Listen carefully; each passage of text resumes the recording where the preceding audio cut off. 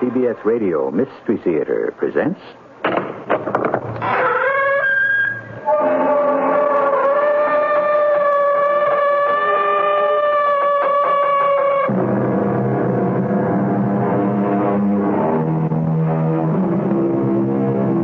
Come in. Welcome. I'm E.G. Marshall. Add a grain of salt, said a learned Roman gentleman named Pliny the Elder some 2,000 years ago. And the value of that advice has only increased with the passage of time. Take everything you see and hear with a grain of salt, and you'll be surprised at how much savor you will add to your life. I am going to find the old man of the rock. There's no such person. It's an old wives' tale. You keep away from him. If there's no such person, why are you so scared? Because he kills everyone who approaches. Why do you want to find him? Because he knows where all the money in the world can be found.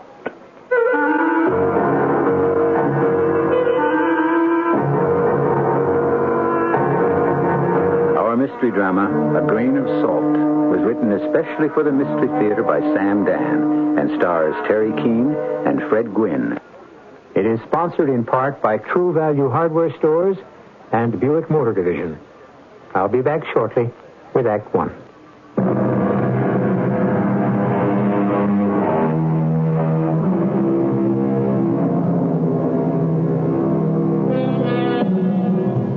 Goblins and ghosts, pixies and elves, kelpies and banshees, spirits and sprites, the good folk, the bad folk. Oh, I could go on and on, but you get the idea. At one time, these, what shall we call them, supernatural beings were as real as the sounds you hear in a deserted house, in a desolate countryside on a dark and moonless night. And nowhere were they more real than on a certain enchanted island that was gracious and green and filled with soft, lilting music and covered with a magical mist. But we run ahead of ourselves. We're not there yet. We're still on this side of the Atlantic, in a large city on the eastern coast, perhaps 70, 80, or even 90 years ago. Are you the sergeant? Well, I'm a sergeant. Sergeant Smith. Are you the sergeant they told me to see? Are you the sergeant they told me to see? Why, it sings. Your mother comes from County Donegal. She does not. Then Monaghan or Cavan. Sir, I have not come to discourse on genealogical or geographical situations. Ah, but it is the place of my own origin. With the name of Smith. Of my dearest mother's. Me father comes from England. That, sir, must be your own private sorrow. And bear it bravely and in silence like a man. Well then, Miss or Madam? Miss, if you please. Miss Katie O'Neill. Miss Katie O'Neill. Oh, it sings like a ballad. Are you a maker of music or an officer of the police? The two need not be mutually exclusive. Well, then I might have done better to consult Mr. John Philip Sousa. He conducts his orchestra in the park this evening.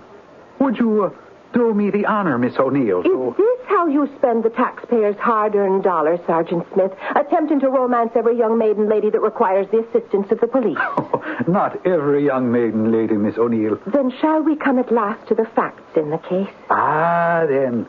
We have a case, have we? Well, proceed. Which is exactly what I was doing. This noon, not half hour past, I was standing at the corner of 5th and Main, and... Why are you not writing this down? I'm gazing into your eyes, Miss Katie O'Neill. Aren't you ashamed, Sergeant Smith? Of what? Attend to the facts. There's work to be done. You were standing on the corner of 5th and Main. I was. And stopping the traffic for miles around. I was waiting for a streetcar. A most innocent occupation. I was in the midst of a crowd that was waiting. Suddenly... Yes? Suddenly, there was this tug on my arm. Tug? It was more of a pull. Oh, a pull? But a gentle pull. Ah, a gentle pull? Yes. So gentle, so soft, so light, as a thistle or a hummingbird's wing. Are you writing that down? Was that as light as a thistle or as light as a hummingbird's wing, Miss O'Neill? We must be accurate in these matters. Make it as light as either or both. Well, would you happen to know specifically the weight of a hummingbird's wing or a thistle for that matter? As you know, police work is an exact science. And then... Yes. And then? And then I looked down at my arm, and... And? And my pocketbook was gone. Your pocketbook was gone? It had been taken from me. What did you say? Who did it? See him? No, as I said, I was standing in the midst of a crowd. One moment the pocketbook was on my arm, and then the next, it was gone. And you saw no one who could have taken it? No, I saw no one. I said to the people who were standing round, I said, has anyone seen a pocketbook? Mine is gone. I believe it was taken. And everyone looked all around, and someone said, are you sure you didn't drop it on the ground? And someone else said, are you positive you had it with you? And I said, it's been taken by a thief. Has anyone seen the thief? And a man standing next to me said, what did he look like? And I answered, if I knew what he looked like, I'd know who he was. And no one had seen him? No one had seen him. I was in the midst of a crowd that was waiting for a streetcar on the corner of 5th and Main at high noon, and a man removed my pocketbook from my arm, unseen and unbeknownst. And those are the facts? Those are the known facts. You discovered the loss of the pocketbook. You saw no one take it. Nor could I find a witness to the taking. And then what did you do? What did I do? I came to the nearest police station, this one. I was referred to a sergeant. You. Now, when may I expect to get my pocketbook? When we find the thief. That does not answer the question. But the police department is not yet in position to make a definite statement. Oh, it is not. It requires more facts. Now, how much money was there in the pocketbook? How much money? Why, none. None? Well, no, I never carry money in a pocketbook. You don't? And why not? Why not? Should it not be obvious? Why not even to the sergeant of the police? You know what happened less than an hour gone by. Suppose I'd had money in the pocketbook. What then? Or so. We established that there was no money in the pocketbook. Well, was the pocketbook itself new? No. It was old. And what was the color of the pocketbook? Its color? Oh, I'm not sure that question can be answered. And why not? Because the original color had faded and gone, given way to a whole spectrum, you might say, of hues and shades of varying degrees. Well, is the pocketbook still worth anything? The poor old thing, ripped it was and torn and in general fallen apart. Well, then, stolen from you is a worthless pocketbook with nothing of value inside. Why are you bothering to report it to the police? But there was something of value inside. Oh, but you said there was no money. Something of great value. And what is that, Miss Katie O'Neill? A salt shaker. A salt shaker? The English side of your family would no doubt refer to it as a salt cellar. Well, what sort of a salt shaker? Just a salt shaker. And you said it was valuable? Oh, yes, it is, indeed. Why would a salt shaker be valuable? Because it's the only one of its kind in the whole wide world. Oh, is it made of gold? Oh, no. Silver? Not a bit of it. Well, then, what is it made of? Pewter. Pewter? Or perhaps not pewter. It could be something even cheaper. But you just said it was valuable. That it was the only one of its kind in the world. I said that and I stand by it. Then is it encrusted perhaps with pearls or diamonds, rubies or precious stones? Oh, no. Well, then was it crafted by one of those great fellas like a Cellini? Who? Cellini, Benvenuto Cellini. No. Then how can it be valuable? Because it's a magical salt shaker. Oh, yes, I see. And that is why I must have it back. In what way is the salt shaker magical? In what way can a salt shaker be magical? Well, The question only has one answer. Well, suppose you tell it to me. And you are a sergeant of detectives? Well, now, Miss Katie O'Neill, what is your game? You come in here with this blather about a magical salt shaker. But it's true. Why would you be carrying a salt shaker in your pocketbook? Why? Because I never know when it might be useful. Well, it would seem to me that the only time you'd require a salt shaker would be at meals. Is that so? It's most probably so. And would you take your meals at a table? In someone's home or in a restaurant? Is that not so? I agree. Well, wouldn't there already be at least one salt shaker on that table? Yes. but mine is a magical salt shaker. Oh, very well. You don't believe it. But why is it a magical salt shaker? Ah, and if I told you, would you promise faithfully and truly to find it for me? It's my duty to find it for you. All right. When I was a little girl in County Cavan, I lived on a farm with my father and mother. And my father, there was a man for you, filled with great and bold schemes, all of which I'm sorry to report came to naught. And I was a tiny child, but I still remember the talk around the table. Well, Terence O'Neill. Good morning, Bridget, my darling. A good morning, is it, Terence O'Neill? You can't see the sun for the clouds, the wind's howling, and it's cold enough to crack the stones. Ah, but it's the only morning the good Lord, in his infinite wisdom, has seen fit to send us, and we accept it gladly. For it is written, you shall take the bad with the good. Oh, and where is that written? Well, if it isn't written, it should be. Well, now, not that I wish to raise a subject so painful, but have you given much thought to seeking employment this day, Terence O'Neill? Oh, yes. I shall be employed expanding the horizon of my knowledge. I was thinking of gainful employment. It's gainful. I am embarked on a course of study that shall make us both rich. Rich? You don't believe it? Oh, no man ever got rich by looking through books. That's because you have to find the right books. That's how it would go. My father would spend the days reading his books and walking through the fields and the forests, nodding his head, thinking, studying, considering. And then finally, one day my father came home and he had a very old book in his hand, and he was very excited. Bridget! Oh, yes, it's Bridget.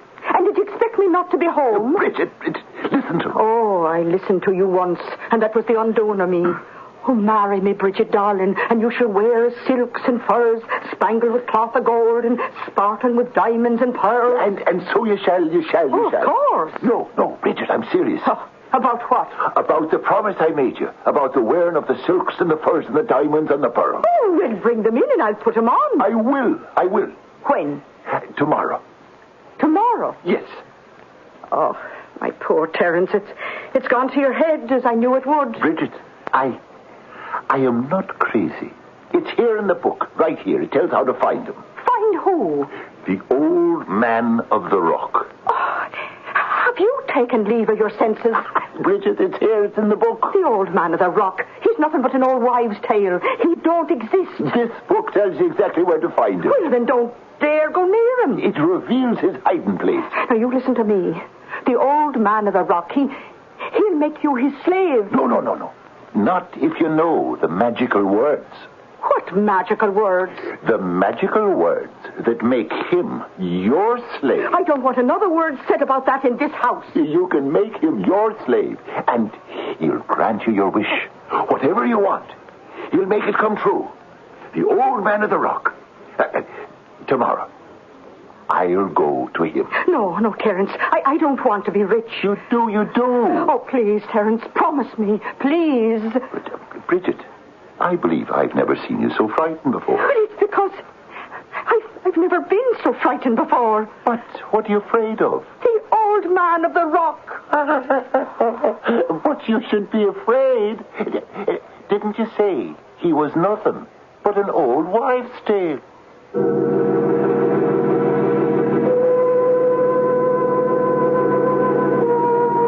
Well, now, as you know, we're going to find out about the powers, if any, of some supernatural being, assuming, of course, such a one exists.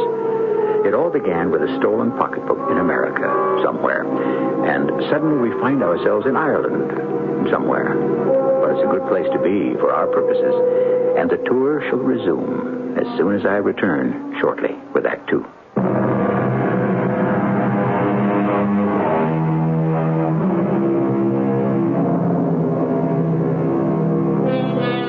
As we concluded Act 1, we heard someone refer to something hard to believe as an old wives' tale. Well, don't be too cavalier in dismissing old wives' tales. There used to be an old wives' tale to the effect that moldy cheese was good for wounds, and then science discovered penicillin. Similarly, that the bark of a certain tree did wonders for malaria, and science, of course, discovered quinine. Are we also involved in an old wives' tale? Probably. Now, Miss Katie O'Neill, I don't want you to lose me. But as I understand it, your father had unearthed some mythical character, the Old Man of the Rock. Oh, yes. And how well he was known in the countryside. Oh, the Old Man of the Rock. Just who was he? He was a Dane. A Dane? A Viking. One who had invaded Ireland 1,000 years ago. Oh, you mean one who had conquered Ireland? We don't talk about that. And besides, they all took Irish names and learned the Irish tongue and became truly Irish, so it can be said that we conquered them. Oh, now you must bring me back to the Old Man of the Rock. Ah, yes. He was a Viking. A Scandinavian. Yes? He was a Dubgale, a Dane, a black foreigner, as distinguishable from a Fingale, a fair foreigner, a Norwegian. I see. Is this important? As you said, Sergeant, police work is an exact science. Continue, Katie O'Neill. And they laid waste the land with fire and sword, but they could not conquer. So they remained to become a part of it. And the Old Man on the Rock? He was a Dane who had ranged as far north as the River Liffey. And one day, he saw a huge rock, and he said, I will build me a castle, and this rock shall be a foundation stone. And he commanded his men to move it, but it could not be budged from the spot. Yes? And it was not that large nor heavy a rock. But it could not be moved? No. And what happened? No one knows what happened. Oh. Well, then? One day, this Dubgale chieftain, this dark foreigner, disappeared. Oh, now, what do you mean, disappeared? Disappeared. Vanished. Was no more. Well, what became of him? Where did he go? Ah, that is the legend. What legend? Of what legend are we speaking? The legend of the Old Man on the Rock. Yes? It is said he would go to the rock, this rock that would not be moved from its spot to become a stone for his castle. And he would say, Rock, why do you refuse to be taken from the ground and become part of the great wall of my castle?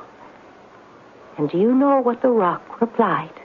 Well, I have no way of knowing that the rock could even speak. A voice was heard to come from the rock, and it said, You have no need for a rock to form the wall of your castle, dark foreigner.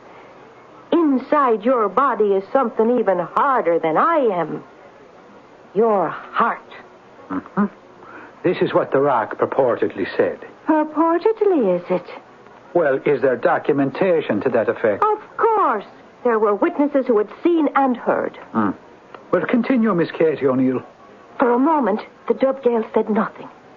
He was, as you may safely assume, overcome with fear and surprise. Yes, I can safely make that assumption. And a terrible look came into his eyes. Terrible? And he said, Yes, if my heart is rock, then it means that I am rock. And I am that rock. That rock. Well, now that's drawing a long bow, wouldn't you say? It makes fine sense indeed. I'm sorry. I shall not interrupt again. And then what happened? What happened? He retired to his tent. Yes? And he was seen no more. Well, what became of him? Evidently, he became the rock. Well, now, how could he do that? Well, he was the rock. He said he was, didn't he? Yes, but... Let there be no buts. Those were the exact words my father said to my mother that morning. I remember it. I remember as if it were yesterday. We were sitting at the table in the kitchen, and my father said... Let there be no buts, Bridget O'Neill. I have this book. I bought it in Belfast, 4 shillings. 4 shillings? And I have had no meat on this table in 6 months. And a good thing. Meat is conducive to the gout. Only rich people get the gout. We are in no danger here. We are in great danger. Tomorrow we shall be rich. Do not speak this way in front of the child. She will think her father is mad. Oh, it is just his way of talking, Katie. He means no harm. Of course not. I mean only good. Yes, this book. See, it is 400 years old. For 6 shillings, you're entitled to a book that is brand new. The book, you see, it says the Dub Gale entered into the rock where he had time to repent his many sins. Oh, ate your fish. It wants salt. Oh, Katie, pass your father the shaker. Thank you, Jack. I can't seem to get any salt to come out. Well, shake harder. This wretched salt shaker. Well, it is a damp day. Why don't you get a new one? For 6 shillings, I could have had one of silver. Yeah, well, tomorrow you shall have one of gold. Yes. Pure gold. If I can find the old man of the rock, he will... He will lead you straight to the devil. No. That is the old wives' tale. You see, he has had a change of heart. Too much slaughter and pillage has sickened him, has turned his heart to stone. Who says that? This book right here. His heart is a heavy burden inside him. He seeks to lighten it by doing good for good people. And so, if I can find him... If you... Yes, this book tells how to find him. Well, why didn't the person who wrote the book find him and become rich? He could not. Why? Because he was a monk who had sworn a vow of poverty. Poverty? He gets 6 shillings for every copy of the book. He doesn't get the money. He's been dead these 400 years. But the person who sold you the book, why doesn't he go to the old man of the rock and get rich? He can't. Why not? Because the book is written in Gaelic and he cannot read it. Now, in this book are detailed instructions on how one may find the rock. One must wait for the first moonless night of the month, which happens to be tonight. Terence O'Neill. One waits for the first sound of a nightingale. Nightingale? There are no nightingales in these parts. There are when one seeks the old man of the rock. One listens. I do not care how keen your ears. You cannot hear a nightingale where there are none. One does not listen with the ears, but with the heart. I see. I'm happy. Now you understand. Oh, my poor Terence. You were not intended for poverty. It has turned your brain, and I have helped. Now, Bridget, what do you say? Oh, I shall help you be happy. I shall neither scold nor nag, my darling Terence. I shall support these delusions. Bridget, we shall be rich tomorrow, for I shall find the old man of the rock. I shall find him. Where are you going? To the old man of the rock, my darling Bridget. Good night. Oh, Terence! Oh, that man, he'll catch his death. Child, Katie, child, he didn't even take his hat. Here, run after him and see that he puts it on his head. And I did. I ran from the house, but I did not wish to catch up with my father. For if I should, he would take the hat and tell me to go home. And of course, I would have to obey him. So what did you do? Something naughty, no doubt. Oh, yes. I followed him in the dark, through fields, through the woods, keeping far enough behind so he couldn't see me, but close enough to hear him read from the book. And you shall hear a nightingale's song. And he stopped, and he listened. And I stopped, and I listened. And of a sudden, I heard it. And what did you hear? What are we talking about? The nightingale's song. The nightingale? Yes, the nightingale. As soft and as sweet and as silvery clear. Well, are you positive it was a nightingale? Ah, yes. On what evidence, Katie O'Neill? For after all, you never heard one before. On the evidence of my heart. Ah, yes. The only true evidence there is. Well, I must let you continue uninterrupted. And my father laughed, his great, joyous laugh, and he said, "The nightingale." And we follow her dulcet tones to a tree, a patriarch of the forest, an ancient oak. Its limbs are bare, but the heart still beats truly within. Oh, yes. And beneath this oak is a rock, a large-sized rock, great enough for the foundation stone of a castle. And was that the rock? My father stood before the rock, and I could hear him say, Old man of the rock, I approach with clean heart and a soul that is free from malice. Old man of the rock, hear me. I come to seek your aid. Therefore, I bid you, materialize from within the stone and lift the weight from your own heart. Dubgale, dark foreigner, appear before me. Oh, calls me dark foreigner. It's you. It's true. You. Where did you come from? Oh, you've seen where I came from. The rock. Old man of the rock. I believed it. I believed it truly. That is why I have appeared. And why have you come to me?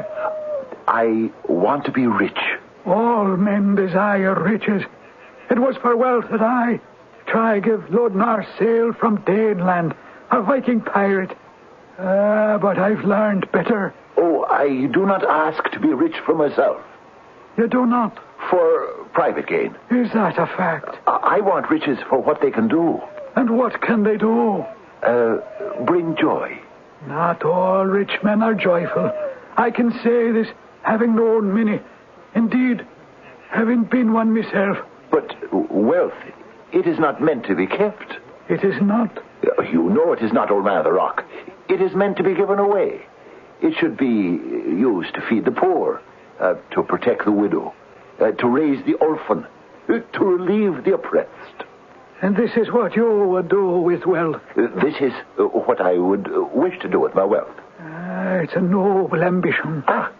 And so, will you grant me my wish, old man of the rock? I will grant a wish. But this is my wish. But is it also your wife's wish? My wife? What has my wife to do with... Well, she too must be considered. But why? Because you are not alone. A man and wife are one, in body, in soul, in spirit. But my wish is her wish. Are you sure now? Oh, she's a good-hearted woman. A bit short in the temper, perhaps, but a kind heart, a generous soul. Well, now, that is what we're going to find out.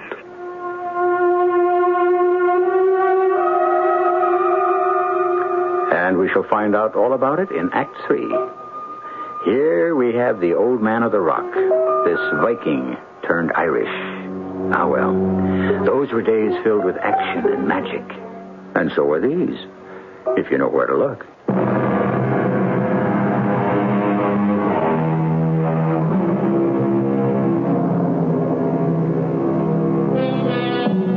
Now, where were we? In a police station, almost 100 years ago, listening to pretty Katie O'Neill telling handsome Sergeant Smith about a purse that was stolen from her. And to make the tale complete, she must go all the way back to Ireland, many years ago, and an encounter between her father and a mysterious being known as the Old Man of the Rock. And so this mythical character, he emerged from the rock, did he? Emerged, materialized, 'tis all one. And you saw it? With my own two eyes. And I still cannot decide whether they're blue or green. Oh, but pray, continue. And so they had this confrontation. My father, Terence O'Neill, and the Old Man of the Rock. And what happened? The old man explained how it would have to work. Being rich is a complicated business. It seems rather simple to me, old man. Does it now? That is perhaps because you've never been rich yourself. True. And how would you choose to be rich? In land? In gold? I would have to think. In goods? In stocks?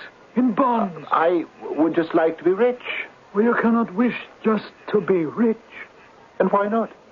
What is rich? Oh, you and your wife must decide. You must talk together. You must understand together. And you must decide together. And then you must wish. Oh, well, that should not be too difficult. Come, We shall walk back to your home together. Right now? Is there reason to wait?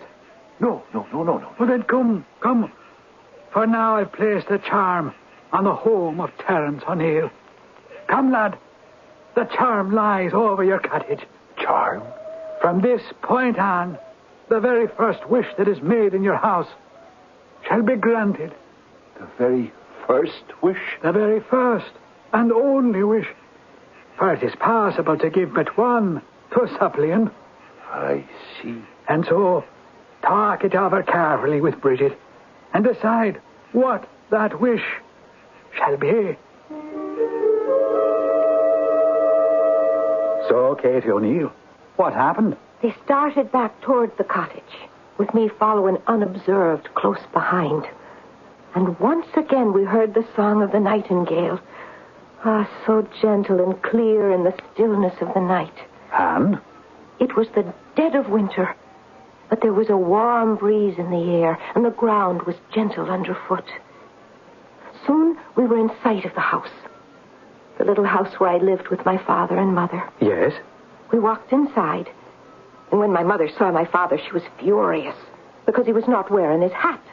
She was about to tell him so, but then she saw this old man dressed in old clothes, and she said, "Whom have you brought home this time of the night?" Bridget, darling, I would like you to meet the old man of the rock. The old man of the rock, you say? Yes, indeed, my darling. Old man. May I present my partner in this world and the next, the lovely Bridget O'Neill. I'm charmed to make your acquaintance. The old man of the rock, is it? I have that honor, ma'am. Yes. Well, like goes to like. One cracked brain finds another.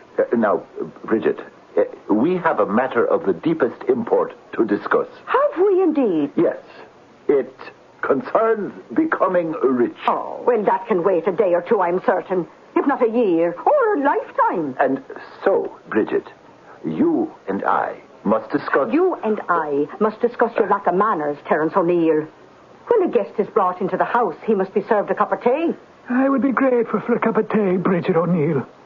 And while the old man of the rock here is enjoying his cup of tea, you, Bridget, and I shall be exploring the various manners, methods, and techniques, as it were, of becoming rich. Rich? Yes, rich. Rich as Midas. Rich as Croesus. Rich? I told you. He's the old man of the rock. Oh, and I am the queen who lives in Windsor Palace. Tell her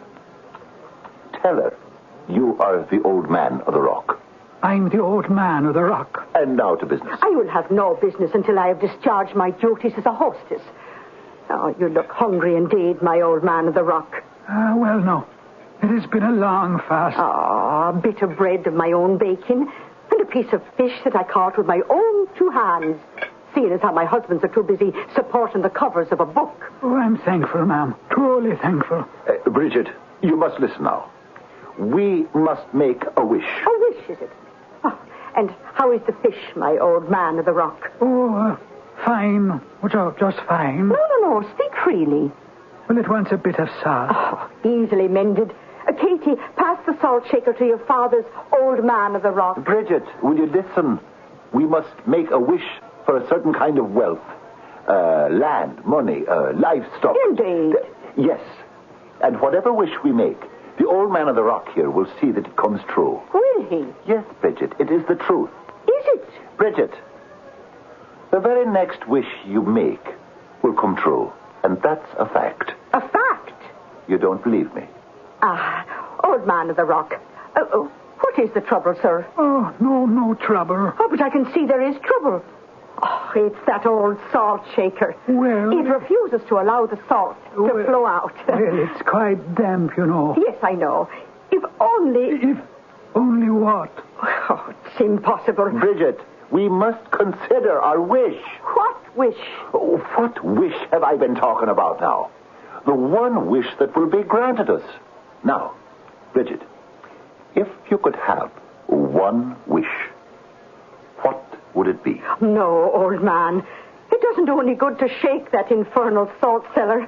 Not in this weather. Bridget, my darling, let us talk together for a moment and decide on our wish. I know my wish. I wish... No, don't say that. Not yet. Not until we decide. But I've decided. I wish... Bridget! I wish the salt would flow out of that shaker in all weather. Smooth, clear, in a beautiful stream of glistening white. Bridget. Oh, my... Oh, Terence, look. Do you see? The salt. See how it flows from the shaker. How smoothly, how quickly, how freely. Bridget, what have you done? You know what she's done, Terence O'Neill. She's made her wish. But... Now, how do you account for the shaker behaving in just that fashion? Bridget. The weather. It must have become dry outside. Bridget, that was our wish. Yes, Terence, that was your wish. What are you saying? We could have had the world. And now all we have is a salt shaker from which the salt shall always flow free. Well, Terence O'Neill, you must admit, this is no small thing. Yeah, true. What are you two talking about? Let me say this.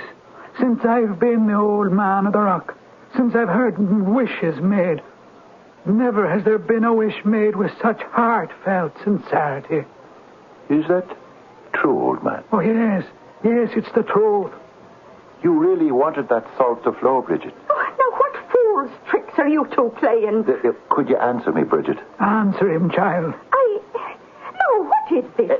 At that moment, Bridget, more than anything else in the world, did you want the salt to flow? Answer, Bridget. Yes. Oh, Bridget, why? Why? But I looked at this old man, this poor, tired old man, and I said to myself, oh, here is one whose face is lined, whose eyes are weary, whose life has been hard, whose death will be bitter. But, Bridget... He can count his woes by the hairs on his head, but his joys, perhaps on the fingers of his hands. And he was trying to put just a few grains of salt on his fish. So small a pleasure, and even this was being denied him. And my heart almost cried within me, so small a thing, so tiny a pleasure. Why should it be kept from him? And so I wished... Yes, she wished. Oh, how wonderful. My dearest darling Bridget. Oh, what a glorious wish. Oh, the two of you must be drunk. Yes, drunk. Drunk with happiness and joy. To know what a wife I possess. Oh, do not flirt with your wife in front of a stranger. No man who sits at my table is a stranger. Ah, the salt. See the salt. How freely it flows. And it shall freely flow from this salt shaker. Forever. And that's why it's a magical salt shaker. Yes, even a police sergeant can see that. A grand tale. But a true one. And the further history of this remarkable artifact. I was sent to America. This salt shaker was the gift of my dearest father, Terence O'Neill. And I have kept it with me from that day to this dark and infamous day when it was so cruelly stolen away. Oh, I'm touched by your story, Miss Katie O'Neill. And what will you do? It's a most difficult assignment. Miss O'Neill, shall you promise me something? First, I must hear. If I return your salt shaker, shall you accompany me to the park this evening to enjoy the concert by Mr. John Philip Sousa and his band of stalwart United States Marines? And how do you intend to find my salt shaker, Sergeant? Well, the salt shaker is magical, no? Yes. Then I shall exercise powers of magic to bring it back to its rightful owner. I shall be waiting at the oak tree near the bandstand, my good Sergeant Smith. And if you have the salt shaker, you may approach. However... Oh, there's no need for however, Miss Katie O'Neill. By my magical powers, I shall have the salt shaker ready for its rightful owner. Miss Katie O'Neill. Ah, 'tis you. Approach no further unless... But I have it. See how freely the salt flows. Oh, Sergeant Smith.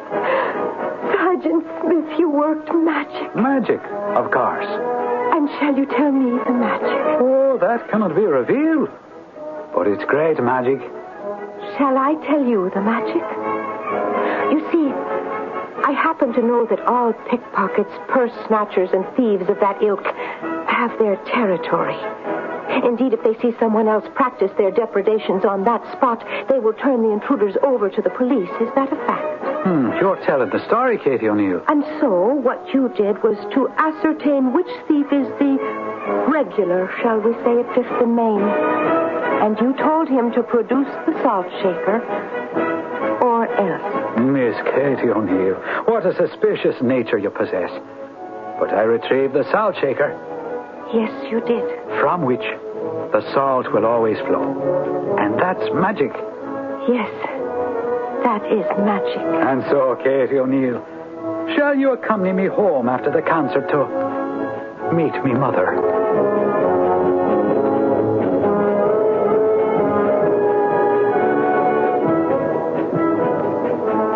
Shall you accompany me home to meet me mother? An old-fashioned line to an old-fashioned ending to an old-fashioned story.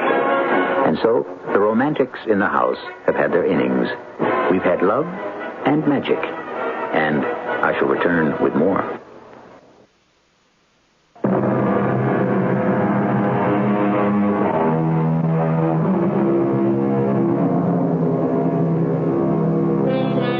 And from the shaker, the salt shall always flow. And so shall the blessings. If you had one wish, what would you really wish for? All the money in the world? Do you really want or need all the money in the world? Think again, and think deeply. What is it you would really wish for? One of the things I always wish for is to meet you here 7 times each week. Our cast included Terry Keane, Fred Gwynn, Bryna Rayburn, and Lloyd Batista. The entire production was under the direction of Hyman Brown. This is E.G. Marshall inviting you to return to our Mystery Theater for another adventure in the macabre. Until next time, pleasant dreams.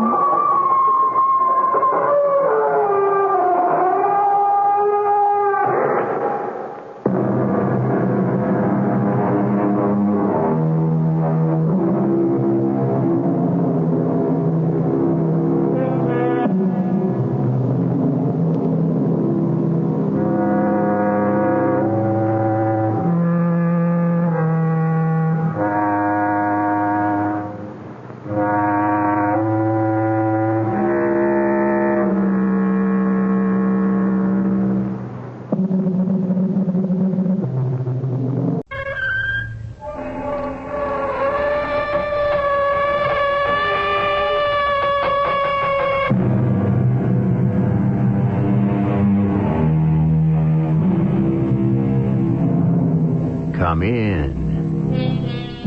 Welcome. I'm E.G. Marshall. We are told there are none so blind as those that will not see. However, there are times when none can see as clearly as some of those who are blind. After all, isn't it true that most of what we see is not received through the eye, but interpreted by the mind? Of course it is. Consider, when you see somebody's point of view, just exactly what are you looking at? I came as soon as I could. You shouldn't have come at all. Oh, darling. Don't call me darling where people can hear. PJ was killed last night, and in this kind of situation, they always suspect the man's wife. But, darling, you didn't kill him. Are you crazy? Don't call me darling. Or did you?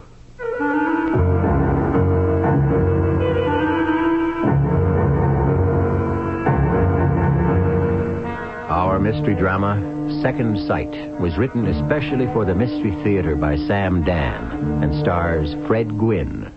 I'll be back shortly with Act 1.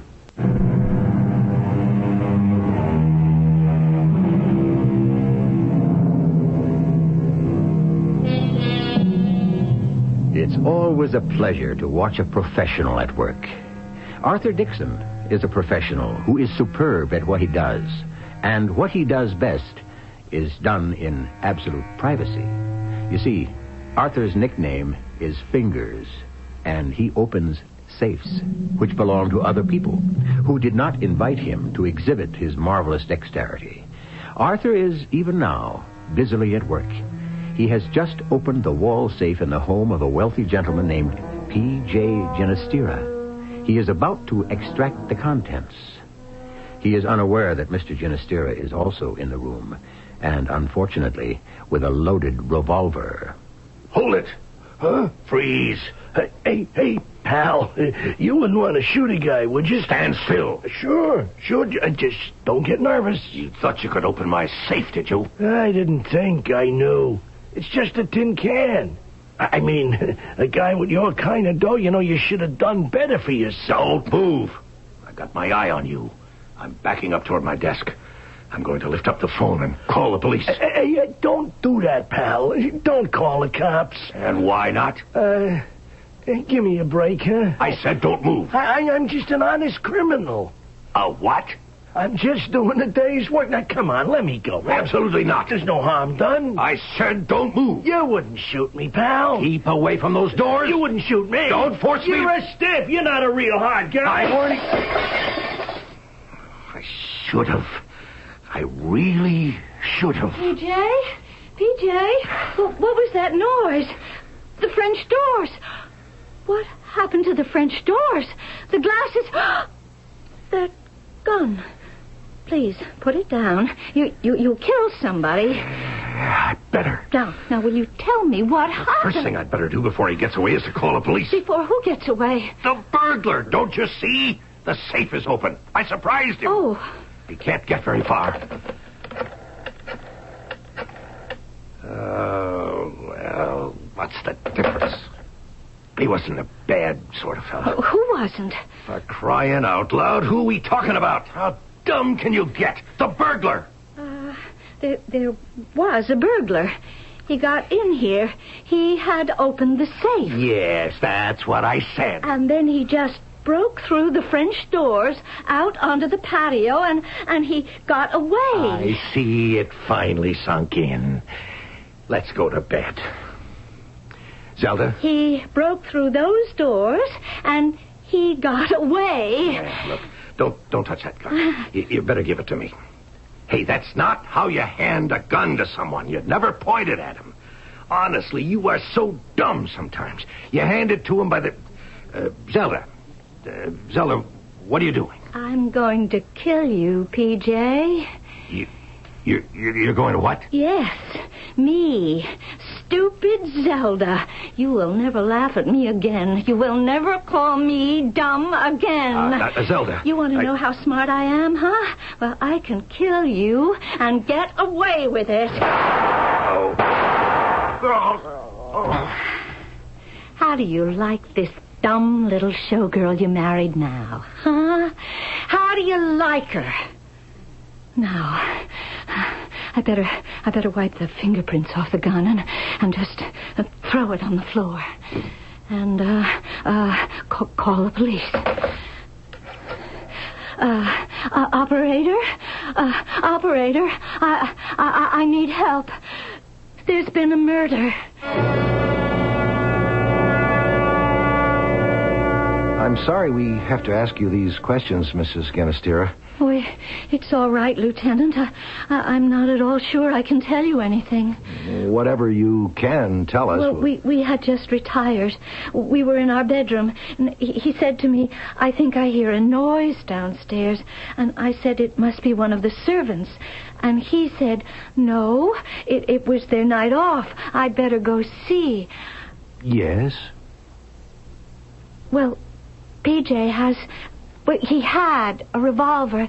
You see, he kept it in the drawer of his night table, and he said, I'm going downstairs.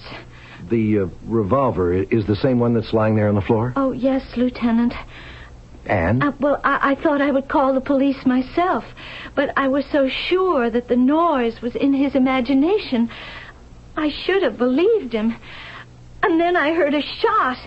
And another one. I sprang out of bed. I ran downstairs, and he was lying right there on the floor, and the French doors had been broken open. You didn't see anyone? No. Hear anyone? No. Well, I don't want to bother you with anything more tonight. Please, get some rest.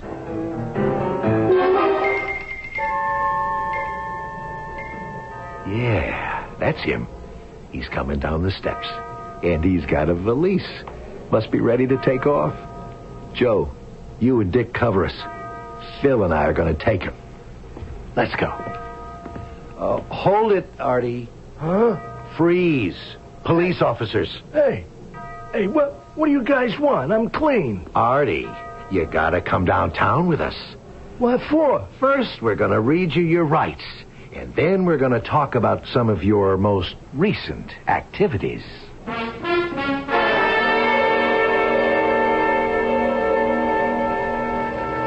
You guys are crazy. Artie, you might as well have left a card. That job had your name all over it. But I got an alibi. Sure. Artie, nobody can drill the holes in a safe as small as you do. I'm sorry.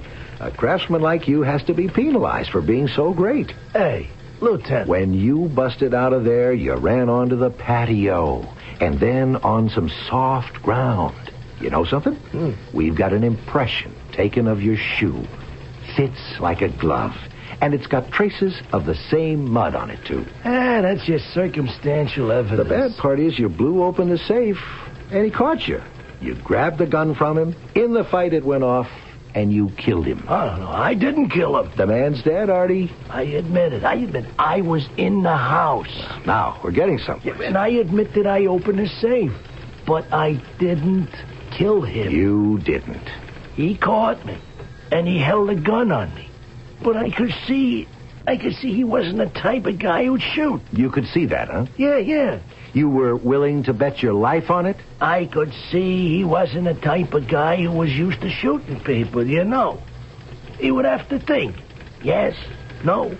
All I needed was those couple of extra seconds to be out of there. I took the chance. Mm-hmm. That's all I know. What happened was you grabbed him. That's not what I'm saying. I know. That's what I'm saying. You got the gun away from him. No. And you shot him. Then you wiped your prints off and dropped it on the floor. Artie, do you want to make a statement? I already made my statement. I didn't kill him. If that's your statement, Artie, I'm afraid you're going to be stuck with it.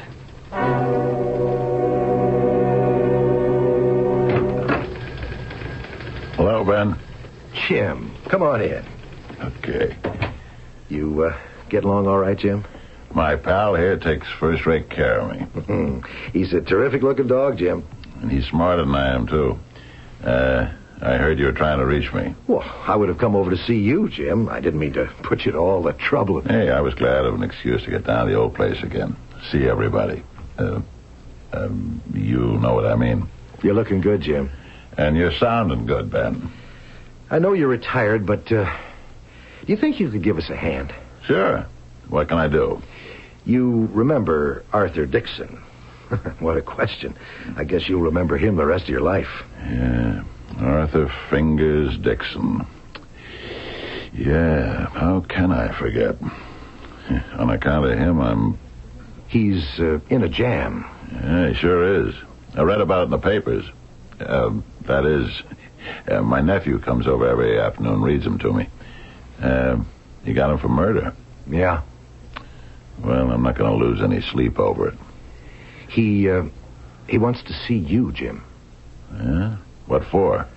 He says you're the only cop he can talk to. Yeah, but I'm not a cop anymore. Thanks to him. Jim, we need his confession to wrap it all up in a neat little package. Do you think you could go visit him in his cell? Ben, I'd rather not. Okay. It isn't like the old days when I could just give an order. I'm sorry. Yeah, I'm sorry too, Jim. I really should have thought it out before I asked you to do something that would be so painful. Yeah, you should have. Well, Jim, just because you're retired, you shouldn't be a stranger. Drop around.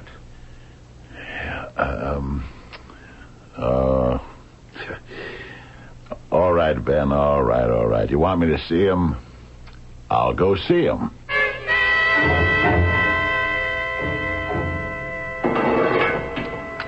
I'll call you, Bob, when I want to leave, okay? Hey, that's a great-looking dog.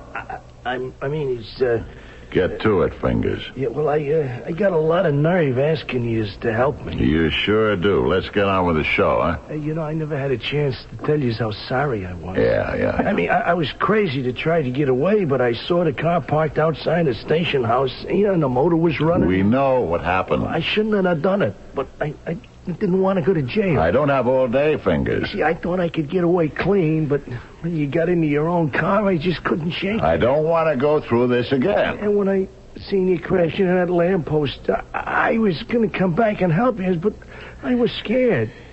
Besides, I thought you was killed, that you lost your life. No, all I lost was my eyesight. Now, let's get down to business. Sergeant, you're the only cop I can talk to. I'm not a sergeant anymore, and I'm not a cop either. But go ahead. I'll listen. Tell me how you killed him. No, I didn't kill him. Fingers, don't waste my time. If you don't want me to come here... I want you to help me. Are you out of your mind? Well, I know you saw at me. What kind of a chump do you take me for? Well, look, I'm sorry about the accident, but just know I didn't mean it. And besides, you and me, well, we used to like each other. What are you talking about? Look, I was the best safe cracker in the city, and you was the smartest detective on the force. You was out to get me, and I was out to beat you. But there was nothing personal in it, huh? Each one of us was only doing his thing. Hey, man, that's why you gotta get me out of this. Why should I? Because I didn't kill him. I don't know anything of the kind. Oh, look me in... I was gonna say look me in the eye and say that, but I can't because you can't. You know I'm not a killer. And you know that I didn't kill him.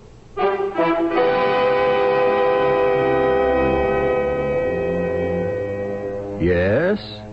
How does Sergeant Greenwood know? We know, but that's because we were there. But how would former Detective Sergeant James Greenwood know? And even if somehow he does know, would he be inclined to save Arthur? We have some problems to overcome in Act 2.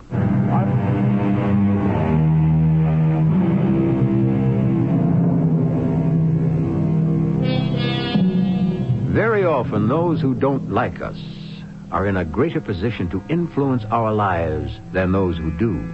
Here we have poor Arthur Fingers Dixon, a safecracker, and his only hope seems to rest with former Detective Sergeant James Greenwood, who has every just cause to wish him ill. You know I didn't kill him, Sergeant. How do I know? You know. I don't care if you confess or not.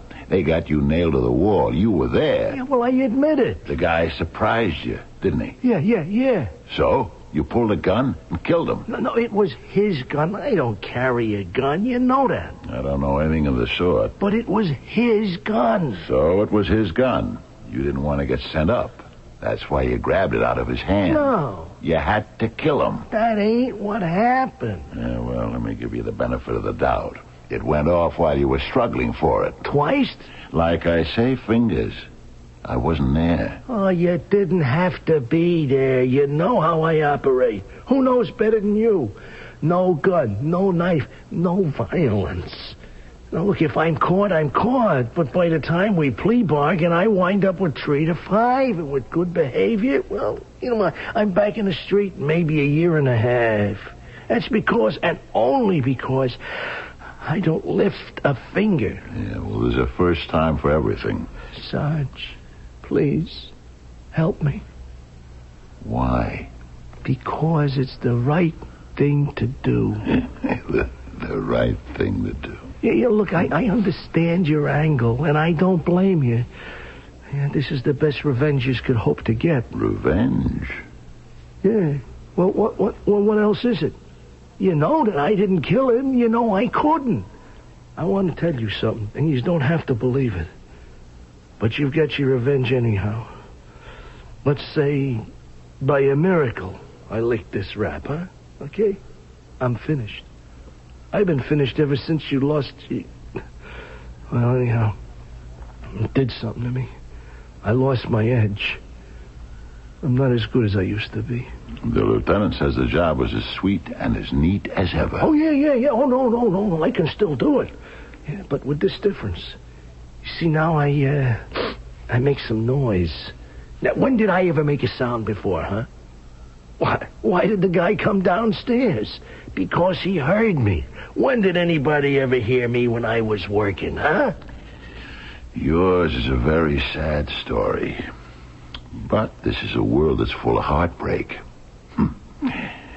See you around, Fingers.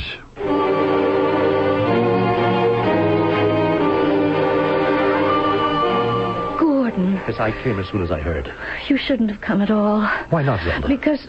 Because, look, let's step out into the library. That policewoman is out in the hall. But, darling... Don't call me darling where people can hear. No, please, don't kiss me. Why not? Someone might be watching outside near the window. Zelda, why are you so... PJ was killed just last night.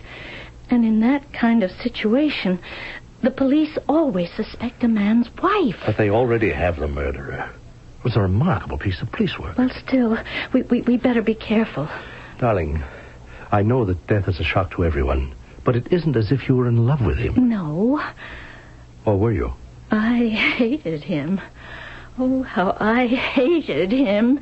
That's why. That's why what? That's why well, just without even thinking, I saw the chance to Zelda, what are you trying to say? Nothing. Nothing at all. He's gone now. Yes, he's gone. It's scary how you can get an urge all of a sudden. You can't control it. Darling, you are not well. Oh, but I am. I feel great. Now we're free. We're free to do anything we like. Yes, darling, we are free. Don't leave me. Why should I ever want to leave you? You mustn't. You can't. I won't let you. I did it for you, too. What did you do for me? Zelda, are you all right? Oh, yes. Now I'm all right. Right now, I don't have a care in the world.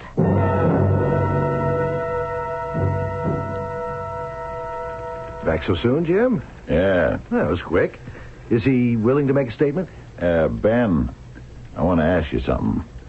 Let's say Fingers didn't kill P.J. Ginastera. Oh, what do you mean, let's say he didn't kill him? He was there. Yeah, but for the sake of argument, let's say he didn't do it. Where are we? Where are we? We're at ground zero, square one. Let's say Arthur's clean as far as the killing is concerned. No, Jim, we've got him nailed. I'm happy, the chief inspector's happy, the DA's happy. Yeah, but I'm not happy. Yeah, I know. I'm just a broken-down old detective and blind into the bargain. And my happiness doesn't mean a thing to anybody. Don't say that, Jim. But you started it. You called me into this thing. And so this morning, in effect, I was back in the department doing a detective's job. And if you send me out to do a job, I have to do it all the way. All right, Jim. See, I know Fingers like I know myself. He doesn't fight. But he was caught red-handed. So what? Hey, how long would he sit in jail? He's combat-wise. He knows how to pick a lawyer. No, he didn't do it. A man can't go against the habits of a lifetime. All right, maybe he had a partner. The partner gets away. But we still have Fingers as an accomplice. But now we can give him a chance to make a deal for himself. No good. Fingers never used a partner in his life. Jim, so where do we go from here? Well, we got the man and his wife upstairs in bed. They hear a noise. He says, I'll go down and look. He takes his gun, all right? Yeah. A little bit later, she hears the shots. She runs down in the library. There he is, dead on the floor. The gun is laying there beside him. That's what happened, right? Okay. The gun is clean. No prints on it. That makes sense. Fingers didn't want to be caught with it, so he cleaned it off and left it. Big question. He goes downstairs to look. She hears the shots. What is the time interval? In other words, how long is he gone? According to my notes when I questioned her, she couldn't be sure exactly. Yeah, but she had to give you a ballpark figure. Yeah, just about a couple of minutes. That, Jim, is why I insist, regardless of how you figure it, Fingers had to do it. Why? Well, if he didn't, we'd have to be talking about the greatest coincidence in the world. Somebody who wants to kill P.J. Ginastera just happens along after Fingers runs away and plugs him. How about Mrs. Ginastera? Are you crazy? Well, nobody else was around. Jim, I want to go along, but I just can't. Let's say P.J. was found shot. The safe wasn't open, and the French doors weren't smashed.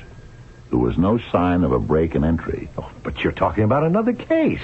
Probe into Mrs. Ginastera's background. See if maybe there wasn't anything doing there on the side. You haven't done that yet, have you?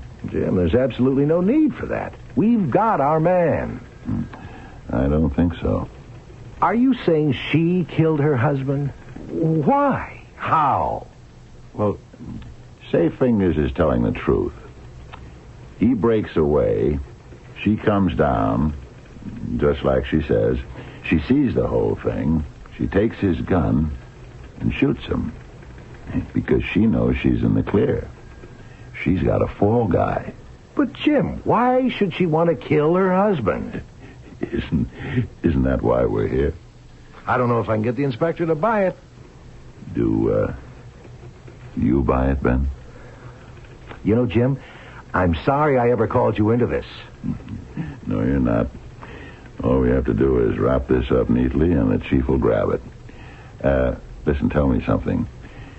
When you got there, where was she? In the library.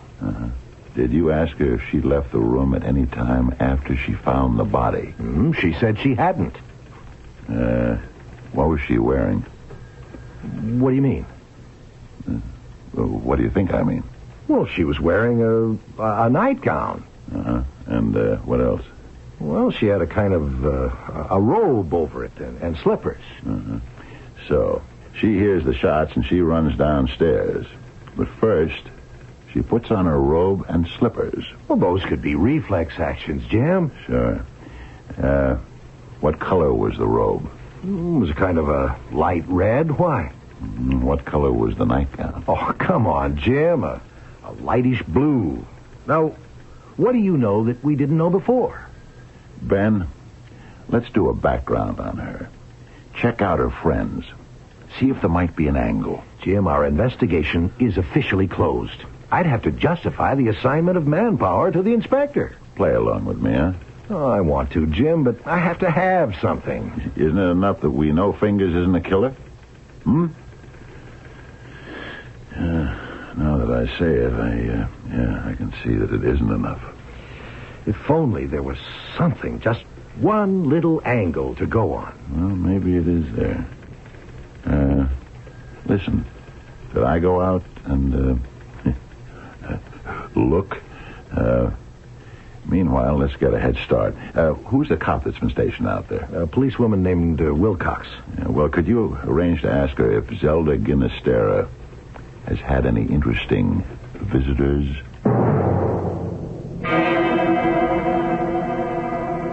Is this exactly the way it was, Ben? Nothing in the room has been touched. Would you just describe the place for me?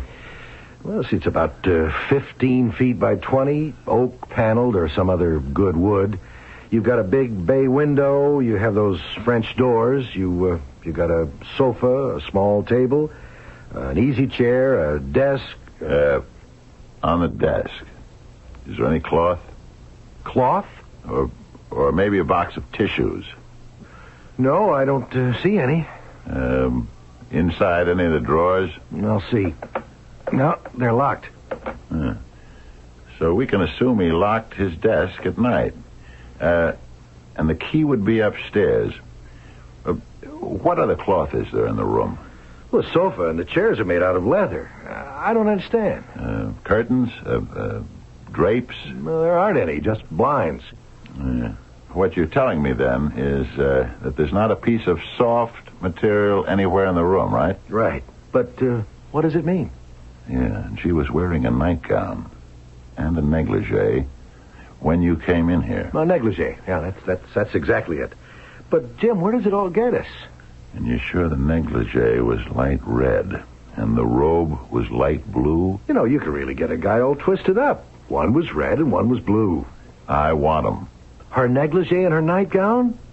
What for? We may as well just pause here and ask that question ourselves. What does he want with her negligee and nightgown? Especially since he isn't able to see them. Actually, for the veteran puzzle solvers among you, the clue may be apparent. At any rate, you have a couple of minutes to think about it. Then we shall resolve all these matters in Act 3.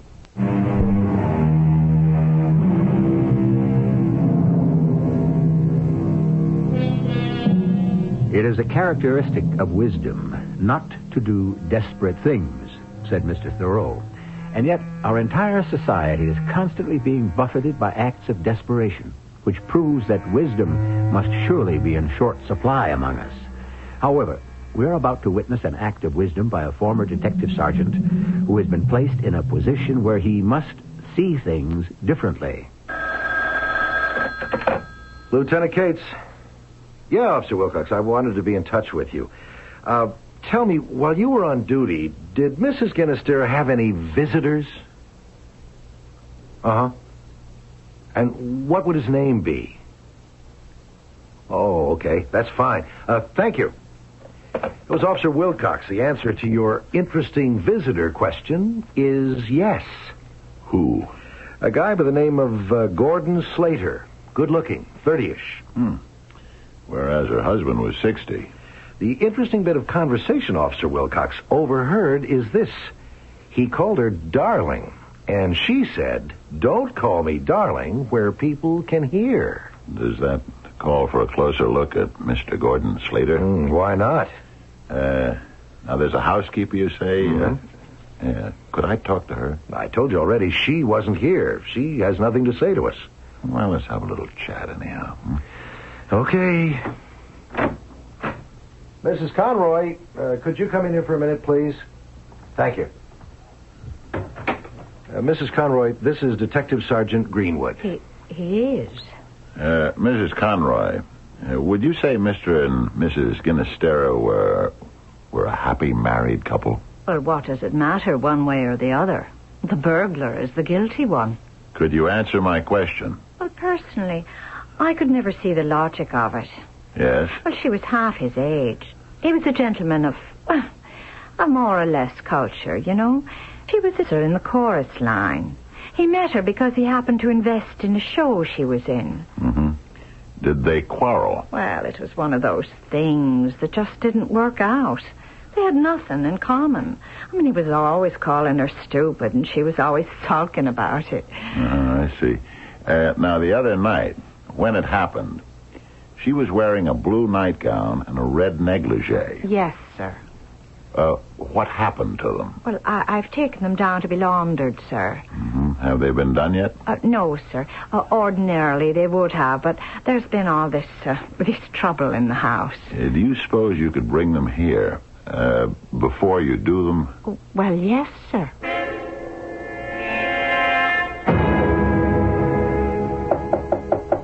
Come in.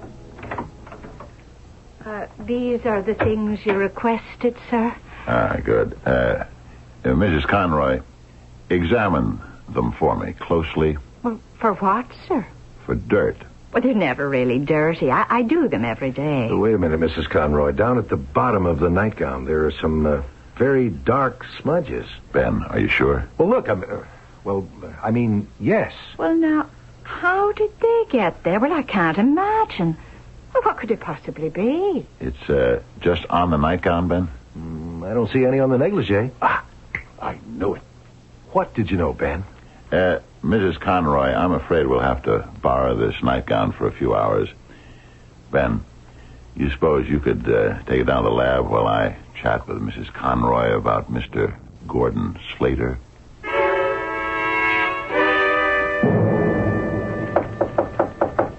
Come in. Lieutenant Cates? He's been called away for a couple of minutes. Well, my name is Gordon Slater. I was told he wanted me to come down to police headquarters. I'm Sergeant Greenwood, his associate. You can talk to me. About what? Well, for starters, tell me, how long have you and Zelda Ginastera been having an affair? Now, just hold on. Are you going to deny it? What kind of... Let's save your time and the taxpayers' money. You know we can investigate and come up with a barrel full of solid evidence. That housekeeper. She shut her mouth off. What did you want her to do? We told her this was murder. Murder? Murder. And that it would be kind of serious for her not to open up. And, I'm now saying the same thing to you. Murder? But there was this burglar. He was the one who shot PJ. Yeah, that's what Zelda says. Well, how can there be any doubt? The thing is open and shut. How long has this affair been going on? Well, maybe 2 years or more. Was her husband giving her a bad time? Yes, definitely. Why? Why? Well, I guess he was too old for her. That's what it all started from. Everything else, her being dumb and all that, was... What about her being dumb? Well, okay. She's dumb. But in a kind of cute way. See, I never minded it, but he did. How did she feel toward him? She was his wife. Mm-hmm. Was she in love with him? Well, no. Was she a woman who would act violently on impulse? Sergeant, I know something about the law. Now, if you have a legitimate line of questioning... I'm just going to say this, and you can react to it any way you like. She hated him. By chance, an opportunity arose where she could kill him. And it would look as if someone else did it. What are you saying? Now you're asking me questions. She's angry. She's frustrated. She's in love with you. Are you in love with her? Well, Or is this just a pleasant little interlude for you? Well, maybe this means something, maybe not. But when I called on her the next morning, she said some things that sounded strange. Yes? She said, it's scary how you can get an urge all of a sudden, and you can't control it. Yes? And she said, I'll never let you leave me. I did it for you, too. What does she mean by that? I don't know. Oh, yes, you do, Mr. Slater. Yes, you do. But, Jim, we have no evidence. I say all we have to do is accuse her, and she'll fall apart, Ben. And what if she doesn't? What if she denies everything? Calls a lawyer? How do we justify the accusation? She won't. But this whole idea of yours that she's guilty, it's all a theory. Yeah, but it's a good psychological theory. Excuse me. Lieutenant Cates. Yeah. Oh, it's for you, Jim. The lab. Yeah, this is Greenwood. Uh-huh. Okay, thanks. Ben, I think we can make a move. Let's pick her up. What have you got? Report from the lab. It'll prove she's the killer. This is Detective Sergeant Greenwood. Oh, how do you do? Sergeant Greenwood has some questions he wants to ask you. Well, sure. I understand you caught the burglar. We did. Oh, well, that was just great. How did you fellas manage to do it? And so fast. Mrs. Ginastera, every crook has a modus operandi, a method for operating. When you see a familiar one, you know who your perpetrator is. You'd think those fellas would try to change their routines. Yes, but they can't. All of us, I guess, are slaves to our own conventions. Yeah. Well, did the burglar confess? No. Why should he confess? The burglar didn't kill your husband. He didn't?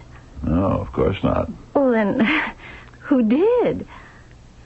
You. That's a gag, isn't it? I mean, that's not in good taste. Murder never is. You can't prove it. I can.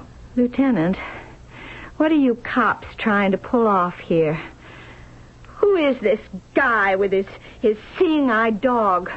Why are you trying to pass him off as a detective? I am a detective. I'm going to call my lawyer. You have every right to do that. Where do you come off saying I killed my husband? Do you want to hear how it happened? What you told Lieutenant Cates was true. Up to a point. Your husband heard a noise and went down with his gun to investigate. But you didn't hear any shots. And when you joined him down the library, the burglar had already escaped. Now, you were angry with your husband, and you saw a chance to kill him and get away with it. You picked up the gun and shot him. Twice. No. Then, let me tell you what you did with the gun. It's a lie. You had to work quickly. Someone may have heard the shots. You had to get the call into the police, and you were nervous. You don't go around shooting people every day. You knew you had to wipe off the fingerprints. What could you use? There was nothing in the room. Absolutely nothing. You know what you did? You used the only piece of cloth that was available. A part of your nightgown. You can't prove it. Your nightgown is at the police lab. There were some dark smudges on it. You know what they are? A mixture of oil and fouling from gunpowder particles. Very characteristic. Now, the question you'll have to answer is this. How did this material, which can only have been rubbed off a recently fired revolver, get on your nightgown? Come on, Zelda, it isn't murder one. It wasn't premeditated. You might even get temporary insanity. Why did you do it? I should never have married him. But I said, he's a millionaire. You'd think I'd know better. You don't get nothing for nothing in this world. He used to enjoy himself, showing me how dumb I was. He'd introduce me as his little dumb Dora. I'd get so mad I could kill him. And so you saw your chance. It was a nice setup. No, that didn't happen till after. All I saw was the gun. He asked me to hand it to him, but he had to call me dumb in that icy, nasty voice of his. And before I knew what I was doing, I knew I was going to kill him. You see, it was only after I did it that I realized it would look like the burglar was guilty and I'd get away with it. It's funny, Jim. I was here when she was wearing the nightgown, and I didn't notice the smudge on it. Yeah, well, that's because you didn't know that you had to look for it. And you knew it was there, Jim, without ever being able to see it. It's no consolation to you, Zelda, but you know what you should have had, and you'd have been home free? Just a couple of pieces of ordinary facial tissue.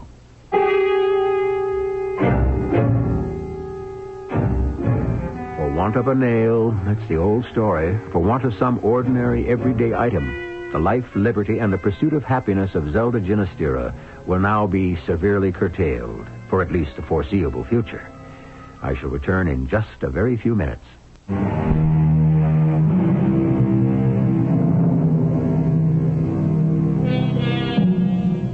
Necessity, they say, is the mother of invention. You do a thing best when it must be done, or else.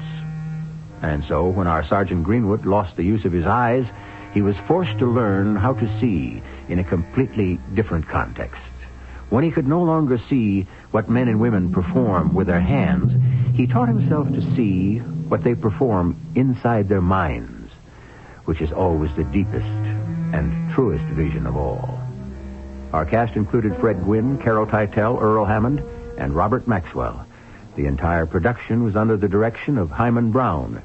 And now, a preview of our next tale. It was my idea. All mine. She had nothing to do with it.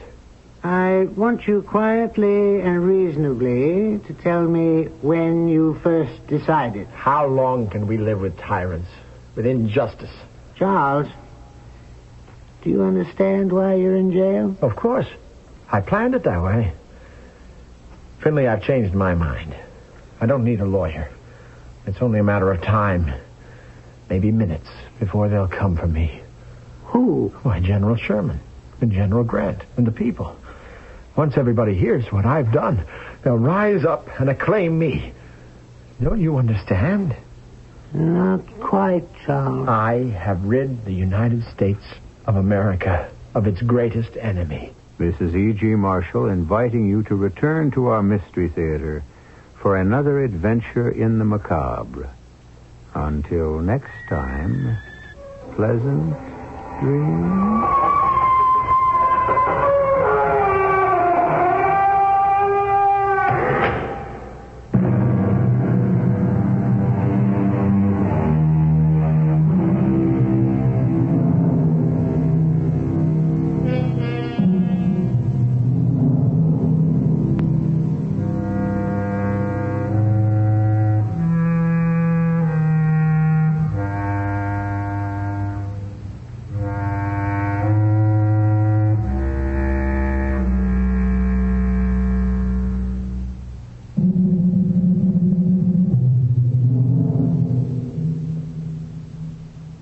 The CBS Radio Mystery Theater presents...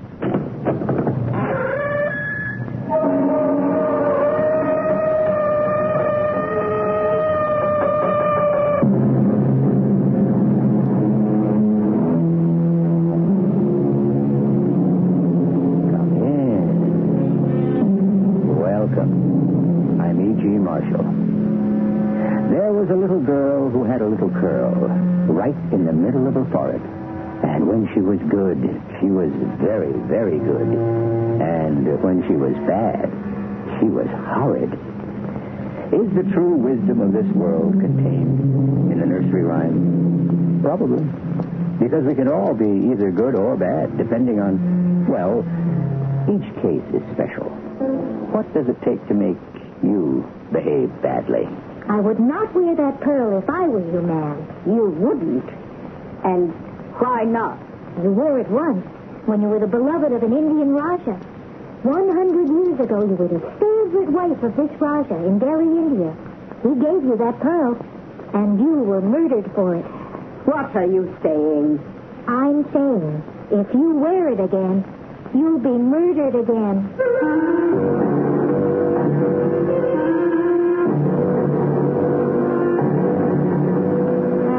Our mystery drama, Borderline Case, was written especially for the Mystery Theater by Sam Gann and stars Mary Flersham. It is sponsored in part by Buick Motor Division and ARM, Allergy Relief Medicine. I'll be back shortly with Act One.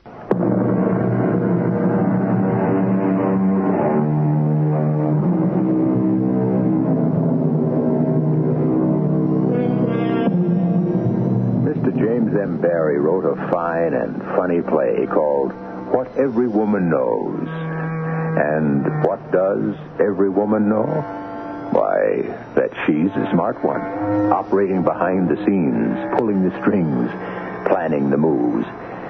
And what really makes her smart is that she does it all without anyone really being aware of it. Meet Miss Janie Summers, who is 15 years old and lives in Chatham Springs, New York.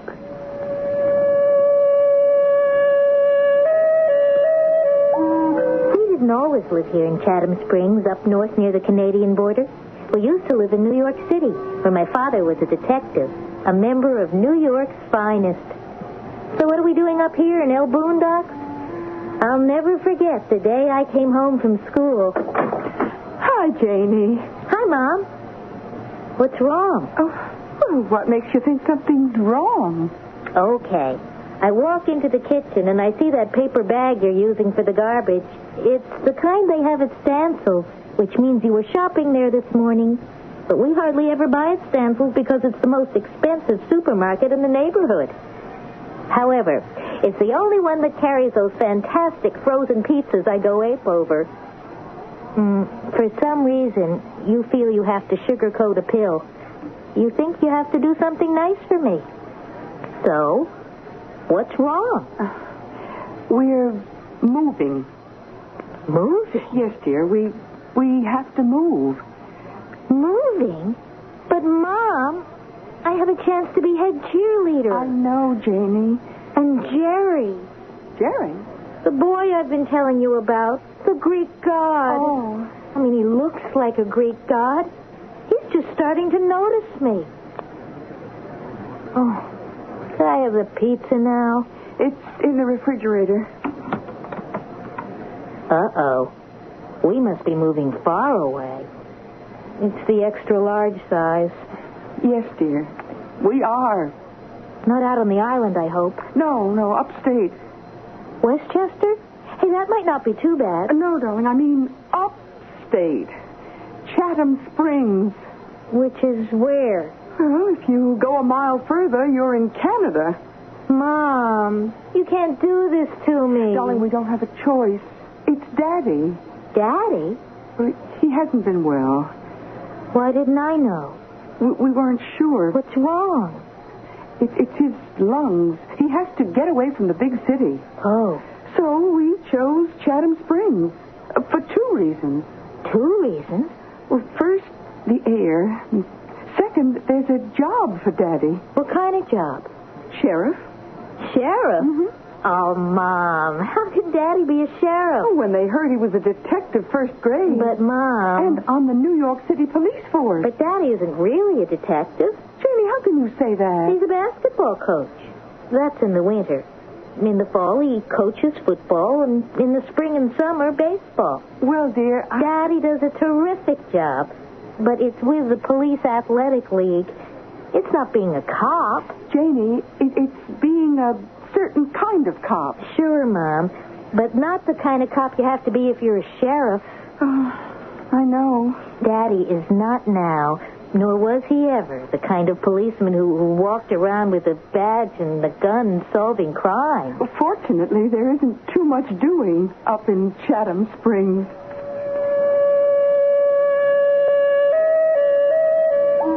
Truer words were never spoken. So, the next thing I knew, I was enrolled in Chatham Springs Regional High School.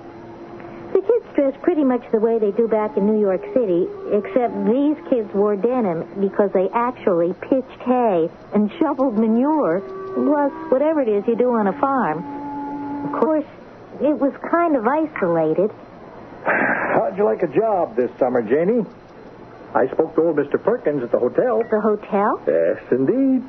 The Chatham Springs Spa. You mean that big old 1880s looking place in the hills? Sure thing. They still use it? They sure do. The cream of society comes here for the baths. Oh, say, maybe Janie can meet a rich millionaire. As distinguished from a poor millionaire. Oh, she'll meet millionaires, but they'll all be 80 years old. It's very exclusive. Daddy, if all these rich people gather here, don't they attract crooks? Crooks? Where there's honey, there's bees. Well, that's why the town has a sheriff. Now, if you ladies will excuse me, I'll take my 7 p.m. cruise downtown and see if anybody swiped the sidewalks. Keep the coffee hot, Louise. Oh, now I know why they need a sheriff. It's the summer months. Did anyone tell Daddy about the summer hotel and the crowd it attracts before he took the job, Mom? No, they just said it's a quiet little out-of-the-way place with plenty of hunting and fishing where nothing hardly ever happens. What's Daddy going to do if there's a robbery at the hotel?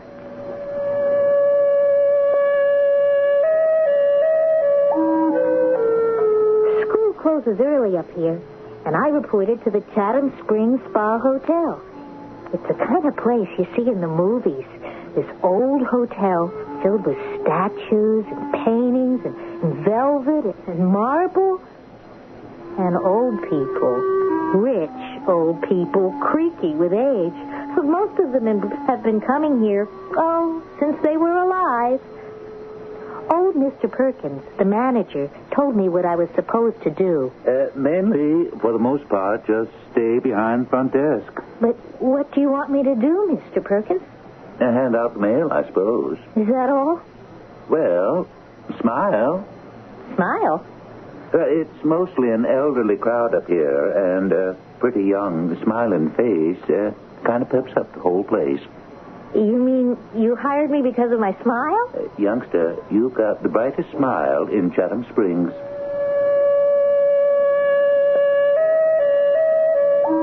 So, I started to smile. I don't know how long I stood there smiling, but I was suddenly brought down to earth by this voice. This groovy voice. Hi, gorgeous. And there I was, staring into the deepest green eyes I'd ever seen in all my entire life. He looked to be 24, maybe 25. But it's all right. I need an older man, a mature man. He was tall and slender. Oh, and those eyes, those green, green eyes. Any mail for Mr. Doggett in Suite 322? I'll look. Thank you. Well, no, I'm sorry. You're Mr. Doggett's secretary, aren't you? That shouldn't have been hard to figure out. I also just figured out why you're mad. Mad? Angry. What makes you think I'm angry? Do you deny it? Well, You've just been down to the tennis court. Hey. You been spying on me? They just painted the fence. It's still wet. That shirt you're wearing costs about $30 in the men's shop. Yeah, I'll never get this paint off the sleeve. Yeah, they should put up more signs. No wonder you're angry. Well, you must admit I conceal it beautifully. That is, from everybody but you.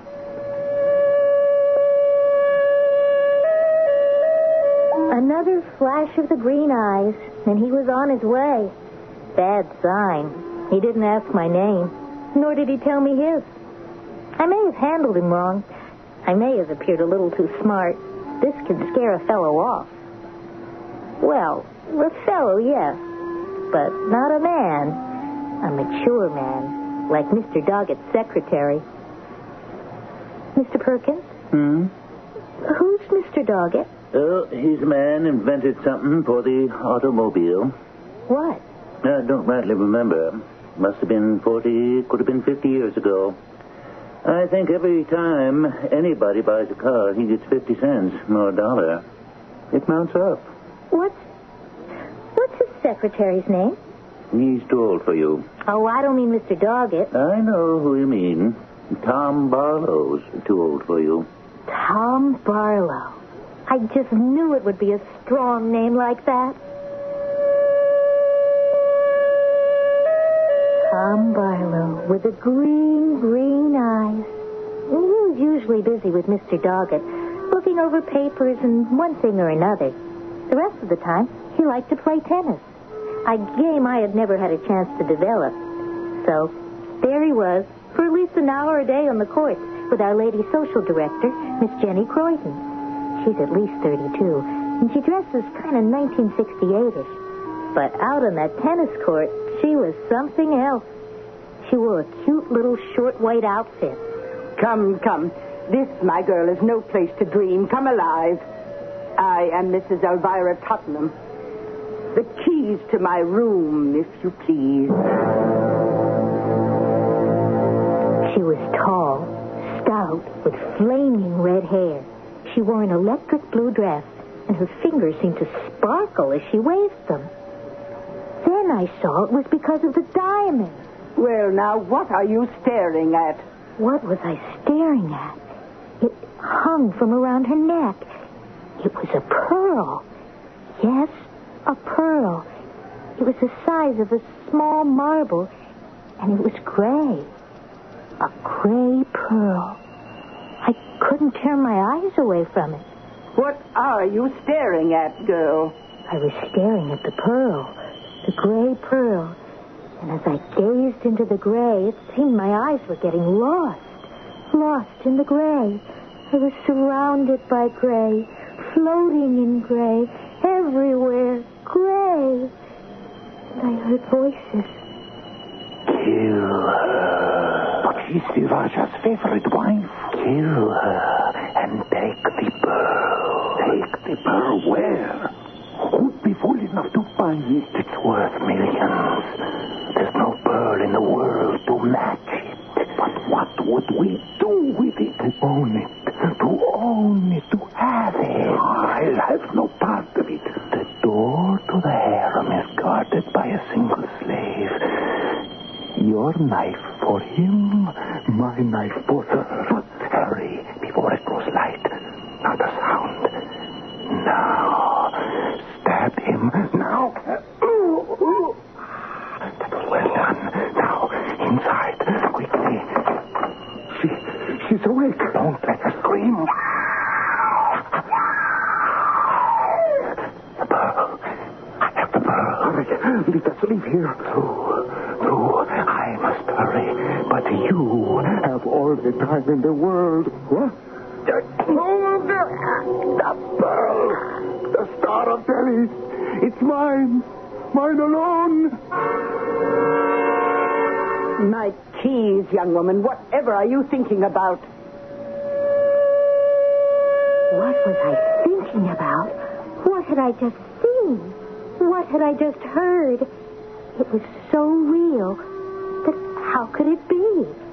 How could I have heard and seen slaves and harem and a beautiful woman murdered for a smoky gray pearl?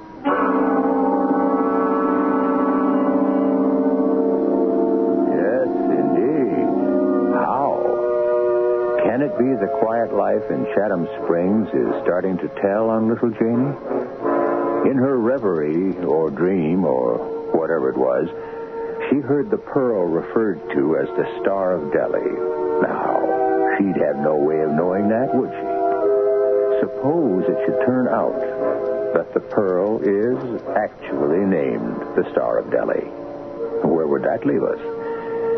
Exactly where we are, right here, waiting for Act 2, which I shall bring in just a minute.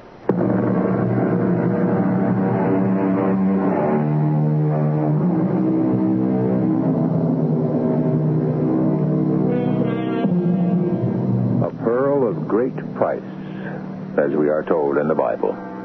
But a pearl of the greatest price seems to be the smoky gray, hung from a pendant around the neck of an imposing dowager, Mrs. Elvira Tottenham.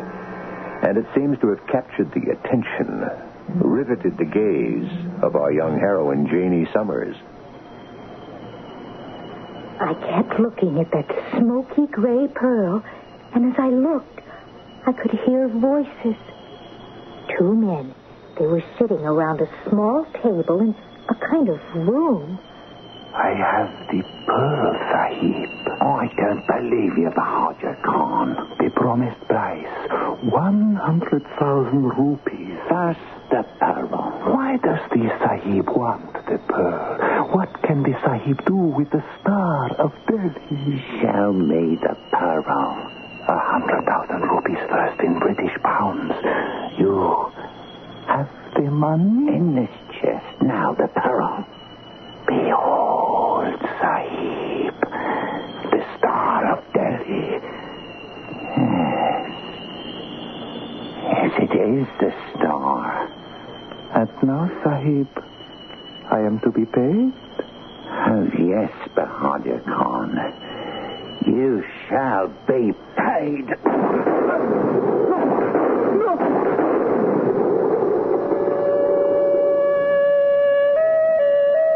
The native, the one who was called Bahadur Khan, fell dead to the floor.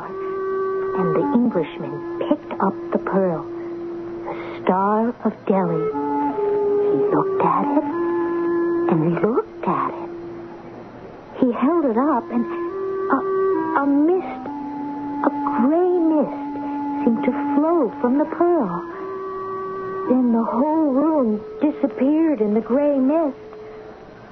I saw faces, all kinds of faces. A judge in a deep black robe with white hair. A man with a scar. A man with one eye. Young lady, are you dead or stupid? I want my key. Mrs. Tottenham. Hey, there's some difficulty. Welcome again to the Chatham Springs Spa. Perkins. Still alive, I see. Forgive me, madam, but why shouldn't I be alive? Well, you're not getting any younger. Who among us is? I come back each year to see the toll that time has taken. Mrs. Stuyvesant Tresvant. She passed away. Oh. And old Doggett. He's still with us. I shall outlive them all. And who is this young thing at the desk? What's your name, girl? Janie Summers. Janie's father is the sheriff. Then you better behave yourself, girl. Janie, this is Mrs. Tottenham. She stays with us every year. Now, give her the keys to room 324. I'll have your bag sent up, Mrs. Tottenham. I hope you'll enjoy your stay with us. I doubt that. I doubt that very much. She says that every year. Mr. Perkins, what is that pearl she wears around her neck? The pearl. Oh, yes, the pearl. That's famous Star of Delhi. How did I know? How'd you know what? How did I know it was called the Star of Delhi? Well, everybody knows it's called the Star of Delhi. It's the most famous pearl in the whole world. It was given by an Indian Raja to his favorite wife, and she was murdered by a man named Bahadur Khan. Oh. Well, then you do know the story.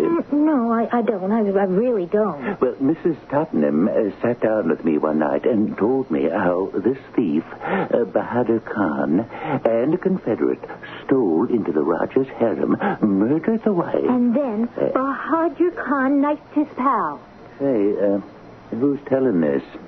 As I was saying, old Bahadur Khan then sells it to some English soldier of fortune who pays him by shooting him. Then this Englishman gets himself strangled, and, well, before you know it, that pearl is leaving a trail of blood around the world and back. I know. You heard of them bad luck jewels that are supposed to bring nothing but misfortune? Well, that there is the granddaddy of them all. All the time Mr. Perkins was talking to me, there seemed to be a mist over my eyes, a grayish mist. Because of it, I couldn't see very clearly. If I could, I would have seen something that would have scared me very much. But I'll tell you about that later. Meanwhile, I was scared enough as it was. I was so scared, I decided to quit? You mean you want to quit your job? But why, dear? I told you why. It's the pearl, the Star of Delhi. Oh, that. It brings death to everyone who owns it. That's just a legend. People who own pearls like to make up dramatic stories about them. It increases the value. These aren't made-up stories. I went to the library, looked up some old newspapers. You don't want to believe everything you read. Even when they mention dates and places and the results of trials held in court. All right, let's assume it's true. Louise, how can a thing like that be true? For the sake of argument, the bad luck only comes to the owner of the pearl or to the one who steals it or buys it. Isn't that true? Yes, Mom. Well, then, how does that affect you? I looked at that pearl, at that smoky gray pearl, and you know what? I feel that I must have it. Janie. I know it's wrong. But, Janie, you're not that kind of person. Oh, what kind of person? The kind of person who would steal. You're not a thief or a murderer. Neither were any of the other people who took the Star of Delhi. None of them were thieves and murderers originally. The first man who stole it, Bahadur Khan, he was the Raja's cousin. He was a most honest, a most trusted man. He may have been fooling the people. What are you trying to tell us, Janie? I don't trust myself when I'm near that pearl. But why? Janie, you were never one for diamonds and jewelry. I know. But that pearl... Yes? It scares me. I looked at it for the first time, and I saw all those things, and how can I account for that? Well, there's an explanation. Yes, Daddy? What? Yeah, I don't know exactly, but there has to be some explanation. Well, look, I got to get down to the office. See you ladies for supper. Mom, what should I do? Now, you said the pearl scared you, but you didn't really tell us why. I didn't want to say it in front of Daddy. Is it because you're afraid you'll want to steal it yourself? Yes. Well, don't worry. You won't. You don't know how it is. I look at that pearl and there's nothing else in the whole world. It'll be different next time. How? Janie, there are 3 types of people in the world. Honest people, thieves, and borderline cases. Now, the honest people never steal. The thieves always steal. The borderline cases think they're honest, but they bend with the strongest wind. Then I guess I'm a borderline case. Oh, no, you're not. What you were doing was having fantasies. Doesn't that prove that there's something wrong with me? No, it just proves you're alive. Now, are you going back to work at the hotel? Well, I don't suppose I would have quit in any case. After all, Mr. Green Eyes is there. Hello, Jeanie. Who told you my name, Tom? Same person who told you mine. Well, how are things? Just fine. Hey, that's a cute blouse. Oh, do you really like it? Oh, yeah. Green's my favorite color. Mine, too. Now, what do you suppose can be keeping Jenny Croydon? We had a 1:15 date to play tennis, and there she is. Excuse me, Janie. Hey there, honey. You shouldn't wear your disappointment in plain view, my girl. Neither should you wear your pearl. What are jewels for if not to be shown? He's a very ordinary young man. Not all that young. You may think he's handsome, but what do you know about men? I see you're no longer impressed with the Star of Delhi. I think it's beautiful. But that's all. You don't get lost in it. Good for you. I can tell by your eyes. But isn't it dangerous to wear that pearl? Look inside my handbag, girl. I have something to show you. What's that? A sheriff's daughter, and you don't know a .45 caliber pistol when you see one? Notice, it's a .45, not a dainty little .22. With a .45, you could stop a rampaging elephant if you hit him in the eye. And my girl, I could hit him right square in the middle of his eye.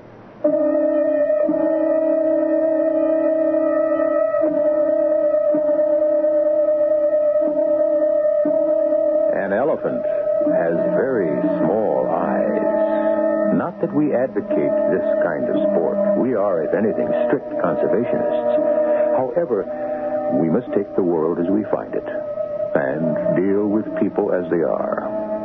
Well, we have, if I may revive a popular expression of 2 decades ago, a pistol packing mama and a pearl of fabulous price.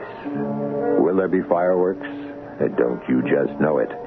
Act 3 will be along shortly.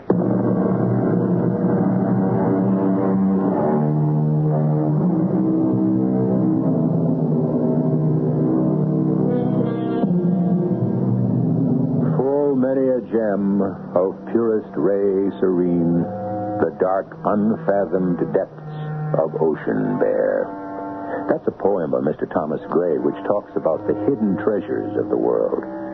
However, a treasure that's out in full view is the Star of Delhi, a smoky gray pearl which Mrs. Elvira Tottenham wears round her neck.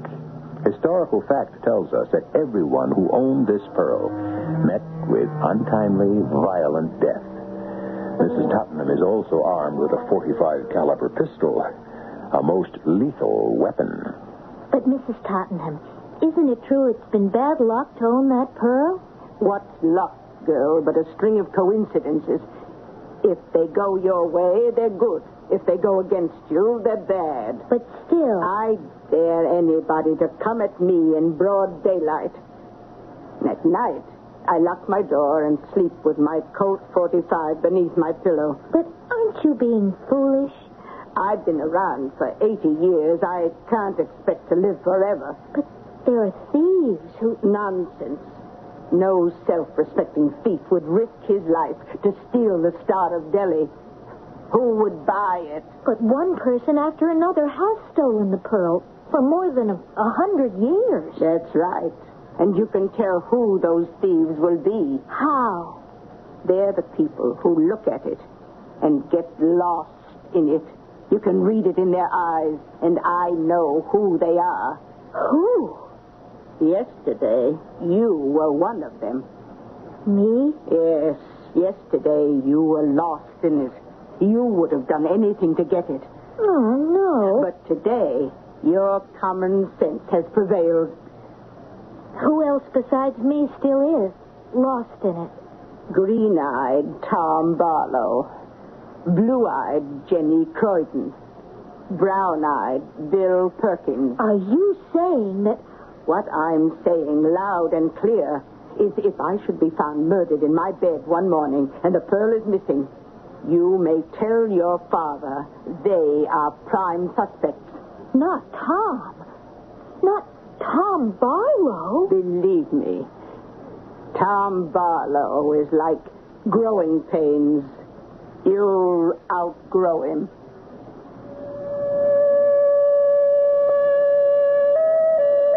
Lost in the pearl, in the Star of Delhi.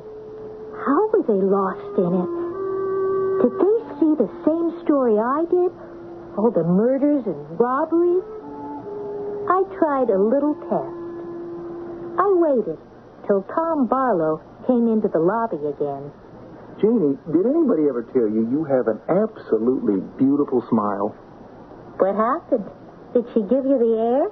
Did who give me the air? Miss Twinkletoes.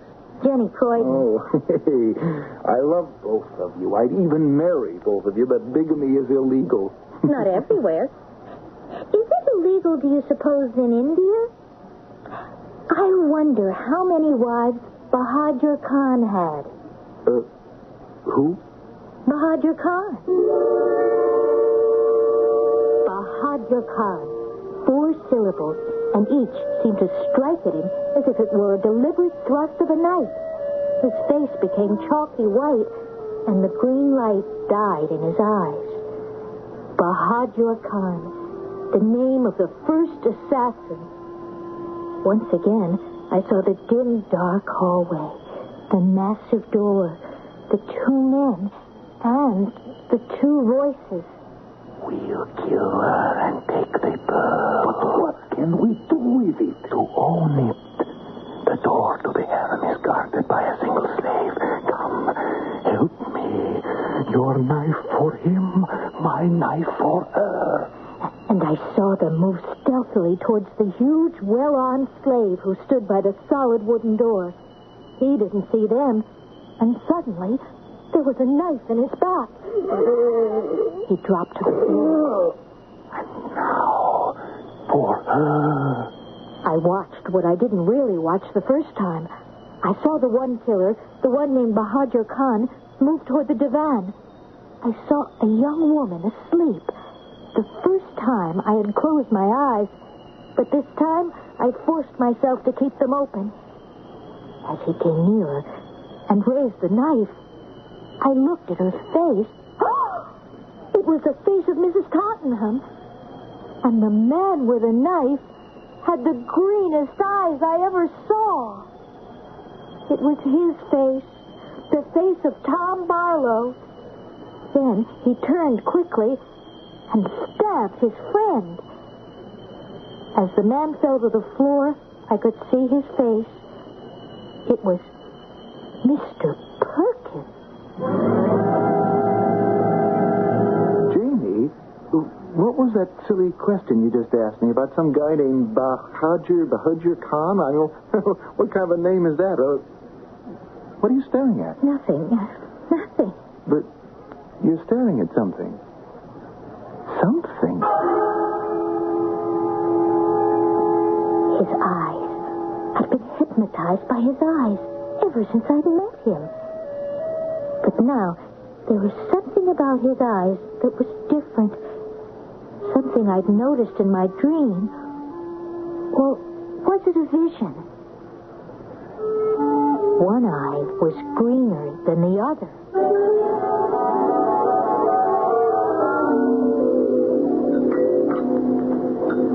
But her life is in danger. I hear you. And you can just sit there and eat. Now, honey, I can't assign myself or a deputy to guard her 24 hours. You see, Janie, there are some people who ask for trouble. Your Mrs. Tottenham is one of them. She flaunts her wealth, constantly tempting, attracting. But surely you can do something. I did. I warned her she was acting foolhardy. Did you check on Mr. Perkins and Tom Barlow to see if they have police records? I did, and they haven't. They're what your mother would call borderline cases. Would you do something for me, Dad? I'd do anything for you, honey. Would you, in your official capacity of sheriff, call the chief of police in Delhi, India? You mean Delhi, Indiana? No, Dad. Delhi. I guess now they call it New Delhi. And check on a man named Bahadur Khan. He was murdered in a jewel theft about 100 or so years ago. Janie, are you serious? Dad, I have to know. Please, put on your official voice. Get New Delhi, India on the phone, just like this.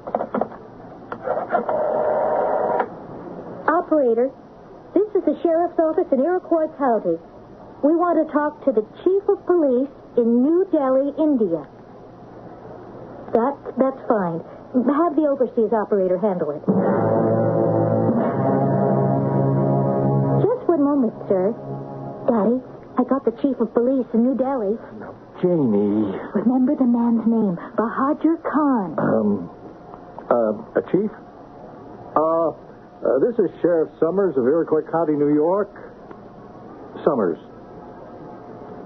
No, I don't believe I got my blue at Harrow. Must have been another Summers. Chief, we'd like to find out if you could tell us about a fellow named Bahadur Khan. He was killed in connection with the robbery of the Star of Delhi. Killed in connection with the robbery of the Star of Delhi? That's right. About 100 years ago. About 100 years ago, give or take. You will? Hey, Chief, that's very nice of you. Why, yes, sir. I'll wait for your call. Oh, what a nice neighborly fella. Said it's no trouble at all. Call me right back.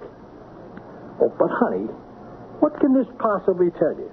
I don't know, and I could never explain it. How do you like that? Has the chief of police in New Delhi found it already? How about that? Sheriff Summers. What? When? I'll be right there. Dad, what happened? Mrs. Tottenham. She's been murdered. 5 minutes ago.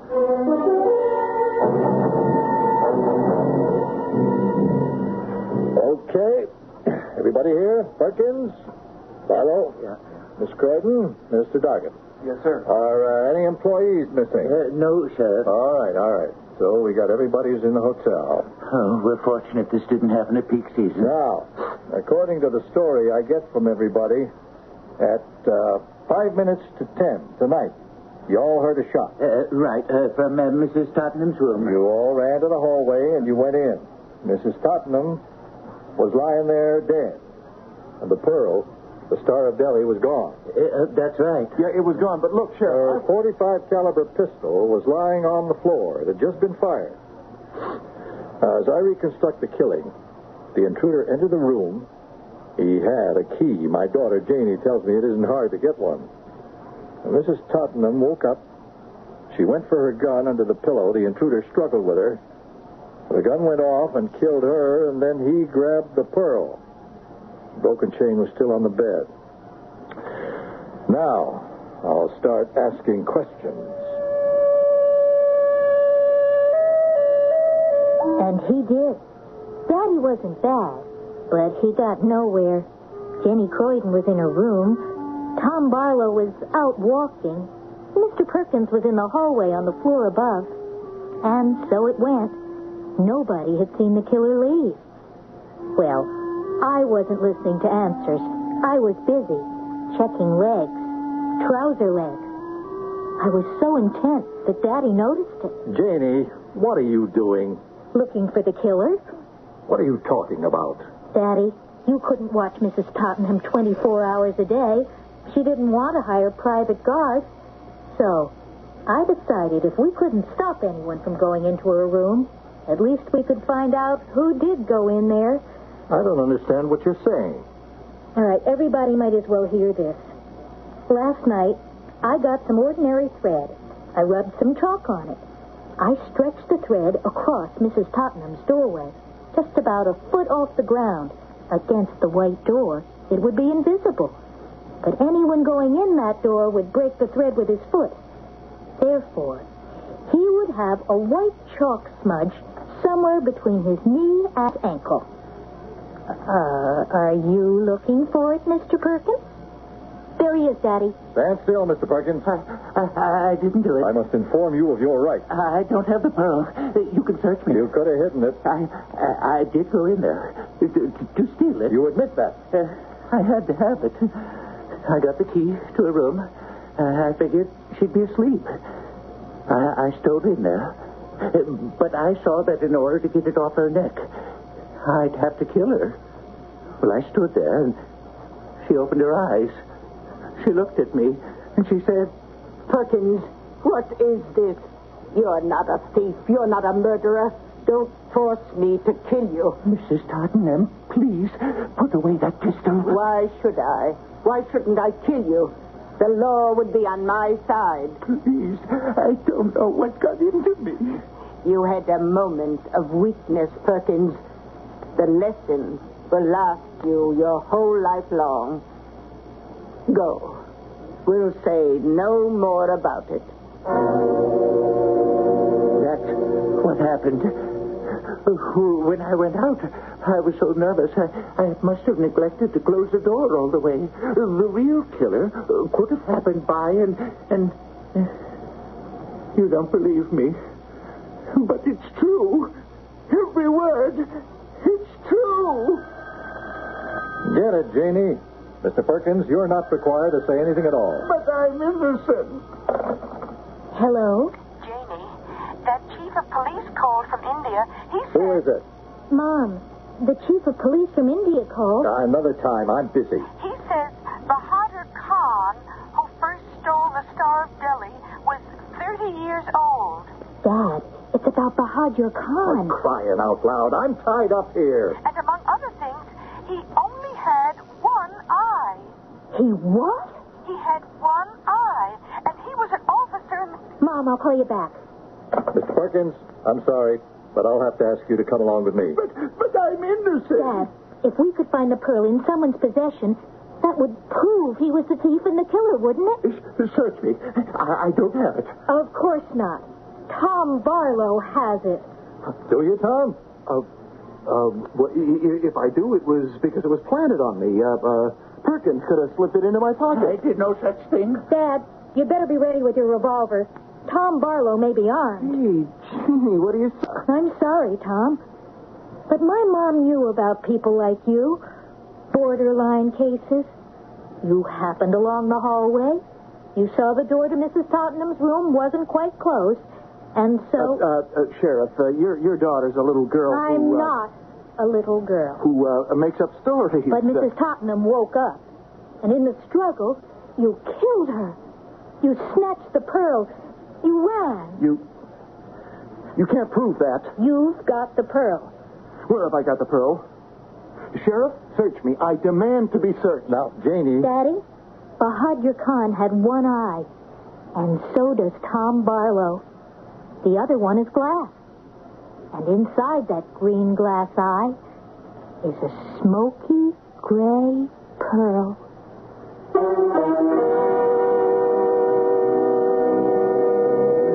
Well, where else could it be? Smoky gray pearls and green glass eyes. And smart teenage girls. Mix well, and you get a solution to a story of murder and robbery. And if you stay here for a minute, you'll get even more.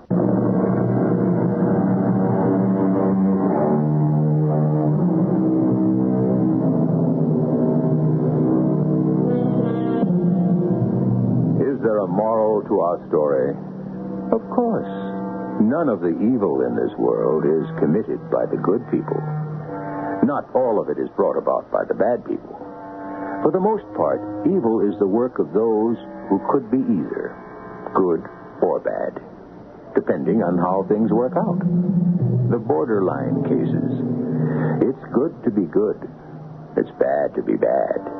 But the worst thing you can be is neither. Or both. Our cast included Mary Persham, Bryna Rayburn, Ken Harvey, Russell Horton, and Ray Owens. The entire production was under the direction of Hyman Brown. Radio Mystery Theater was sponsored in part by General Electric Citizen Band Radios and X-Lax. This is E.G. Marshall inviting you to return to our Mystery Theater for another adventure in the macabre. Until next time, pleasant dreams.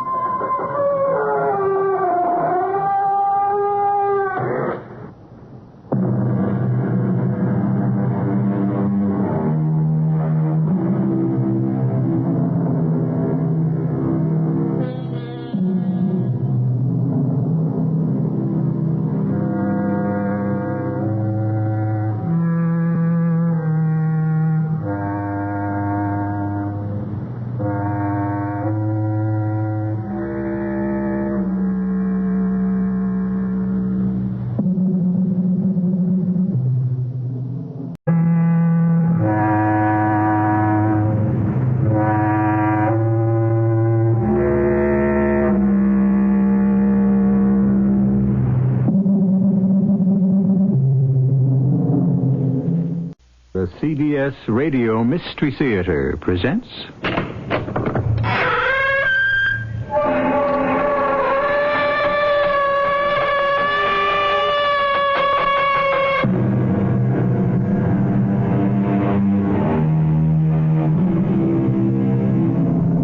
Come in. Welcome. I'm E.G. Marshall. There is a kind of human eloquence more telling, more forcible than the loudest words, than the choicest diction. It is the suffering of some great, heartbreaking sorrow with sealed lips. But how many of us have the fortitude to bear our pain in silence, or for that matter, our joy? So natural is the urge to speak. What could possibly keep anyone from doing so? Look, my dear. How long has it been since we have seen so many happy faces? Oh, we couldn't have asked for a finer wedding celebration for our daughter. And yet, just now, I thought I saw something in her expression. As she spun around just now amidst the dancers, I saw a strange look in her eyes. A look? What kind of look? A look almost of terror.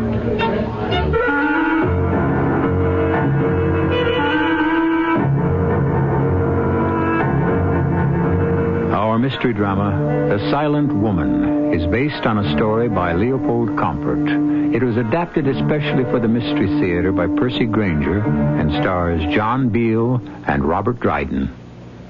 It is sponsored in part by Buick Motor Division and True Value Hardware Stores. I'll be back shortly with Act One. Maybe you've got a neighbor who just bought a new Electra, and he's gotten so smug and self-satisfied lately you can't stand it. Well, look at it this way.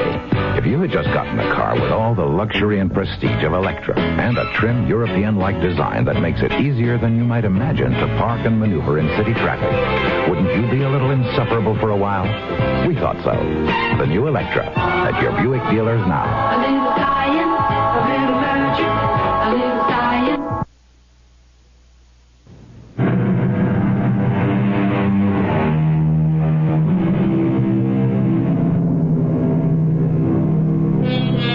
Laughing at fools is one of the oldest of mankind. We are pleased to consider ourselves superior to such people. But there is another tradition regarding the fool, that he is really the wisest of men, whose only failing is that he cannot dissemble. I personally prefer this tradition, for the following story is told us by a fool, and it would be a shame to think it weren't true. The time is the last century. We're in a small town in Central Europe, in a cemetery. She was a woman of exceeding virtue, the most loyal of wives, and the best of mothers. She was. Come, sister, be silent. Please relent. Now that my wife is gone, can't you soften your heart? One mustn't speak unkindly of the dead. Then I cannot speak at all. My name is Leib. They call me Na, the fool. When I was young, it bothered me, but now, well, how many people of my poor background can boast of a title? But it is not my story I want to tell you. Today, my master, the Rabbi Mendel, has buried a most remarkable woman, about whom, as you've just heard, opinion was sharply divided. Her name was Vela, and she was married to our wealthiest merchant, a kindly man named Franz Joma. Vela was very beautiful, but somewhat silly and frivolous, and many people predicted much trouble in her marriage. But something happened, for her marriage appeared to be a success, except in one very, very strange particular. In the 27 years it lasted, she was never once heard to utter a single word. Vela, are you awake? It's Bezel, your sister-in-law. Look what I have in my arms. Your child. It's a girl. The doctor says she is healthy and strong. Look how active she is already and barely 2 hours old. Look. She's holding out her arms for you. She recognizes you. Vela, will you not speak to her?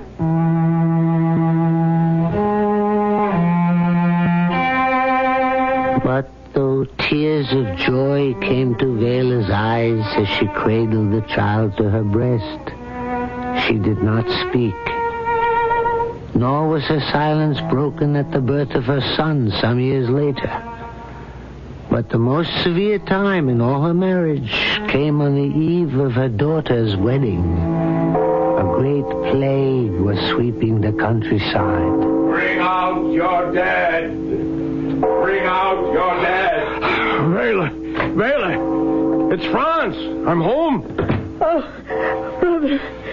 Brother, I'm so glad you're back. Yes, not a moment too soon. I was terrified that my business in Prague would have forced a delay, and my daughter due to be married this very evening. Where's Vela? Oh. Beth, what's the matter? You're crying. It's too awful. Where is everyone? Where are the guests, the musicians? They should be arriving. There's not to be any wedding. Has something happened to the groom? Has the plague taken hold of him? No. Well, then what is it? Your daughter. Oh, no. The plague has got her in its grip. She's not expected to live. Is she in her room? Yes. Vela is with her. Vela, tell me. Our child. Look at me, Vela. Our child is dead.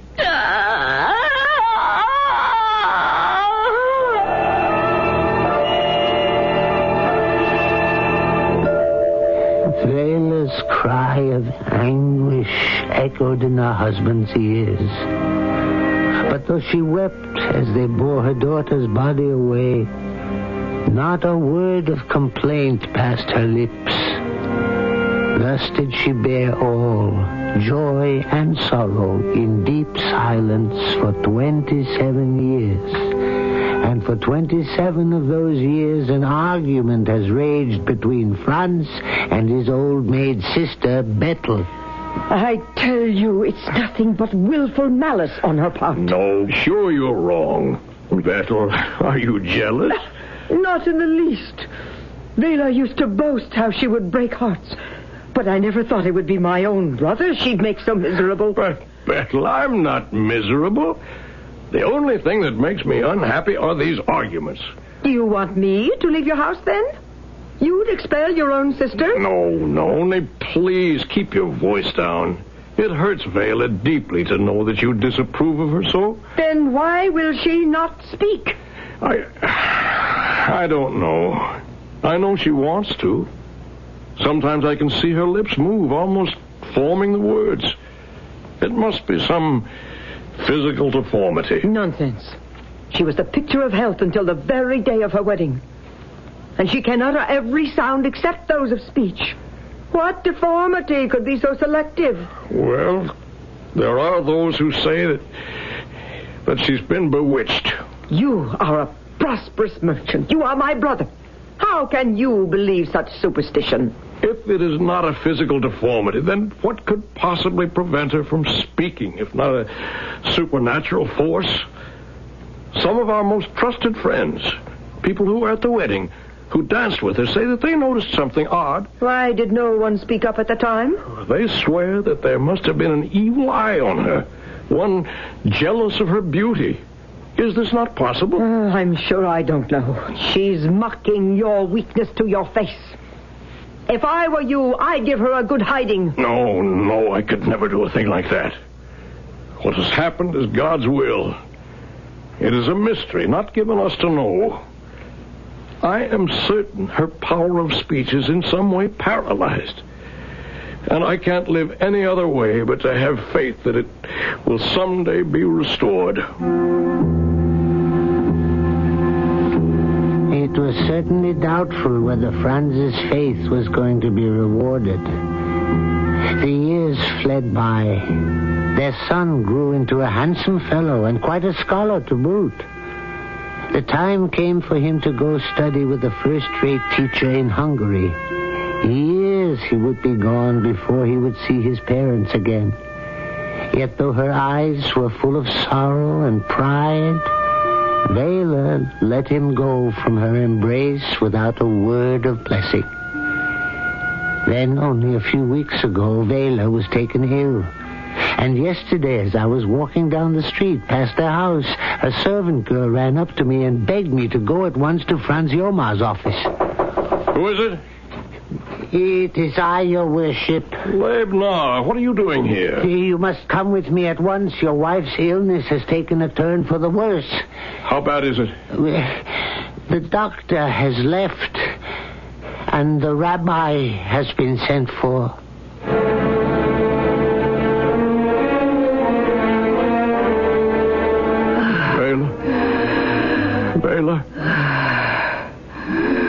Bela, it's me, Franz. How tired you look, my dear. You're ready for sleep, aren't you? I can see in your eyes that you are. Bela, can you not now speak to me? Is there no prayer, no miracle that can loosen your tongue and free you from whatever curse has possessed you all these years? I know I'm not the best of men, but if God would only grant me this one wish. There's so little time left. Brother, is she still alive? Yes. The rabbi is on his way. He wants very much to see her. His He says he must see her before she dies. Hush, Bethel, don't speak of death so openly. Because she cannot speak, do you think she has no ears? Her cheek is burning. Vela, if I could only hear your voice once more. I've never doubted you, never reproached you. Franz, be quiet. You're exciting her too much. Rabbi Mendel says he must see her. Look, her lips are moving. She wants water. No, she wants to speak. I can see the words forming. Let her save her strength. She's struggling. She's wrestling with the very devil. Vela, I have loved you so much all these years. Oh, God, living God, shall I not now speak? Praises to God. She's fainted. Vela. It's no use. She's dead. She spoke. It was a miracle. I'm sure it was no miracle. This only proves she could have spoken any time she wished.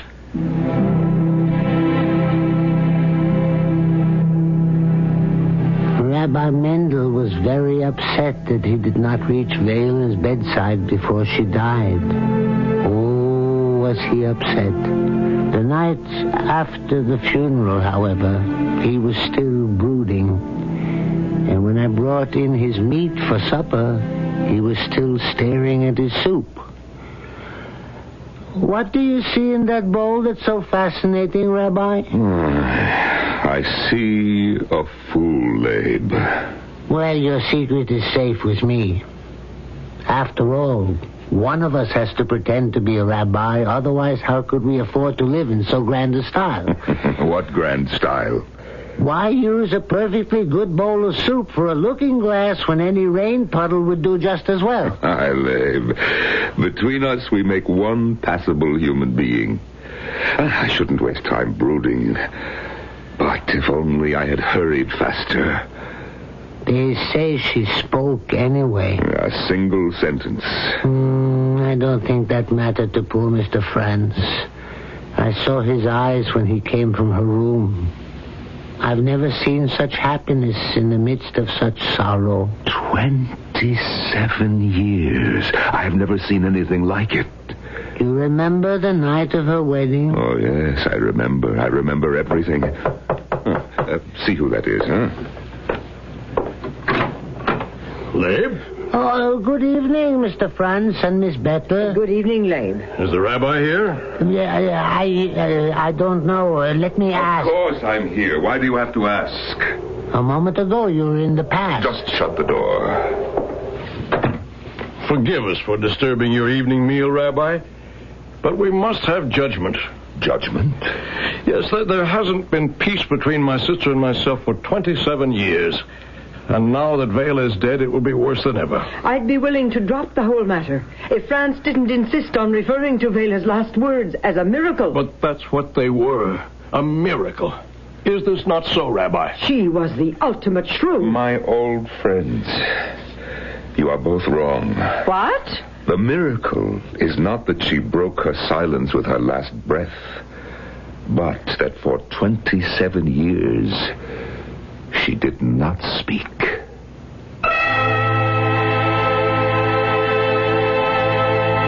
We know things are often not as they seem. How dull life would be if they were, and how little we would know of human nature. For so much of what most deeply motivates us is hidden, far beneath the surface world of appearances. We shall begin to see beneath the surface of Vela's world when I return with Act 2. It takes more than good paint to get a good-looking paint job.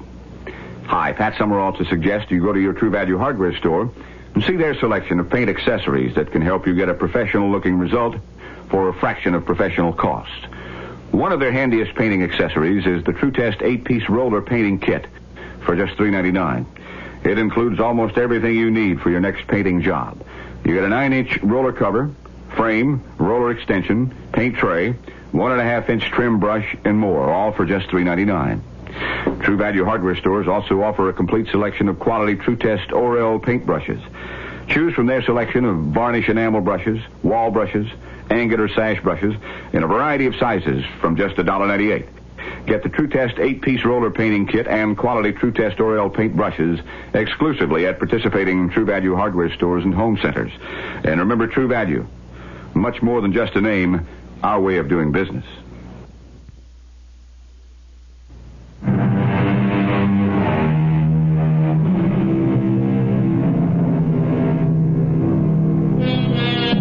When a carefree and irresponsible young girl married a timid, serious young man, idle tongues got ready to wag. Then, literally overnight, she was transformed into a sedate, mature woman, an excellent wife and mother, in all respects, save that she would not, or could not, speak. Through grief and joy, only her eyes told the story of what her heart was feeling. And now that heart beats no longer, the mystery surrounding her looms larger than ever. Rabbi, you say it was a miracle that she did not speak? Vela was a worthy among worthies, a saint. What? Oh, but this is disgraceful. She was doing it deliberately. You asked me to render judgment. It has been rendered.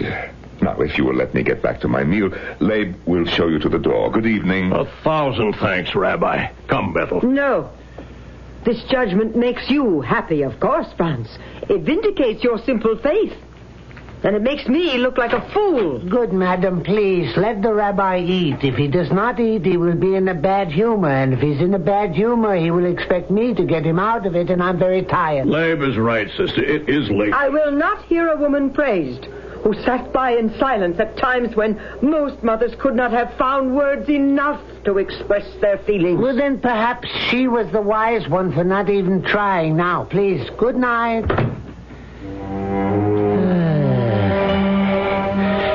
But one does not solve a problem by shutting a door in its face any more than one converts a person by silencing him. It took them a whole 24 hours, but the very next night, they were back. Rabbi Mendel? Franz, good evening. Is Bethel with you? Good evening, Rabbi. We're sorry to trouble you again, but remember that judgment you rendered last night? I want proof that your judgment is sound, Rabbi. You say Vela was a worthy among worthies. But what do you know of this matter that you can render such a verdict? Well, what I know is perhaps better left unsaid. Aha. I do not like the sound of that. Rabbi, I'm afraid you must tell us. For you have now undone the effect of your judgment altogether. Very well, my friends. Sit down. I must begin by asking you to recall that night, the night of the wedding. I can still recall Mr. and Mrs. Clattener. Oh, what generous, warm-hearted people they were. We must remember everything just as it happened. As they talked, the scene became more and more vivid, until it seemed as if we were all transported back to that strange occasion. Oh, yes, I was invited too. There's an old custom that on all festive occasions someone should be present as a reminder of life's darker side, lest people in their reveling forget the sorrows of this world. A good custom, so they hire a fool. You figure it out.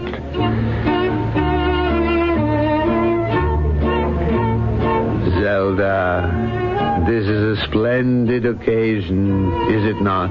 It is a wonderful party for our daughter's wedding. Still, it does seem odd to me. What? Her decision to get married. To have settled on Franz Jomar of all people. What's wrong with Franz? He's a fine boy. Yes, but I thought Bela always found him rather dull. Well, aren't you pleased with the match? Oh, yes, of course. He comes from a good family and will go far. Franz is coming this way. Franz, stop dancing so soon. Oh, well, I'm not used to such exercise, and I think I've had a little too much to drink. Well, then you shall have some more. Oh, no, really. Franz, Vela is a lively girl. You're going to have to learn to enjoy yourself more. I'll fetch another bottle if you two will excuse me. Mrs. Clatton, could I speak to you in confidence? Yes, Franz. What is it? I think it's time that Vela was, taken downstairs to the bridal chambers? Yes, but not for the reasons you think. I mean, not only that, but... What's the matter? Well, when we danced a moment ago, her hand was burning, and her cheek was very hot. Oh, surely you understand that, Franz. No, this was different. She seemed, agitated. Well, it is getting late. Perhaps her girlfriend should be prodded. Well, there's something else, too. Yes? Forgive me, but why did Vela marry me? Well, you'll have to ask her. I couldn't. I'd feel like a complete idiot. Is something the matter? Oh, no. I love Vela more than... There, you see, that's it. I can't even find the right words to express what I feel. Well, I guess what I'm trying to ask, Mrs. Clatton, is... Did you influence Vela? What? Did you persuade her to accept me because my family is wealthy? No. Her choice settled on you of her own free will. And believe me, Vela has never in her life done anything contrary to the dictates of her heart. Franz, here we go. A fresh bottle. If you'll excuse me, I must see if the bridal chamber is ready. It's high time Vela was smuggled off.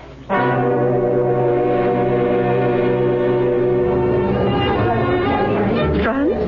Yes, Mrs. Clatton? I have it on very good authority that all is prepared. But I advise you to slip down the back stairs. Some of the young men have planned some trickery if you go by the main stairway. Thanks. Excuse me, Mrs. Clatton. Good night. The boy's as nervous as a new clerk. He should be. The young men are waiting for him on the back stairs. Zelda. Well, one has to keep one's priorities straight. I couldn't spoil their fun just to save Franz a good ducking. No! Oh, that's painful. Reminds me of our wedding night. The water they dumped on me was straight from the river. Ice cold. What was that? She's gone. She's gone. What? Vela's gone. She's vanished. My boy, slow down. Catch your breath. Now, what do you mean? Vela's not in the bridal chamber. But how can this be? I saw the girls take her in there not 5 minutes ago. Well, maybe it's another prank. If it is, it's carrying things a bit too far. Well, I'll speak to the girls. It's not a trick. I'm sure of it. Now, calm yourself. Oh, she's run away from me. No. Well, maybe. What if some evil spirit's gotten a hold of her? Nonsense. Well, it happens, you know. They say especially on wedding nights, and especially young girls who are as good-looking as Vela is. These spirits are driven mad with jealousy. They carry their victims off, sometimes never to be seen again, or if they do return them, it's with some horrible curse laid upon them. My boy, stop this talk. All of the girls swear they are innocent. If this is a prank, it's Vela's alone. Did they notice anything strange in her behavior when they took her into the bridal chamber? Well, she was nervous, of course, but that's to be expected, is it not? Mm-hmm. Oh, Reuben, we must find Vela at once. Word has spread of her disappearance. The guests are becoming frightened. They know the legend. Nothing but stories. Oh. Now, come. We'll search the house at once and the garden. And if she's not here, we'll go with torches and search the whole city. Oh, what shall I do? Question the servants. Find out if they saw or heard anything amiss. Come, Franz. Mrs. Zelda? Oh, Leibniz, I didn't hear you approach. Your daughter has gone. Yes. I was watching her. Oh, where did she go? Yeah, I meant earlier, during the dancing. Oh, you really are a fool. Everyone was watching her then. But I watched differently than others. Her movements were not those of one who is enjoying herself. They were desperate, frenzied, and she looked no one in the eye. Not even Franz? And least of all him. Do you think she may have done herself harm? Do you think she's gone to the river?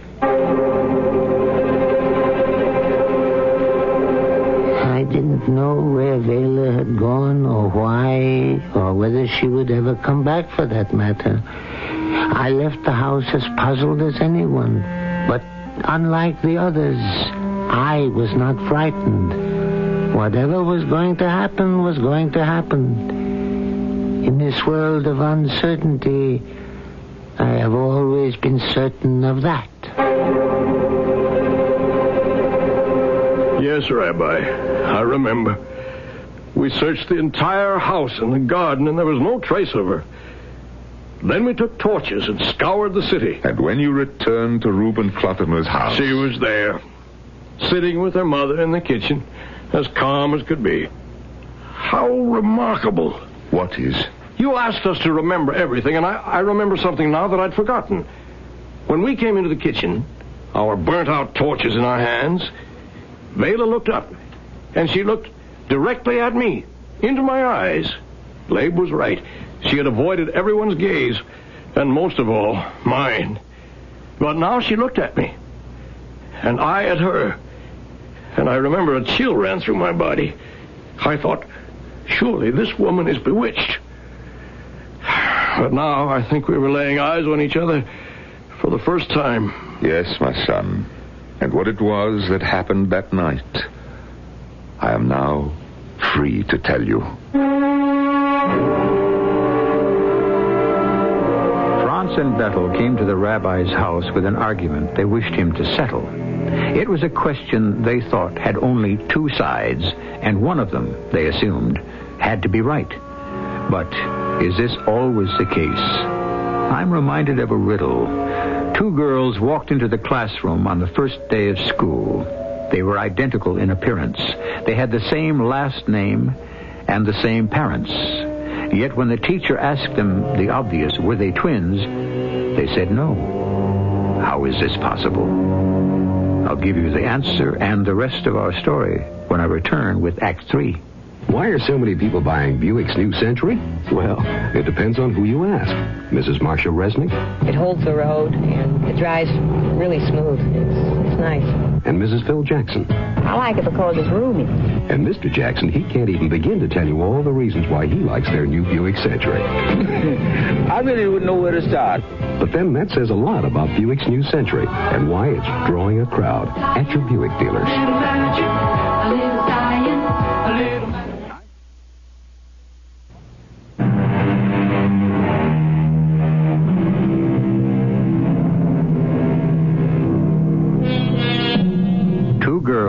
Identical in looks, both with the same parents, yet they are not twins. What are they? Triplets. The third sister was home in bed, sick. This riddle should serve as a reminder that there are often three sides to every issue. Your side, my side, and the truth. And it is the truth we shall soon learn as we rejoin our story.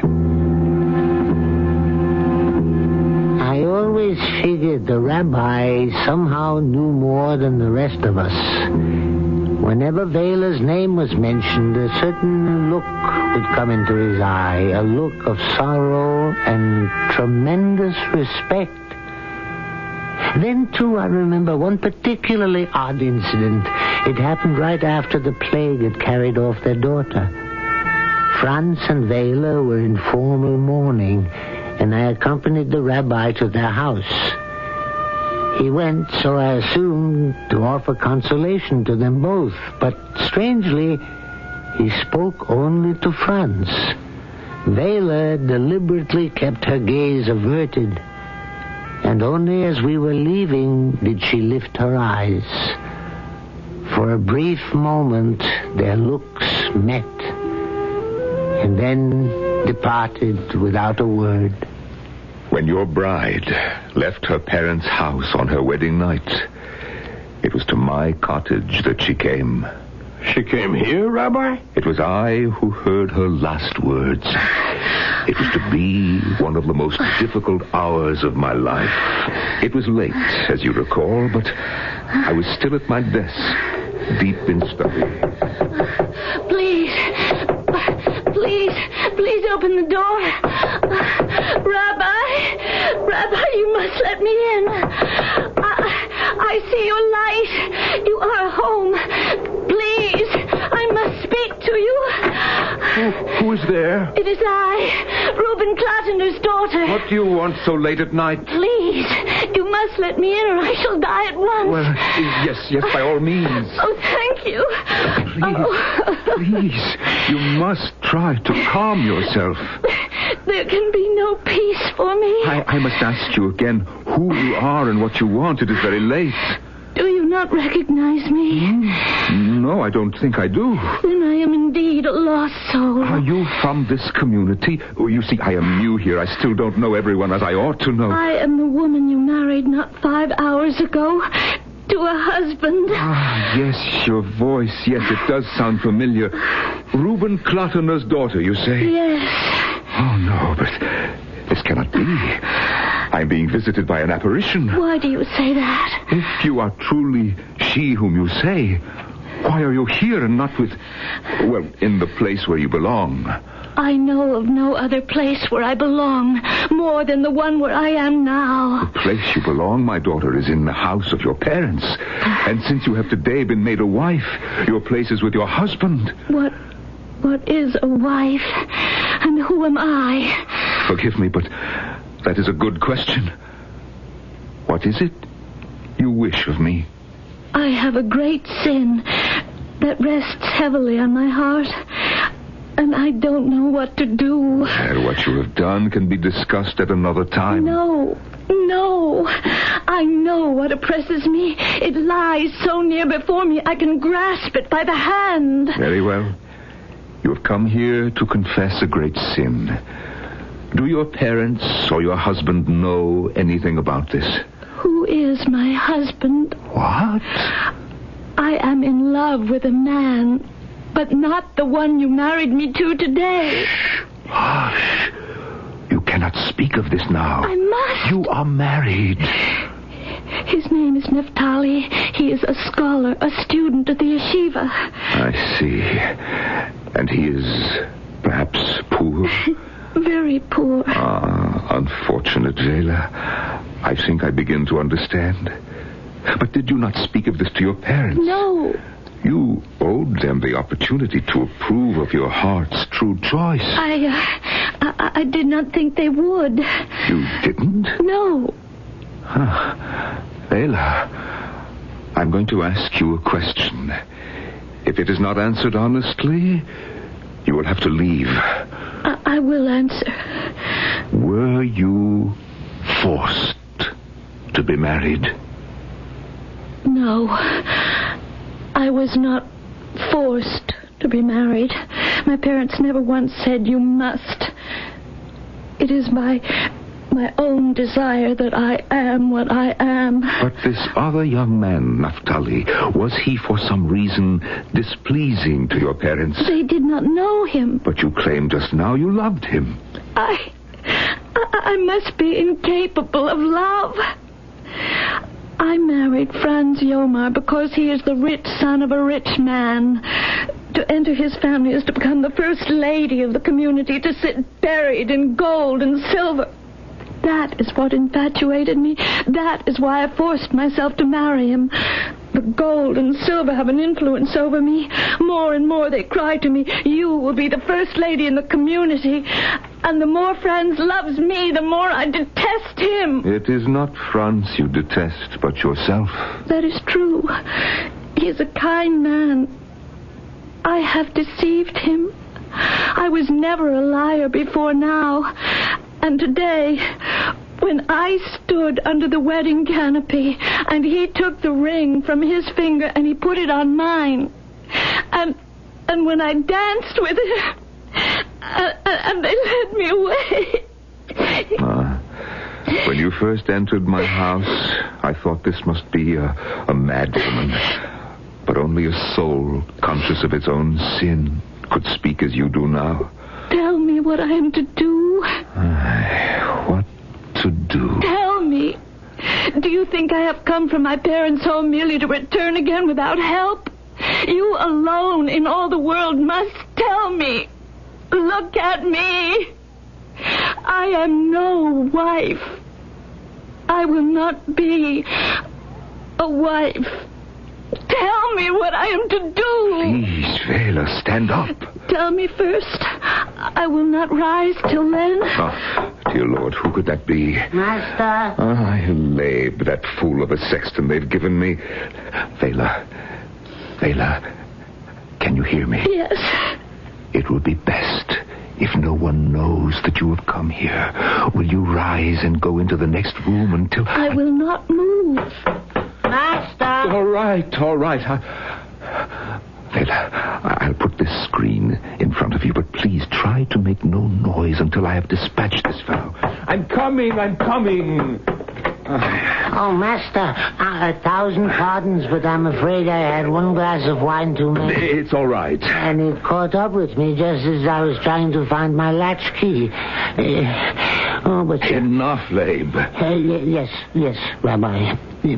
Despite my condition, you see before you a man ready and willing to carry out the evening chore. Yeah, well, it won't be necessary tonight. Oh, no. Let me make amends for my condition. Well, never mind. Please, No, Master. no. You don't want me to draw water from the well? No. Nor bring in more wood for the fire? No. It's burning low. No. I mean, yes, I know, but no. That screen is out of place. Leave it there. It's blocking the fire from warming you at your desk. But as you pointed out, the fire is burning low anyway, so what's the difference? Keep this up and you too may someday be a fool. Labe, go to bed. I want to be left alone. But you are not alone. What?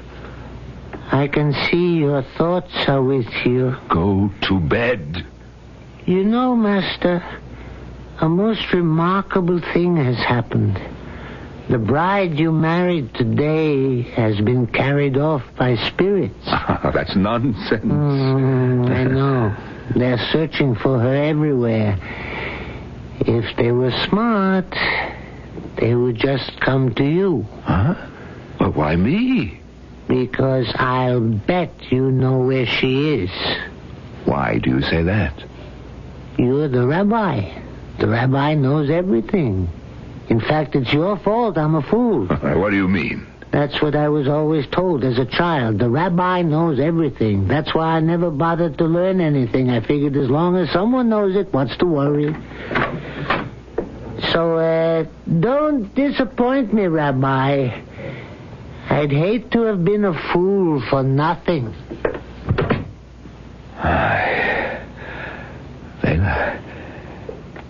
Vela, he's gone. Yes. Now listen to me now. I will talk with you. I am listening. But will you do what I advise you? For I am going to say something that will terrify you. I will do anything you say. Will you swear? Yes. No, don't swear yet. Not till you've heard me. I don't want to force you. Hear me then, daughter of Reuben Klatener. You have a twofold sin upon your soul. First, you permitted yourself to be infatuated by gold and silver, for which you forced your heart to lie. With this lie, you have sought to deceive a person who has entrusted you with his all when he exchanged vows with you today. I know. But you have committed an even greater sin than this, for you have also destroyed the happiness of another person.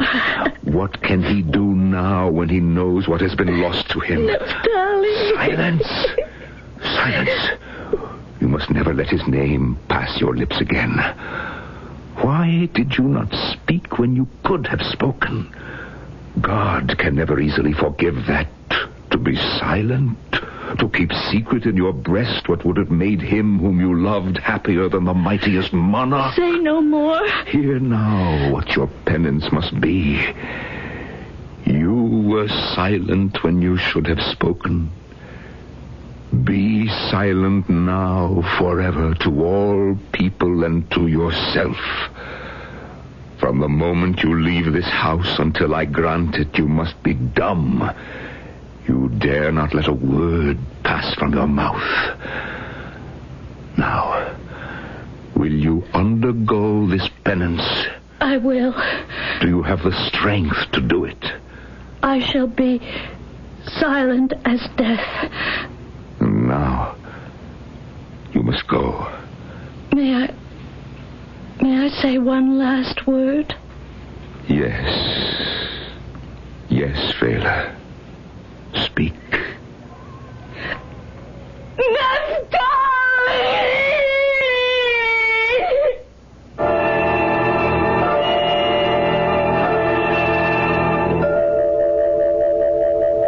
When the rabbi finished his story, everyone sat for a very long moment in silence. So, there it is. You see now why I rendered the judgment I did.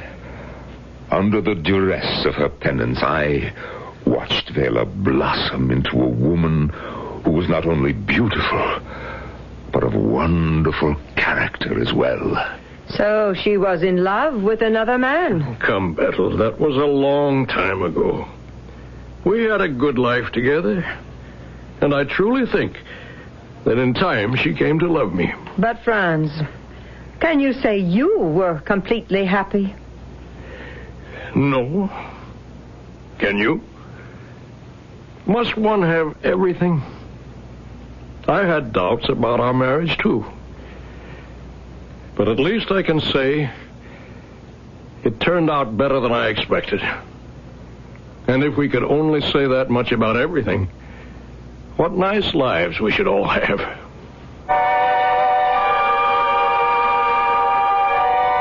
What nice lives indeed. It is said we speak more with our eyes and our gestures than with our tongues.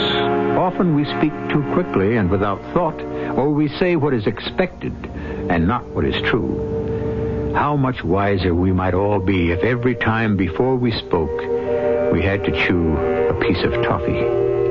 But what about Vela's life? Wasn't her punishment too severe? A final word on that in a moment.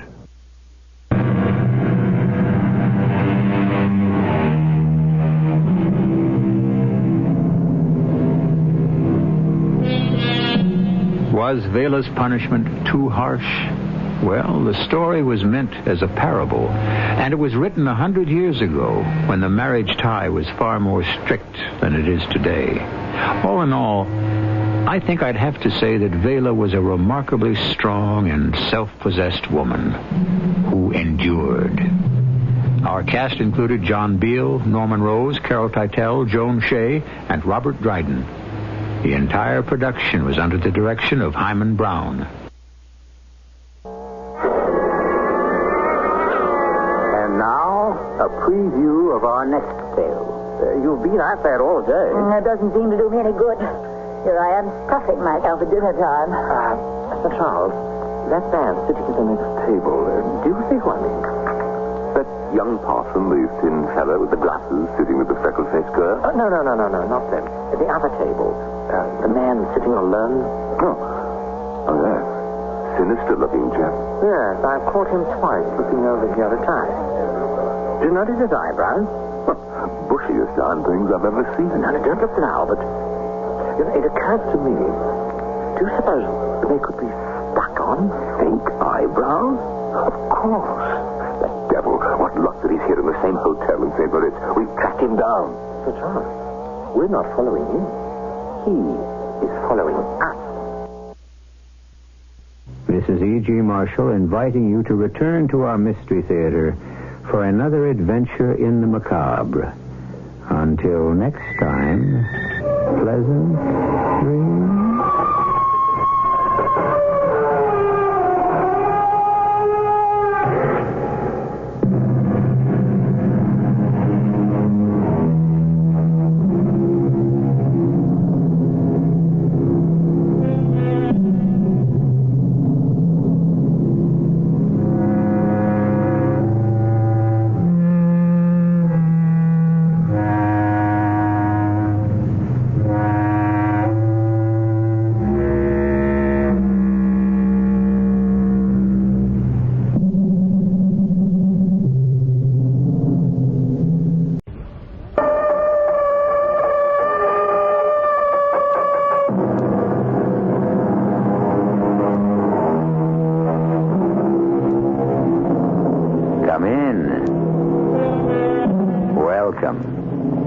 E.G. Marshall.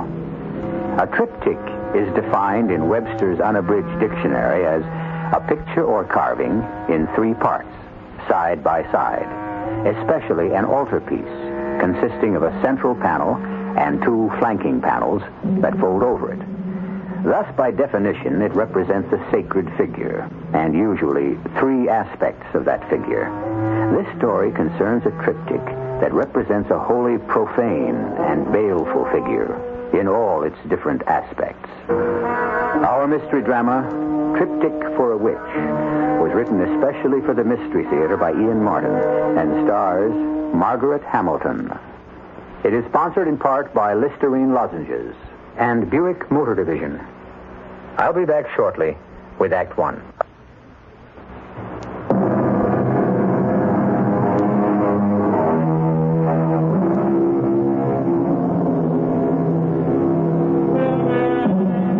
In many cultures, the aged had a function and were treated with reverence and respect.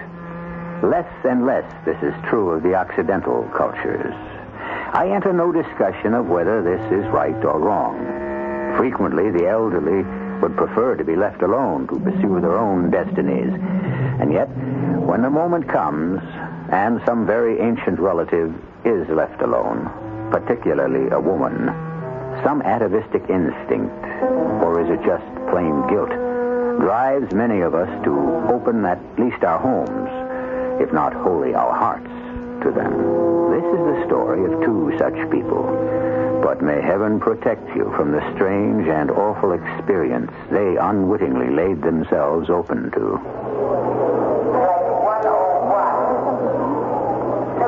Well, Joan, as the governor of North Carolina said to that other guy, this is just about it.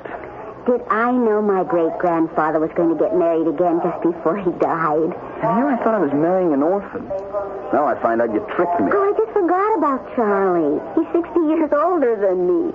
I didn't even know he was still alive. Oh, but she wrote such a sweet letter. There isn't anyone else who's family.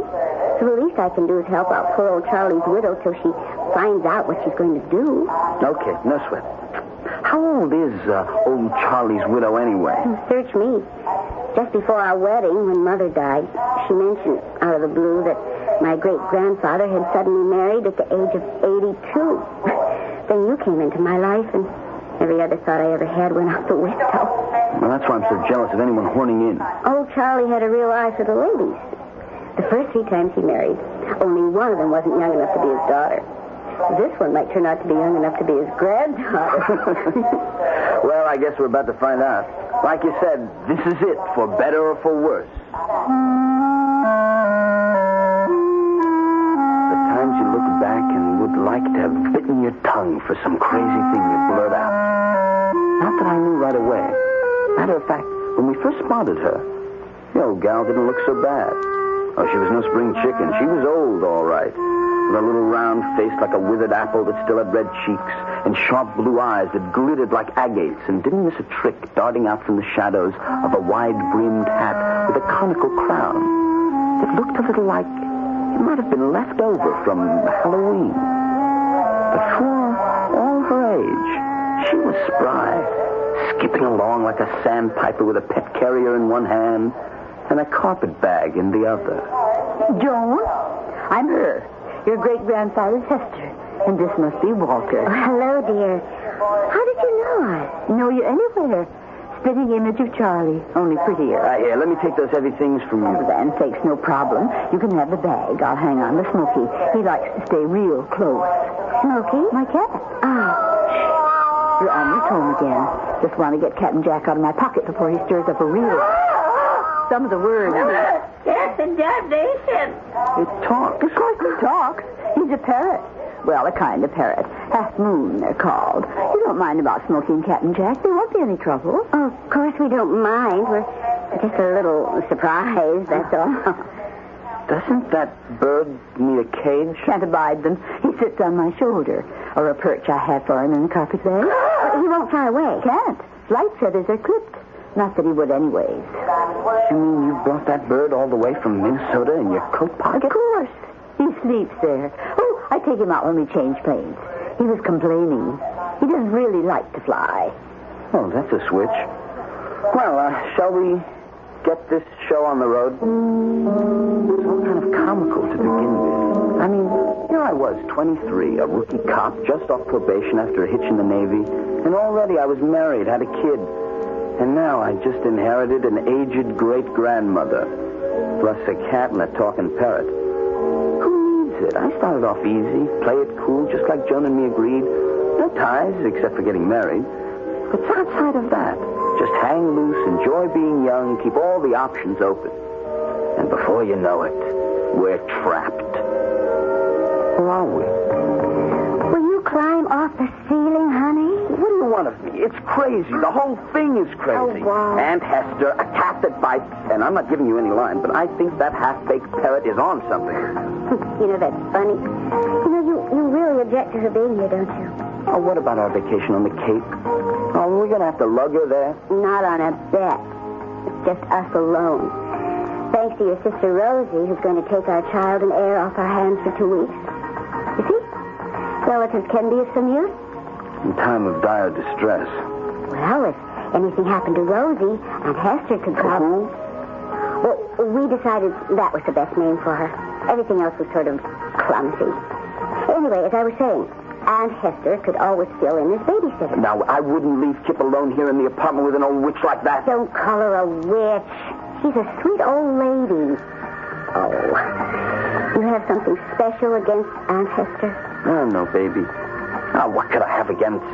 Well, like you said, a nice, sweet old lady. But for once, and I guess the first time, I wasn't telling the wife I loved the truth. On the surface, everything was nice about Aunt Hester, even that spiteful cat and the cockamamie bird. But the vibes were wrong somewhere. Maybe it's the reason I became a cop. I got this special thing about people. All I got to do is meet someone. Within a minute, some buzzer goes off. Wrong guy, right guy.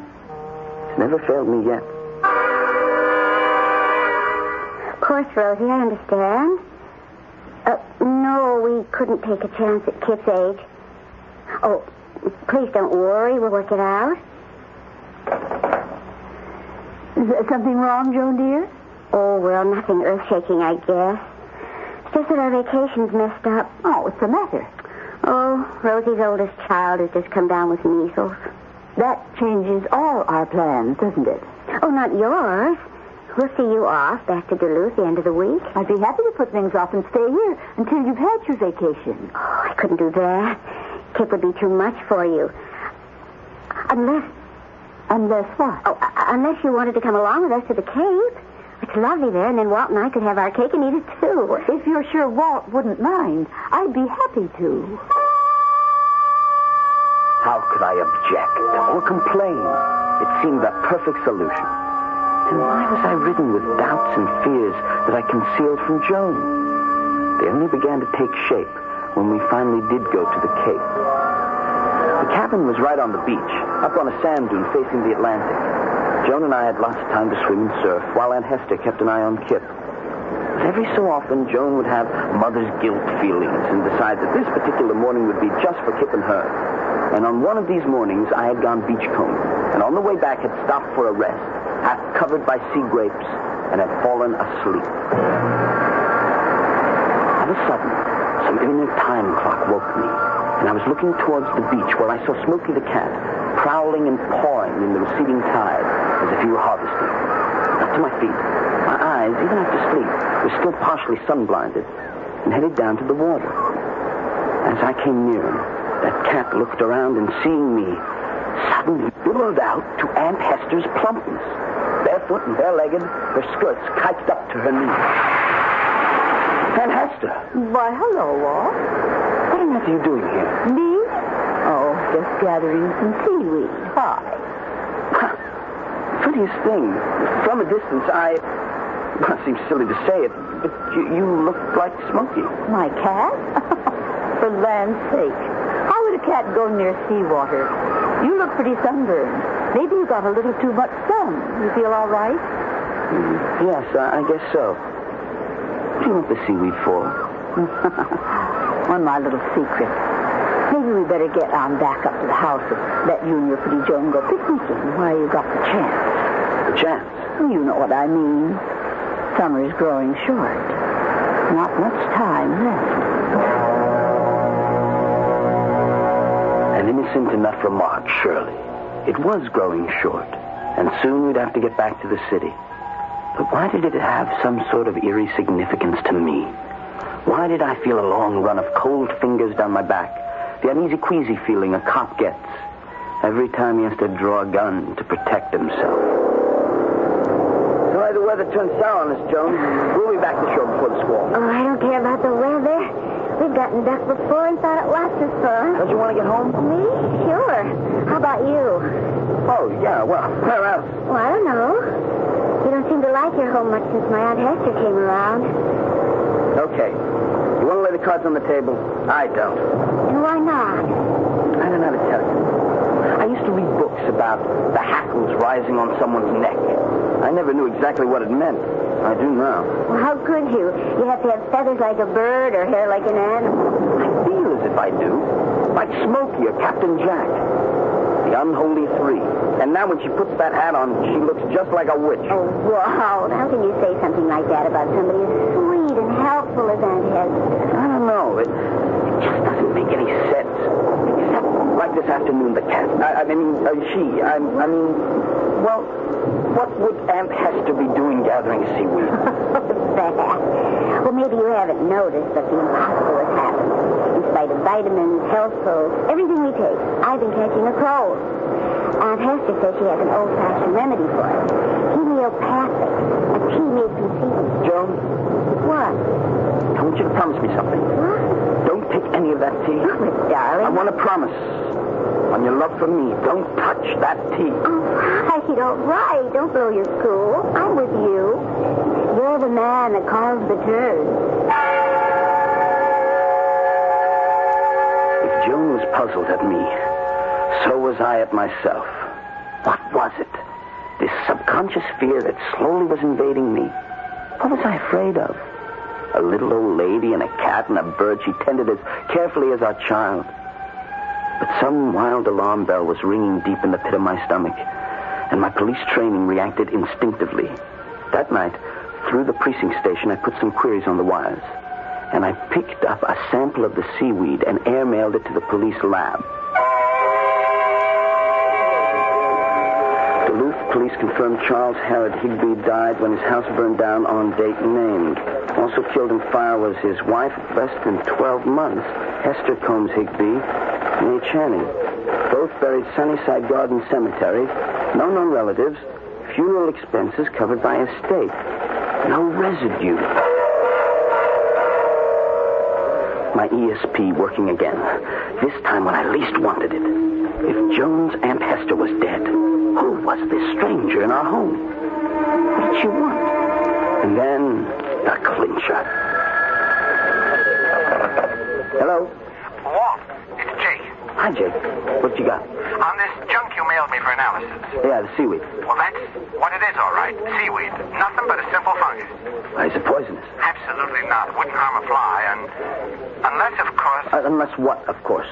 It's kind of nutty, you know, but it's a special fungus in a way. Oh, now, come on, Jake. Let me have it. I feel kind of silly, Walt. I mean, it's only because ever since Maud died, I'm kind of like Dickens, an old antiquarian, and I read up on offbeat subjects. Like what? Well, this particular seaweed. In the Middle Ages and all like that, it was like, you know, frog's eyes and bat's fur and all the junk that got boiled up in a cauldron when someone wanted to mess around with black magic. I mean, kind of crazy even to mention it, but since it worries you so much, there's no chance you got a witch somewhere in your house, is there? The first side panel of the triptych. Hester Higby, from Walt's point of view. A hazy picture, not yet formed, but an icy fear gripping at his vitals. Truth or fancy? That will have to wait Joan's evaluation, at least, and events beyond that. I'll return shortly with Act 2.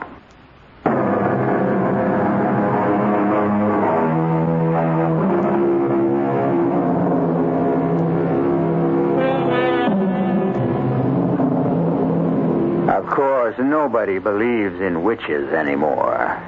And yet, it's a little like superstitions. Nobody believes in them.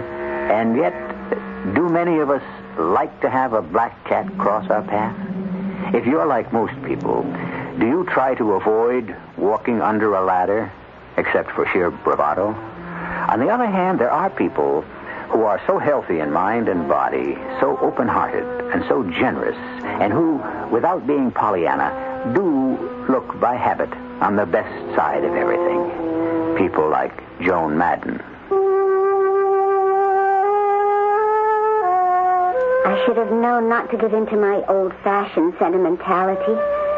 Ever since I could walk, I've been a sucker for every stray dog and lost kitten. It wasn't fair to Walt. I knew he didn't want to take on any extra burden. And it was stupid not to remember that he was just really only getting his nerves back in shape after that freaked-out war he got stuck in. But Great-Grandpa's letter was so sweet and so sad, I just didn't have the heart to refuse his dying request. So I had to tell Aunt Hester to come and stay with us. I just never figured that Walt would get hurt. Just give me a straight answer, Joan. Have you laid off that seaweed gunk she's been trying to feed you? Of course I have. Yeah. Well, anyway, I don't eat anything without researching it first. You know, you talk as though she might try to poison me. I don't know what she's up to. Well, why should she be up to anything? Because she isn't who she's supposed to be. We don't know that. Joan, Bill Cox got on the telex to the Duluth Police Department and sent me a copy of the teletype he got in reply. Your great-grandfather's wife got incinerated with him when his house burned down. No, she didn't. Joan, let's not kid around. I got this through police channels. Well, so even the police can make a mistake, just like you. What's that supposed to mean? Well, I mean, you haven't given Aunt Hester a chance to tell her side of the story. Okay. Let's do that little thing right now.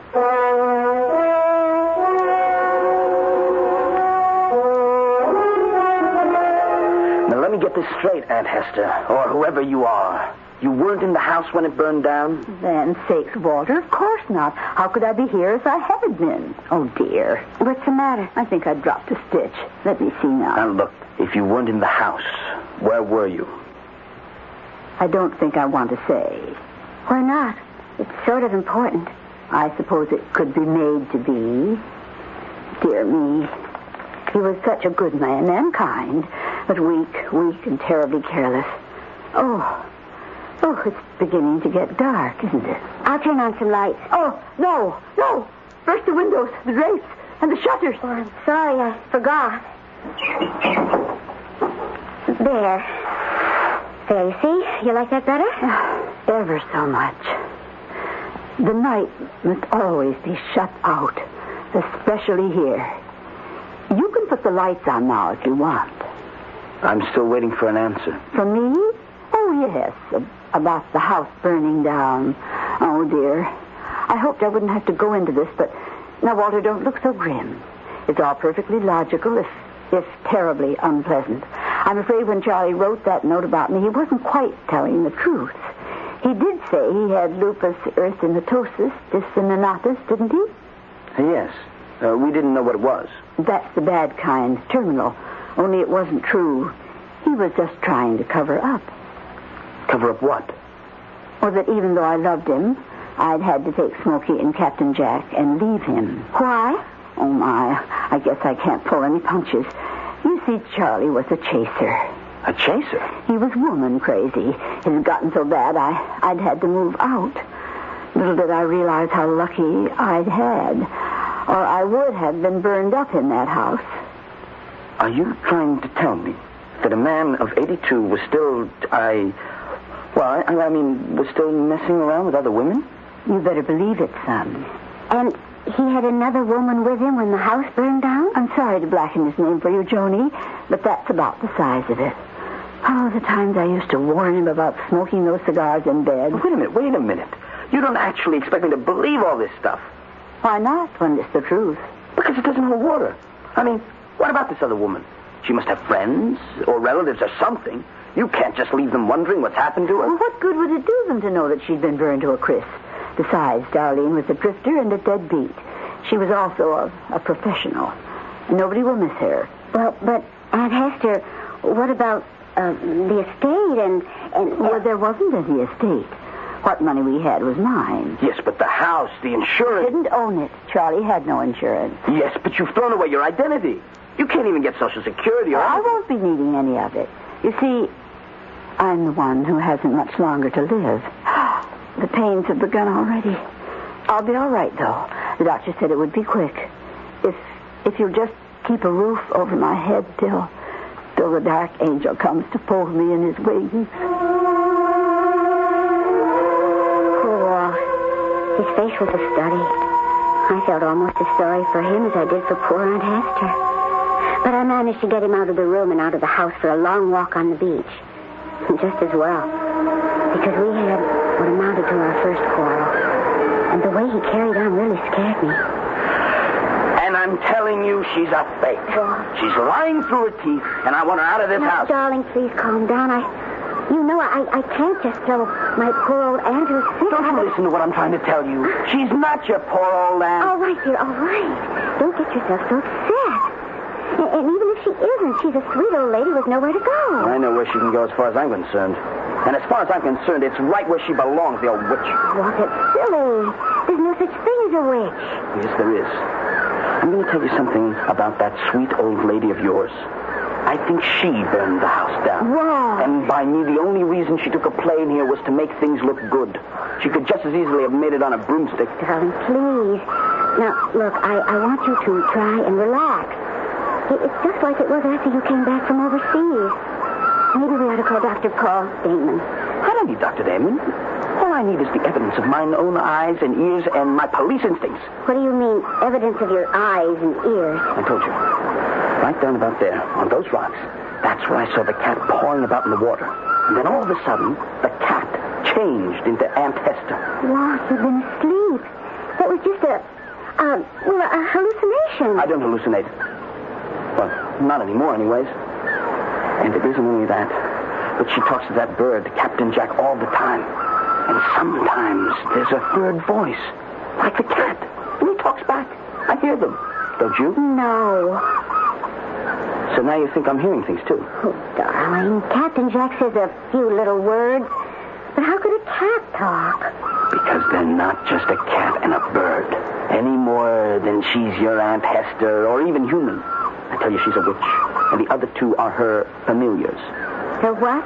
I went to the library and read up on it. There were two kinds of minor spirits that witches had, or have, called familiars. One was a divining familiar, and the other was a domestic one. Well, honey, look at me. Now, you can't honestly believe all this bilge. Suppose I do.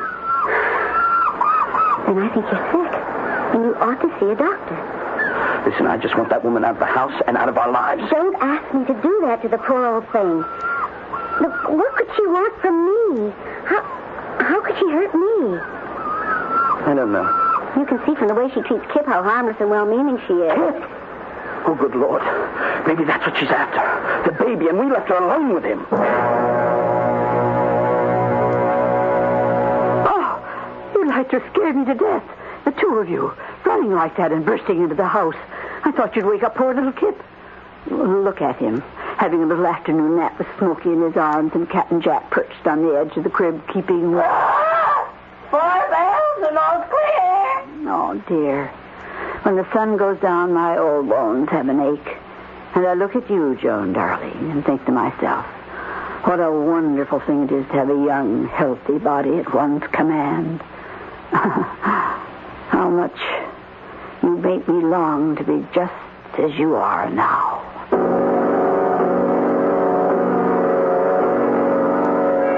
But where are you going, Walt? I'm going into town to nail this thing down once and for all. How? I can use the police teletype, and I'm going to get a court order from the Duluth Police Department to exhume the remains of whoever died in that fire. Once and for all, I mean to find out just who and what it is we have living in our house. And, darling, I want a promise from you.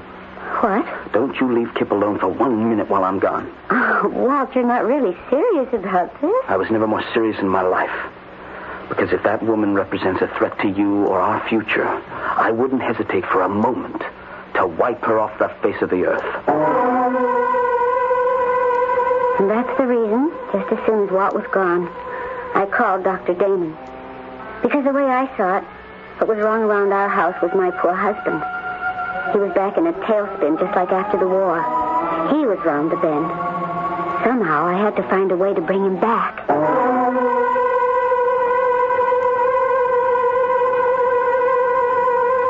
The second panel of the triptych. Is Joan right? Has she reason to be worried about Walt? Or is she perhaps worrying about the wrong person, shutting her eyes to the real danger? Is Aunt Hester what she seems to Joan, or what Walt is convinced she is? And if, wild as it seems, she were a witch, what is it she's after? I'll return shortly with Act 3.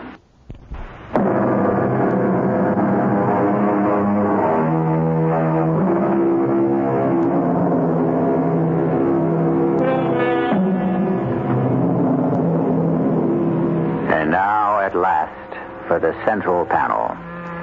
The sum and substance of the two side portraits we have examined. The real truth about Hester Madden. But first, a harried phone call from Joan to Dr. Damon, monitored, unaware by either of the principals, by that sweet old lady Hester, on a convenient extension. I'm sorry to bother you, Doctor, but I am frantic. I don't blame you. I had hoped that Walt had found himself. Can you get him back to town to see me? Oh, I doubt it. Well, I have a free weekend. I might take advantage of this opportunity to run down to the cave. Well, I don't know if we can put you up. No need. I have a little summer cabin in Orleans. I could just drop in on you casually and check out Walt. Oh, if you only could. Oh, you know me, Paul. I don't flip easily, but... well, this whole thing has got me really strung out. Okay. I'll be there. Count on me. Just give me directions. May you roast in hell forever, Dr. Damon, if you try to cross my path, psychiatrist. Roast him in hell. Roast him in hell. Quiet. How much time do I still have? Not much. The moon is full this weekend. Your houses will be in conjunction. Time to make the change to her. Now, can I, Smokey, if she's not prepared? Give me the dried seaweed. I'll make sure it's dropped in the salad she mixes for dinner. I'd better handle that. No good. He wouldn't let you near her, even if she would. Damn and double damn him. May the torch of Hecate singe his eyes. Her spear ripped through his vitals, and her hounds run him down and tear him to pieces. If it weren't for him, it all would have been so easy. Maybe it would be better to move as soon as possible, even right now while he isn't here. No, well, that would be taking too much of a chance for all of us. She's right. Yeah. We exist only as long as you do. Why should I care about you? You're only projections of me that I can snuff out like a candle if I wanted. And be all alone without your familiars to understand and serve you.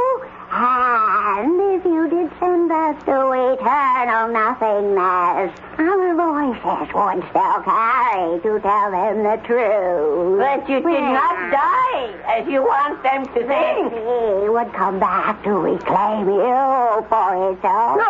No! You wouldn't do that to me. As long as you don't do anything to us. My true name is Nergeist, and I am the oldest order of witches, the witches of the sea. I was born before the world began, and my span of allotted years was 7,007. But when at last my time came to return and mingle as a nameless droplet among the uncounted of the great oceans, I could not bring myself to obey the law, to escape my avenging sisters of the sea. I had to find an earthly body to house my spirit. I called on all the ancient arts, magic, divination, astrology, enchantment to find a young girl whose sign was my sign, whose birth date reflected the conjunction of our houses, the ascendancy of whose planets and stars matched my own. Every 2 generations, As the body I had possessed begins to disintegrate with age, I have found countless times a new one to possess. The alternative is too hideous to contemplate. I need the body of Joan Madden, and nothing shall stop me from invading it and making it my own.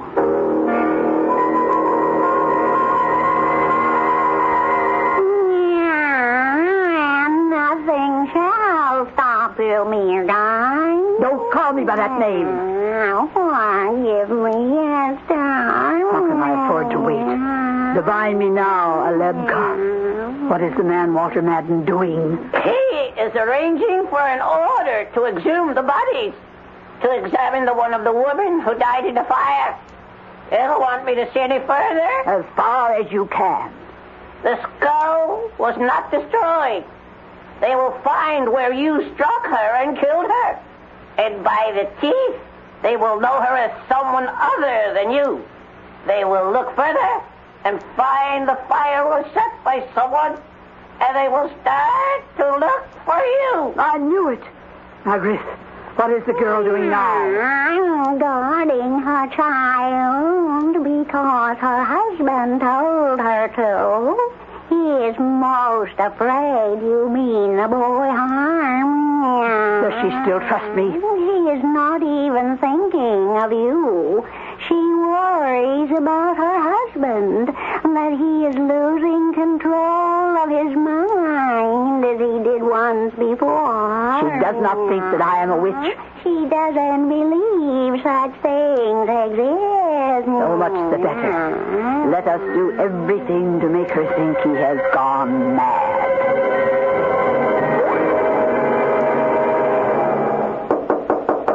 Who is it? It's Aunt Hester, dear. Oh, just a minute. Is anything wrong? Why, no, dear. That's what I was going to ask you. Kip's asleep. Oh.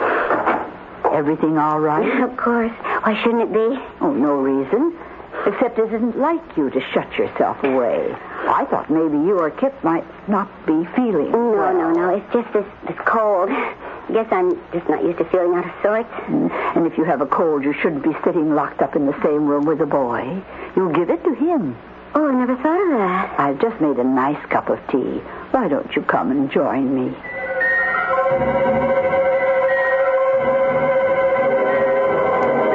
Following her downstairs, I could feel the saliva thicken in my mouth with envy. I was never more conscious of arthritic joints, the sagging flesh, the muscles that barely had vitality enough to respond to the message of the brain. There in front of me was that shining hair with a natural curl, the lithe muscles rippling just under the skin, the easy, jaunty step that had no fear of the treachery of steps to the old and feeble. Just as we reached the bottom of the stairs, the front door was thrown open hurriedly, and Walt came in. Joan, you all right? Of course. Aunt Hester and I are just about to have a cup of tea. Will you join us? Where's Kip? I left him upstairs. He's asleep. Maybe since it won't be too long till dinner, you'd rather have a drink, huh? No, I want to talk to you. Why don't you let me attend to dinner, dear? Why don't you just go in the back, Aunt Hester, and stay in your room? Walt. Just let me handle things. Of course. I'll go right now. I wouldn't want to be in the way. All right, Smokey, you'll get your dinner. But we're all going to have to wait. Walter just isn't feeling himself tonight. Put him in Section 8. Put him in Section 8. What was he saying? What's Section 8? Service lingo for the nut house, the loony bin. You still think I'm a candidate? Walt, don't talk like that. Now, just leave me alone. By this weekend, we should know the truth about who that woman is. If she is your sweet old great-grandmother, I'll apologize. But if she's what I think she is, if she means any harm to you or Kip, so help me, I'll murder her.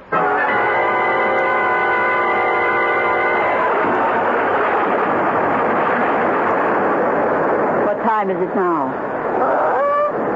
9 on to 8 bells, midnight, and high tide. Then we must act before then. How to get Joan alone. How to subdue her so I can have the power to take possession. Someone's at the door. Wait. Walter is answering, and Joan is in the kitchen alone. This may be our chance. Shh. I want to hear what they're saying. Walter! Damon, what are you doing? Well, come in. Come out of that terrible weather. Come in the living room. Joan's in the kitchen. She'll be right out. What brings you here? Did Joan send for you? Never mind that now, huh? Come on. Don't try to sidestep. I suppose she thinks I'm blacking out again. If you'd shut up for a moment. No matter what brought me here, the weather is all that matters now. I've been listening to the radio driving up. Blackwater Dunes here is headed for the highest tide in history. There's more danger to you and your family from the elements outside than any foreign element you fear may be loose inside. Shh, watch it. Let me close the door before we talk any further. They're in the living room. And your place in the kitchen. It's now or never. Yes, Aunt Hester? What is it? Why are you looking at me like that? In the name of the Bornless One that discreate the night and the day, in the name of Iabash, in the name of Ptah and Kem, I abjure thee not to move. Oh, my God, protect me. What was right? That's it. I blinded her with my wings. My eyes. No, my eyes.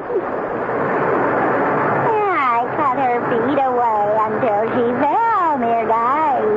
Now, while she is stunned and helpless, make her yours. All right. The sea is coming for me. What's going on here? And Hester, what are you doing? Grab her, quickly. Don't let her lips touch Joan's. Leave her alone. Don't touch my wife. Lord, what is it? She... And Hester just came up out of my hand. Look. Just 5, 6 of her. Let's skip and run before the sea swamps us all.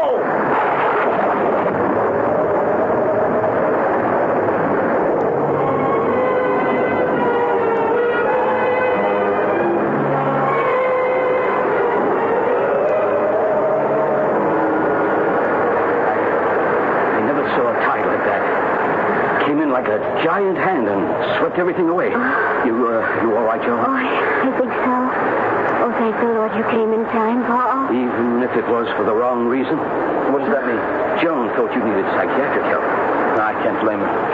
Anyone who wanders the labyrinths of the mind has to be familiar with ghosts and witches and everything that haunts our dreams, waking and sleeping.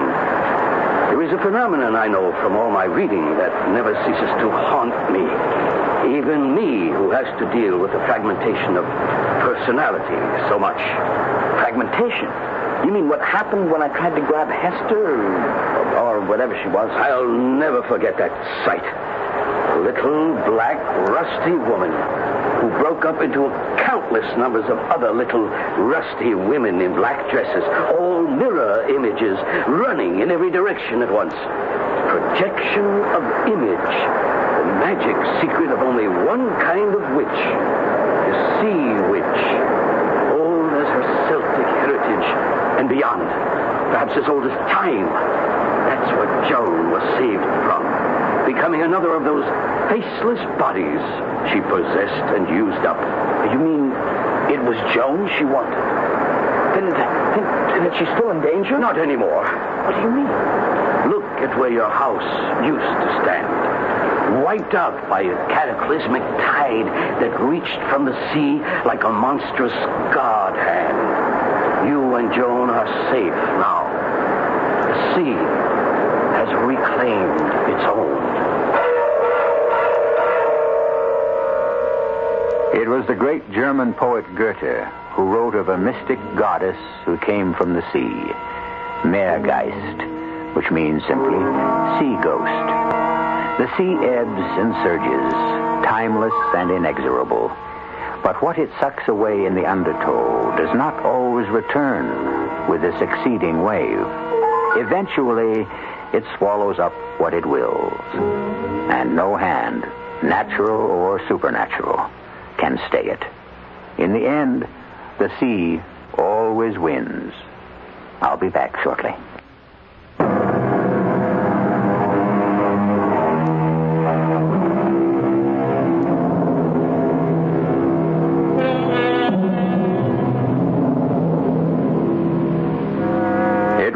Markham in Macbeth, who said of the end of the Thane of Cawdor, "I saw him die. Nothing in his life became him like the leaving it." The context of the remark, of course, was somewhat different. He meant it as a tribute. Hester, or Maregeist's death, was a long-delayed blessing for Joan Madden and all the world. No young girl listening to this story, born under the sign of Virgo, can help but sleep easier tonight and other nights. Our cast included Margaret Hamilton, Christopher Tabori, Evie Juster, and Gilbert Mack. The entire production was under the direction of Hyman Brown. CBS Radio Mystery Theater presents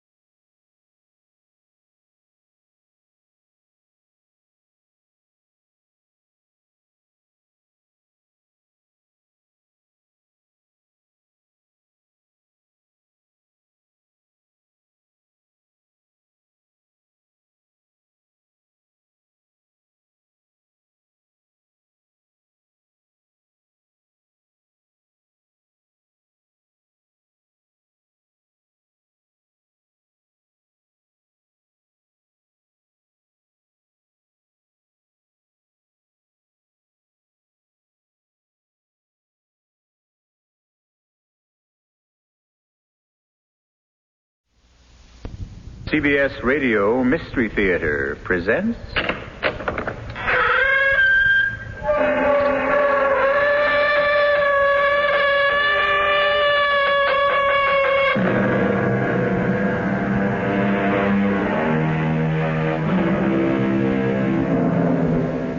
Come in. Welcome. I'm E.G. Marshall, bellwether of a fantastic flock that forms on these airwaves at this time and place. The presentiment of danger, the intimation of disaster, the uneasy, inexplicable feeling that something we cannot define is leading us into a catastrophe we cannot explain for a reason we cannot understand. A fragment of a dream that vanishes upon awakening. A wisp of an idea that eludes our comprehension and escapes our memory. Is this the way fate seems to warn us of our mortal peril? If so, it is like the warning of the rattlesnake. Too little and too late. You will soon commit murder, Lord Arthur. But this is monstrous. I have absolutely no intention. Look, I'm not a murderer. Oh, no one is until he kills for the first time. I tell you, I cannot commit murder. And I tell you, you can, and you will. I refuse to believe it. You're all alike. You all want to pry into your future, which you have no business doing. And when you see what fate has in store for you, you refuse to believe it. But murder? Yes, murder. What's so special about murder? People do it every day.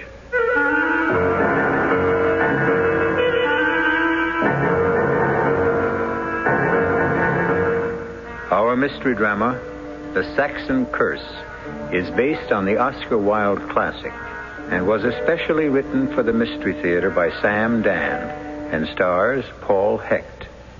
I'll be back shortly with Act One.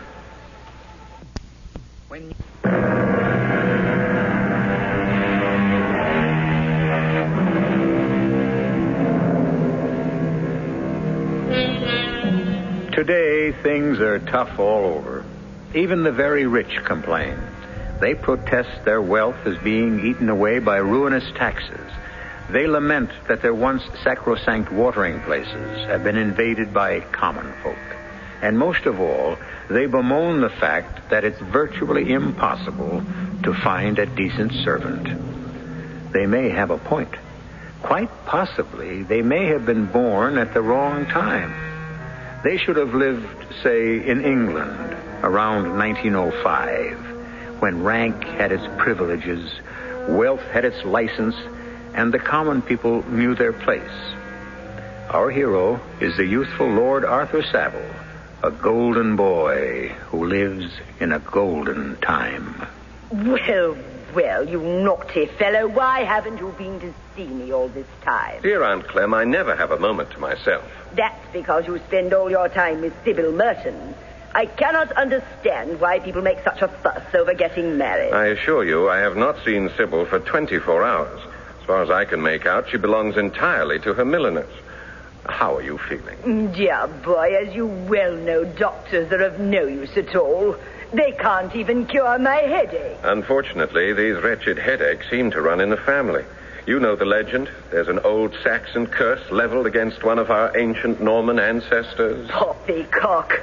You must come into the drawing room. I have a most interesting company. Oh, I didn't know you were engaged. Well, you needn't try to fit me in. I have Sir Matthew and Lady Reed. Sir Matthew Reed? He's the president of the Royal College of Physicians. Elected by mistake, I was told. But surely so distinguished a physician could come up with a cure for your headache. The more distinguished the physician, the more elevated the fee.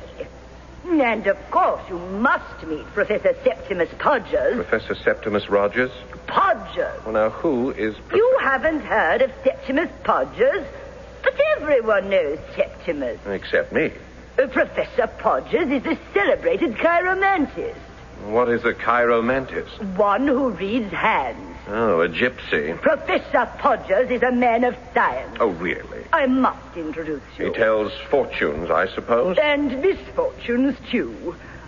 Next year, for instance, I am in great danger. It's all written on my little finger. The palm of my hand. I forget which. But aren't you tempting Providence, Aunt Clem? My dear Arthur, surely Providence can resist temptation by this time. Now come. You must come in and meet my remarkable Mr. Podgers.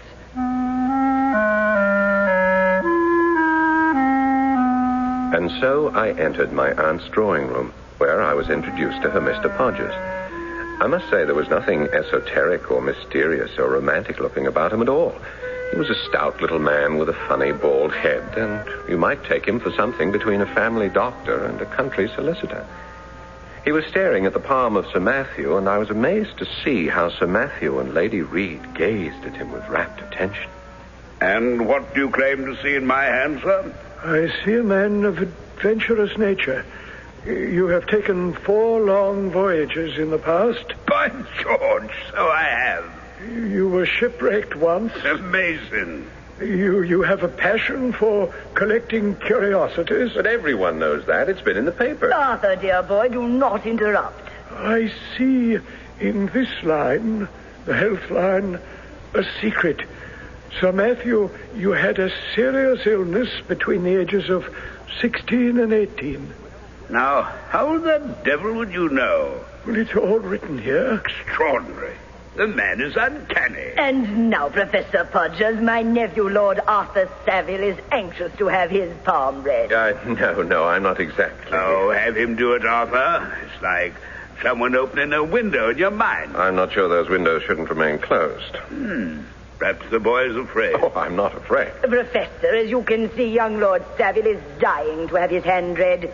Don't tell him he's engaged to the most beautiful girl in London, because that news has already been published in the Morning Punch. May I examine your right hand, Lord Arthur? Well, if you insist. He touched my hand, and it was as if a galvanic current ran through my body. Something happened. I don't know what, but I do know this. Suddenly, he no longer seemed to be a somewhat ludicrous, fat little man. I felt I was in the presence of great power, authority. A shudder passed through me, and I was frightened to see that the shudder also passed through him. Beads of perspiration broke out on his bald skull like a poisonous dew, and his fat sausage-like fingers grew cold and clammy. And I knew fear, real fear, for the first time in my life. My impulse was to run from the room, but I forced myself to stand still. I am waiting, Professor. Well, what do you see in my hand? I see the hand of a charming young man. Within the next few months, Lord Arthur will go on a voyage. Naturally, his honeymoon. And lose a relative. Well, we all lose relatives. Sometimes I think they were created for the purpose. Can you tell us any more? No, Lady Clementine. That's all I can see. I was furious with myself. What was this feeling of terror that had suddenly come over me? Why had I permitted myself to be frightened by some unwholesome charlatan? But was he a charlatan? Is it possible that written on my hand is some fearful secret of sin, some blood-red sign of crime? Is he gifted with a power to read it? Why do I feel now that some tragedy hangs over me? I waited for a chance to take the man aside for a moment. What is it, Lord Arthur? I must insist on your giving me a straightforward answer to my question. What makes you think I saw anything in your hand, Lord Arthur? I know you did. I'm afraid you're mistaken. All right, how much do you want? I saw nothing. How much do you want? How much do I want? This is how you earn your living, isn't it? Professor Podgers, I want... Oh, no, please, Lord Arthur. Lady Clementine will be quite angry with me if I keep her... Whatever it is you saw, Professor, I have a right to know. But I didn't... I'll give you £50. No, sir, I do not... £100. Now, listen, where can we discuss this? You may find me at 30 West Moon Street. My hours are from 10 to 4. What What was wrong with me? Wasn't it obvious who he was? A preposterous trickster, a ridiculous quack. Yes, it was obvious. But it didn't matter, because he was an instrument designed to pierce through the fog of the unknown and reveal my destiny. What had he seen in my hand? I need not tell you there was no sleep for me that night. Promptly at 10, I presented myself at 30 West Moon Street, a thoroughly unimpressive house in a completely nondescript neighborhood. The professor himself looked even shabbier in the daylight. He took my hand in both of his, and once again that same electric shock charged through my body and through his body, too. His eyes closed. His teeth seemed to chatter. Suddenly he dropped my hand. Murder. What? Murder. I see murder. What do you mean, murder? Am I going to be murdered? No. You will be the murderer. Now, see here, Professor. And you asked me... This is what? This is monstrous. Murder? I'm not a murderer. Oh, no one is, until he kills. Now, how can you sit there and tell me such... Such what? It's the truth. I'm not the kind of person who... Why didn't you leave it alone? I tried to discourage you. I tell you, I cannot commit murder. And I tell you that you can, and you will. Who am I going to kill? I don't know. Your murder line stopped short. Well, will I kill more than once? No. There is only one murder in your hand. And will I be caught? No. How can you be sure? Because I see no line of retribution in your hand. Then I'm to get away with it. Yes. Because you will obviously have chosen your victim carefully and planned your murder skillfully and executed your killing flawlessly. Carefully, skillfully, flawlessly. How? What do I know about murder? Oh, you will learn. After all, Lord Arthur, necessity has always been the mother of invention.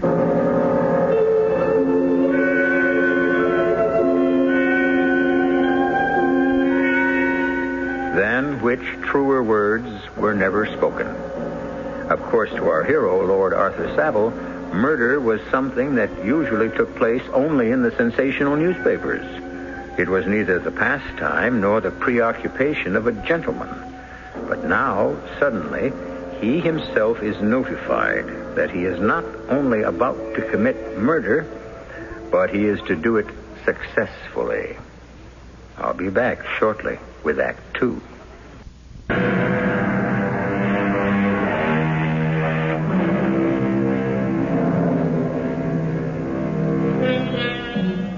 Murder will out, said Chaucer. Murder cannot be hid, said Cervantes. And murder, though it have no tongue, will speak with most miraculous organ, said Shakespeare. That is certainly a weighty consensus of extremely well-informed opinion. And yet, here we have young Lord Arthur Savile being cast by destiny in the role of a murderer, who will not only murder, but remain undetected. But why, Professor Podgers, why am I about to commit murder? That I cannot say. I have no enemies. No one hates me. Why? There must be a reason. I'm sorry, Sir Arthur. I can enlighten you no further. Now, wait. You saw 3 things in my hand. 2 of them you told me last night. First, that I would go on a voyage. Do you still see that? Yes. Second, that I shall lose a relative. Is that still to occur? Yes. And that I shall commit murder. Well, does that complete the list? It does, Sir Arthur. Yes. Now, how many relatives am I to lose? Just one. Just one? Quite so, sir. But I only have 2 relatives. 2? In all the world. There is just my twin sister, Pamela, and my aunt, Lady Clementine Beecham. Are you saying that one of them will die within the next few months? I am saying that is what is written. Well, which one? I'm sorry it doesn't say. But one will die. Yes, Lord Arthur. I looked at my hand. And suddenly it was no longer the familiar five-fingered palm made of firm pink flesh, and finely etched delicate lines.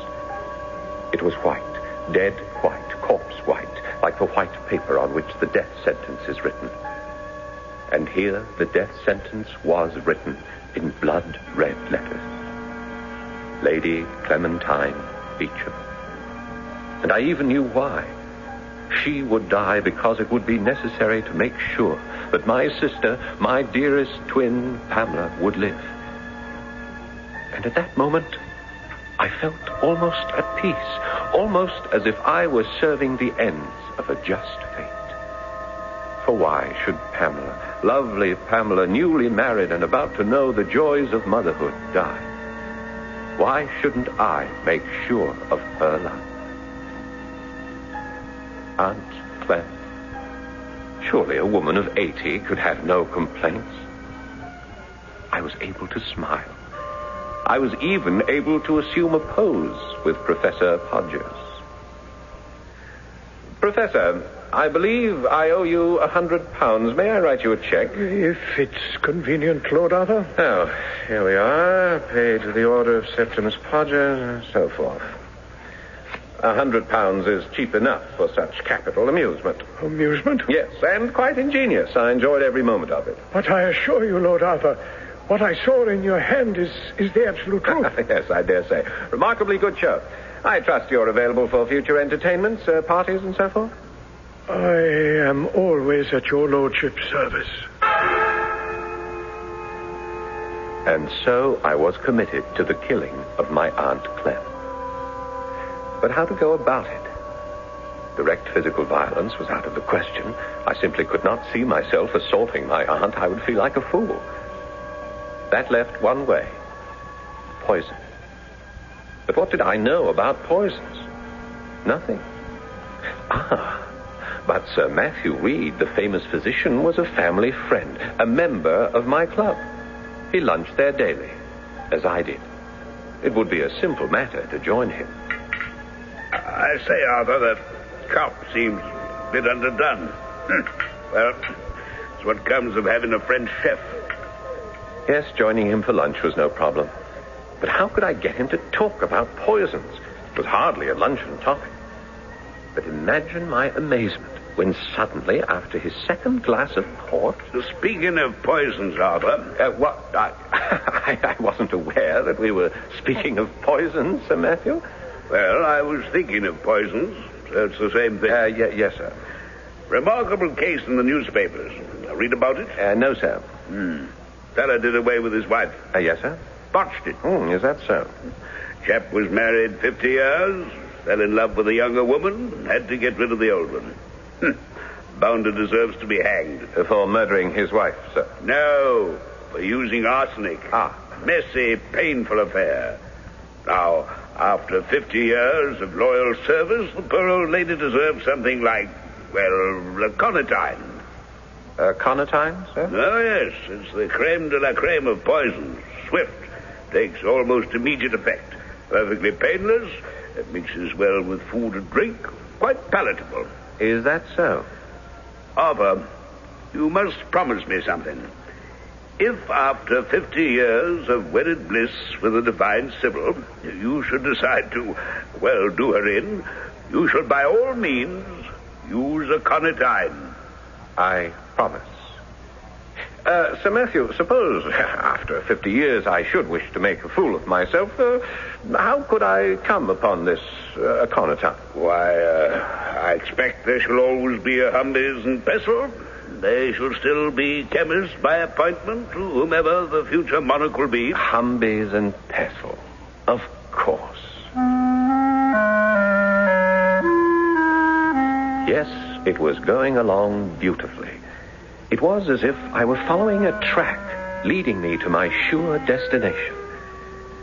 That afternoon, I strolled up St. James Street to Humby and Pestle's. Mr. Pestle, who always attended personally on the aristocracy, was a good deal surprised at the mention of the word aconitine, and in his usual deferential manner started to mumble something about... I assume, of course, Sir Arthur, that you have prescription. I beg your pardon, Mr. Pestle. The law requires... Oh, I hope you are not assuming that I intend something illegal. No. It's... you see, it's for an absolutely humanitarian purpose. I have this huge Norwegian Mastiff. You're familiar with the breed, of course. I believe so. Yes, I am obliged to get rid of it since it insists on biting my Swedish chauffeur. The Norwegian Mastiff and the Swedish chauffeur seem to be sworn foes. There is no possibility of a peaceful solution. It's tragic. Yes, sir. Since Norwegian Mastiffs are plentiful, whereas Swedish chauffeurs are rare indeed. I think I understand, Lord Arthur. Thank you, Mr. Pestle. Powder form is best, and a pinch in the dog's lunch or beverage. Ah, you are a man of great heart and understanding. Always at your service, my lord. And may I compliment you on your remarkable knowledge of toxicology. Was it only last night that I had met Septimus Podgers for the first time? Was it only this morning that he revealed the awful secret of my hand? Was it only this noon that I had lunch with Sir Matthew and discovered the aconitine? And has it been only 10 minutes since I walked out of Humby and Pestle's with the poison in my pocket? Yes. What did Podgers say? I would execute this murder carefully, skillfully, flawlessly. Now, let me see. How shall I administer the aconitine to dear Aunt Clem? This could be a sticky business, and the entire project could founder. And it was remarkable how clearly I was thinking. How I was suddenly seized by the most happy inspiration. Why haven't you been to see me all this time? Dear Aunt Clem, I was here last night. A likely story. You take advantage of my failing memory. How are your headaches, dear Aunt Clem? I would rather not discuss the wretched things. I have brought you a cure for your headache. There is no cure, dear boy. It's an ancient Saxon curse. No, but you must try this cure, dear Aunt Clem. It's proof against Saxon curses. Why do you say that? Because it was invented by an American. I assure you it's a perfect cure. You must promise to try it. It comes in this little box. The box is charming, Arthur. It's made of silver. Open the box. Carefully. It contains a powder. Take a pinch in a little bit of wine. Well, try it right now. Oh, good heavens. No. You must do nothing of the kind. You see, this is a homeopathic medicine. If you take it without having a headache, it may do you no end of harm. Wait till you have one and then try it. You will be astonished at the result. Oh, I should like to take it now. The fact is, though I despise doctors, I adore medicines. However, I shall wait for my next headache. Oh, when shall that be? Well, I hope not for a week. I never know. But you're sure to have one soon. Oh, how sympathetic you are today, Arthur. Really, Sybil has done you a great deal of good. But now you must run away. I am dining with some frightfully dull people. If I don't get my sleep now, I shall never be able to keep awake during dinner. Well, goodbye, dear Aunt. Goodbye, dear boy, and thank you so much for the American medicine. Give my love to Sybil.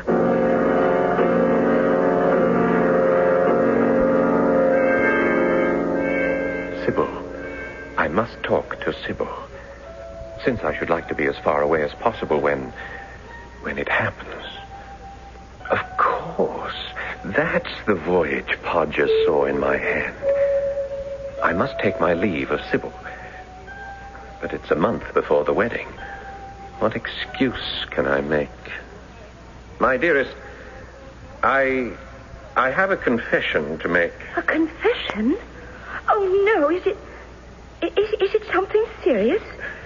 Oh, yes, it must be serious, else why would it be a confession? I am willing to release you from your vow. Oh, this is... I have not told you everything. You haven't told me everything? What have you withheld? My dearest, I am a victim. A victim?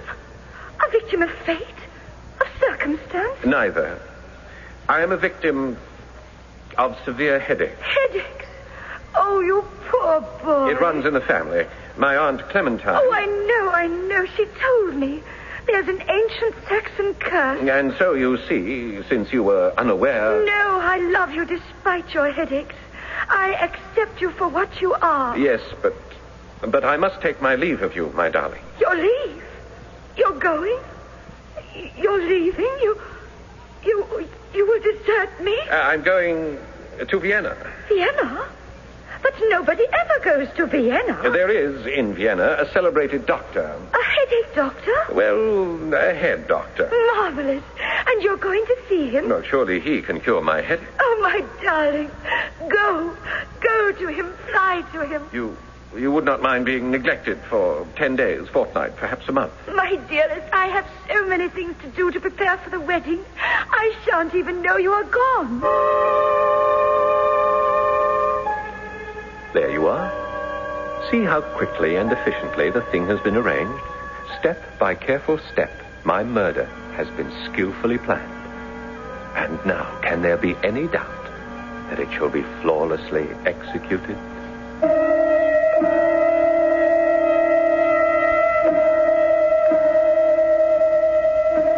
And he's only an amateur.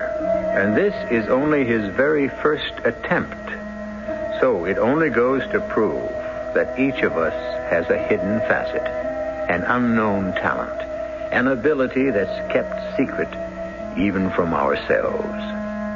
Does this mean that murderers are born, not made? Or does it prove that murderers are made, not born? Whatever it means, someone is going to be killed just as soon as I return with Act 3.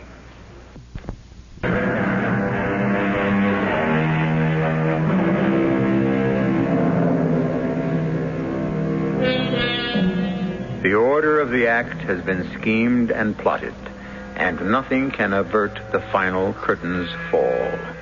Or so said a Russian poet. And certainly it must be said that not only has Sir Arthur's scheming been careful, skillful, and flawless, we can even add a bonus word and say meticulous. And so the deadly aconitine waits with fateful readiness the very next headache of the Lady Clementine Beecham.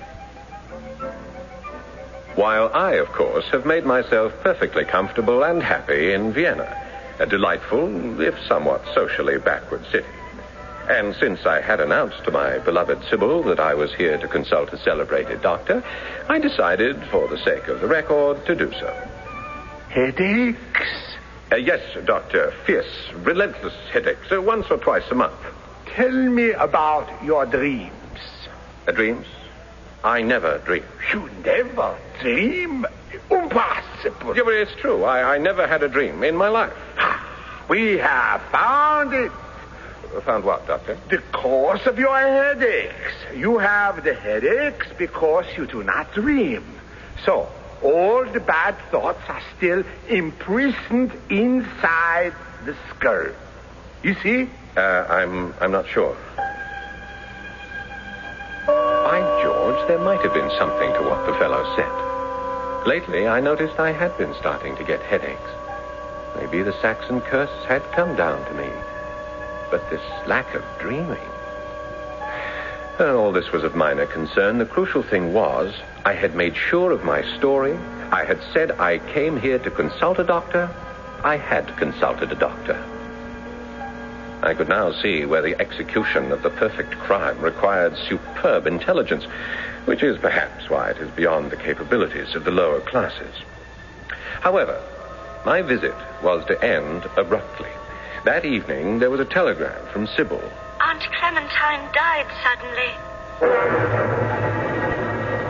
So, she had taken the poison. She was dead. And now, I must return at once, like the proper grieving nephew. I didn't pause to pack. I caught the night express to Paris, and from thence the train to Le Havre. The following morning, I was back in London.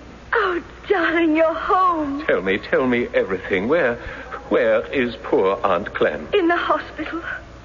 The hospital? I thought you said she was dead. She is quite dead. You see, she complained of a severe headache, and so she drank a glass of wine, and in just a few moments she... Yes? Well, she seemed to be dead, but I couldn't be sure, and so I summoned James and Harris and Charles, and they carried her downstairs to her motor car, and we all rushed to the hospital. At the hospital, they couldn't help her. Oh, no, she was quite dead by the time we arrived. Even Sir Matthew Reed himself was unable to bring... Sir Matthew? Sir Matthew Reed. He was there? Of course, he's her personal physician. Well, what did he say, Sir Matthew? Oh, I remember quite distinctly what he said.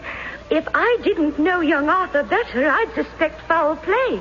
He said that? He smiled when he said that. Oh, dear Arthur, no one could possibly suspect you of doing the old girl in. Why, you were miles away at the time. Yes, in Vienna. Did he say anything else, Sir Matthew? No, Arthur. Well, but why are you so pale? What? Oh, the diet. Viennese diet. It must... did he perform an autopsy? Arthur! What a perfectly gruesome thing to say. Oh, I should hope not. You don't know that? Oh, my darling Arthur, you are upset. You're not yourself. I can see. Oh, I know how much poor Aunt Clem meant to you. She was dear to me also, always giving me little gifts. Yes, darling, I should like to rest. Of course, my dearest. Rest. You must be brave. One does not lose an Aunt Clem every day. Why was I frightened? I had been assured that all would go well. There would be no retribution, that the killing would be carefully, skillfully, flawlessly executed. It was, wasn't it? Why was I so apprehensive? Podgers had assured me. Podgers. I must see him again. I must hear it from his lips again. He must read my future again. He must tell me that I shall not be caught. I rushed to West Moon Street. Here now. What you pounding on the door for? I'm looking for Professor Podgers, Septimus Podgers. Is he in? Oh, yeah, he's in. Well, then why doesn't he answer? Well, sir, you asked, is he in? And he's in, all right, but he ain't in there. He's in jail. In jail? Oh, yeah. They come and carted him off about a week ago. Jail? Yeah. He had a bit of a confidence game. Get people to do all sorts of things and swindle them out of their money. How much did he take you for? Well, kiss it goodbye. You'll never see it again. I knew it. I knew he was just a common charlatan and thief. But he had the gift. The gift of what? Prophecy. But how did I know? Perhaps it was all designed to get me to murder my aunt so he could blackmail me for the rest of my life. What could I do now? I couldn't very well visit him in prison. Oh, yes, I poisoned Aunt Clem, thinking that the death of a very old lady would cause no suspicion. But I had reckoned without Sir Matthew Reed. Sir Matthew, the expert, the authority on poisons. Well, if he doesn't suspect, then I will be safe. But suppose he does suspect. Sir Matthew said, if I didn't know young Arthur better, I'd suspect foul play. But he smiled when he said it. Smiled? He must have meant it as a joke. Oh, does he or does he not suspect? Why didn't it occur to me that I would inherit Aunt Clem's entire estate?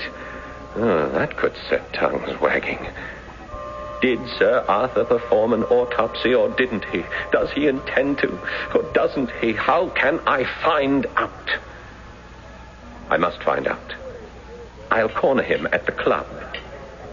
You'd think a French chef would know what to do with veal. I think it's the Italian chefs who specialize in veal, Sir Matthew. The French more or less concentrate on beef.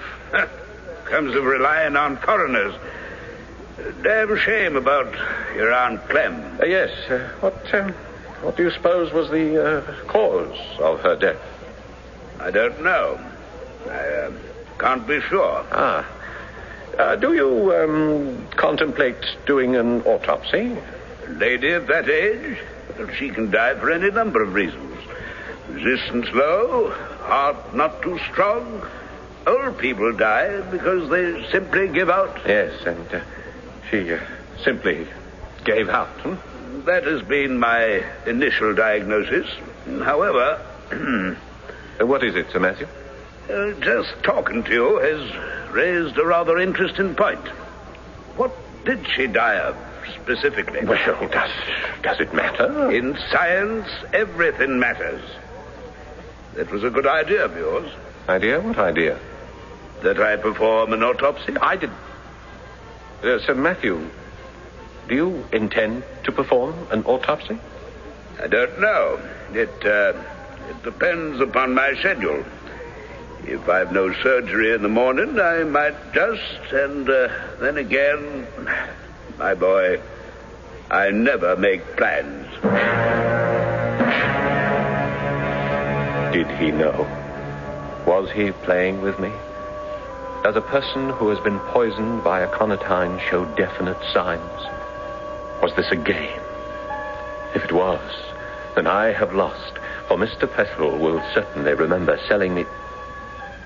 Or will he? After all, they are the busiest chemists in London. Mr. Pestle always struck me as an absent-minded type. Well, only one way to find out. Lord Arthur. Good day, Mr. Pestle. I was wondering if you might suggest a remedy for the gout. The gout? Aren't you rather young to be troubled by the gout, Lord Arthur? Well, yes, but it runs in the family, so when it attacks me in my turn, I intend to be ready for it.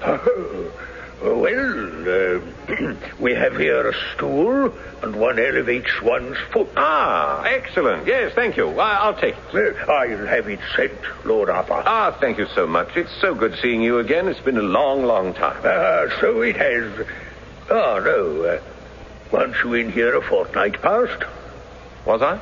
Well, it seems to me you bought some, aconitine. Yes.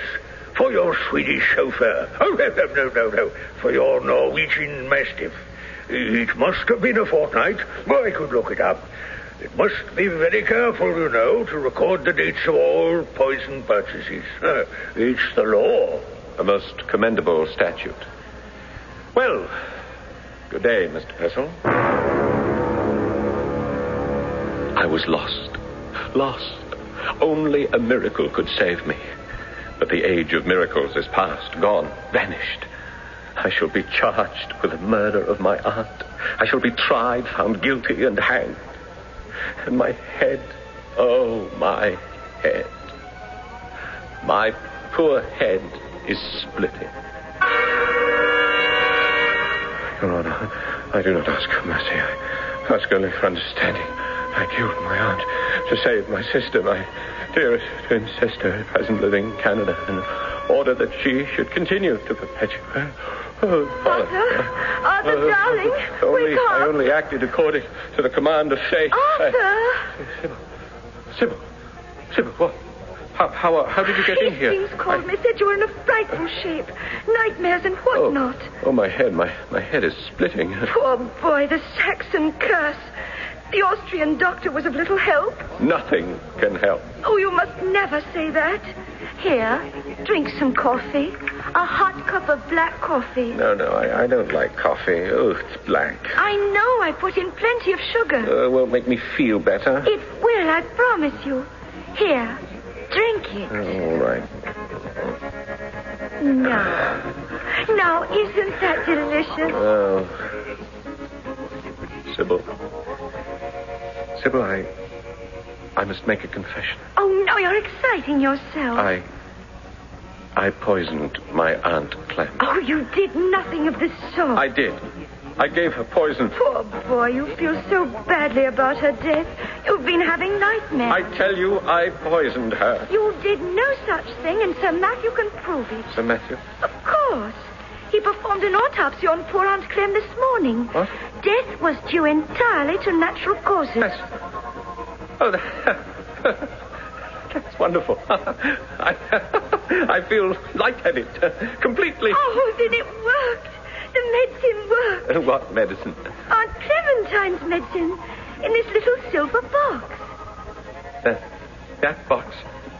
That silver box? It's the box you gave her. Sybil, did you? Which has the remedy, the American headache remedy. Sybil, no. Oh, how peaceful. How calm you look. It works. The remedy works. Sybil, you didn't. The day you left for Vienna, I told your aunt it was because of your headaches. And she said, well, my dear, take this American remedy he gave me for my headache. And I said, dear Aunt Clem, don't you need it? And she said, oh, I'm much too old to experiment with Americans. Just put a pinch of this powder in wine or coffee or tea. Sybil. And so I did. And now you feel better, don't you? Oh, you must tell me the name of this remedy. I shall suggest it to all my friends. Arthur? Oh, I see. It even puts one to sleep. Oh, this is wonderful. You rest now, Arthur, darling. And I'll wait for you to wake up.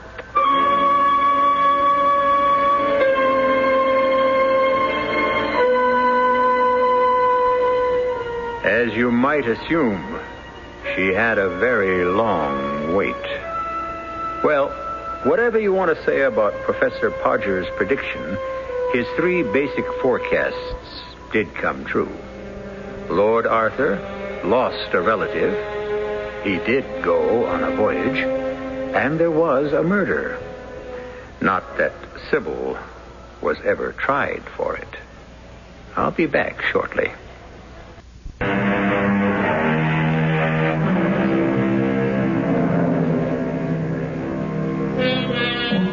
Consider the word written.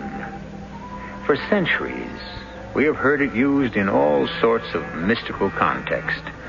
It is written in the stars. It is written in the wind. It is written in our fate. It is written in our palm. It is easily dismissed as the meanderings of the imagination, but certainly something must be written somewhere. There must be some sort of written plan. Else, how do you account for the fact that we human beings make the same mistakes over and over and over again? Our cast included Paul Hecht, Catherine Byers, Cork Benson, and Guy Sorrell. The entire production was under the direction of Hyman Brown. And now, a preview of our next tale. You see it, too? See what? That face. That face. That face. Which is not mine. Oh, no. The face I see always instead of my own. My dear man, no. I see you. Only you. It was your face I described as I saw it, none other. Look again. Look in the glass again. Tell me what you see. Whose face is there? Why, yours, of course. Now tell me, whose face do you see? His. Only his. Always his. Always his. His. Always his. This is E.G. Marshall inviting you to return to our Mystery Theater for another adventure in the macabre. Until next time, pleasant dreams.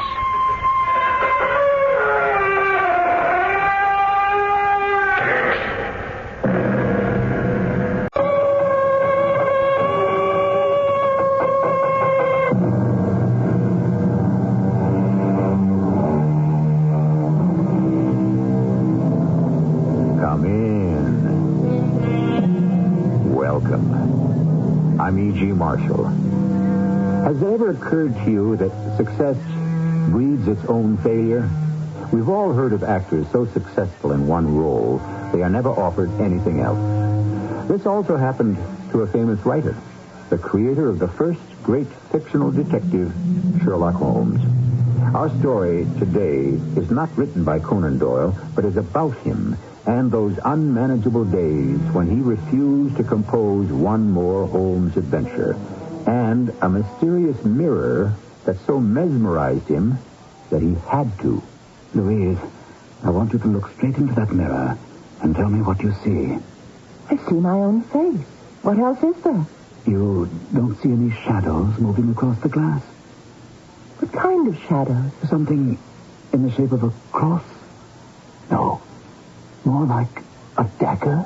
Oh, Arthur, you're not seeing that again.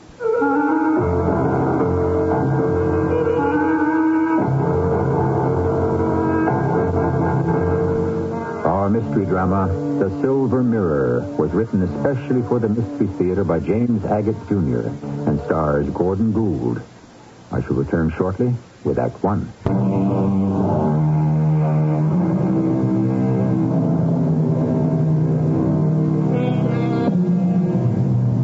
Interestingly enough, nothing of this extraordinary tale derives from any of the published works of Arthur Conan Doyle, but is contained in diaries and letters kept in the British Museum. Originally, Doyle studied medicine and became a successful doctor. He gave that up in order to become a writer. Now, at the age of 40, he is sick and tired of turning out his popular Sherlock Holmes adventures, and so he is giving that up. I'm a free man, Louise. I can write what I please without that cursed detective jumping out at me from every page. You mean that's the last Holmes story you're going to write? But it's wicked. I had to do it, Louise. Either Holmes had to die or I would. Oh, don't be silly, Arthur. He's only a creation of your mind. Dearest wife, you don't understand. To me, Holmes is as alive as anyone I know. And I simply don't wish to see any more of this. I hereby dissolve our friendship. I don't understand you at all, Arthur. If you'd had years of failure, well, that might be a reason to try writing something different. But you've had years of success. 24 Holmes' adventures are 23 too many. I'm not saying I'll never write them again. Perhaps someday I will revive him. But what's Peter going to say? He's not going to like it. But I like it, Louise. Well, my girl, you see before you a happy and liberated man. Arthur Conan Doyle may at last turn his thoughts to writing about other people.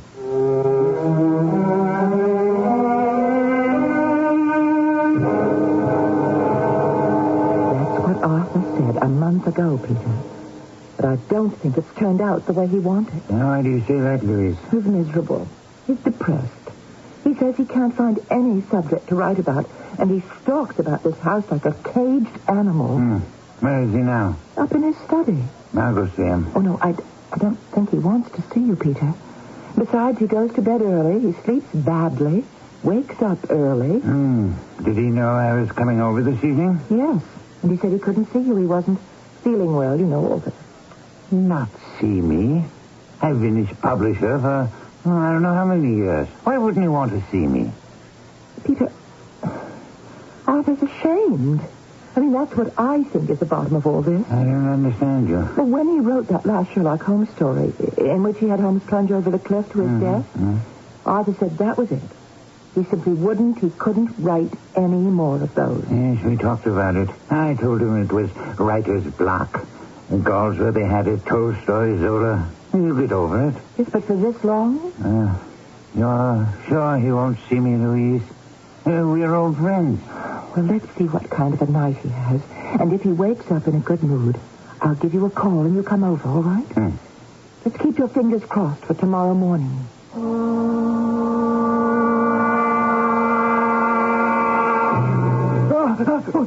Arthur! Wake up! What is it?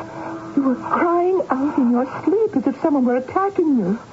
It's the same nightmare, isn't it? Yes. Yes, it always is. They were after me. It was frightening. I was rooted on the spot. I couldn't get away. I could never get away. It's only a dream. But so real. The way my feet wouldn't move. Was it only a dream? Every time I say to myself, is it a dream or a warning? Arthur, I won't have you talk such nonsense. A warning? You're just going through a bad time. That's all it is. It was suspended in the air, following me. Just like last night. And 2 nights before that. What does it mean? Why is it? The dagger? Yes. You're overwrought.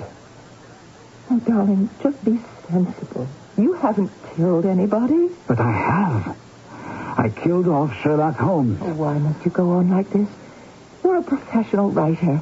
You created Holmes and Watson and Moriarty, and they're made-up characters. They never lived. So nobody has died. I'm not so sure. If they have life to thousands of readers, haven't they lived? I think that's carrying things a little far. I really do. I mean, here you are, one of the first people in London to have a telephone installed. And you dream of daggers and let it upset you. Arthur, I want you to go and see Dr. Sinclair tomorrow and talk to him about it. I have no intention of seeing George because I have nightmares. Right. Suit yourself. Now turn over and go back to sleep.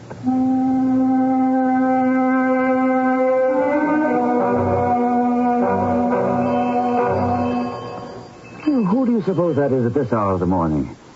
I hate being interrupted when I'm having breakfast. Oh, just go on eating, darling. I'll just go see who's at the front door. Peter! It's Peter Matson, Arthur. Arthur, I don't usually visit my writers this early, but I happened to be passing by, so I thought I'd drop in. You two sweet people must think I'm an awful idiot. Louise telephoned you this morning, didn't she? Louise telephoned me? She got you up at the crack of dawn and she said, Peter, I'm worried about Arthur. Sit down, Peter. May I pour you some coffee? Yes, I did call Peter this morning, and yes, I am concerned about you. You don't look too well, Arthur. Have been burning the midnight oil? I've been having peculiar dreams in the last few weeks. They wake me up, and then I don't get back to sleep. I wish you could see yourself. I never look in the mirror. Haven't since I was a child. Couldn't bear the shock. You look gray in the face. It's not becoming. I'm going to leave you two now. I have lots to do. Peter, would you stay for lunch? Arthur and I are going out. Oh, we are? Look at the sun up there. This is the first decent weather London has had in weeks. And you and I are going out to enjoy it.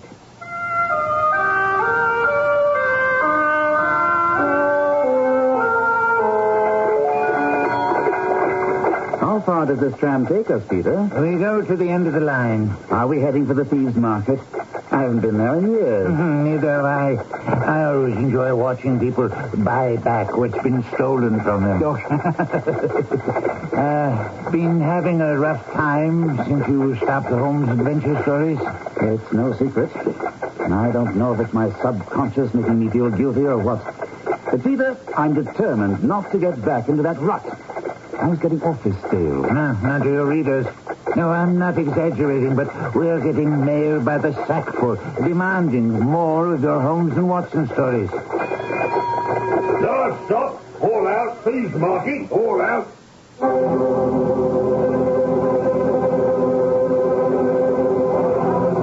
Well, enjoying yourself, Arthur? Matter of fact, I am.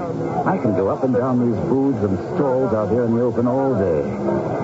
Are you looking for anything in particular, Peter? No, not really. I'm always buying something in an outdoor fair, flea market, and get it home. It doesn't look so good, and I shove it into a closet. Isn't that a handsome mirror over there? And what a strange frame. Let's take a look. Seems quite old. The frame could stand repair. Considerable cleaning. What's extraordinary is how clear the glass is. See here, on the back, a metal ring. That's what it could have hung from. I wonder if the frame is really silver or just some white metal. Hard to tell, it's so grubby and black. My guess is it's a few hundred years old. As you say. It probably hung somewhere in some old castle. The carving on the front of the frame intrigues me. Oh, wish I knew about those things. I say, are you the owner of this stall? I am that, sir. This mirror, what are you asking for it? £20. Oh, it's in very poor shape, you know that. I'll give you 15. 18 and it's yours. 17? So, There you are. 15, 16, 17.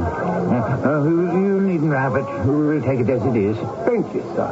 I can see you know how to buy. I always haggle, even if I don't want the piece. It's my nature. Arthur, accept this old mirror as a gift. For me?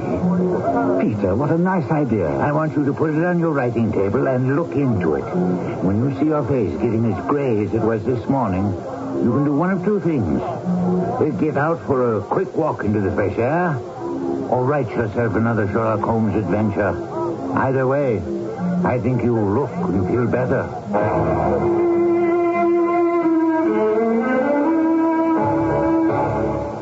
Louise, will you come here a minute? I want you to see something. What is it, dear? Oh, doesn't that mirror look nice? How'd you get the frame to shine so? I used some coarse salt and wood ash and a great deal of gentle rubbing. Well, it's taken every bit of tarnish off. It's certainly not the same old filthy thing you brought home the other day. What did Peter say? I haven't spoken to him. You're the first to see it. But that isn't why I called you in here. Louise, I'm propping this up against these fat books. I want you to look straight into the mirror and tell me everything you see. Please, sit in my chair. Now, what am I supposed to look for? Darling, don't look for anything. Just look. Well, what do you want me to say? You don't see anything yet? Well, yes, of course I see something. I see my own face. You don't see any shadows moving across the glass? Shadows? No. No shadows. Something in the shape of a cross? No, more like a dagger? Arthur, not again. What are you talking about? You're not seeing a dagger in daylight, are you? In this mirror. You don't see anything? I have simply no patience with you when you're like this, Arthur. The mirror is not bewitched. You're bewitched. As far as I'm concerned, I want nothing to do with this stupid mirror. I just refuse to give in to spooks and all that folderol you subscribe to. I'm not asking you to, Louise. I happen to believe there is untapped psychic phenomena that is trying to communicate with us, and you don't. And I don't have to. Oh, Arthur, can't you be as objective about yourself as you are about everything around you? Do you think... Oh, I don't know how to say this. I'll say it for you. You're asking me if I'm not having hallucinations. Suppose I asked George Sinclair to come here for dinner. It wouldn't be the same thing as a visit to a doctor's office. It's just a personal and a friendly thing. All right. Have George here for dinner, and we'll see what he has to say.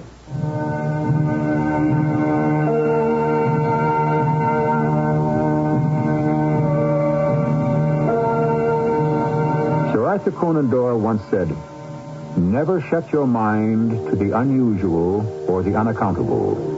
How often have I said that when you have eliminated the impossible, whatever remains, however improbable, must be the truth. How close he is to the mark, I hope we shall learn when I return shortly with Act 2.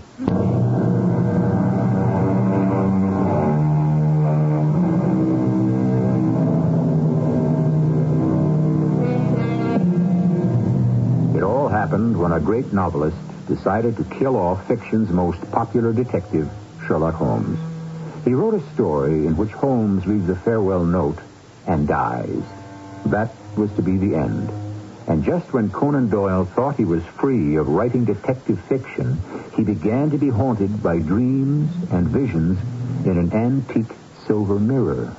Is it always the same dagger, Arthur? Or do you visualize different daggers? Louise, I told you George would make light of it. Oh, no. I'm doing no such thing. As your doctor, I'm trying to find out whether this dagger is imprinted on your retina or upon your imagination.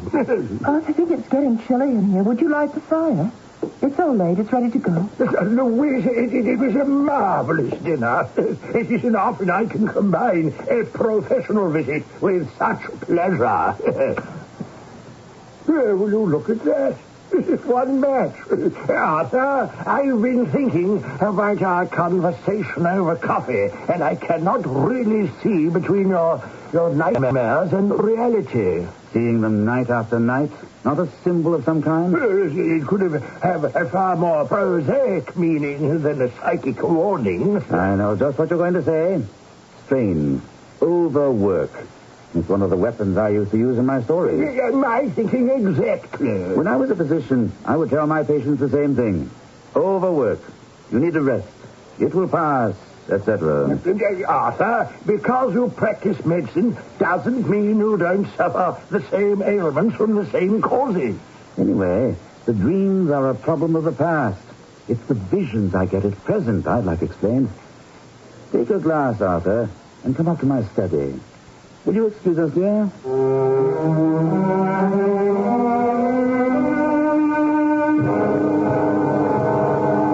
Well, I'll say this. Nobody has the time or the patience or the talent to make a mirror like this today. All that finely wrought silver.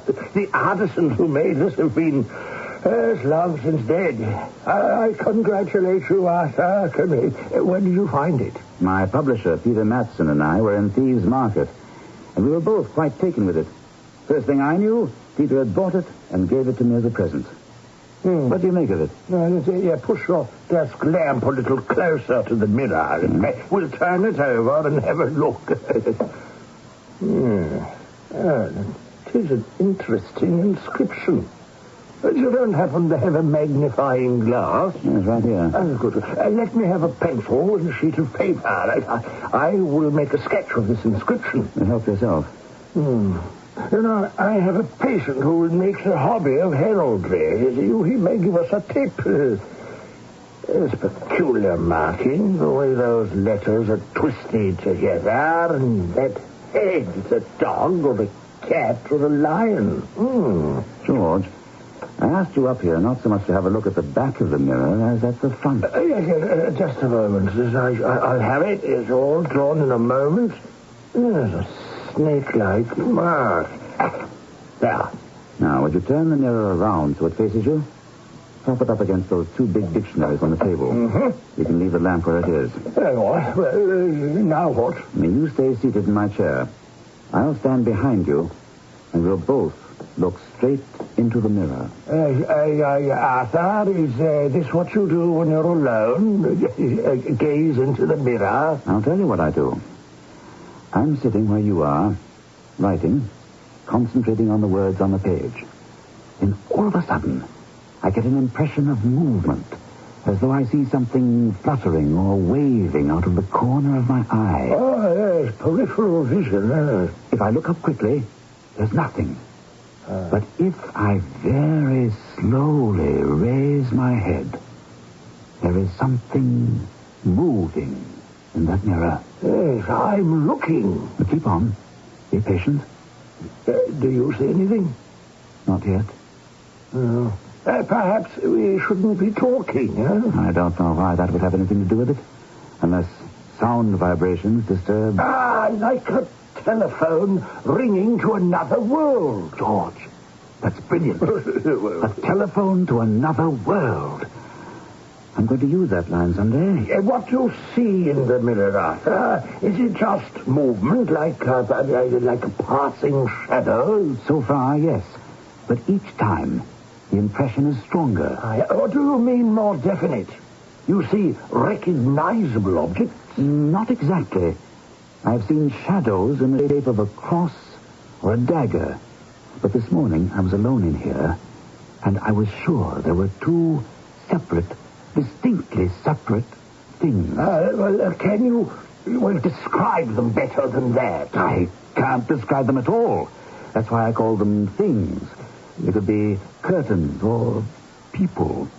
But I do get the impression there is a life going on inside that mirror. Frankly, I don't think we're going to see anything this evening. It's very strange. This is the first time the mirror has failed me.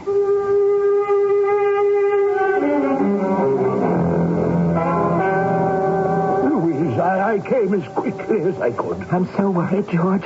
He's lying there in his study in a dead faint. I can't bring him to. I didn't dare move him. Well, I have some smelling salts in my bag. There you are. Well, this ought to bring him around. Arthur, wake up. Arthur. What is it? What is it? George, what are you doing here? Why am I lying on the floor? Oh, darling, you had me so worried. What am I doing in these clothes? Didn't I go to bed last night? Okay. George, help me up. Yes. Now, you're going no farther than this chair by your work table. Now, sit still. Sit still. I want to listen to your heart. Arthur, last night after George left, I was so tired I went straight up to bed. And it wasn't until this morning when I came down and found you here on the floor. Oh, George, is he all right? Is he going to be all right? I spent the night here, on the floor. Don't talk. Oh, take a deep breath. That's right. Now, let it out slowly. Louise, Arthur's perfectly all right. I could use some coffee. Coffee? Yes, so could I. Coffee? Are you sure? Of course I'm sure. Well, I'll have some made and bring it to you. Well, what is it you want to tell me, Arthur? How do you know I want to tell you something? You'll never drink coffee in the morning, and it takes far longer to make coffee than tea. You wanted Louise out of the room. You're getting as discerning as my friend Sherlock Holmes. Last night, about an hour after you left, I was writing at this table. I looked up, and I saw actual human figures in the silver mirror. Yes, well, were they familiar to you? Recognizable as in a dream? Not at all.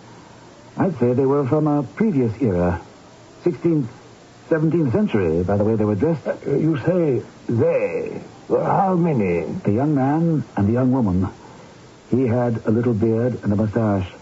Italian-looking. He was playing a guitar. He put it down, and he stood in front of this young woman. She was beautifully dressed, certainly nobility, but the most distinctive thing about her was her red hair.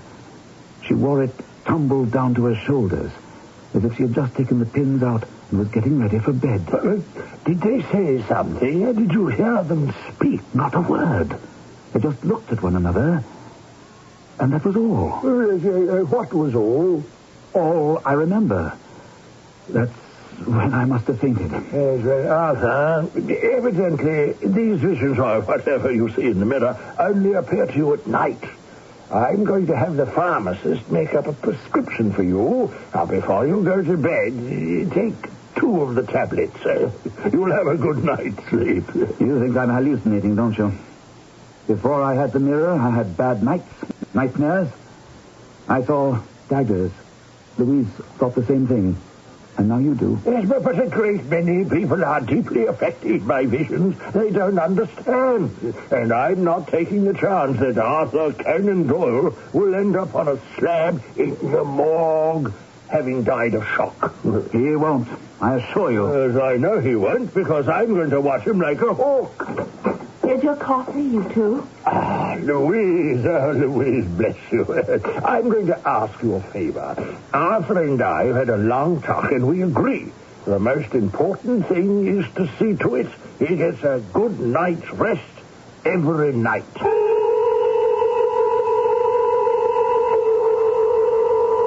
Arthur, where are you going? I'm going up to my study to write. I always do after dinner. But I shall come up for you at 11, and then it's bedtime for you. Louise, I can't work to the clock. Suppose I'm in the middle of something I'm writing. I can't turn it off like a water tap and then turn it on again tomorrow.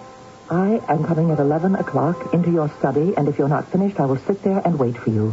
Arthur, I am going to make sure you take the sleeping tablets George prescribed. I'll take them. I never said I wouldn't. All right, Arthur. Just so long as that's understood. Oh, no. Lord in heaven, it's not possible. What are you doing? Can't you see? Look behind you. Arthur, what's going on in there? I'm not seeing this. I'm not. Arthur, what's the matter? What? Arthur, do you hear me? Is that you, Louise? But I heard you crying out. Is something wrong? Nothing's wrong. Everything's fine. Now, leave me alone. It's not 11 o'clock yet. Are you sure you're all right? Let me just come in for a minute. Why have you locked yourself in? Louise, you're behaving like a spoiled child. I need to be alone while I'm writing. You know that. Now, go away. At 11 o'clock, I'll unlock the door. Mirror, silver mirror, show me your secret one more time. Marry my queen. Protect me. The king wants me dead. I have done nothing to harm him. Nothing. My dear master of music, no one will harm you. My queen, they think that your love of music has turned into a love of myself. I am still Mary of Scots. My word is law. Oh, I hear them. They have knives. On my knees, senor, I thank you. Hey, what are you doing in my wife's chamber? David came to sing me the songs of Italy. Oh, only to sing to you. No whispers. No secret words. Yes, he whispered to me, Darnley, that you plan to murder him. That there are men in the passageway. Is that true, husband? I know nothing about it. Then sheathe your dagger. They were going to kill the poor little Italian. What have I seen? What murder is it? Or was it? There's nothing in the mirror now but my own face. If I call upon the mirror again... Oh, I can't. I can't watch a murder. Louise, come in here. I've got to unlock the door. Louise, where are you? I'm here, Arthur. It's all right, dear. I have just seen the impossible. A man about to be murdered. A woman trying to protect him. She is a queen. A queen. And then murderers coming at this little man with daggers in their hands. I swear to you, Louise, I am perfectly sane. And I have seen that happen in that mirror.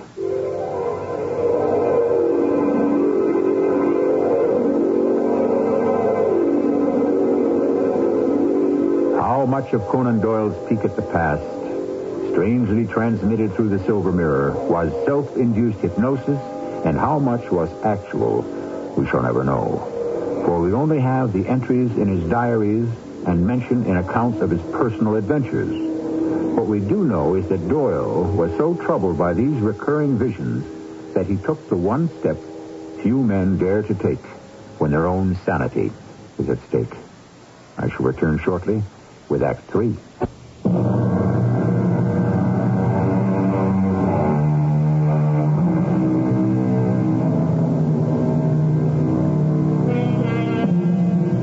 A man admired the world over for turning the short story into a modern art form, for creating an unforgettable master of detection and whose ingenious methods of solving crimes actually furthered the science of criminology.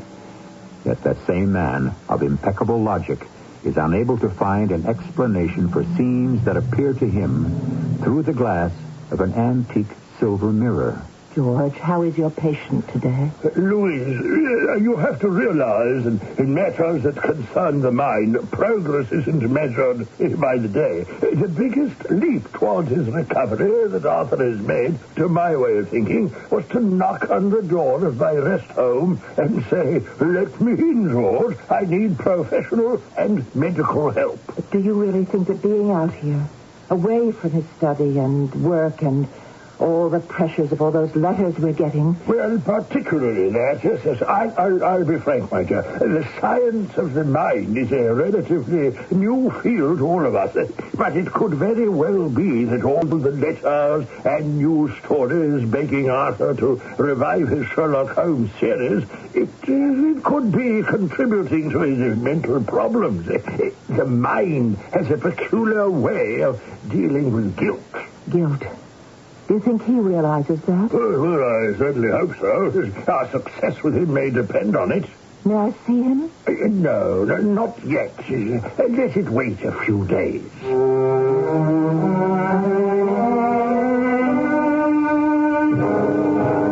Guilty. Is that what you think is at the root of all this? Well, I haven't decided, Arthur. How can I? What we're both trying to find out is why you see things that you do in the silver mirror. I'll tell you why, George. I have a simple explanation. Nothing to do with feeling guilty because I killed off Sherlock Holmes. I see what is in the mirror because it's really there.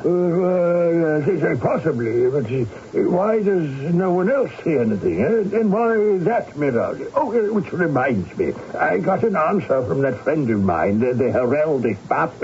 I've looked into it, but I think it would mean a lot more to you, so here it is. Thanks, I'll read it. Yes, well, I'll be back out here in the morning and we'll talk a bit more, all right? One question before you go.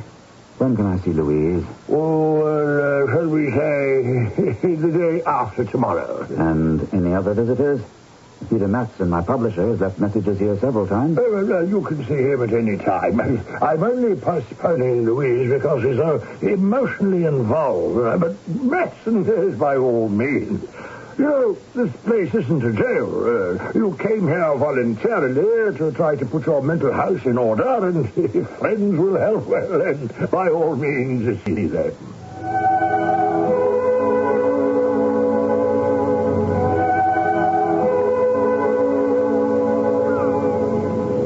I come down here to the beach every day, Peter.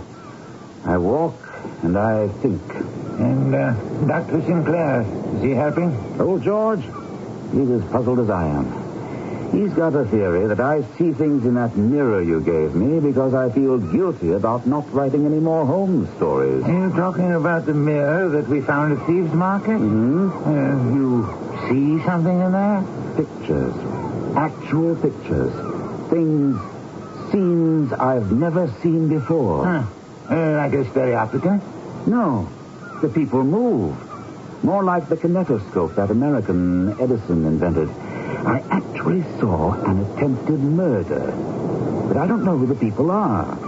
One's Italian. His name is David. And there's a young woman with red hair whose name is Mary. And people call her Your Majesty. Why do you look at me like that, Peter? Arthur, I believe you. I do. These scenes you see take place a long time ago, is that it? That reminds me. A friend of George's had some idea about how old the mirror was. I've got the letter in my room. I haven't looked at it yet. Look, do you think there's the slightest possibility your own mind could be playing tricks because of this old Sherlock Holmes business? Oh, who knows? What I do know is I've spent 3 months trying to outline 2 novels, ending up throwing 2 reams of paper into the wastebasket. I have an idea. Why don't you try your hand at just one simple short story? Nothing wrong, no novelette, no novel. Bring Holmes back or don't bring him back. Write one short story. If it works, maybe you'll want to do another. I can't write here. So leave. Walk out. Write at home as you used to. I can't write at home. Louise? The worried wife. Well, then come to my place. I won't tell anyone where you are. You can have a room all to yourself. Fireplace, bath, but no one to disturb you. Just to walk out of here? What's the alternative? You walk on this beach and you brood and you talk to the seagulls. Inactivity is not for you, Arthur. You've got to work. Think about it. I don't have to. I think you've solved my problem. Work. Now, tell me, what's all this about the silver mirror? Peter, I want you to see it in action for yourself. I'll get myself over to your house. You go over to my house. The back door is usually open. Tomorrow morning, go up to my study and bring the mirror to your place. If we can solve what's going on inside that thing, who knows? I might come up with a very saleable plot.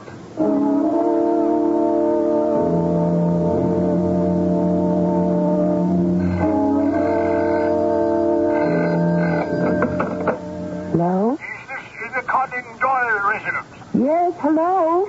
Louise? Yes? Yes, this is George. Dr. George Sinclair. George, is that really you? Louise, Arthur isn't here. Arthur, No, he's not at the rest home. Is he at home with you? No, Arthur's not here. I was coming to Devon today to see him. No, he is not here. We've searched the grounds and he's nowhere to be found. He just took his case of clothes and walked out. Oh, well, I'm sorry, George. If he comes in, shall I tell him to call you? Well, if he comes home, you make sure he remains there. He shouldn't be running around loose. I gave him a relaxing drug. He might suffer all kinds of delusions.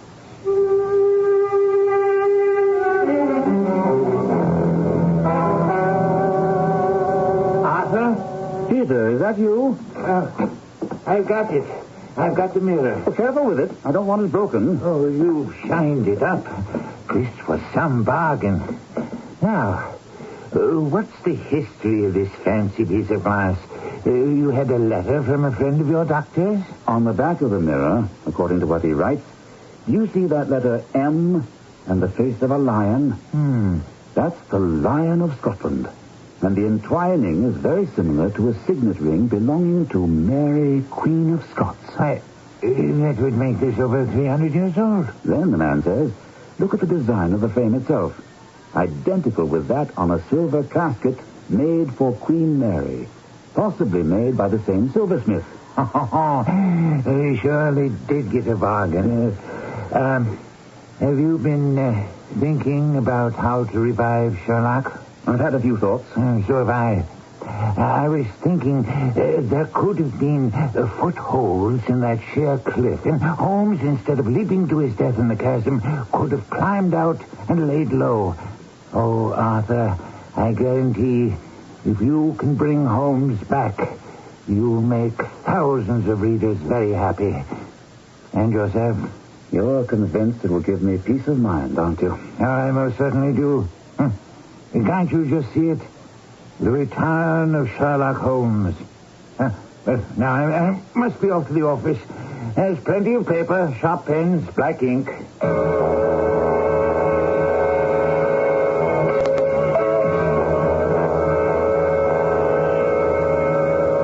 I moved my head to look at the cabinet behind me, and when I turned, there was Sherlock Holmes, smiling at me across my study table.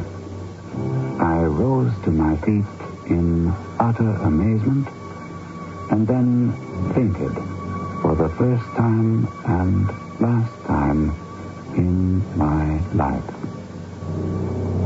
Who is that? Your husband, Madam Darnley. What are you doing with that dagger? It is. I recognize her now from her portraits. It's Mary, Queen of Scots, and Darnley, the king. So this is how the murder of the little Italian musician actually happened. My queen, that musician secretary of yours, David Riccio, have him come forth from your sleeping chamber. He's not there. He has been there over long. He is here at our royal wish. Husband, have you taken leave of your senses? Riccio has offended against the Queen's honor. Who are those outside behind you? Charitable friends. They have only your best interest at heart. Charitable friends? You mean jealous enemies because David pleases me? Come up out of there. Come out from behind the Queen's skirt. Help me! Help me! Save me! Save me!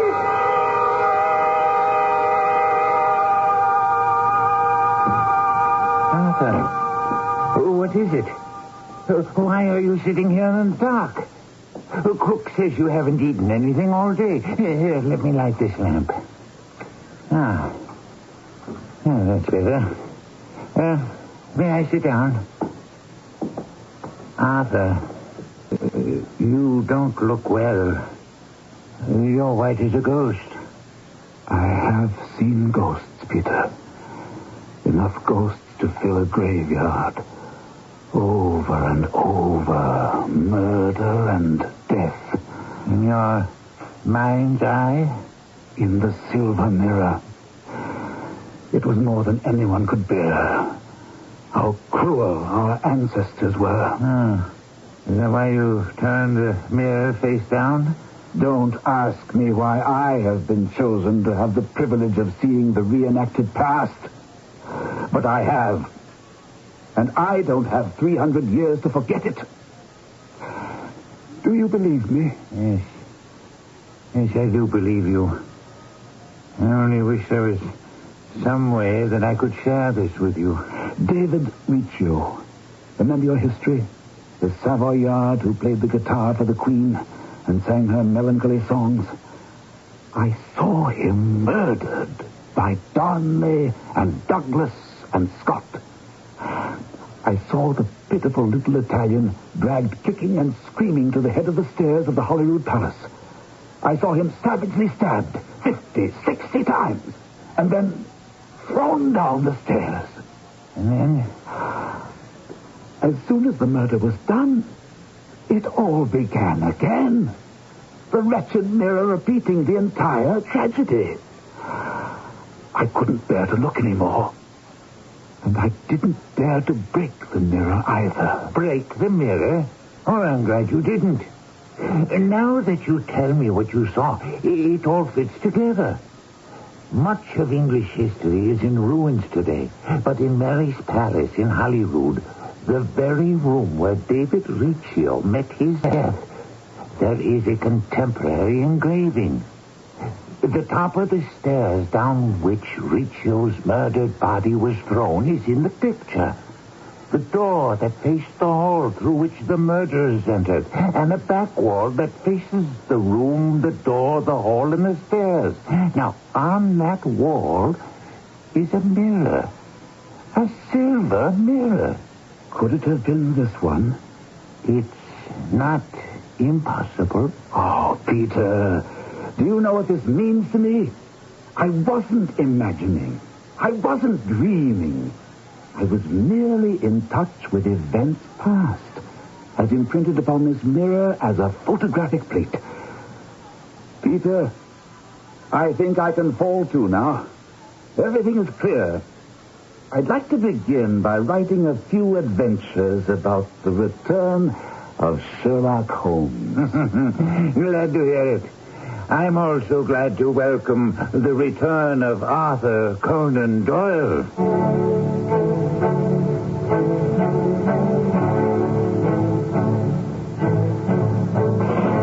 Conan Doyle did revive his immortal character and wrote another 13 Sherlock Holmes stories, including the famous Hound of the Baskervilles, which story contains that unforgettable exchange demonstrating Holmes' unique powers and deduction.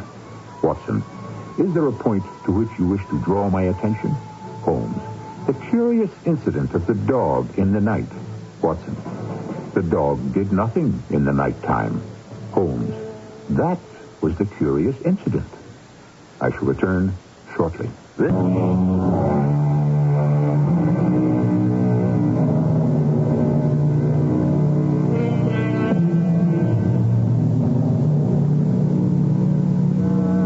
A cult, call it the expression of a need.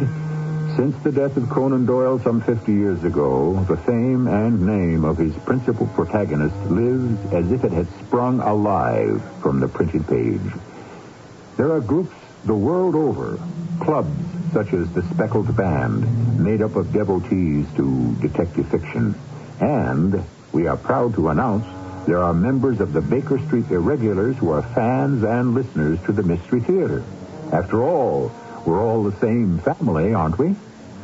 Our cast included Gordon Gould, Marion Seldes, Earl Hammond, and Ray Owens. The entire production was under the direction of Hyman Brown. Radio Mystery Theater was sponsored in part by Raven House Paperback Mysteries. This is E.G. Marshall, inviting you to return to our Mystery Theater for another adventure in the macabre. Until next time, pleasant dreams.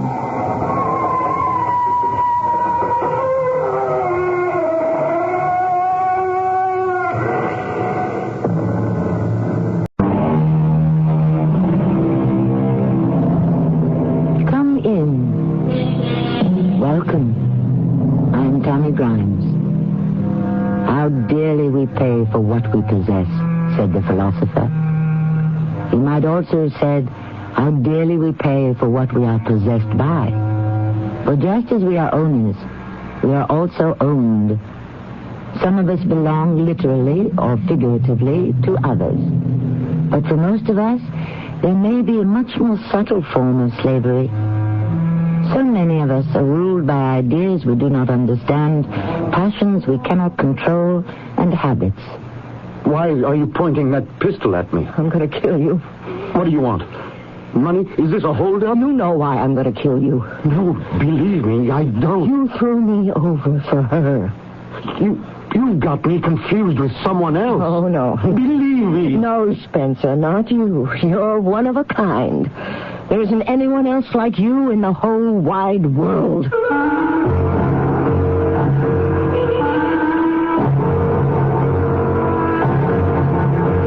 Our mystery drama, Bring Back My Body, was written especially for the Mystery Theater by Sam Dan and stars Kim Hunter. I'll be back shortly with Act One. Taking a laxative? Yeah, traveling throws my system off. But so can a laxative. Not Metamucil. That's Metamucil? Metamucil instant mix in little packets. Oh. Easy to take along. And easy on your system. Because Metamucil is made from natural fiber with no chemical stimulants. More doctors recommend Metamucil for really gentle relief. I like that orange flavor. Me too. Easy to take. If not nature, Metamucil. Read label and follow directions. Lots of friends are dropping by, summer fun's in store. With picnic time and camping time, it's country time for sure. Before you all get thirsty, here's a tip that should be made. Get the drink that tastes like good old-fashioned lemonade. Country time. With lots of hot weather, barbecues, and picnics ahead, get down to your store for plenty of country time lemonade-flavored drinks. Tastes like good old-fashioned lemonade. I'm lost and lonely, scared and sad, trembling at the thought of making you mad. Love is yours, but at times you're so cold. If life's like this, take me before I go. This song about child abuse was written by a man who has served time in a state prison. It tells how he felt growing up as an abused child. Many of the social problems in America today spring directly from child abuse. Yet, with enough knowledge and enough money, child abuse can be prevented. Help us get to the heart of the problem. Write Prevent Child Abuse, Box 2866, Chicago, Illinois, 60690.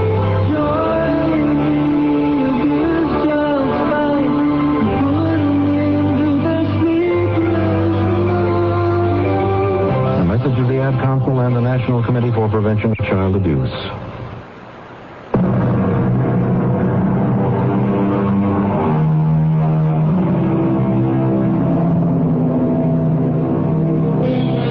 According to Miss Willa Cather, who in her day wrote quite a few good ones, there are really only 2 or 3 human stories. And they go on repeating themselves as fiercely as if they had never happened before. Well, why not? Human beings never change, do they? Down through the centuries, haven't we witnessed repeat performances of the same mistakes, prejudices, passions, hopes, fears, over and over again? And, of course, the same crimes. And your first name, Miss Riding? Tabitha. Tabitha? Are you named for anyone? Tabitha. Who is she? The heroine of a novel. Tabitha? Oh, some long-forgotten early 19th century novel. Oh. For any particular reason? My mother was an incurable romantic.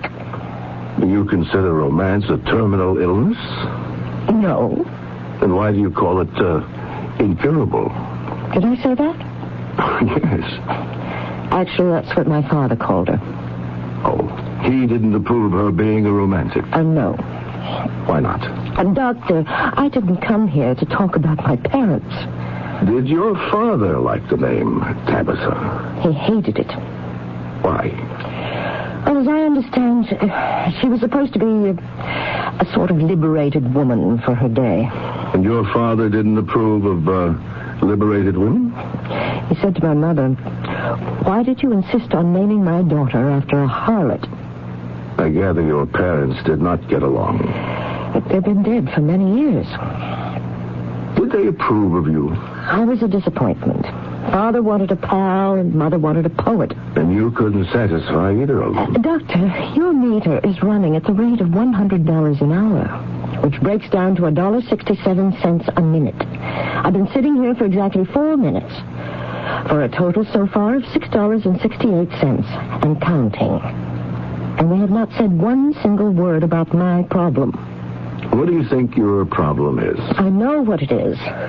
I am being possessed. Possessed?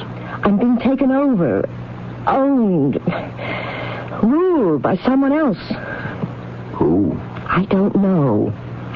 But that somebody else, from time to time, takes complete command of my person. I'm filled with urges and desires that are absolutely foreign to me. Urges and desires to do what? Kill.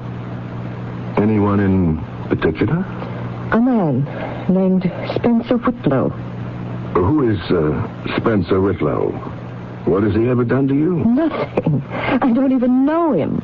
Yet you have an urge to kill him? I don't have the urge. There's somebody who takes over my brain, my body, my psyche. That someone wants to kill him. When was the last time you had a complete physical examination? 2 months ago. My company has a most comprehensive medical plan. They couldn't find anything wrong. What company do you work for? I'm a designer for Spuria Powlett. I'm sure you've heard of them. Spuria. Well, I'm familiar with many of the prominent names in the fashion industry, but I can't say that I've heard of that. Dr. Spuria Powlett is one of the world's largest construction engineering companies. Oh. I design transmission systems and pressure vessels for oil refineries. Beg your pardon. You should. Well, Doctor, we've just passed the 6th minute and the 10th dollar. Where do we stand? What do you expect me to do? Operate. Operate? Psychically. What does that mean? My mind is being invaded by some sort of alien force, some psychic infection. Remove it. How often do you get these attacks? Now? Several times a week. Describe what happens. I'm aware of sudden pains in my head, my fingers, and my knees. And then, slowly, I'm overwhelmed by anger, hatred. A name seems to explode in my brain. Spencer Whitlow. I have an irresistible desire to kill him. I try to fight it, but soon I black out. You faint. I disappear. I, Tabitha Riding, am no longer in my own body. It is the property of somebody else. And then after a while, that someone returns my body to me. I'm back home. Where had you gone? I don't know. Well, how can you be sure you'd been anywhere at all? Well, the last time I returned, my clothes were wet. I looked through the window. It was raining. Therefore, I must have been outside. Can you cure this condition in a month? What do you say, in a month? That's when my leave of absence is over. I simply cannot risk having an episode at work. I have enough problems there, just being a woman. You're not married? No. Do you date? No. Why not? I've always been self-sufficient. I should like to be present at one of those, seizures. Well, it can happen any time of the day or night. Doesn't matter. Call me.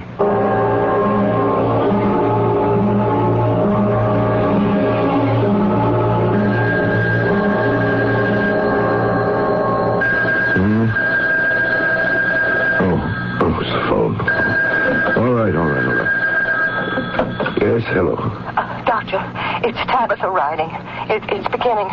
Tell me exactly what's happening. I hurt my head, my fingers. I'm cold. I'm freezing.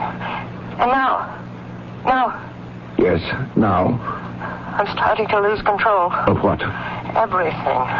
Nothing inside me wants to obey me. My hand, it doesn't want to hold this telephone. My lips don't want to form any more words. The room is starting to spin. Around and around. Hold on, Miss Riding. Try to hold on. I'm losing control. Fight it. Try to fight it. I'm losing control. I'll be right over. Miss Riding. Miss Riding. Miss Riding, it's the doctor. Where are you? Miss Riding? Where could she have gone? Officer. Yeah? Officer, I'm looking for a woman. Aren't we all? Well, slender, dark-haired, about 40. Buddy, those are the best kind. Officer, I am a doctor. She's my patient. Have you seen her? What would she be doing out on the street at this hour? What was that? It came from around the corner. Sounds like glass being broken. I better have a look. You were right, officer. It's this shop window.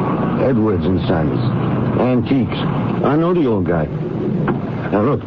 Here's the brick somebody used to smash the glass. Why? There's nothing in here but odds and ends. Bric-a-brac.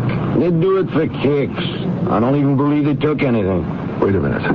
Look at this. It's blood. Yeah? Whoever broke the window must have put a hand through there and cut it on some of these jagged fragments. So something must have been taken. Yeah. Yeah, I'll get on the horn and report it. It's Riding. It's you. What do you want, grandfather? Miss Riding. Don't you know me? I've never seen you before in my life. But Miss Riding... Why do you call me Miss Riding? I must talk to you. I think you have me mixed up with somebody else. Grandfather. It's important that we go somewhere and talk. Why don't you mind your own business? Listen to me, please. No, you listen. Just because I'm out on the street alone at night, it don't signify I'm looking for a man. What do you take me for? Miss Riding. And if I was, what would I do with a dried up... Miss Riding, this is the exact moment for us to talk. Get away from here. Let me try to rouse you from this... I'll holler for the watch. The watch? You heard what I said. Listen.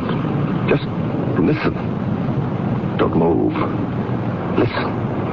Think. Concentrate. I don't need the watch. I can handle you myself. Stand absolutely still. You see this? It's a pistol. Now go. An old-fashioned pistol. No, it isn't. It's the latest kind there is. Miss Riding, try to think. It's got a percussion cap instead of a flint. Miss Riding. Start walking. You must try. Because I'll start counting. Think. Try to think. And when I reach 3, I'm going to fire. I'm only trying to help you. 1. All right. All right. Just don't shoot. Start walking. 2, 3. And the next time I see your ugly face, I won't miss.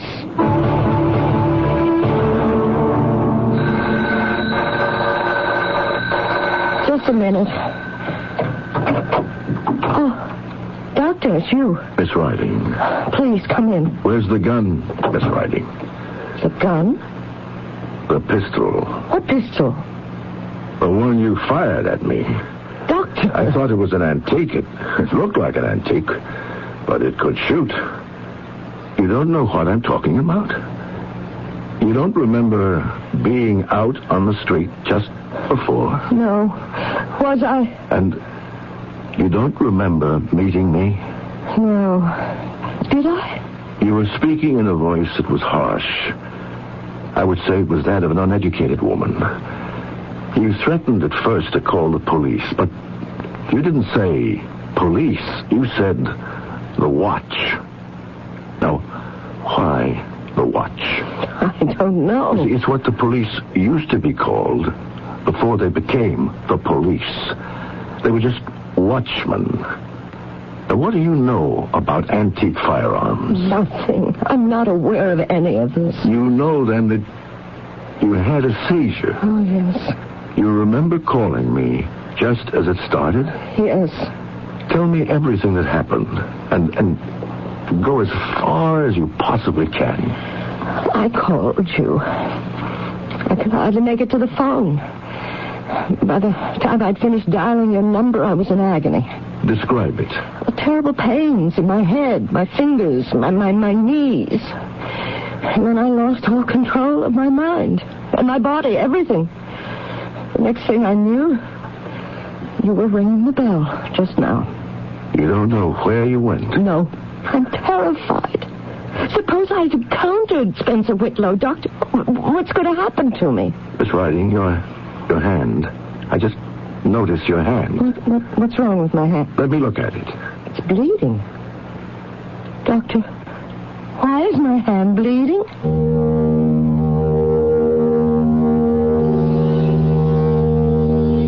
If she's the one who broke the antique shop window, that might account for it.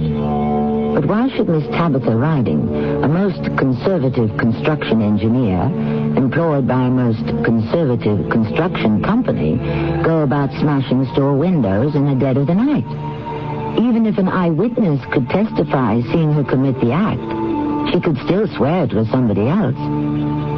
Perhaps we may meet that somebody in Act 2 once again. Right now, independently owned True Value hardware stores are celebrating American independence by offering special values on True Test paints during True Test anniversary paint days now until July 11th. Hi, Pat Summerall to say Woodsman Solid Color Latex Stain for just $9.98 a gallon gives wood a solid coat of color without hiding rough-cut texture. And for a long-wearing economical house paint, choose True Test Select Latex. It's also just $9.98 a gallon until July the 11th, exclusively at participating True Value hardware stores. I am a smoker, and I smoke about a pack a day. Sulamar, Antioch, Illinois. And I thought, wow, my teeth are really getting yellow. She used Total Smoker's tooth polish with fluoride. My teeth started getting whiter, and it gave like a shine to them that they hadn't had in a long time. I was very happy with it, and I smile again all the time. Total Smoker's tooth polish with 3 ingredients to clean and polish helps remove ugly tobacco stains. Topol is gentle enough so you can use it every day. Use only if directed. Countdown to Cure. Bill Bixby with a message from the Leukemia Society of America. Leukemia is responsible for the deaths of more children than any other disease, and more adults than children. Research by the Leukemia Society of America has brought us this close to finding a cure, but we need your help to continue the fight. It'll be a happy day when we put an end to this killer. It's a matter of time. This is Gene King for your Better Business Bureau. If you receive merchandise in the mail that you didn't order, then you can keep it and consider it as a free gift. Under the law, you don't have to pay for it, and it's illegal for the company to bill you. Only clearly marked free samples and merchandise mailed by charitable groups asking for a contribution can be mailed to you in the first place without your prior consent. And even in these cases, you can consider the merchandise as a gift.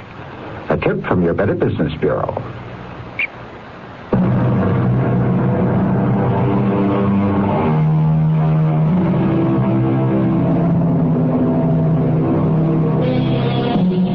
Tabitha Riding, and she is named for the heroine of a long-forgotten 19th century novel. And yet there is absolutely nothing romantic about her. She is a quiet, serious lady who has gone in for engineering. Indeed, she is what used to be known as a spinster. Back in those days, when there was a faint aura of derision associated with that condition. But there is another side to her, perhaps. Even another life, of which no one, not even she herself, is aware. Does the hand bother you? It just stings a little, Doctor. You're quite good at dressing a wound. Well, it's hardly a wound, just a few deep scratches. Who or what could have wounded me? That's what we have to find out. We only have a month. A month? That's when I must return to work. If I display this kind of conduct in the office, I could lose my job. If I were you, Miss Riding, I wouldn't worry about my job. I'd be concerned for my life.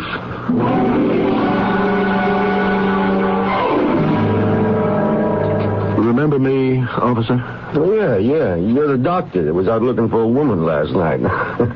Did you find it? Yes. And they told me at the precinct you'd be having coffee here at this time. That new sergeant, he knows every move you make. That smashed window of the antique shop. What about it? What was taken? Old man Edward, he sure came running down there that night. I thought he'd throw a fit. Did he have much of a loss? I only swiped one thing on him, a pistol. Pistol? Yeah, one of those old-time, what do they call them? Horse pistols. It was kind of valuable, though. It was? Yeah, the old guy was sounding off about it. The big deal was it was the first pistol that used the percussion cap, which had just been invented to replace the flint. Yes, the pistol. Now, was it in firing condition? The old guy said, yeah. Well, he keeps them all in A1 apple pie order. Enhances the worth. Although, if the thing is so valuable, why do you leave it laying in the window? Well, I gotta hit the street. Where is the pistol, Miss Riley? I told you I don't know. But you broke the window, and you stole it. Well, that may be true. It is true. I was not aware of what I was doing. Which places me in a rather awkward position. Why? You broke the law. I have a duty as a citizen. Well, you also have an obligation as a doctor. I'm not obligated to protect a criminal. Let's see how far we can go. Now, while you're having these incidents, we know you're aware that you must kill Spencer Whitlow. Now, are you aware of who you're supposed to be? For instance, what's your name? I think it's Tabitha. You mean you are still Tabitha Riding? No. I'm Tabitha somebody else. Tabitha who? Just Tabitha. Now, your mother named you after a heroine, Tabitha, of a 19th century novel. Yes. Was that also the name of the novel? I think so. What can you tell me about the book? I told you I never read it. Would you have a copy of it? Oh, no. Oh, no? Well, my parents are dead. And there was so much stuff, I couldn't keep everything. I gave it away. To whom? To one of the charities, I imagine. I can't even recall. Did your mother ever talk to you about the book? All the time. She loved it. She would tell me things. What things? I don't remember. Try. I told you, it was so long ago. Do the best you can. Do you know anything about Benjamin Franklin? Well, yes, sure. I remember reading something by him. It was a perfect description of the way things were between my mother and me. He said, silver-toed mothers have leaden-heeled daughters. Do you understand what that means? Oh, yes. It counts for a considerable percentage of my practice.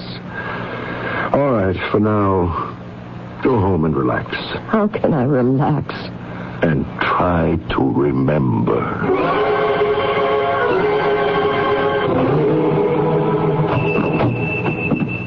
Is there a Mr. Dunstan who owns this shop?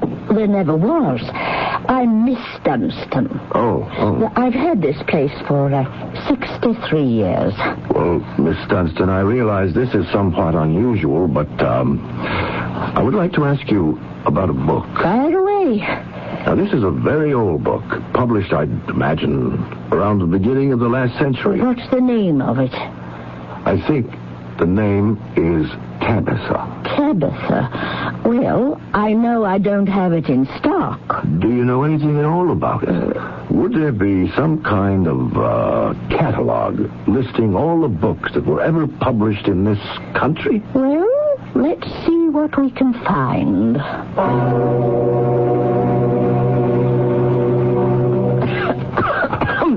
Oh, you can tell I haven't opened this reference volume in years. Oh, stand back a little, or you will inhale some of this dust. Is there anything in it? S-T... Oh, and here it is. T-A... Tabitha. You found it. Tabitha, romantic novel by Elizabeth Daryl, 309 pages, published in 1840. 18 by Slocum and Moresby, 81 Park Place. Is there any way I could get a copy? Well, from whom? Slocum and Moresby? I think they went out of business 100 years ago. Would a volume still be around? I doubt it. Of course, we could advertise. Tabitha. I wonder what that story was about. Oh, do you know how many millions of books have been published since 1814? Oh, it terrifies me to think about it. I think it may have been bought here once. By whom? Or if I could remember the buyer, it might open up a whole chain Mrs. Riding. Mrs. Riding. Give me a minute. Oh, yes, indeed. I have her nicely now. What can you tell me about her? Helena Riding. She came in here quite often. Oh, yes, she loved old books, especially romances, even trashy ones. Now I remember. Tabitha. Trashiest one of them all. Who was Tabitha? Well, she was one of those heroines who start life as a barmaid and hop in and out of better beds until they make a splash in society. See, that's the upswing, and then comes the downswing, and then back they fall into the gutter. And this was Mrs. Riding's heroine? Well, yes. She claimed that Tabitha was in revolt against the tyranny that held women down in those days. Oh, she was a good customer, though, poor Mrs. Riding. Why do you say poor? Well, she and her husband, they died in a fire. Oh, yes, it was in the papers. They were asleep, and there was some kind of explosion in their basement. Oh, the whole place went up. What kind of explosion? Well, they had a gas heater, a boiler, some sort of thing like that, and it just went up. Oh, I remember they died. But the firemen were able to save the daughter. Do you know how long I'm going back now? Oh, over 20 years. Miss Dunstan, do you remember anything else about the book? Is there perhaps a character named Spencer Whitlow? Oh, I never really read it. Just leafed through it. Besides, it's the kind of book that some reviewers would call eminently forgettable. Miss Riding. Yes, Doctor. You told me that your parents died many years ago, but you didn't tell me how. Well, why is that important? What do they have to do with all this? You didn't tell me that they had died in a fire. Well, it wasn't my fault. I didn't mean it. What are you saying, Miss Riding? I wasn't aware that anyone ever thought it was your fault. I don't know what got into me. Was it your fault, Miss Riding? No. Tell me about it. There's nothing to tell. How can it even be construed as your fault? Miss Riding, how can I help you if you... It was an accident. What was an accident? The fire. Then how could it be your fault? They were mine. Yes? What was yours, Tabitha? And don't call me Tabitha. I hate that name. You hate the name? Yes. We would sit around in the evening. I would always be home. My mother would always ask me. She would keep asking me. Why are you always home, my dear? And I'd never say anything, because my father would always answer for me. She's home, obviously, because she doesn't want to go out on dates. And that would start the two of them off. But dates are not important. They should be to a young girl. Well, she should be trying her wings, dancing, painting, music. Oh, come now. She should be running around with a crowd of kids her age, having fun. She should be playing tennis and golf and go sailing and skiing. Well, why don't we send her to study in Paris? Wouldn't you like that, my dear? No, Mother. She's got good sense. Now, where do you want to go to college? State Tech. And what can you study at State Tech? Engineering. A daughter of mine's going to become an engineer? You see, Doctor, I couldn't get along with either of them. I couldn't be an all-American girl for Daddy, and I couldn't be a painter, pianist, ballerina for Mother. I turned to science for solace. Almost, you might say, in self-defense. The chemicals. Yes, I had a laboratory in the basement. I did experiments. I'll never know if the furnace blew up because of some mishap beyond our control, or if it was all activated by some of my chemicals. No one will ever know. But you feel guilty? Yes. Now then, where does Spencer Whitlow enter the picture? Spencer Whitlow? And why should you want to kill him? How many times must I tell you? I don't want to kill him. It's this person that's possessing me. Miss Riding, you are that person. You yourself. No. Think, Miss Riding. Think. And we will talk again tomorrow.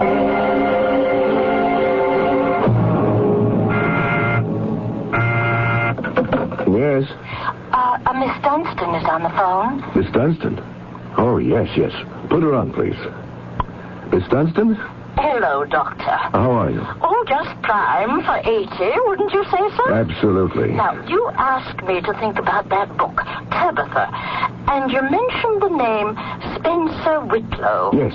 Well, reconstructing the story, I recall he was the villain. He's the one that kills Tabitha.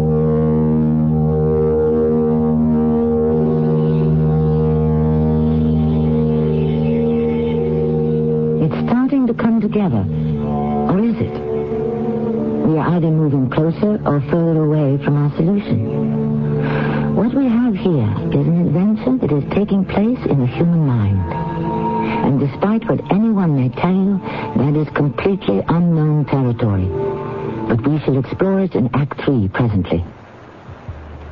What's red and gold and tastes like summer? Nectarine. Summer fruit that wouldn't be summer without. It's peak of the season for fresh nectarines. Fresh from the trees, taste them and see. Juicy and sweet. California nectarines are beautiful right now. Nature's way of smiling. Sunshine on the trees. Nectarines. Sponsored by the growers of California summer fruits. Weekdays from the creators of The Young and the Restless. It's Capital, desire and passion set behind the marble curtain of power in Washington, D.C. Then follow the lives of people searching for their place in the sun on Guiding Light. And stay tuned for glamour and laughs as Bert Convy brings you celebrity couples and their hilarious secrets on Tattletales. You never know what Tattletales will tell. That's Capital, Guiding Light, and Tattletales. Weekdays on CBS Television. Check your local listings for the time.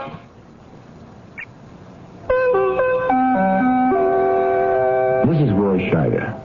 I was struck by the fact that almost 2 million living Americans have been saved from cancer. I have to admit, I've always thought of cancer as a pretty hopeless disease. But the fact that nearly 2 million people have been saved made me realize that if the disease should hit me, I'd have a fighting chance. The important thing is to catch it early, before it begins to spread. That's when it's most curable. And the way to catch it early, as the American Cancer Society points out, is with regular health checkups and by knowing the warning signals. Consider that a reminder, okay? And those 2 million people saved from cancer are a reminder of something else, too. They're living proof that our contributions count. Help save more. Please give generously when your American Cancer Society volunteer calls. Remember, cancer can be beat.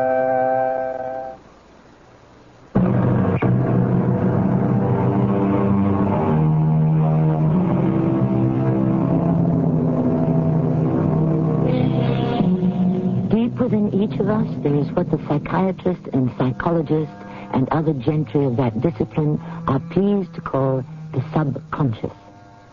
The subconscious is a churning, boiling, bubbling cauldron that is constantly in a state of agitation. Most of the time, the activity is contained within its boundaries, and we are completely unaware of it. However, on occasion, it explodes and overflows. Then look out. Miss Dunstan, you're saying that Spencer Whitlow is the villain of the novel Tabitha? Yes, sir. That's exactly what I recall. He was the dashing, good-for-nothing, handsome villain. Oh. But you see, Tabitha, she sells her virtue. I mean, she keeps on selling it even after it's long gone, to further his career. Do you follow this? Yes, I do. Oh, he's an awful person. Well, what happens? Well, He becomes established, rich, famous, secure, but she falls from grace back into the gutter. You understand? Yes. Well, she wants him to make her his wife. After all, he did promise to make her his wife. Well, you know what these promises are worth. Oh, yes. He laughs at her. Besides, he's engaged to marry the daughter of the wealthiest man in the country. She says she'll kill him first. He rides her down. You know, he's on horseback. I see. Well, that's how she dies. Well, I hope I've been of help. You were, Miss Dunstan. Thank you.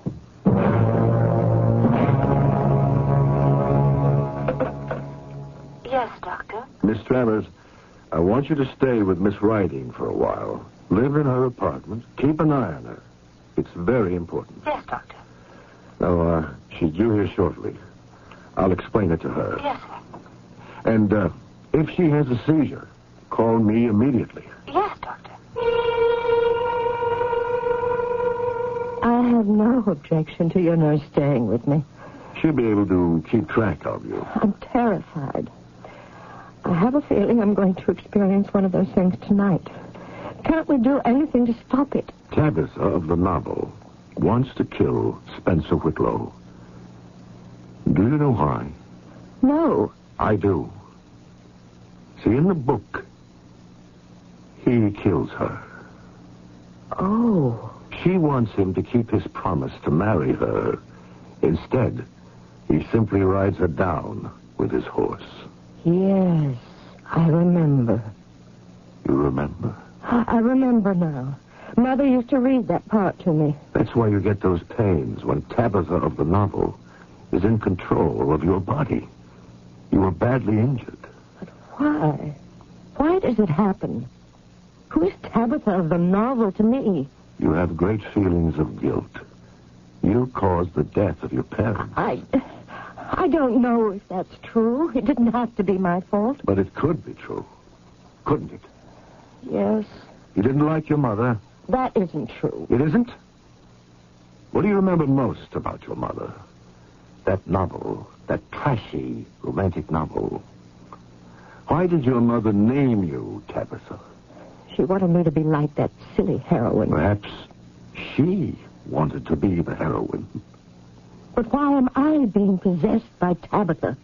That we may never know. Can it be that Tabitha of the novel is a living creature? Can it be? How? Well, suppose the author had created... Oh, no, I'd better not say it. But I will. Maybe her spirit lives and is searching for a body, and mine is vulnerable. You realize what you're saying? Yes. And you're an engineer, you're rational, practical. But I'm still my mother's daughter. Flighty, romantic. Really? I keep it under control, I assure you. Rigid control. But, Doctor, what are we going to do? I can't live this way. Perhaps Spencer Whitlow can help us. Spencer Whitlow? I told you, I don't even know who he is. Have you ever tried to find out? I wouldn't even know how to go about it.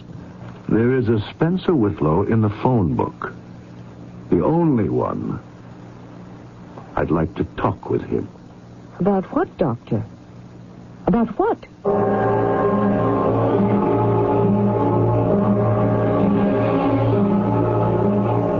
Won't you have a chair, Doctor? Thank you.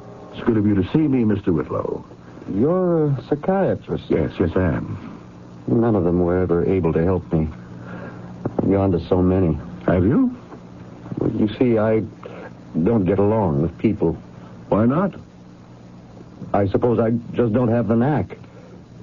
All my life I've been awkward, ill at ease with others. But I've adjusted to it. I have a job where I don't have to have anything to do with people. What sort of job? I'm a computer programmer, analyst. Anyhow, what is there I can do for you, Doctor? You said it could be a matter of life and death. Yes. I need you. You, alone, of all the people in this city. And for one reason only. Your name happens to be Spencer Whitlow. What does that have to do with anything?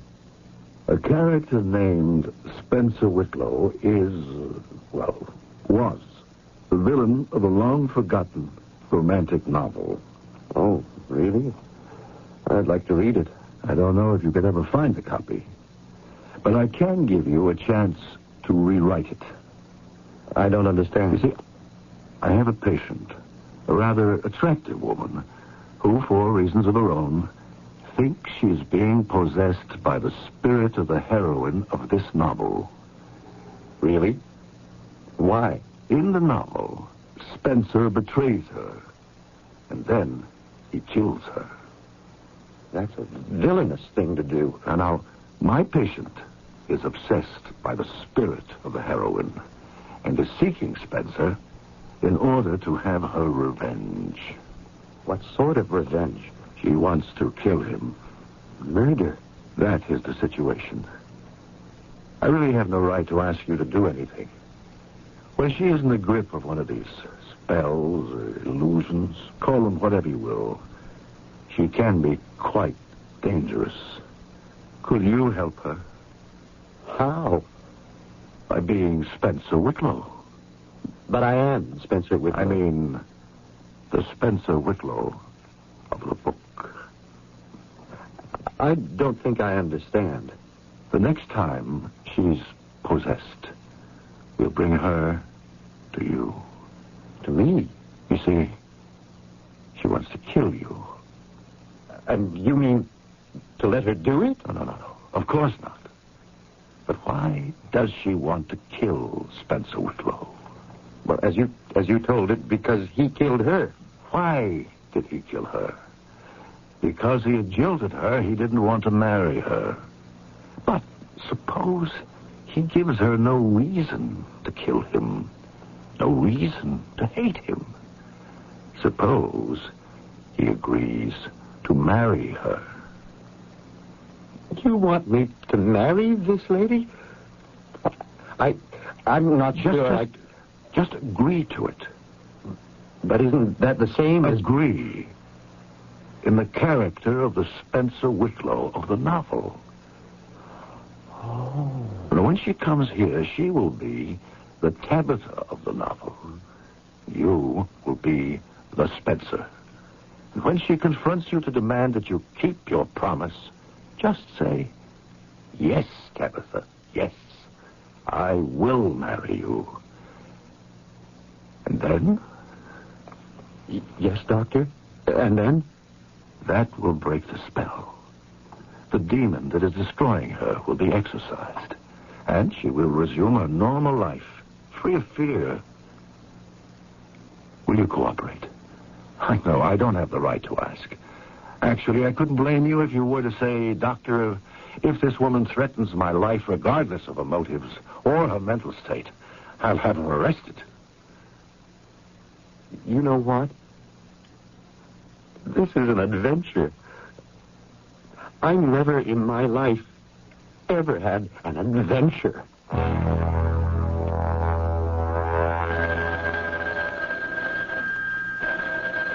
Hello? Doctor. Well, yes, Miss Travis. I think it's starting. Whatever it is, I think it's starting. I'm on my way. Try to keep her there as long as you can. Miss Travis. Out of my way, Grandpa. What did you do to my nurse? We had an argument. She lost. Miss Travers, are you all right? She's all right. I didn't hit her that hard. Now get out of my way. Where are you going?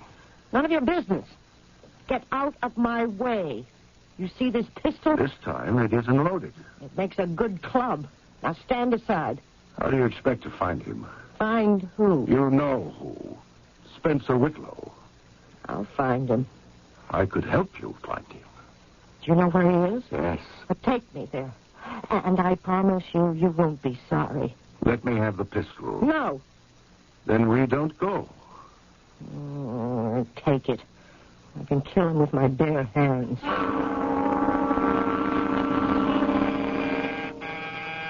You better be here. You will be. How do I know this isn't a trick on his part? He'll shoot me as I walk in. Trust me. My head hurts. I can't even think anymore. But I still know enough to kill him. Hello. Come in. Come in, you spy. Informer. I didn't do anything. You turned me over to the judge. No, I didn't. Why would I do that? So you could marry her. She's got all that money. Why is she better than me? She isn't. Believe me, she isn't. But you're going to marry her. No, I'm not. Don't lie to me. You've done nothing but lie to me since that cursed day we met. Well, you're not going to kill me. Not this time. Why would I want to kill you? Because you know you can only marry her over my dead body. Tell her, Spencer. Tell her. Tell her. Oh, yes.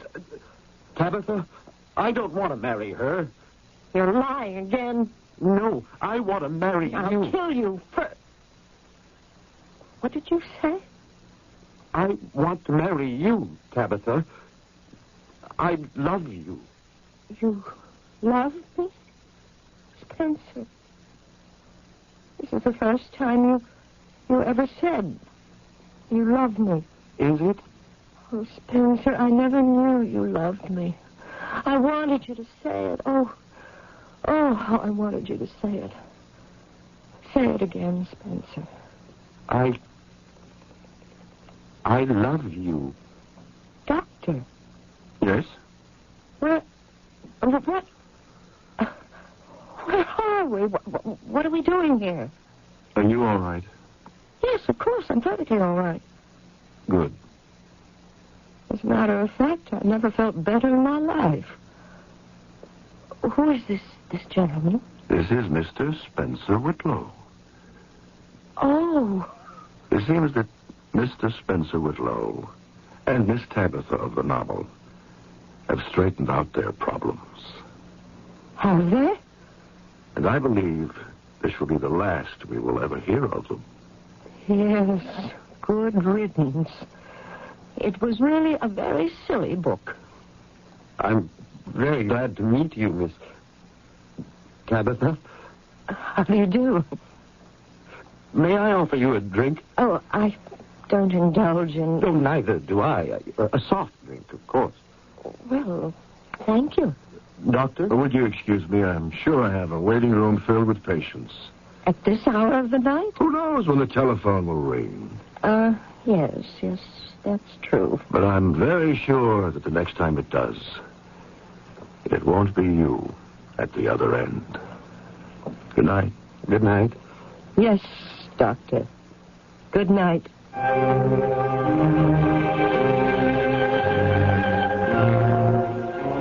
His phone rings, and as they say sometimes, it seems to be ringing off the wall.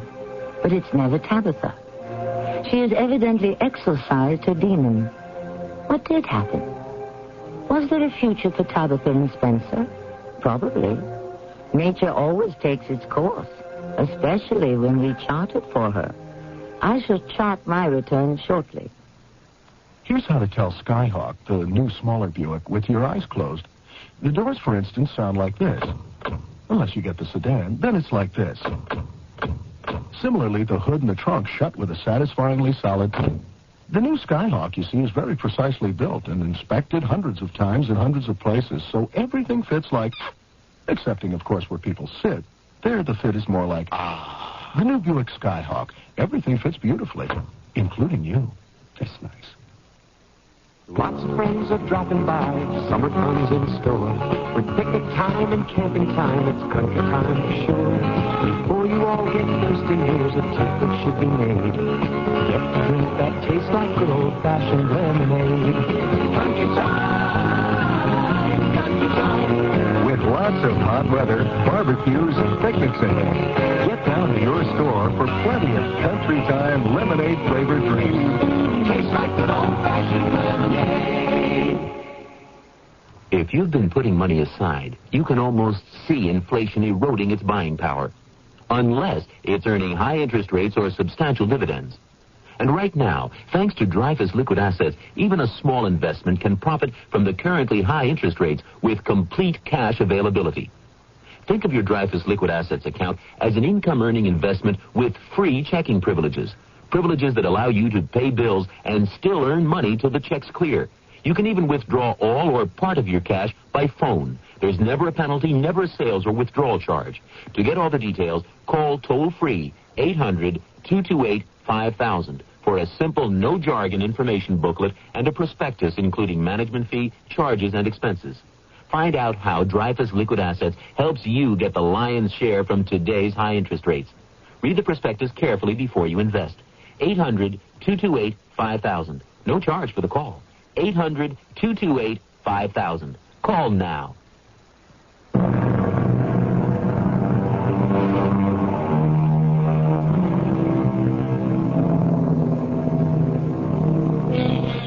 What happens to them? To all those characters from novels and plays? Do they live on past the last page, the final curtain? You know they do. Isn't Scrooge still alive? And Huck Finn? And Sherlock Holmes?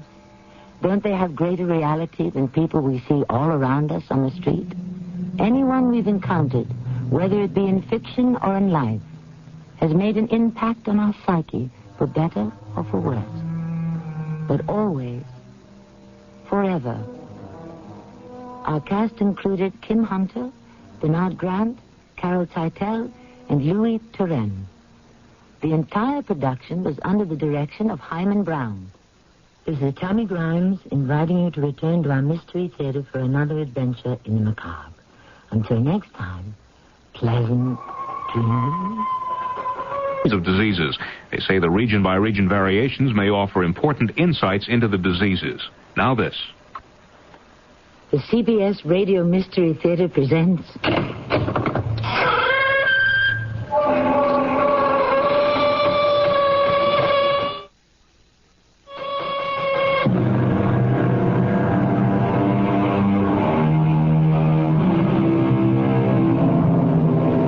Come in. Welcome. I am Tammy Grimes. Mystery fans have often speculated on how the world's greatest detective, Sherlock Holmes, would have fared against 20th century criminals. Sir Arthur Conan Doyle has told us that Holmes lived up to and possibly through World War I and then retired. And now, for the listening delight of our Mystery Theater audience, we present a story which brings Holmes out of retirement to attempt the solution of a baffling and perilous crime. Hello? Mr. Sherlock Holmes. Yes? Go back to your bees and your roses in Sussex, old man. I intend to. After I bring this case to a successful conclusion. You're in over your head, Holmes. This is a different world.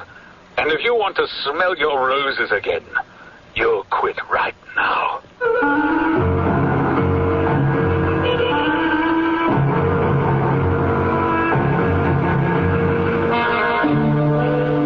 Our mystery drama, The Naval Treaty, was written especially for the Mystery Theater by Murray Burnett and stars Gordon Gould. I'll be back shortly with Act One. Wednesday on CBS Television. For Annie Potts, it's In Security. When her boss picks her to replace him, the rest of the security staff rallies around her. I'll kill if he picks you. So she throws a party to show her appreciation. But things don't work out quite as she planned. Wally said he was sorry he couldn't make it. He's at home converting our den into a garage. It's a guaranteed good time when you tune in to the rollicking comedy In Security. Wednesday at 8:30, 7:30 Central and Mountain on CBS Television. For over 3/4 of a century, Buick has enjoyed a reputation for having fine, luxurious cars. We're very proud of that. It's a reputation that grows every year. 1982 was no exception. There was the introduction of the new century and the small Buick Skyhawk. And while each Buick lives up to the name, there are refinements and improvements on everything from the full-size Electra down the line. You see, the Buick reputation isn't just something we ride on. It's something we build on. They say their product is the highest quality. But how can I be sure? Well, they say it's a great value. Well, how will I know until I try it, and then it'll be too late? Well, there is another way. A way to stop buying blind and start buying smart. Read Consumer Reports. Consumer Reports tests and rates thousands of things you shop for. Foods, home care products, appliances, automobiles, and much more. Millions of Americans read Consumer Reports magazine every month for reliable brand name ratings. Oh, Consumer Reports, of course. My neighbor's been subscribing for years. Now you can, too. Just phone toll-free 1-800-528-6600 for 11 issues of Consumer Reports, plus the big 1982 buying guide, plus the 1983 buying guide when published, plus the 383-page health and drugs guidebook. All that usually costs $29, but now it's only $14. Call right away. Was that 1-800-528-6600? Right, 1-800-528-6600. Don't get taken. Get Consumer Reports.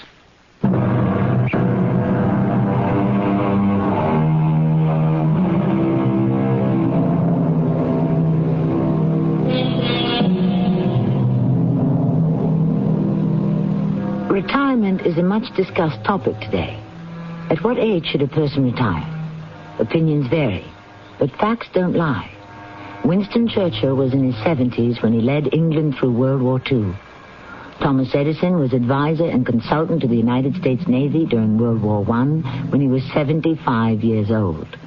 And Casey Stengel led the New York Yankees to 4 straight World Series triumphs when he was in his 70s. It seems that the answer to the question depends on the individual, and Dr. Watson would agree with me. Holmes! Watson, my dear old friend. It's a delight to see you after so many years. Come in, come in. Oh, thank you, thank you. Did you enjoy your nap on the train? Holmes, how in the world did you know I napped? Simplicity itself, my dear chap. Tell me, was the cushion you use as a headrest comfortable? No, Holmes, this is too much. You must have spoken to someone who traveled with me. Watson, we've been separated far too long. Now, you're a man who is always meticulously groomed.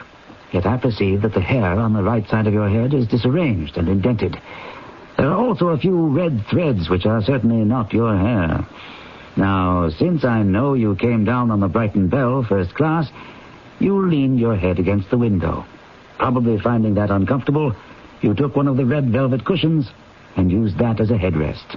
Right? Amazing. Elementary, Watson. Mr. Holmes, I'm very glad to see that you're the old Holmes, as brilliant and as alert as ever. You expected to find a doddering old man? Come now, Watson. All you had to do was look in the mirror. You're hale and hearty enough. Now, why the haste? You remember Sanford Phelps? Your old schoolmate, Sandy? Of course. Is he in some kind of trouble? No, not he. But his son is in a frightful mess. His whole career at the Foreign Office is going down the drain. Sandy is desperate. Scotland Yard and even MI5 are completely baffled. Sandy asked me to see you and ask you to give him a hand. I'm enjoying my retirement, Watson. But if you'd like me to undertake this task, I'm your man.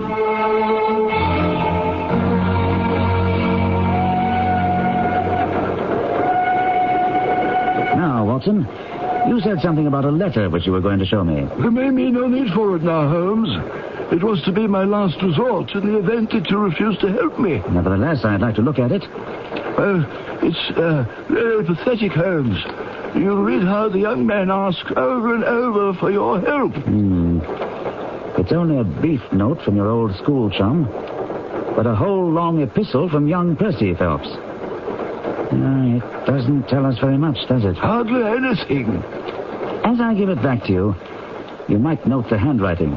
It holds some interest. The writing isn't his. Excellent, Watson. It is a woman's. No, Holmes, this hand is surely that of a man. No, a woman's. And a woman of rare character. Watson, my interest is already sharpened in the case. I'm looking forward to seeing this young diplomat who's in such devilish straits, and the lady to whom he dictates his letters.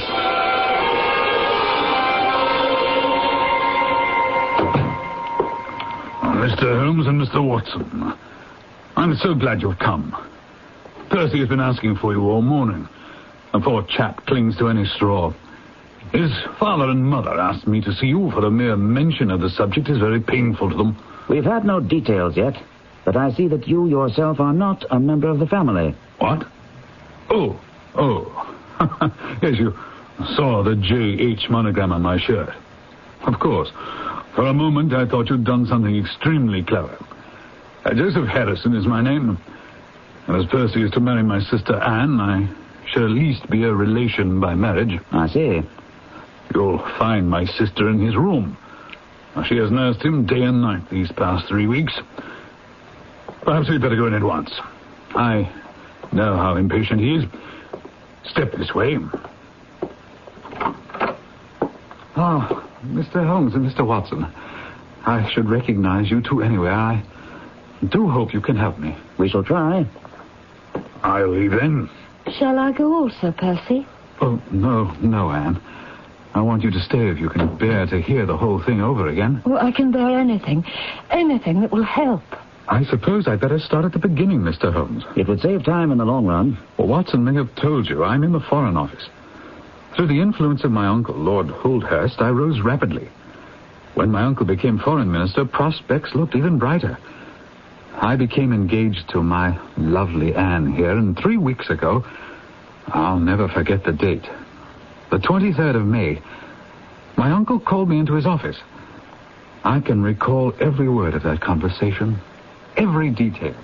Percy, my boy, you've handled every matter I've entrusted to you with the utmost discretion, but this is by far the most important matter you've yet to deal with. This is an agreement between our country, and you will see the name of the other country when you copy the document. The agreement would never leave my office if it weren't absolutely necessary to be copied. I regret to say that some rumors have already leaked to the press. You have a safe in your office? Oh, yes, sir. Then take the agreement and lock it up inside there. You may have to work late tonight. I want no one in the office while you're doing the copying. Understood? I do. I cannot risk anyone catching a glimpse of it. I understand. Now, when you have finished copying, replace both the original and the copy in the safe and hand them both over to me personally tomorrow morning. Yes, sir. Then you may lock them in your safe now. I shan't rest easy until the original and your copy are back in my possession. So, Mr. Holmes, I took the document. I did exactly as my uncle instructed. When the others had all gone, I took the document from the safe and began work. Without going into details, I saw at once that it was of such importance that at least 3 of the large powers would have paid fortunes to get their hands on it. I worked as quickly as I could, but it contained 26 separate articles, and by 9 o'clock I was feeling tired. A cup of coffee would help, so I rang the bell for the night watchman, who has a little room at the foot of the stairs and makes coffee for any of us who work overtime. Is that the only bell in your office? Oh, no, there are a number of them to different offices, but I rang the night watchman's bell. To my surprise, it was a woman who came to my office. You rang, sir. Oh, well, where's the night watchman? He's not too well, sir, so I climbed the stairs for him. And who are you? Well, I'm his wife, sir, and I'm also one of the cleaning women. Is there anything you want? Well, yes, I'd like some coffee, please. Well, I'll see to it that my Sam gets it for you, sir. And that was the last I saw of her, Mr. Holmes, until much later. You had never seen this woman before? Oh, never. Interesting. Proceed. What happened with the coffee? Well, nothing. I continued to work until, feeling more tired than ever, I decided to go down myself and see what was keeping the night watchman. So I descended the stairs, passing the landing where another set of stairs runs at right angles to the main curving staircase. Leading to where? A side door opening on Charles Street. Ah? This door is kept locked, and only a few of us have a key. You have one? Yes, but I rarely use it. Oh, Mr. Holmes, if only I hadn't gone down for that stupid coffee. I should have stayed in my office. I should have stayed and finished. I should have stayed, or I should have taken more care. Go on. You were on the stairs on your way to the office of the night watchman. Wait Wake up, man. Wake up. The coffee's boiling over. No. What? Oh, Mr. Phelps, sir, I'm sorry. I was boiling the kettle and I must have dozed off. Dozed? You were dead to the world. If you are here, sir, then who's ringing the bell? The bell? What bell is it? The bell in the room you were working in. Your room, sir. Mr. Holmes, a cold hand seemed to close around my heart. I ran like a madman up the stairs, the watchman following me. Well, there was no one in the corridor. No one in the room. Everything was exactly as I left it, except that only the copy I was writing remained. The original trade agreement had vanished. A most intriguing problem. What did you do then? Well, I think I literally went berserk. I was convinced, because such a short time had elapsed, that energetic action on my part would recover the document. I raced downstairs and out to the side door to Charles Street. I knew the thief must have used the side stairs, else I surely would have seen him. You said that door was always kept locked. Well, it was open. I presume you told that to Scotland Yard? Oh, I don't know. I think so. I must have. And what did they make of it? Nothing. Go on. It was a warm spring rain falling, and Charles Street was deserted. But when I rounded the corner into Whitehall Street, there was plenty of bustle. I saw a constable standing on the corner, and I asked him if anyone had passed that way. He replied that he'd been standing there for 15 minutes and that only one woman had passed, tall and elderly, wearing a paisley shawl. As we stood there, I heard the nearby church tower strike 3 times. I'd forgotten the watchman had followed me, but had been unable to keep up with me. Mr. Phelps! Mr. Phelps! We must go the other way. The woman who the constable saw pass this way was my wife. The constable said she seemed to be in a great hurry. She wants to get home, out of the rain. Oh, I suppose that could be. You're only wasting your time, sir. Every minute counts. Take my word, my old woman has nothing to do with it. Let's move down to the other end of the street. Oh, wait, I must think. If you won't, I will. Hold on there. Where do you live? 16 Ivy Lane, Brixton. But don't let yourself be drawn away on a false scent. Come with me to the other end of the street.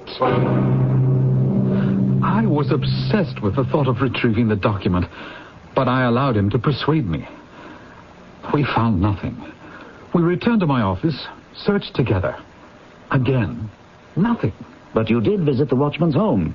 Well, after our search proved fruitless, we took a cab and reached his home in Brixton. Imagine my surprise to find his wife was not there yet. Well, he had no explanation.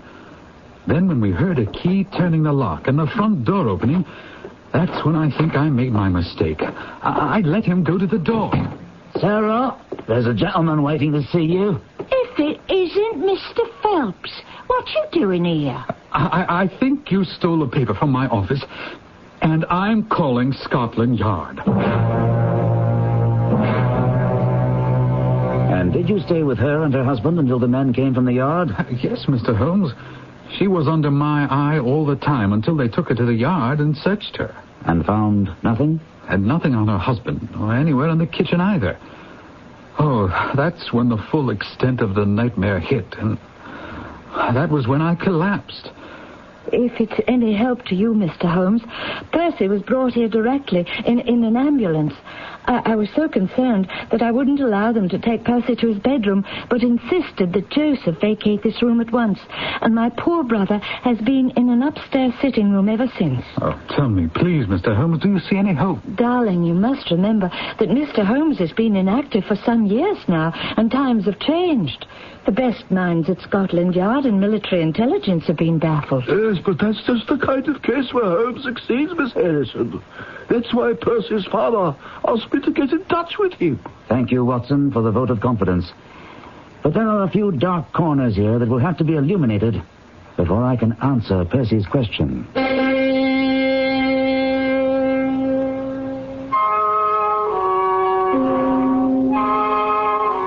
Do you believe that time has passed our old hero by? That the powers of Sherlock Holmes, the pure deductive reasoning, the microscope, and the encyclopedic knowledge are no match for the more modern criminals? Whichever side you choose, and I caution you, it's not a sure thing. You'll find the answers coming up shortly in Act 2.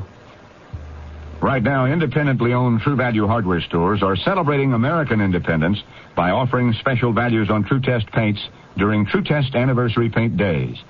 Hi, Pat Summerall to say, until July 11th, Weatherall Latex Flat House paint in 26 colors, black and white, is just $11.98 a gallon, with custom colors slightly higher.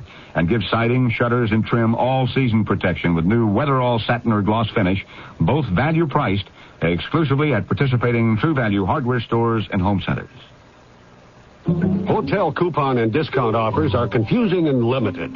That's why the world's largest lodging chain invites you to call Best Western before you call anyone else. Chances are you'll find the Best Western just where you need it most at a price you'll want to pay. No strings attached. Call 1-800-528-1234. Best Western. 1-800-528-1234. Best Western. When you turn on the 11 o'clock news tonight, you'd like to think that what you're watching is the best newscast in Detroit, especially if it's the only newscast you've had a chance to watch all day. You want reporters who'll give you the best possible coverage of news, weather, and sports, reports that are up-to-date, exacting, uncompromising. News 4 Tonight at 11 gives you just that, but not only just that. It gives you special features and reports that gives it an edge over other newscasts. Information that could translate into an added edge for you. A consumer tip that might alter your shopping list. A warning about that latest Hollywood blockbuster destined to bomb at the box office. It's this kind of complete reporting that qualifies News 4 at 11 as the best late-night newscast you can watch in Detroit. And it's this kind of reporting that won it this year's Emmy Award for Excellence. So tonight, don't settle for anything less than the award winner. News 4 Tonight at 11. Thousands have already switched. Now the one we want is you.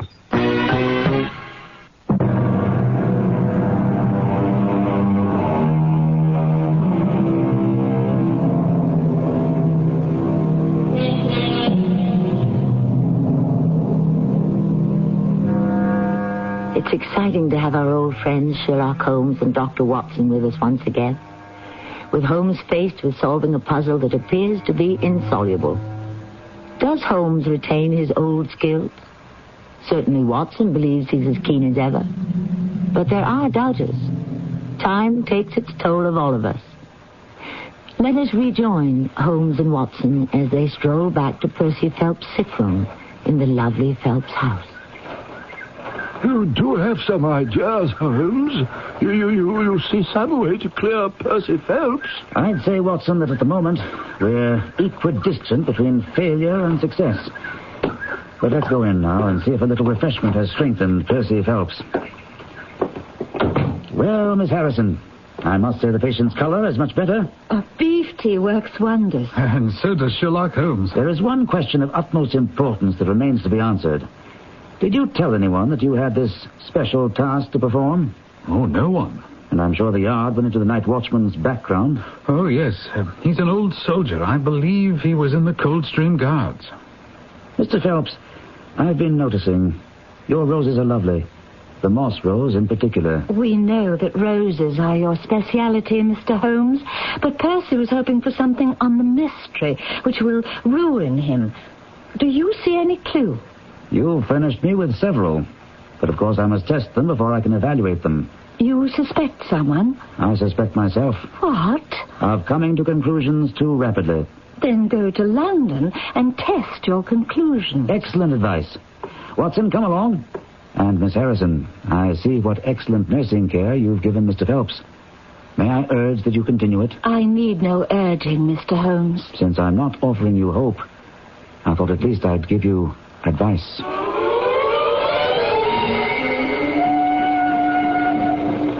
For the life of me, Holmes, I can't see where you found several clues in Phelps' recital. I couldn't find... The CBS Radio Mystery Theater presents...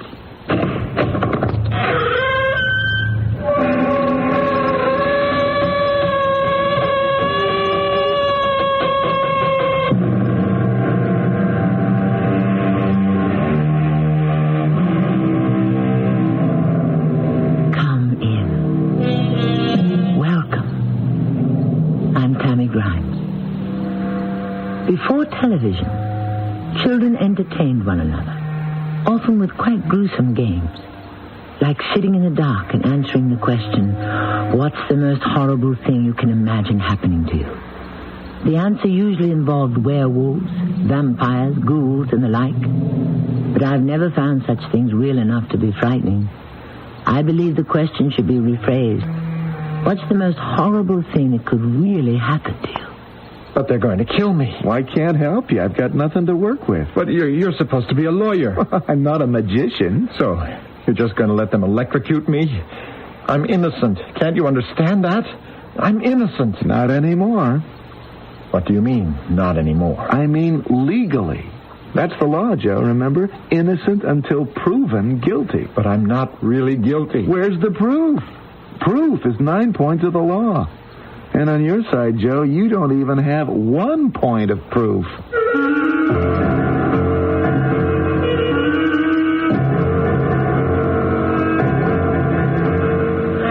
Our mystery drama, The Victim, was written especially for the Mystery Theater by Bryce Walton and stars John Lithgow. I'll be back shortly with Act One.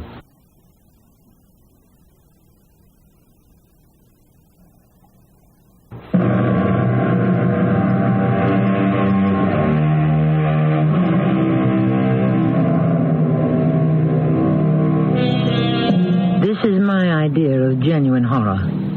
To be somehow proven guilty of murder when you are not. To be locked away in a cold cell, alone, friendless, helpless, waiting to die.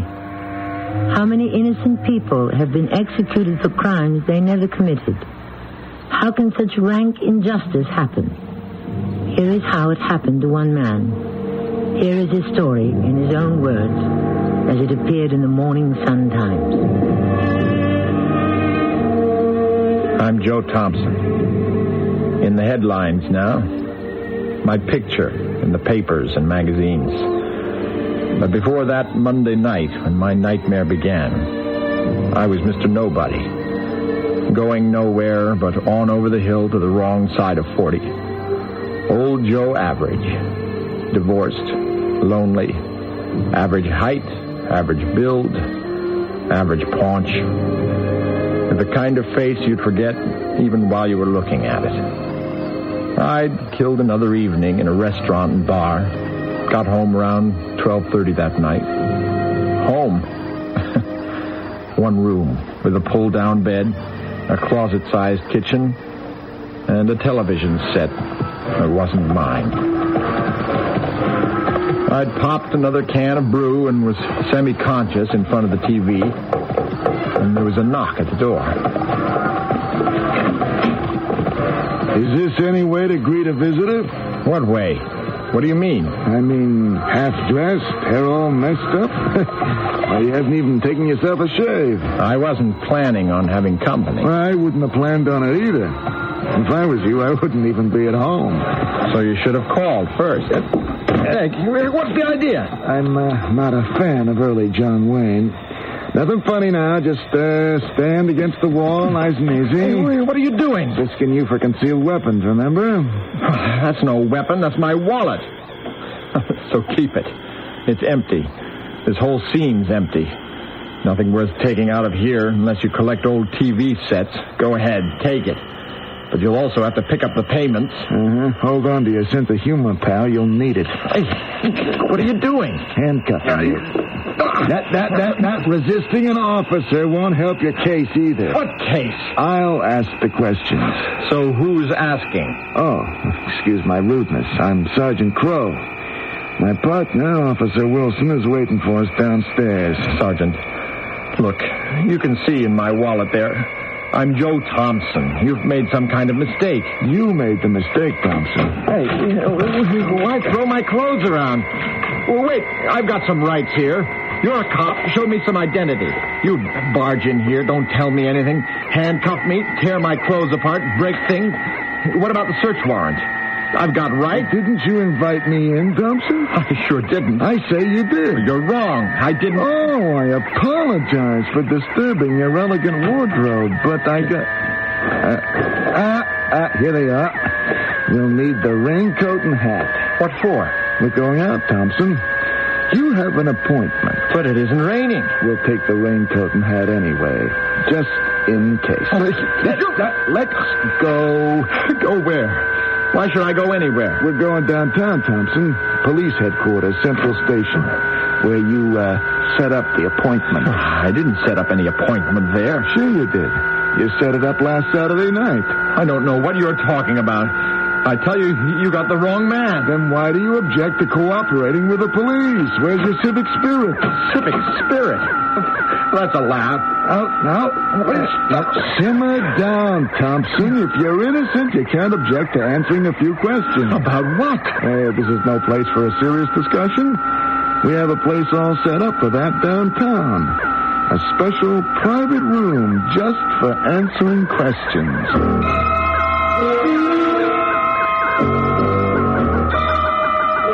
How long have you lived here in Palm City, Mr. Thompson? About 6 months. You married? I was, but my wife thought better of it. You're adrift. I wouldn't say that. Well, how would you classify yourself, then? You don't seem to spend very long in one location. I'm a carpenter, sir. That's my line of work. And hasn't a great deal of your work consisted in standing in unemployment lines? I've put in my time there, yes. But I've got a job now at Larson's Building Supplies on South Street. You're a carpenter there. Well, I'm getting close. Work in the lumber yard. Were you working there last Saturday? Yeah, that's the big day at Larson's. How late did you work Saturday? Until 6. And what did you do after that? Well, mostly, I guess I just drove around. Oh, just drove around? Yeah, I do that a lot. Just doesn't seem to be much else to do. Cruising? I wouldn't say that. Just driving, killing time. Killing time? Lonely, in a new town, not knowing anyone much. Do you drive around looking for company? Maybe. It's always a possibility. But did you also kill some time in the Shamrock Bar? Sure, I dropped in there for a few. To pick up some company? Well, it could happen. But mostly I just... what time were you cruising the Shamrock Bar? I don't know exactly. Like I said, I was there to kill time. Not count it. I had a few. My memory's on the hazy side. When did you get home from the Shamrock Bar? Maybe around 2 a.m. This raincoat and hat, Thompson, they're yours? Yes, they are. You went to the Shamrock Bar, then home, huh?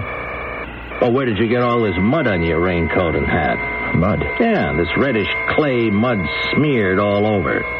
Where did you pick that up, and when? I guess I don't... wait, yes, I remember now. I had a flat tire. Sure, it's all coming back to me. A blowout. Mm-hmm. Had to change a flat there off the road. Oh, off the road? Where? Along Jemison Drive somewhere, I think.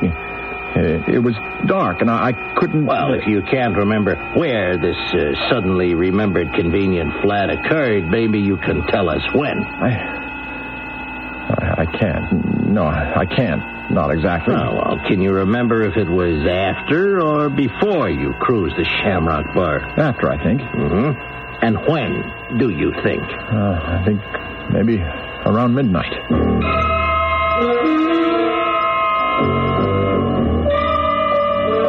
You're Benny Sharp? For 66 years, sir. Your occupation, please.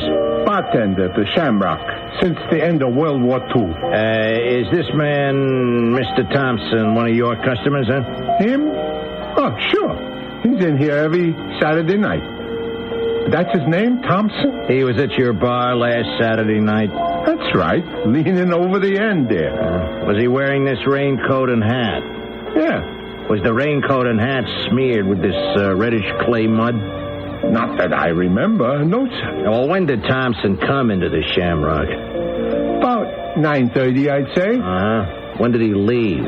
Maybe a little after midnight. Now, was the girl Dorothy Logan at the Shamrock Bar Saturday night? Yeah, she was. She's there just about every night. And what time did she leave? Around midnight.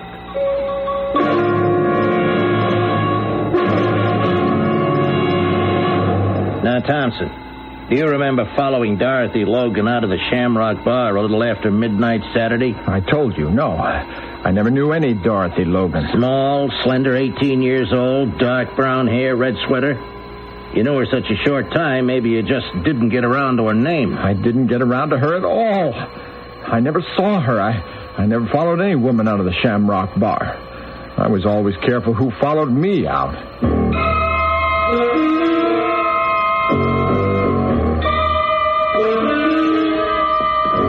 So where are you taking me now? Just down the hall here, Thompson. We have a little theater set up down here for our guests. Little theater? Right. For bad actors. You've got to fill me in. What am I supposed to have done? You can tell me that much. I can tell you what you'd better do. Call yourself a lawyer. Why? Why do I need a lawyer? You guys are weird. All sound alike. Who, me? I never did nothing. I'm clean. A lot of you, innocent as babes. Some of you really think you are innocent. That's what's really weird. I'm not weird. I am innocent. Here we are, Thompson. Now, just step up here between these two gentlemen. That's right. What is this? You're on stage, pal.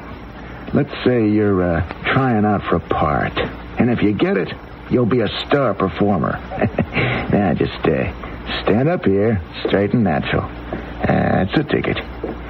Now, Miss Travis, please look at the men lined up there. Now, you look at them, study them very carefully. Now, take your time. Now, do you recognize any of them? I'd rather not, but I do. Well, have you seen one of these men before? I sure have. But what I saw wasn't a man, it was an animal. Would you point out the man you recognize? That one. Second from the right there. You have seen him before? Yes. But what if I hadn't? Look at him. Anybody'd know on first sight he was an animal. Where and when did you see this man? In Jonathan's Grove last Saturday night. No, actually it was early Sunday morning. Now, are you certain? Now, you must be absolutely certain, Miss Travis, that this is the man you saw. I'm certain, all right. Do you ever forget how a skunk smells? He's the one. He's the killer. I am sure you've noted the fact that all men are mortal. This is most fortunate, at least for mystery stories, where anyone can be a victim, don't you see? Which is perhaps as it should be in a democracy. For example, anyone at all may be robbed, mugged, murdered, or falsely arrested. It is just a matter of waiting one's turn. Or is it? Joe's story of persecution sounds straightforward and believable enough. Perhaps we shall clear up some disturbing contradictions in Act 2.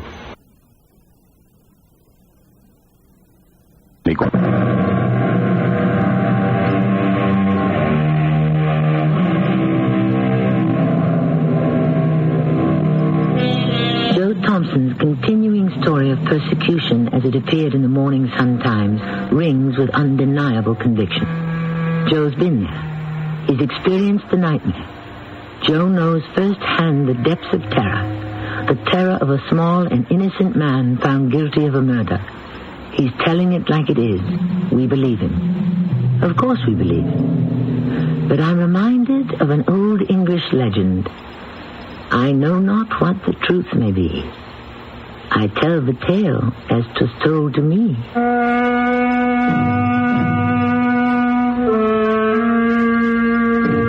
I kept telling them the truth. What else could I tell them but the truth? But nobody believed me. Nobody even bothered to listen. Nobody cared. I was presumed guilty of murder. And who cares about murderers anymore, right? Let's care more about the victims, right? Sure, fine. That's just dandy. I'm on the side of the victim.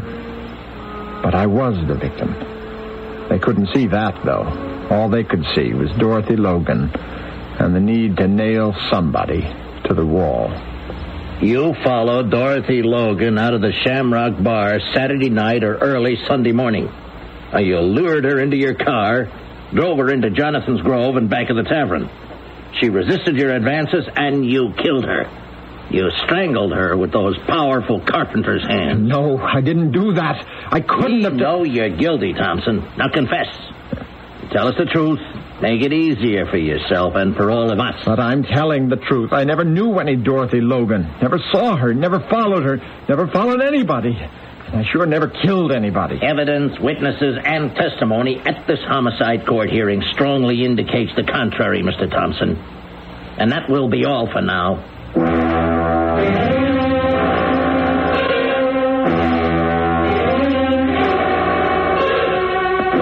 This way, please, Mr. Thompson. I'll show you to your room. Thanks, Sergeant. Even set up a reservation. Here we are. Sorry, we have nothing with a view. How about a mattress? Mattress will be along.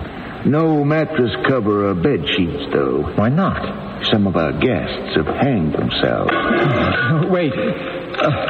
Please listen. Believe me, somebody has to. I didn't kill that girl. I couldn't kill anybody. No one in here has ever been guilty. No one's ever killed anybody. But himself. Sure is weird. Oh, forget it. So what's next on the Law and Order program? Well, your case goes to the grand jury, and like I said, you better get yourself a lawyer. I can't. I told you that. I can't afford any lawyer. Well, then I hate to tell you this, but you'll be assigned a public defender, a second or maybe third-year law student hoping to learn something, maybe pick up some experience. And what you're getting is a born loser named of Hal Mark.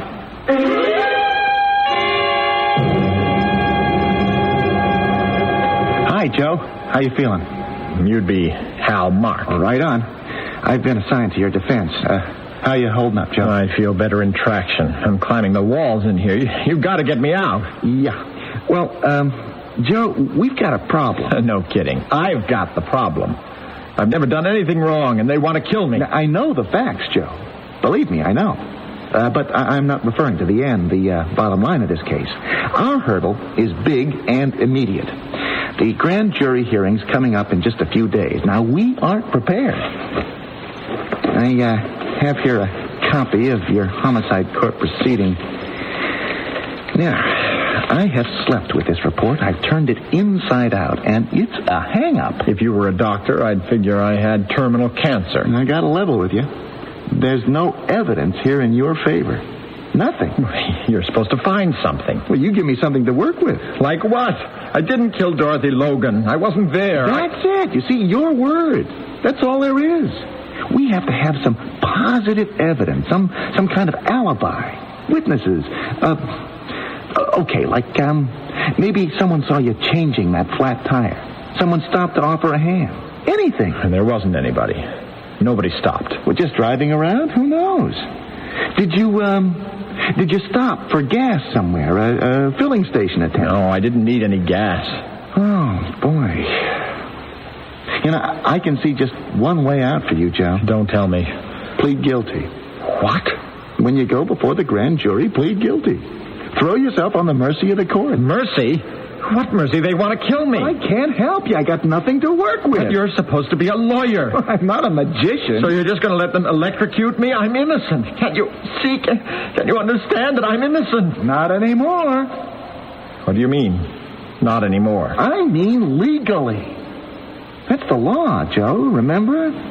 Innocent until proven guilty. But I'm not really guilty. Well, where's the proof? Proof is 9 points of the law. And on your side, Joe, you don't even have 1 point of proof. Yeah, I'll stick with you to the end. I'll try to dig something up, but...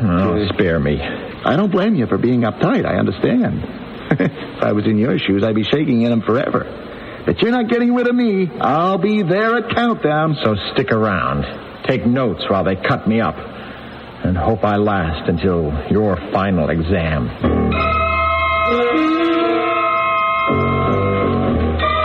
Yeah, Officer Crow. Yes, sir. What was the defendant's attitude on the night you questioned him at his apartment? Oh, his attitude was very hostile, very uncooperative. Mm-hmm. He resisted arrest. He insulted an officer. What officer? How? Oh, me, sir. He accused me of not telling the truth. You found this raincoat and hat in his apartment, huh? Yes, I did. Well, have laboratory tests been conducted on his raincoat and hat? Yes, they have. What were the results of the analysis? Well, the mud found all over the raincoat and hat is identical with the mud found on the body of the murder victim, Dorothy Logan. There's no question. My memory's never failed me in 66 years, and I remember him being in the Shamrock drinking at my bar Saturday night. And you still remember when he left? About midnight. And you still remember when Dorothy Logan left, huh? About the same time.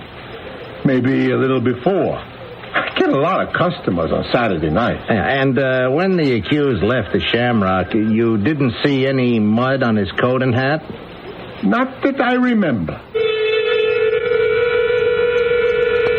Helen Travis, you said you were parked in Jonathan's Grove Saturday night or early morning, a little after midnight? Yes, sir. I was parked in there with a friend. Mm-hmm. It was after midnight, but I'm not sure of the time. My friend and I were, marveling at the sky, the stars all out. Mm-hmm. Such a pretty night for a while. Will you describe what else you saw that night, Miss Travis? I mean, other than the constellations. Can't hardly even think about that horrible night, but... Okay, I'll try. Yeah, well, I thank you, Miss Travis. Please, proceed. Well, we're parked, my friend and me, admiring the heavens, when this beat-up old heap of a car drives in, parks just a ways from us, no more than 50 feet or so. And I couldn't be mistaken about what I seen. I mean, no way. The moon was full and bright and all those stars out. I mean, it was Mr. Thompson's car, all right. I'd know that old heap with the rubbed-out blue color anywhere. He didn't see us, I guess, on account of our car lights not being on, and we're parked in close alongside a mulberry hedge, but I seen him clear enough. The way he came out of that car into the moonlight, dragging that poor girl, and the way she was screaming. And we were afraid to go over there and try to help her or anything. I'm ashamed to say it, but we were afraid. But after he drove away, we went over there, and she was dead. And all that blood. Well, why didn't you report this earlier, Miss Travis? Why wait until Monday to call the police? We were just too scared, I guess. Afraid to, get involved. But it wouldn't leave us, me, alone. I just kept thinking about that poor girl, and what if it had been me? So I called the police, described the man I saw, and his car, and his license number. How can we fight eyewitness testimony like that, Joe? You're supposed to find a way. Oh, can't you come up with something, anything, to show that you were someplace else? No way. How often does this happen to innocent people? I can't say. And I wouldn't want to guess, Joe. I am telling you again. Your only chance to save your life is to plead guilty. Throw yourself on the mercy of the court. Hope for a second-degree verdict. You really think I'd do that? Admit being a murdering fiend when I'd never hurt anybody? You're hurting me, man. Let go. Are you crazy? Is everybody crazy? Let go! You want to kill me, too? You too? See?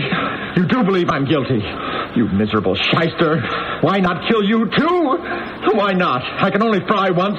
Isn't that the line? I can only fry once. Well, I am getting out of here. Crazy, man. You are crazy. Well, you may be right. Yeah. Could be.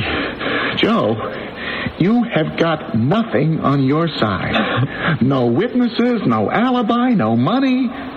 Look, I checked out the Travis dame. She's okay. A waitress at Al's Diner. And that eyewitness account of hers is bad. Real bad. And you've got the whole judiciary system of this town against you. How's that? Well, it's corrupt. It's greedy. The DA is ambitious. He wants as many murder convictions as possible because he's going to run for state prosecutor. And what's more, the months of May, June, and July are called the lethal season. A lethal season? Yeah. More murders occur during hot summer months. courts get overloaded with killers. They got to be cleared out as soon as possible. Yeah, could be it's me. Could be I've lost my marbles. Are you serious? Maybe she did see me kill that girl. And I don't remember because I'm some kind of split psycho. You mean a split personality? A schizo killer like Jekyll and Hyde? Oh. Hey, you mean it? You want me to cop an insanity plea? No. Wait. What if I'm not crazy? Well, so what? You do a little time in a funny farm and go free. But it's bad enough already. Being guilty when I'm not. Do I have to go crazy, too? When maybe I'm no crazier than anybody else. Okay, it's your funeral. But I'd rather be crazy, if anything, than dead. If I'm not crazy, what is it? Do I have some fiendish double? Possibly. But I have to be on my way. Yeah? Wait. And if I didn't do it, who did? You're the only one who's going to worry about that. How long do I have to worry? Not long. What happens now? It's happened. You're indicted for first-degree murder. The worst criminals among us may become the object of hero worship. As a child, I was emotionally stirred by Billy the Kid and Jesse James. But how times have changed. I can't honestly think of a single present-day murderer I would care to identify with. I certainly wouldn't care to identify with Joe Thompson, whether he's a murderer, a convincing liar, or in fact is, as he insists that he is, an innocent victim. Which reminds me, is any victim entirely innocent? Perhaps we'll find at least some of the answer in Act 3.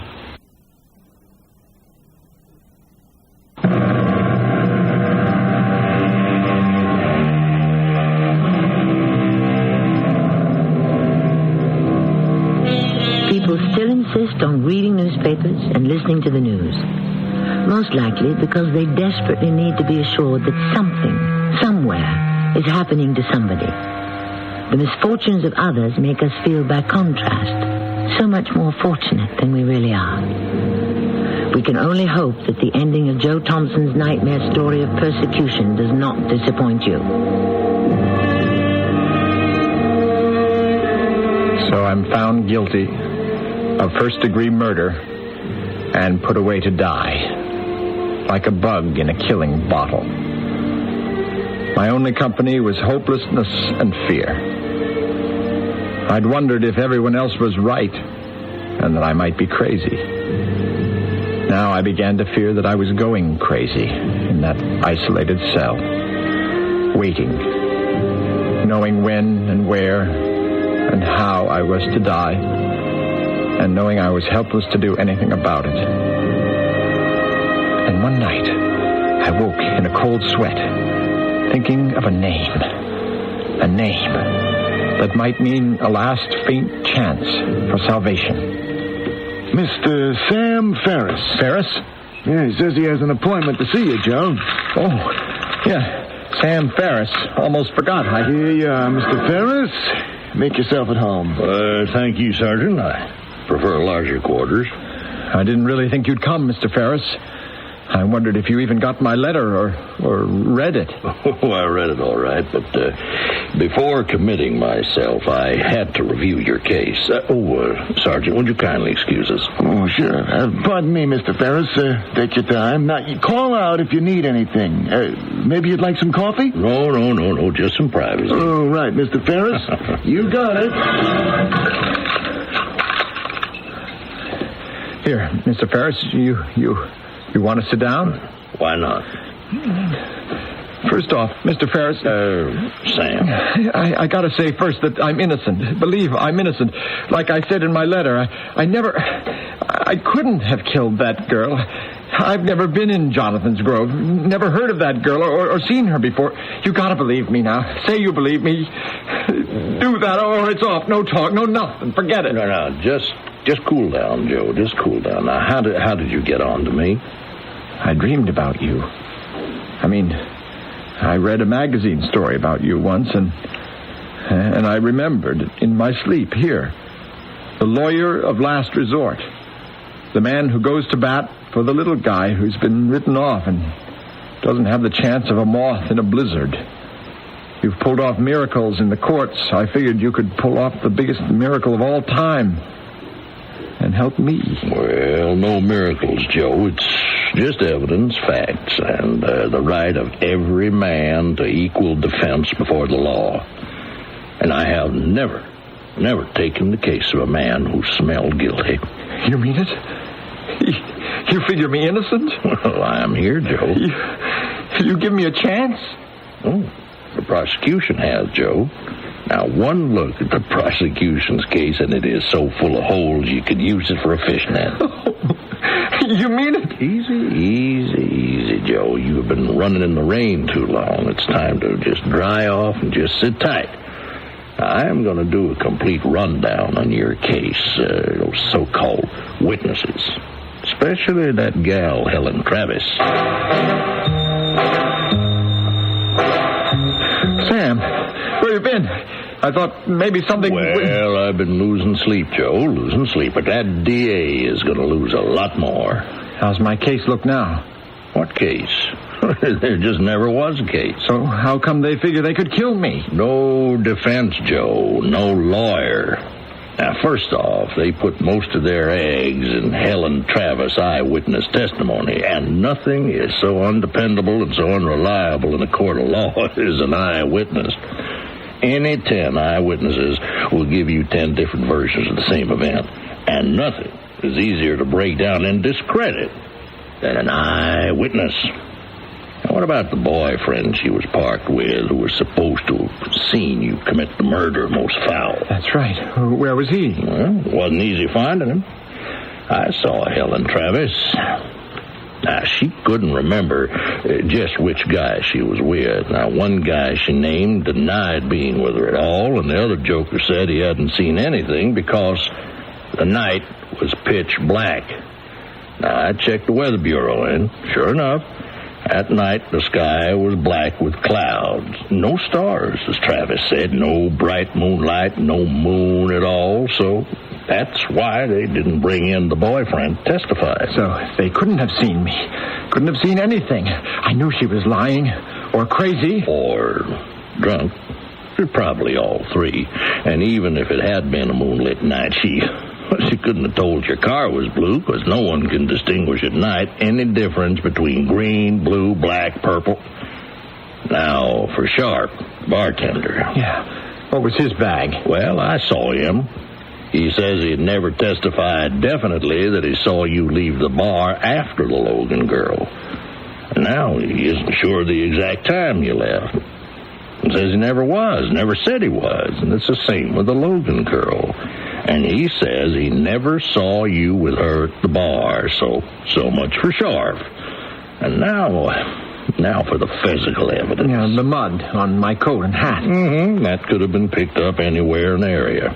Now, I am talking about withheld evidence. You see, I checked at the headquarters. There were sneaker footprints all around the girl's body.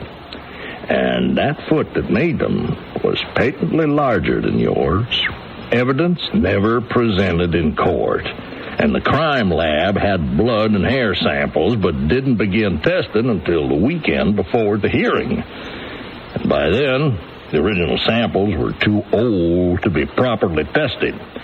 Now, the DA knew the sophisticated laboratory analysis might prove that the blood and hair belonged to someone else, so just forget it. And there's other evidence, all proving one thing, Joe. You have been a victim of gross injustice. No argument there, Sam. Well, I took my findings directly to Judge Winters. Now, he read the statements and had them verified. He declared the Travis woman unworthy of belief. And he said the DA and all those responsible for your persecution are guilty of criminal negligence of a high order. So, you're a free man, Joe. Come on. I'll buy you a drink.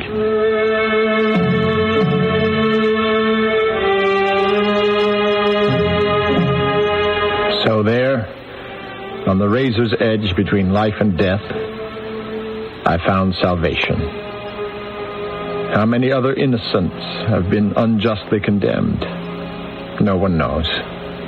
I only know that I could be dead and buried in a dishonorable grave for a crime I could never have committed. I only know that eternal vigilance is still the price of liberty.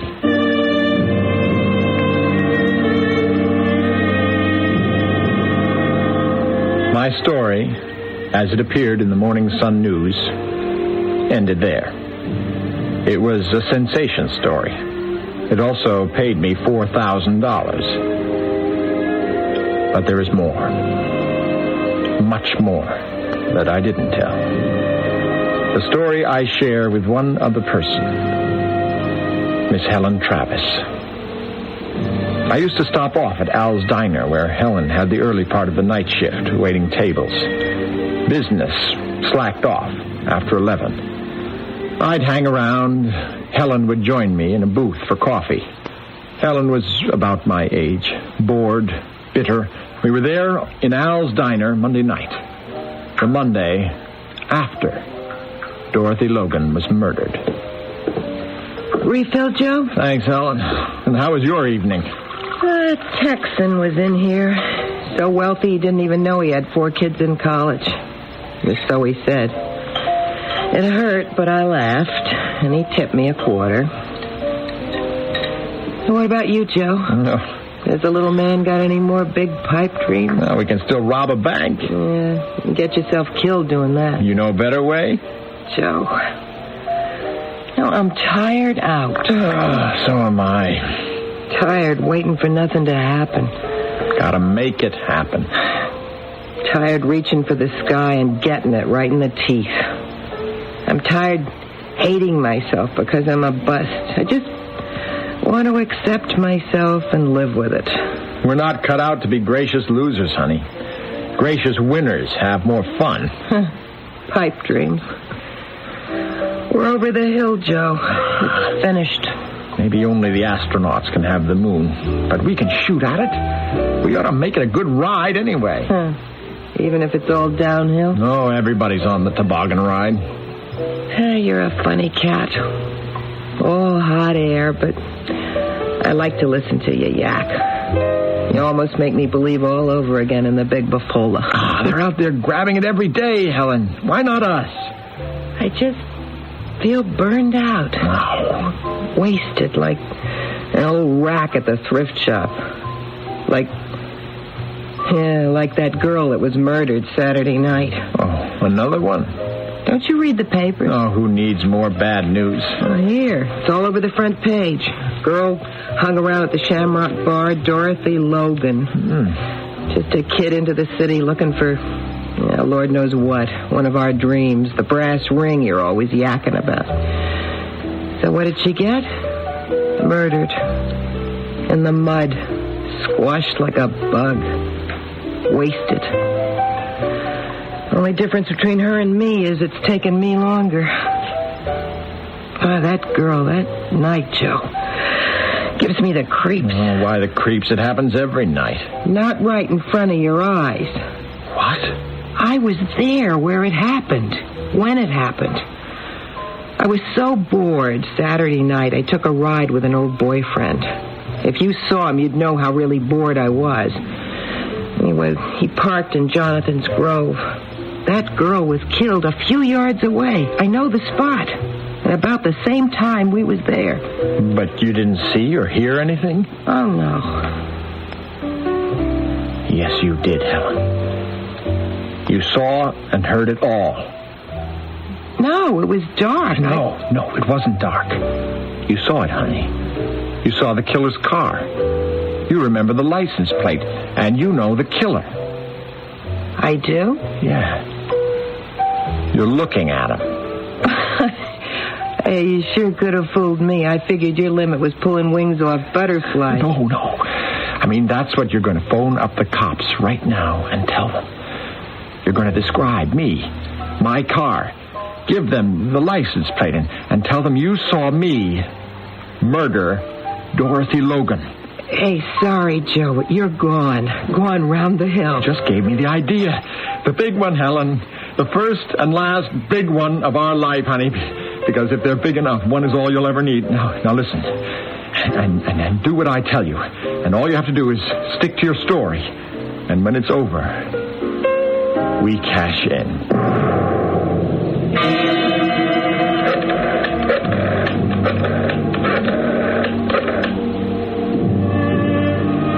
Helen, now don't say anything. Just listen. You have to be careful about seeing or talking with one another for a while. It's called collusion. I'm sending you some money and a plane ticket to Acapulco. I've set up reservations for us at the Hacienda del Lobo. I'll see you there next Saturday night.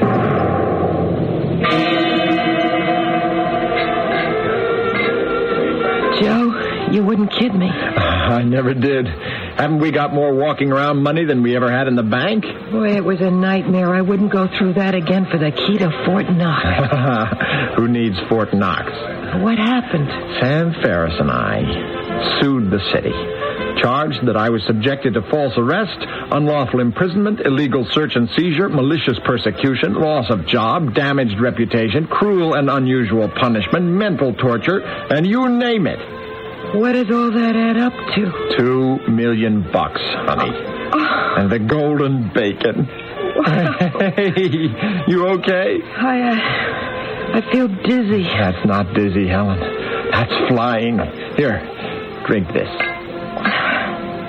You look a lot younger, especially when you smile. You know, Joe, when I first saw you flaked out in Al's Diner, I figured you had about as much life in you as a window dummy and weren't nearly as handsome. I've changed. You're beautiful, Joe Thompson. Just beautiful.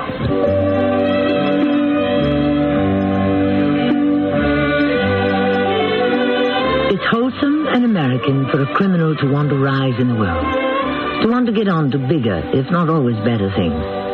However, I hope this success story doesn't inspire you to do likewise.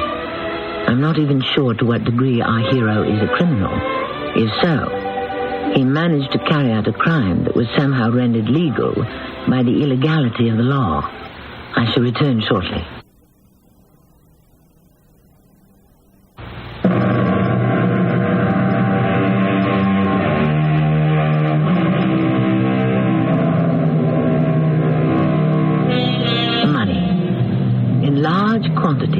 It is frequently appealing.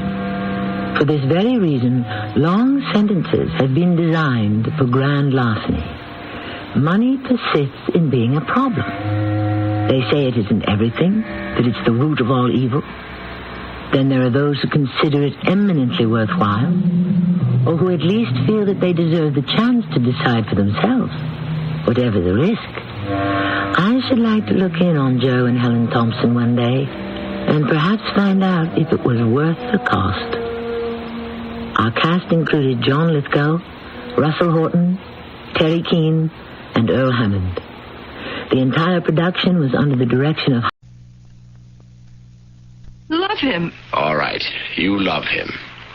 Does he love you?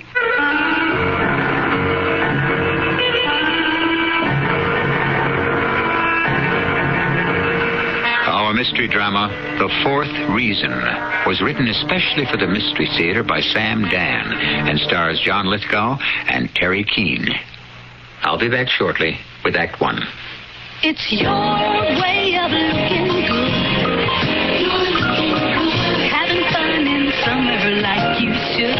Rainbow-colored bangles, all kinds of earrings, terrific necklaces, and summery pins. That's what Avon, the world's leading creator of fashion jewelry, has for you this summer. You've got lots of things to do, so we bring Avon right to you.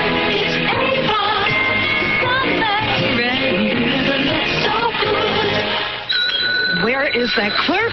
Can I help you? We have to see the hotel manager. Right away. I'll get him. And hurry. Oh, John. It's okay. Our vacation's ruined. Don't worry, honey. Please, maybe we can find someone who'll... Hi, I'm the hotel manager. Oh, listen, we've lost our traveler's checks. All of them. What should we do? Well, what kind were they? American Express. Right. American Express. Come on, I've got their number right here. You can call for help anytime from anywhere in the country with American Express traveler's checks. Ask for them by name. Remember what it was like when you were a kid looking for a summer job? Hello, Mr. Wilson, sir. Why, Johnny, I haven't seen you around in a while. Mr. Wilson, I was wondering if you might need someone to help out in the store this summer. You know, sweeping up, delivering packages. Well, I don't know. Things are a little slow. Please, Mr. Wilson, I'll really work hard. Things were tough then, but they're tougher now, especially for a needy kid who needs a summer job. If you've got a job to give, call the National Alliance of Business. We're out to encourage business to get kids going on the right track. All we're asking you to give is a job to a kid who wants to work but hasn't been given a chance. A chance, like somebody once gave to you. Well, I guess I could use someone to sweep up at night. When can you start? Where's the broom? Give a kid a break. Give a kid a job. Call your local National Alliance of Business. Brought to you as a public service by this station and the Ad Council.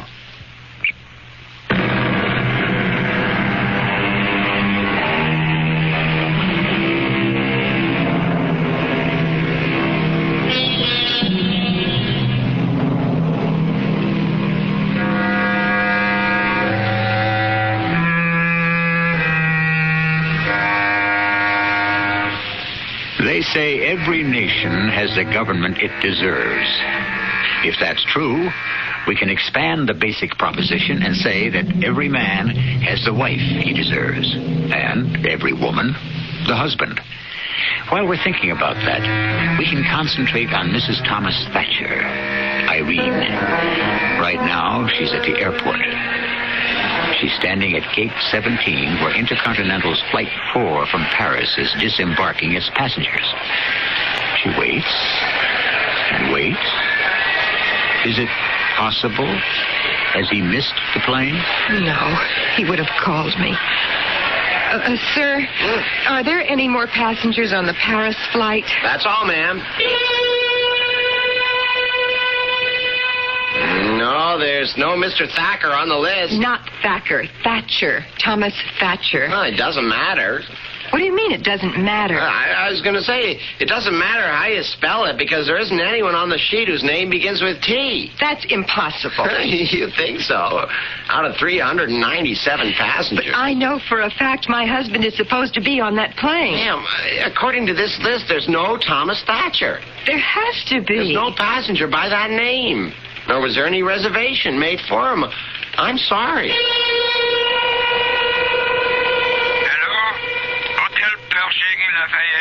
Please, listen, this is a transatlantic call. Yes. Don't put me on hold or anything.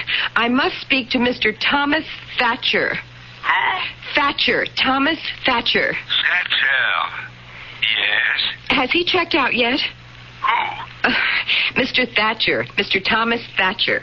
Moment, s'il vous plaît. Please hurry. I'm calling from America. Mr. Thatcher. No, he has not checked in. No, I want to know if he's still there. Oh. No, we have had no person named Mr. Thomas Thatcher. But he was a guest there until today. Madame, I'm so sorry. There's been no such person as Mr. Thomas Thatcher in the hotel.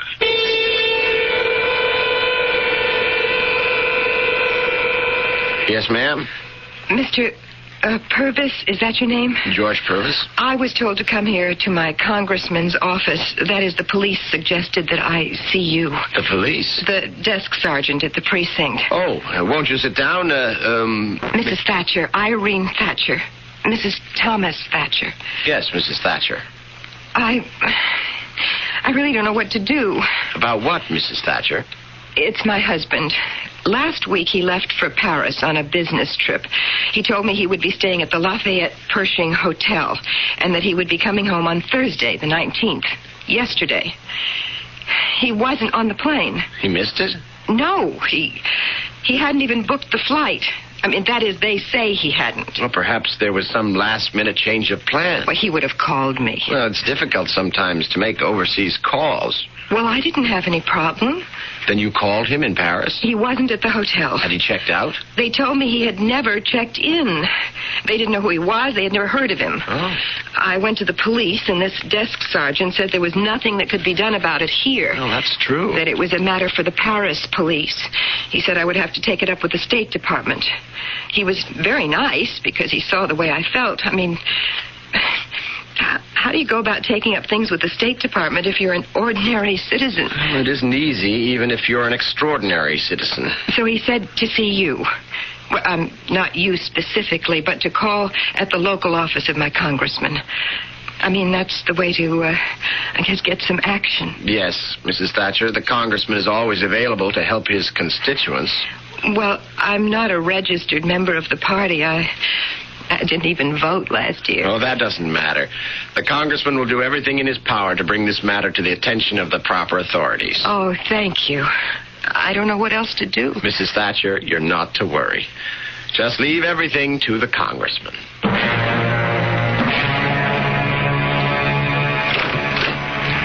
Oh, it's Mr. Purvis? Yes, Mrs. Thatcher. Please, come in.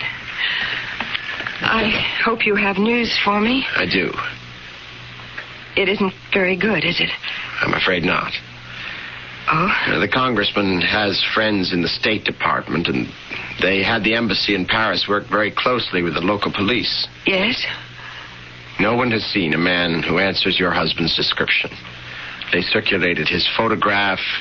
They've made inquiry. Well, surely they must have found some trace. How could he just disappear? I don't know. Well, there must be something someone can do. The congressman has done everything in his power. What am I going to do? I'm sorry, Mrs. Thatcher.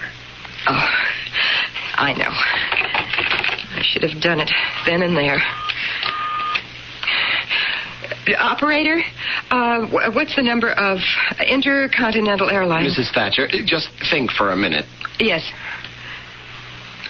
Thank you. Mrs. Thatcher, before you call Intercontinental, ask yourself, what is there you can really do?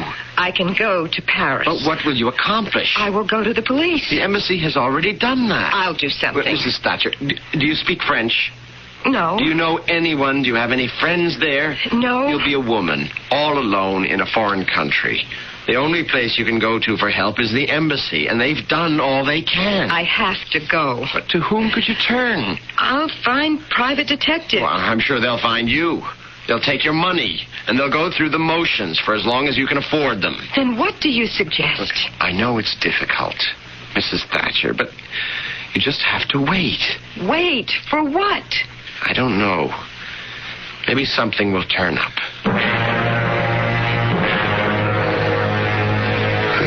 What more do I have to know about this appropriations bill, Purvis? I think that's about it, Congressman. Well, I better be getting back to Washington. Yes, sir. Oh, I got a note from a fellow named Boggs in the State Department. Who is he, anyhow? Frederick Hamilton Boggs. Sounds like it. Well, he's about a 10th assistant undersecretary. The thing said, we were glad to be of assistance to you in this matter. Please don't hesitate to avail yourself of our services again, or something. What kind of assistance did he give us? Mrs. Irene Thatcher, her husband was due home from Paris. He didn't get off the plane. Turns out he didn't get on the plane. Well? Yeah, he never checked into the hotel he said he'd be at. Paris police can find no trace of him. What else? Nothing, Congressman. That's the whole story. Is it? Why? Do you think it isn't? Well, the boys over at State, do you think they really had the embassy look into it? Or was it just a routine phone call to the Paris police? Oh, what else is there to be done? Who is this Thatcher? I don't know. Well, find out. Any reason, Congressman? You never know what you can pick up, Purvis.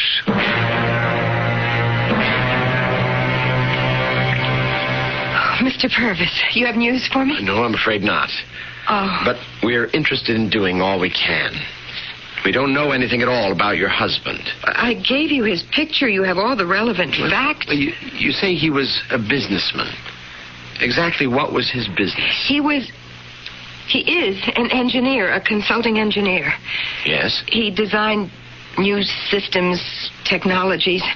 I never did understand too much about it, for oil companies. Was he successful at it? Yes, he was successful. He didn't like to talk business at home. You mean he didn't confide in you? Well, he couldn't, because I wouldn't be able to follow it. We never had to worry about money. We own this house and the 2 cars. We have stocks and some bonds and other things. If he should never return... Don't say that. Would you be well provided for? Yes, I would be. But why are you asking me all these questions? Because the more we know about him, the more leads we can uncover.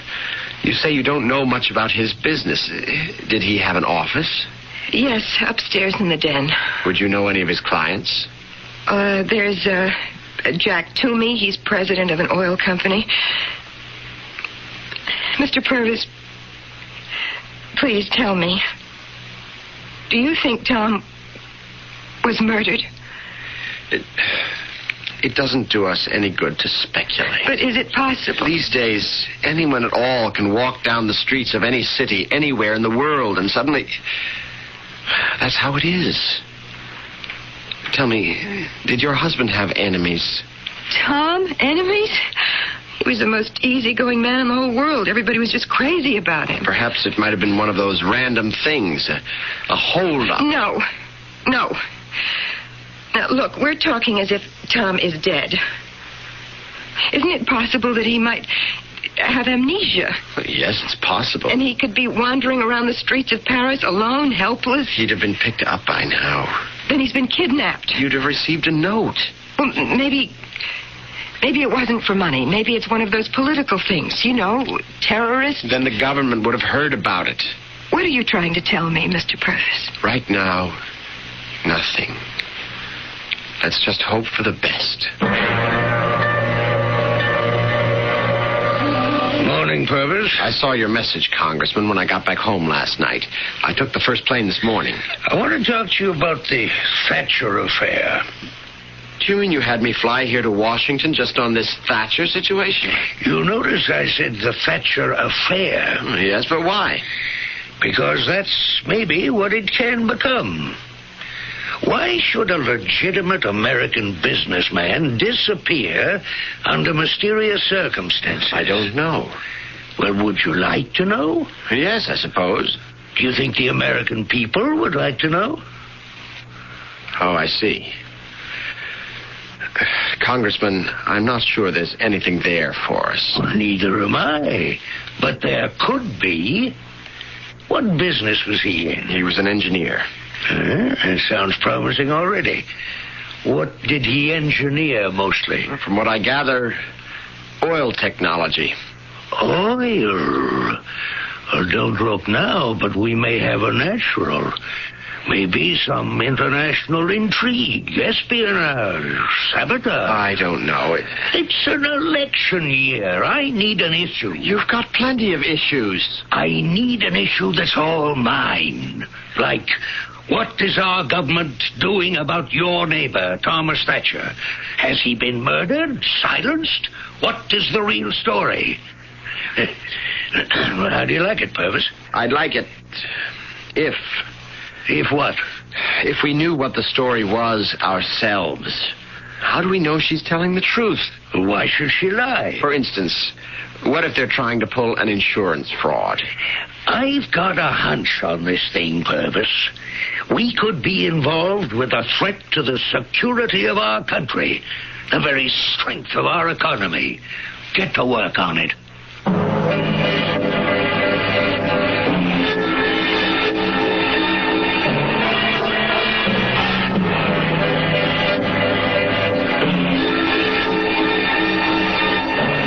Thus, orders are transmitted. Orders that superiors give to subordinates. Orders throughout history. Orders that have changed the face of the world. We don't actually have anything that cosmic, cataclysmic, or even apocalyptic in store for you. But who is Thomas Thatcher? What happened to him, and why? I shall return shortly with Act 2 Oh, great master. Yes? My daughter and I have traveled far to seek your wisdom. Is that your daughter with the, bag over her head? Bag. Yes. Say hello, April. Hi. Why is she, Her cream rinse gives her hair the greasiest. Oh, Daddy. Yes, that bag looks like it held a 6-year supply of French fries. Thanks. What can we do, sire? Well, let's see here. Take the root of the imbo bush. I tried that. The juice of the beagle berry. Nothing works. All impermanent greasies. Oh, no. Now, look, I'll tell you what my kids use. Agree cream rinse and conditioner. Agree? Yes, Agree cream rinse and conditioner is 99% oil-free. Oh. So it helps stop the greasies. No more greasies. I won't have to frown back at. Yes, my daughter's hair became so beautiful she was elected homecoming queen at Guru U. Wow. How can I thank you for telling me about Agree? Give me some advice. Should I let my daughter wear pantyhose? How old is she? 28. Oh, then I think... Both legs? Yes, both. Fine. You can search the wide world over and may never find anything that can help stop the greasies better than Agree cream rinse and conditioner. And be sure and try Agree shampoo. It helps stop the greasies, too. Say, Harry. Yes? I came over, to check your consumer reports for the best 19-inch color TV. I'm just reading it myself. Consumer Reports tested quite a few. GE, Hitachi, Magnavox, MGA, Panasonic, Penny's, Philco, Quasar, Wow. RCA, Sears, Sharp, Sony, Sylvania, Wards, and Zenith. Fantastic. What about the ratings? Hold it. First, I'm going to read my Consumer Reports and their road tests of 5 super economy cars. Gee, Harry, that's just what I need. Oh, no, you don't. Here's the phone. The phone? Here. Call 1-800-331-1000 toll-free. Consumer Reports will send you the next 11 issues, their 1980 and 81 buying guide issues, plus their health handbook. That would cost $25.75, but it's yours for only $12. Including the 1980 buying guide to over 2,900 brand and model ratings that I always borrow? Yes, the $12 money-saving offer includes 2 buying guides and the medicine show. Can I really use your phone? Sure, it's toll-free. 1-800-331-1000. Call now. 1-800-331-1000.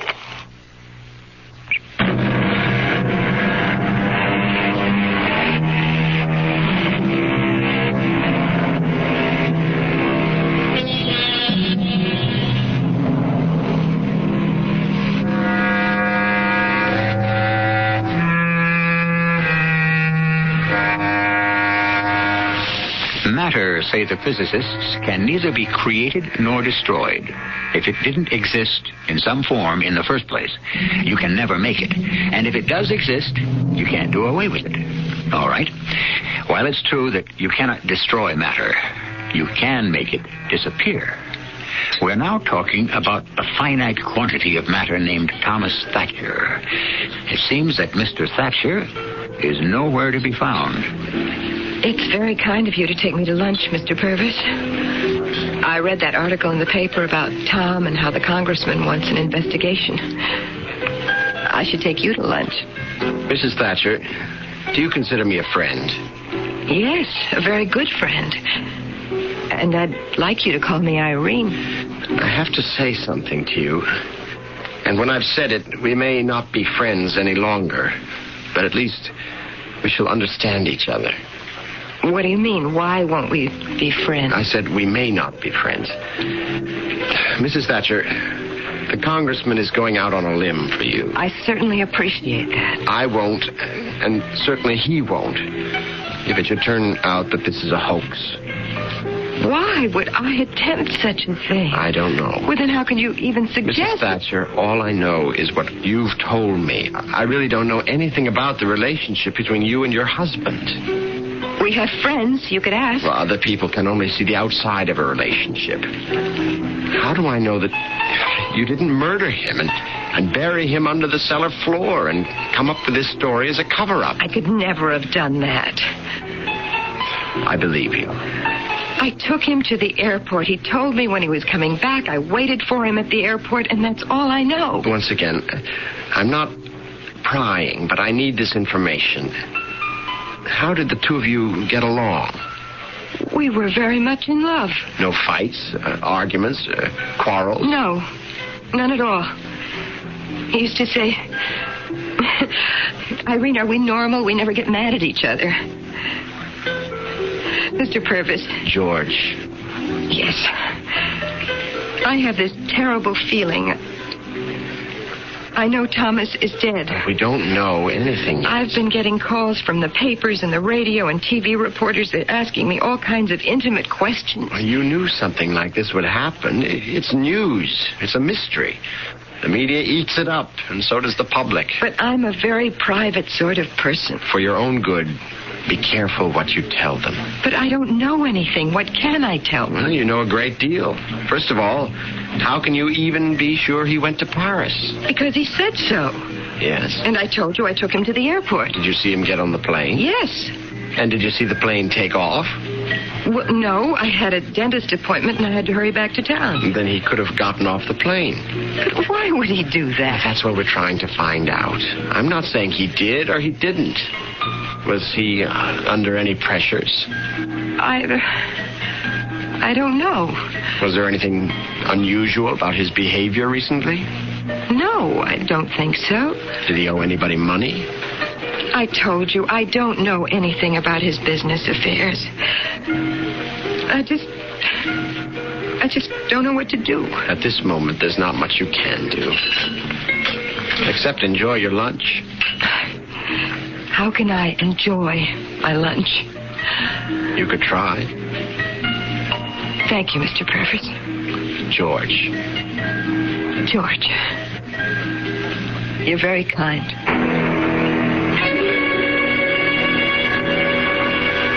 Thomas Thatcher was a client of yours, Mr. Toomey. Yes, he was. Also a friend. A close friend? A real friend. What did you want to ask me? What do you make of his disappearance? Oh, I don't know. I just can't account for it. People usually disappear for 3 more or less general reasons. First, a money problem. No, I don't think so. He's doing very well. He was sitting on top of the world. Reason number 2, women. Oh, I can't see that either. You rule out jealous husbands and that sort of thing? Definitely. What's your third reason? Enemies. His wife says he didn't have any. Do you agree? On the whole, yes. However, you never know. You may have enemies and be unaware of them. But if you do, there's usually a reason. Well, I don't know if this means anything. He was on the threshold. That's how he put it to me. He said, "I'm on the threshold, Jack. I'm trembling on the verge of a revolution." He used that word, revolution? Mm-hmm. He was working on a fuel conversion process. I don't know any of the details, but it would have made gasoline almost as plentiful and as cheap as water. Oh? In theory, that could make him some very powerful enemies. He'd be stepping on a great many mammoth financial toes. But that's also speculation. Besides, I don't think anybody knew about it except me. And you're the first person I've told it to. Yeah. So, if there are 3 reasons for a man to disappear, none of them seems to take hold here in any practical way. Well, maybe there's a 4th reason. Fate. Fate? What does fate have to do with it? I don't know. That's why it's called fate. It, or she, or whatever, operates in some mysterious manner of its own, and we never know the reason why. He never said anything at all about an invention or a discovery, Irene? No, George. Not to me, anyhow. You say he used this room as his office? Yes. He had no other place of business? No. Not that I know of. Why are there so few papers here? Where did he keep his records? I suppose he kept a lot of them in his head. He had a fantastic memory. I think he was one of those people with total recall. Irene, I think we know each other well enough for me to ask you this question. You say you know very little about his work. Yes. What does that mean? It means exactly that. I know very little about his work. Why? You're a bright woman, intelligent. Am I to assume you cared very little about his work? Or that you were uninterested? It was very complicated. Well, I understand, but obviously it was his whole life. I tried in the beginning, but for me to appreciate what he was doing, I would have had to be a geologist, an engineer. It just was another language to me. I simply couldn't learn it. Then the two of you really had nothing in common. Well, don't say that. Very few women are aware of the real nature of their husbands' jobs. As a matter of fact, despite what you hear, most men and women prefer it that way. Man comes home from a hard day. He wants to put it behind him. Doesn't want to relive it with his wife. Well, I think I would want to. You have an interesting job. It has its problems. Tell me about them. Oh, I wouldn't know where to begin. Begin at the beginning.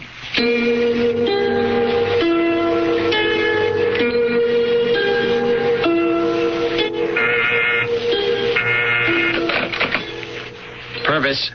Who? The Secret Service. Finally, a little action. Send him in.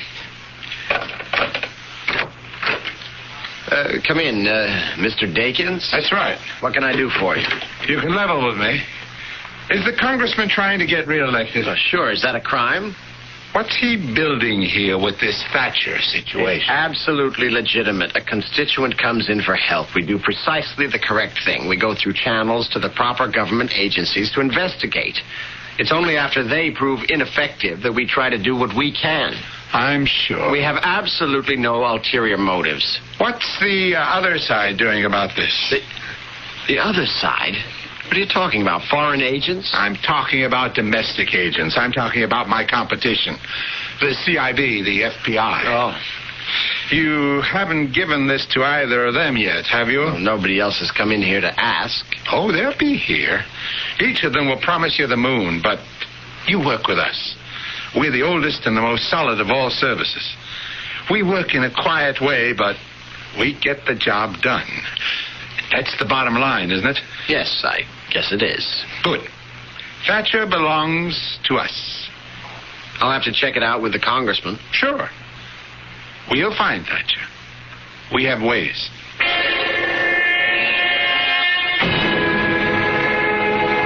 Purvis, I understand this fellow Dakins was in to see us. Yes, Congressman. He wanted an exclusive. Did you make a deal? I don't think we should until we hear what the others have to offer. Well, we'll string them all along. Have all three working for us. Yes, sir. We're at a critical stage, Purvis. We need a shot in the arm. Okay, he's missing. The whole world is speculating. But we have to have a good, solid rumor to the motive. We've got it. Are you sure? An international conspiracy. I like it already. What kind? Oil. He had made a discovery recently.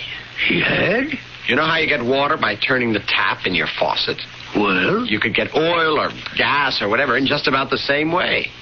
That's what he was supposed to have been working on just before he disappeared. Let me sit down. How does it sound? Maybe I won't have to run for Congress again after this term. You mean you'd give up all your seniority to try for the Senate? The Senate? Do you know what we're planting here, Purvis? Why, it's the kind of tree that makes a man presidential timber.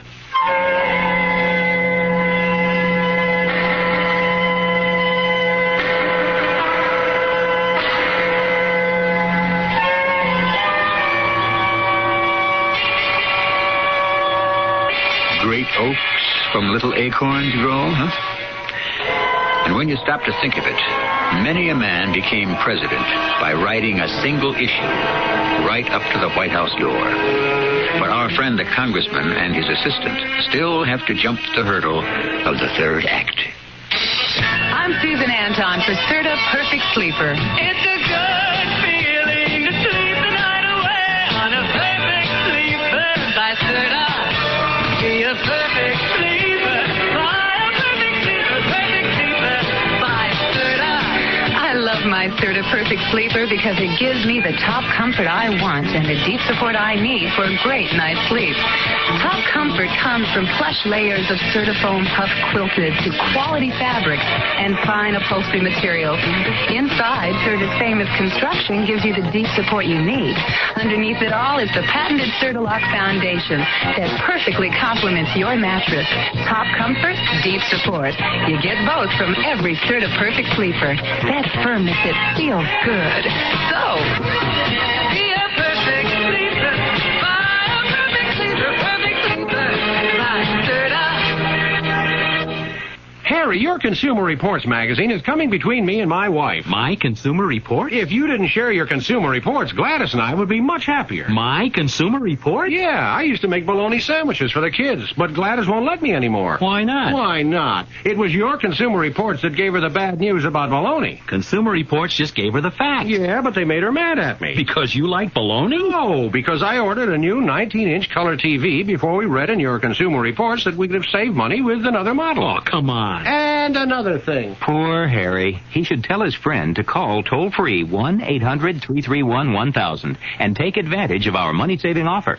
You get 11 issues of Consumer Reports, the annual buying guide issues for 1980 and 81, plus the Medicine Show, our health and drugs handbook. It all costs $25.75, but it's yours for just $12. To order, call toll-free 1-800-331-1000. That's 1-800-331-1000. Call now.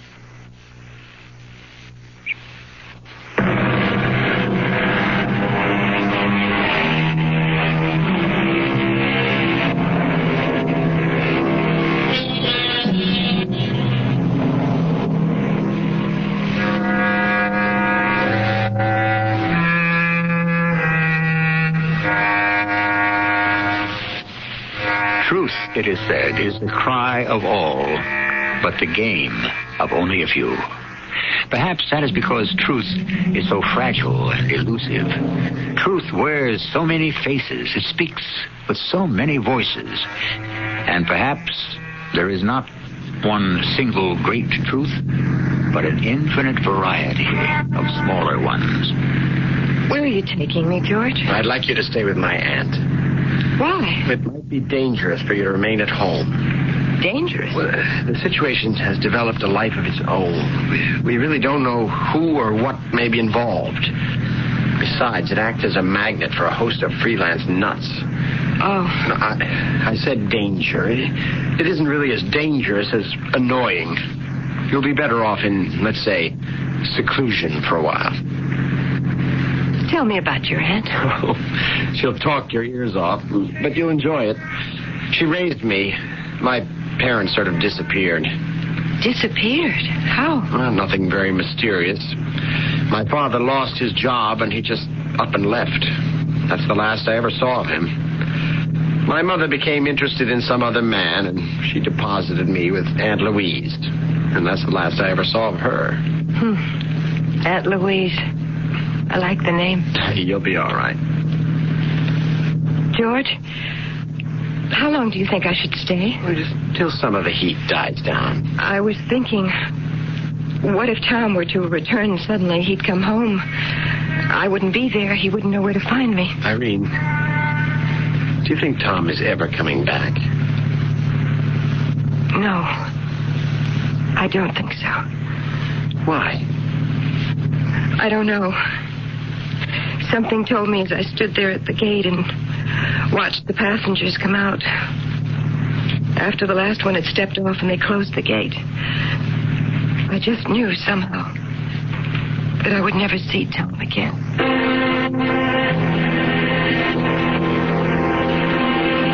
Hello, Mr. Toomey. Won't you sit down? Thank you. Is it about Tom Thatcher? Yes. Like everyone else, I can only speculate. I came here to discuss something. I don't even know what it means. Probably means nothing. Well, not if it's bothering you. It's something you said about fate. Fate? If we were discussing the 3 logical reasons why a man would disappear, when none of them would seem to apply, you said... How did you put it now? You said maybe there's a 4th reason. Fate. Yes, fate. And it wasn't until after you left my office that it occurred to me. Yes, Mr. Toomey? Now, you and I are practical men, Mr. Purvis. We don't really believe in fate. Well, I'm not so sure. We use the word conversationally. Fate. But we like to think we're concerned with so-called practical things. Are you saying that fate, then, is responsible for Mr. Thatcher's disappearance? It would seem to me that fate can be definitely ruled out. Why? Because fate had the opportunity to get rid of Tom Thatcher and turned it down. I don't understand. Tom Thatcher was in a position to be carried off, killed by, let us say, fate, And he survived it. Let me tell you how it happened. I own a couple of 100 acres upstate. I've got a little hunting lodge. But we don't hunt. We just go up there to enjoy the woods, the outdoors. A little while before Tom left for Paris, he and I drove up there one morning. Tom loved to be out in the wilderness. He said it helped him to think better. And suddenly we heard a rustle in the bushes, and this big, beautiful deer broke cover and bounded past us. Then we heard shots. And Tom said... Hey, I thought you posted this place. I did, Tom. That must be a poacher. Tom. Tom, are you all right? Hey, look, it's bleeding. Just above your temple. That one stung me. Are you all right? Well, it just grazed me, I guess. Like someone just drew a hot poker quickly across my head. Well, let's get back to the house. I'll get the sheriff. Look, right here in this tree. That's where the bullet went. See? Right here. If I were standing just a fraction of an inch to the left, I'd be dead now. That's all I needed, a fraction of an inch. It was a narrow escape, Tom. Let's go in and put some antiseptic on that. I wonder what it means, Jack. Why did he miss me? Whoever he happens to be, I'm sure he wasn't aiming at you. You see, Jack, you get a concentration of circumstances. Oh, what? A coming together. Of me deciding to come up here with you today, of the poacher deciding to come to these woods, of the deer deciding to break cover, the poacher fires, the bullet misses. All right, Tom. It misses by the absolute limit of error.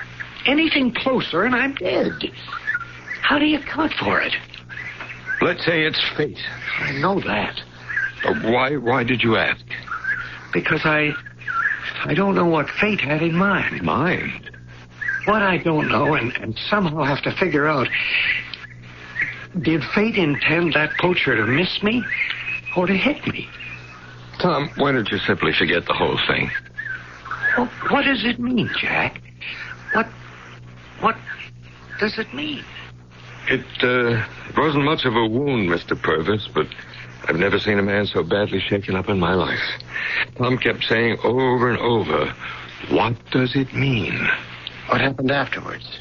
Well, I drove him back to the city and dropped him off at the house. And? And that's all. The next day, he left for Paris. I haven't seen him again.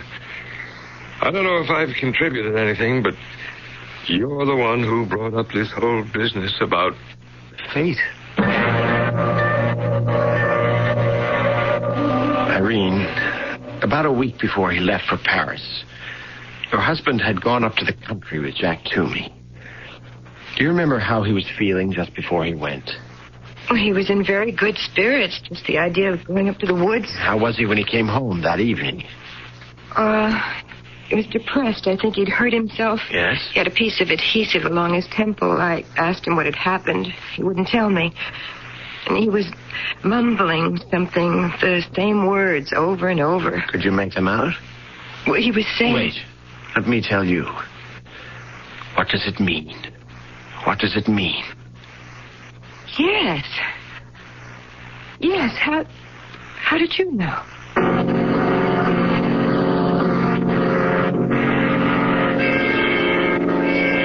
George, we got the notes from my TV appearance. Some results from that environmental study. Some facts about energy. Congressman, you're going to be interviewed about the celebrated Thatcher affair. Sure, but I've got to be knowledgeable about everything. Oh, I need some inflation statistics also. Okay. What's the matter, Purvis?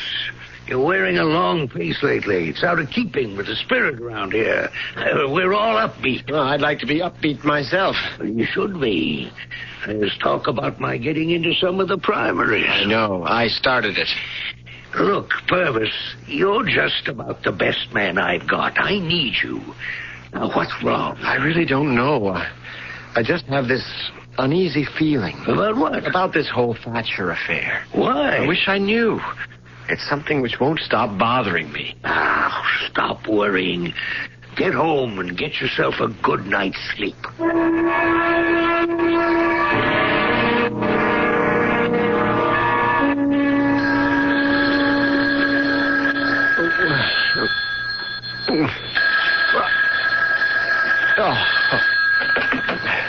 Hello? Listen, do you want to know what happened spoken to Thomas Thatcher? Well, who is this?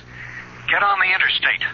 And just past exit 12, there's a rest area. Just a minute.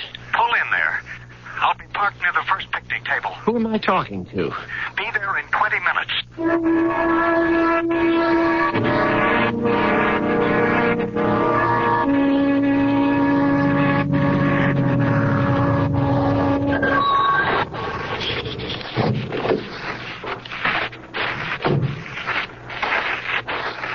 Mr. Purvis? What? Wait a minute. Yes. You're Tom Thatcher. That's right. What are you doing here? Why weren't you on that plane? Were you ever in Paris? Is someone after you? That's a whole string of questions. I want you to discontinue this whole business. What whole business? This investigation. This publicity. Look, once you start a ball rolling... You can stop it. Wait, even if we could, why should we? What are you running away from? I'm not running away from anything. I'm running towards something. What? I don't know yet. It'll be revealed to me in time. You think I'm crazy? No, I just... It's all right. If I heard someone else speak to me like that, as recently as a month ago, I'd think he was crazy. What are you after? Once again, I don't know what I'm after. I only know what I'm not after. I don't understand a word you're saying. My name is Thomas Thatcher. I'm a genius. But I've spent my life really doing nothing with my ability. But you're considered successful. What does that mean? I devoted my time and effort to adding to people's comforts. Well, that's bad. It made rich, comfortable people even richer and more comfortable. Is that wrong? It's not right. One day I was walking through the woods with my friend. A bullet from a poacher's gun grazed my head. Yes, I know about that. How easily it could all have ended.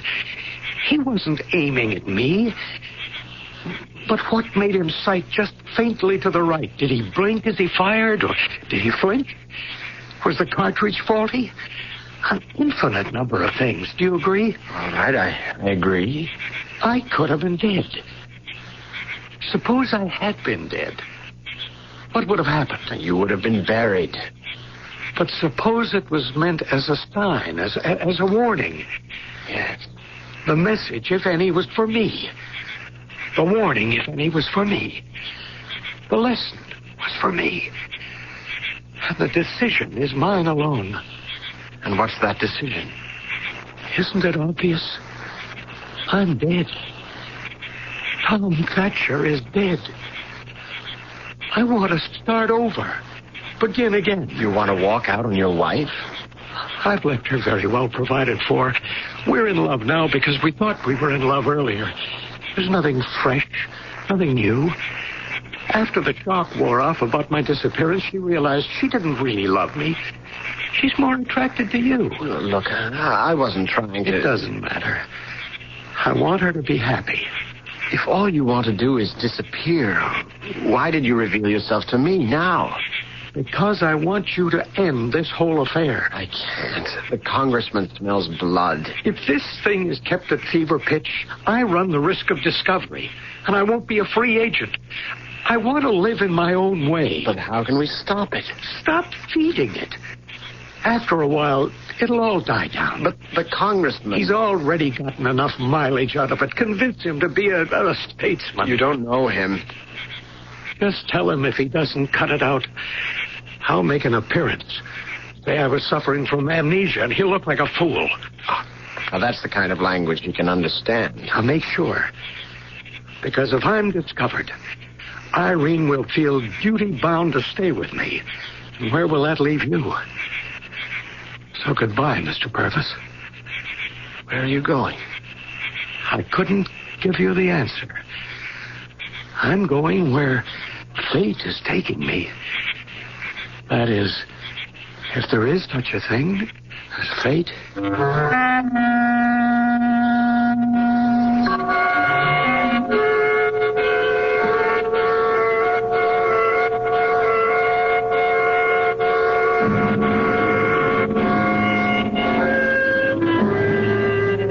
Is there? We just don't know. We say about certain things, it has to be.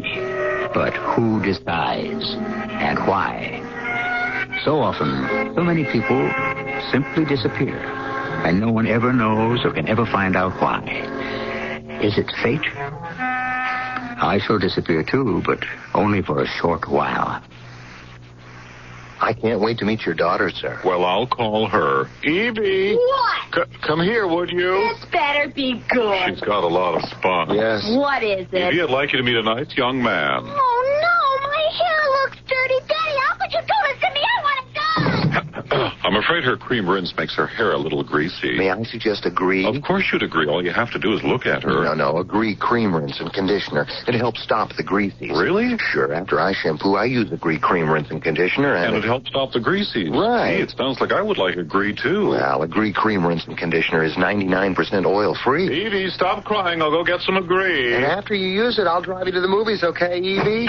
No. Why not? Because you got a creepy car. What? It's a brown station wagon. I hate stations. Some conditioners contain oils that can cause the greasies, but Agree Cream Rinse and Conditioner is 99% oil-free. And try Agree Shampoo. It helps stop the greasies, too. I'm glad you decided to come to the movie. Your hair looks great. Thank you. And I love your station wagon.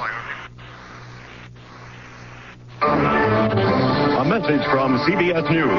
As the Democrats build their convention platform, many Americans have questions about the vital issues the party will debate. In Hartford, Connecticut. In my business, I'm a stockbroker. I'm finding that more and more people cannot live the way they've been accustomed to living. In fact, one of my best customers is having to sell her house simply because she can't afford to heat it with the oil. Do the Democrats have an answer? Complete convention coverage continues this week on the CBS television network. Hi, I'm Jean Stapleton. If you need information on child care, health care, non-sexist education, abused women, displaced homemakers, legal rights, credit, or any other topic concerning women, write or call the Women's Action Alliance. That's the Women's Action Alliance, 370 Lexington Avenue, New York, New York, 10017. Call 212-532-8330.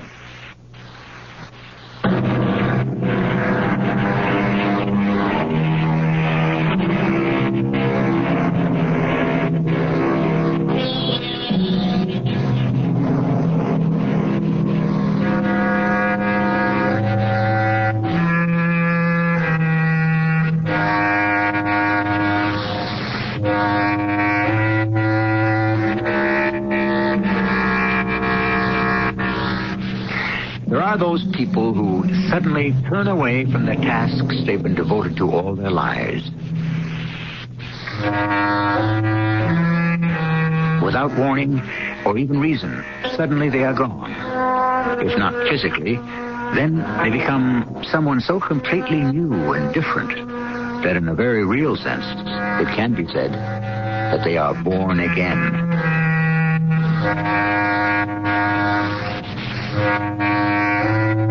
Our cast included John Lithgow, Terry Keane, Court Benson, and Arnold Moss.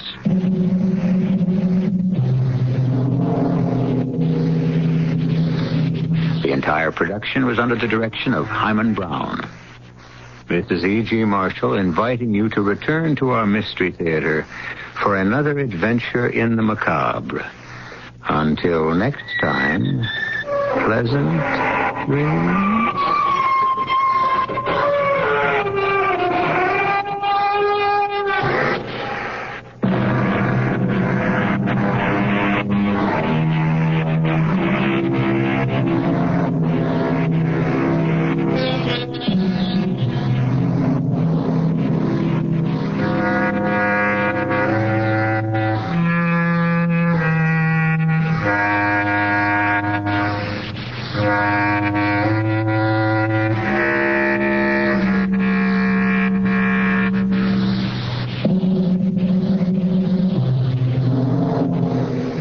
The Suicide Prevention Center continues to work saving lives and wants to find more volunteer staff members. If you know of anyone who might be considering suicide, get them to call 875-5466. If you are interested in working as a volunteer at the Suicide Prevention Center, call 875-5466. The requirements include a screening interview and 40 hours of training. This volunteer job requires sensitive, strong, very conscientious, and stable people. If you have had experience in a hospital or school, for example, you may have a good background for volunteer work in crisis intervention. I'm Al Freeman, reminding you the number to call is 875-54... CBS Radio Mystery Theater presents...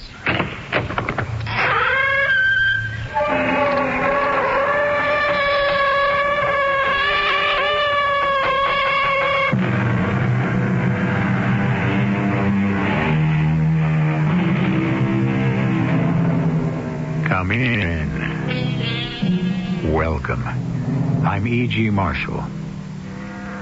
I walk unseen on the dry, smooth-shaven green to behold the wandering moon riding near her highest noon. People who can walk unseen can make for beautiful poetry, as Mr. Milton has just shown us. However, in life, people who can walk unseen can present us with baffling problems, which proves that there is a time and a place for everything. My darling, I must tell you, there is a ghost in the house. There's no such thing as a ghost. But I heard him. So, get rid of him. Wonderful. First you tell me there's no such thing as a ghost. Then you tell me to get rid of him. It isn't consistent. Dearest, I expect you to get rid of that ghost. How can I get rid of a ghost? Especially one you say doesn't exist. My angel, that is your problem.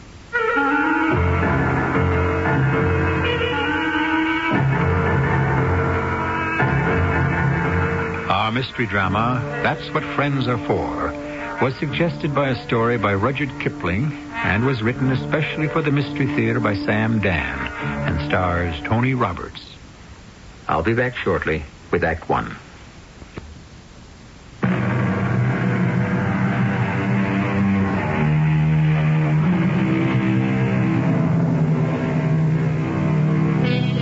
India, when Mr. Rudyard Kipling lived there, worked there, and dreamed there almost a century ago, was a country of some 300 million people, and more than twice that many legends, myths, fables, romances.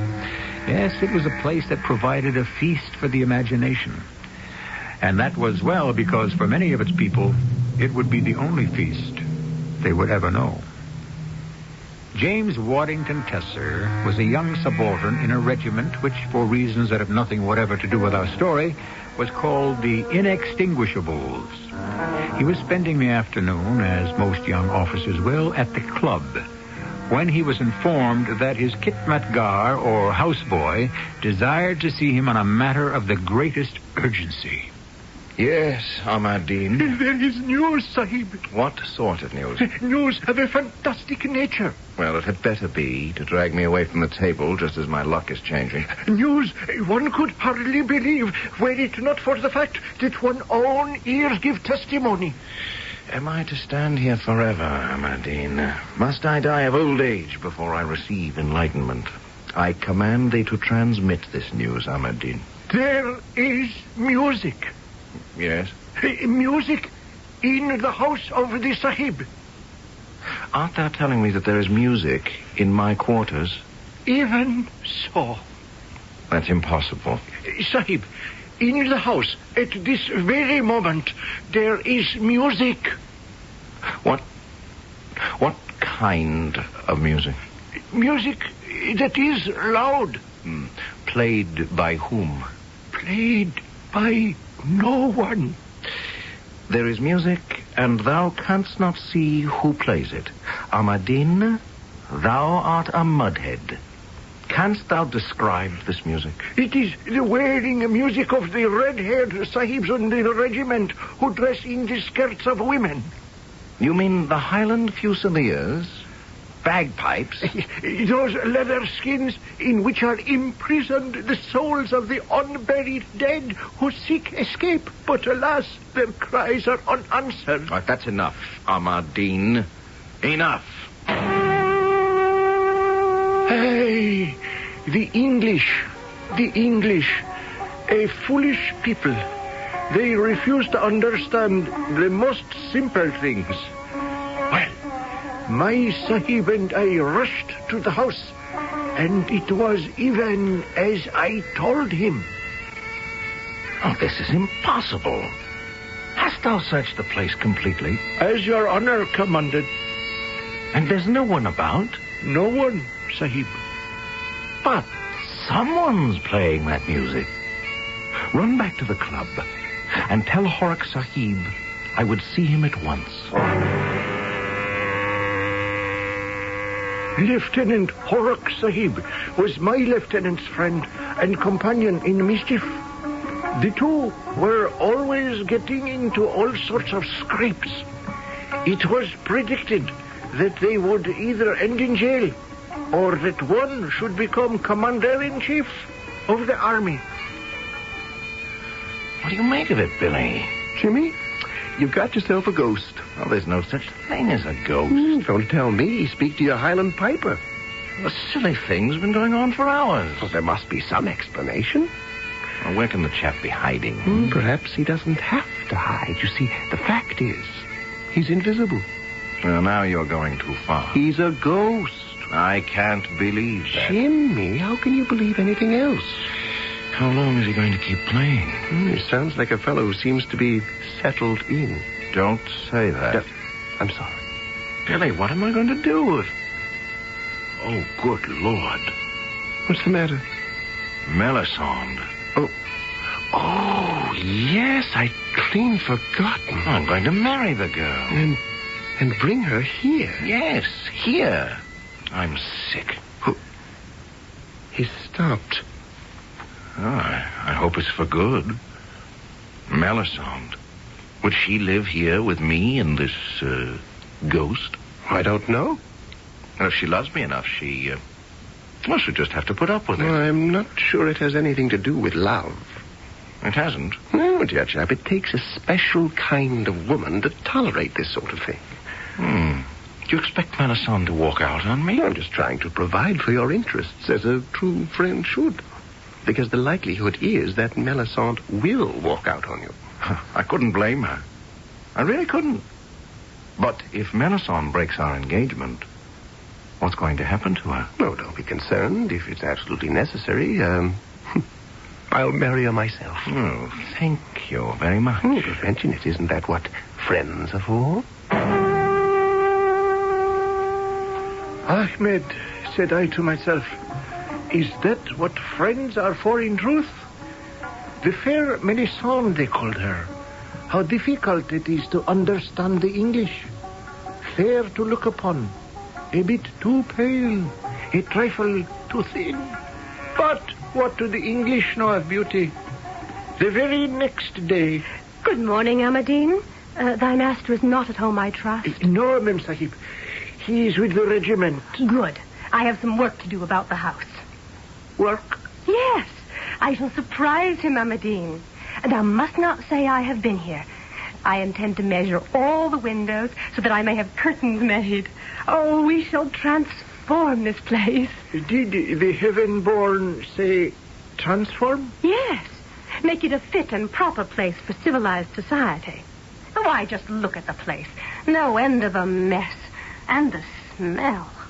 The smell, Mem Sahib? Of guns and oil and saddle leather. Oh, we shall tidy things up and have them ship-shape in absolutely no time at all. If the presence will permit, Tesser Sahib is quite fond of his guns and saddles. Is he indeed? And therefore it follows that these must be carefully greased and oiled in order that they may be preserved. Is that a fact? The grease and the oil, by Mem Sahib's permission, do, by the very nature of things, have an odor. Ah, but thou hast said, Amadine, by the Mem Sahib's permission, and the Mem Sahib shall give no such permission.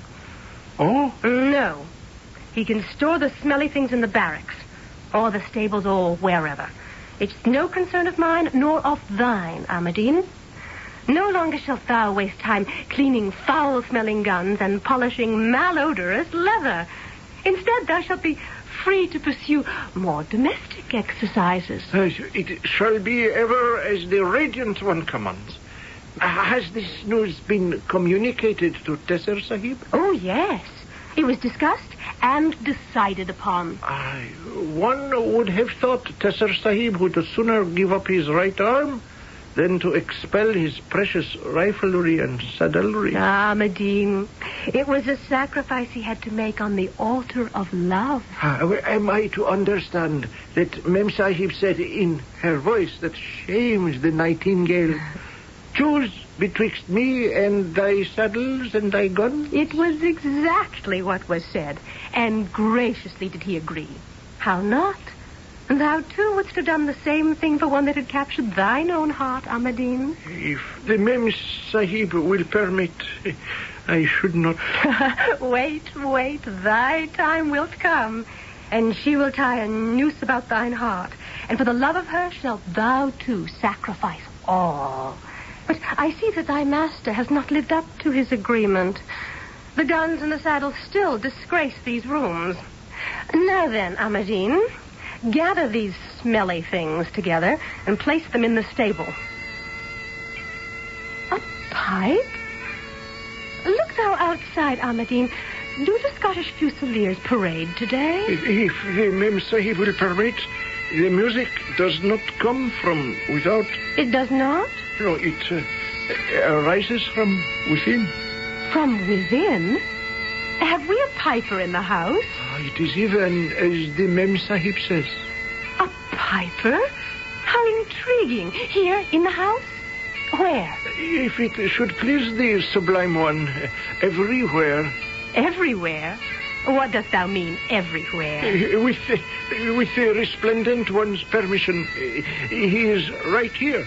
Who is right here? The one who has imprisoned the souls of the unburied dead. That shall be absolutely enough of that nonsense. A bagpipe is a musical instrument.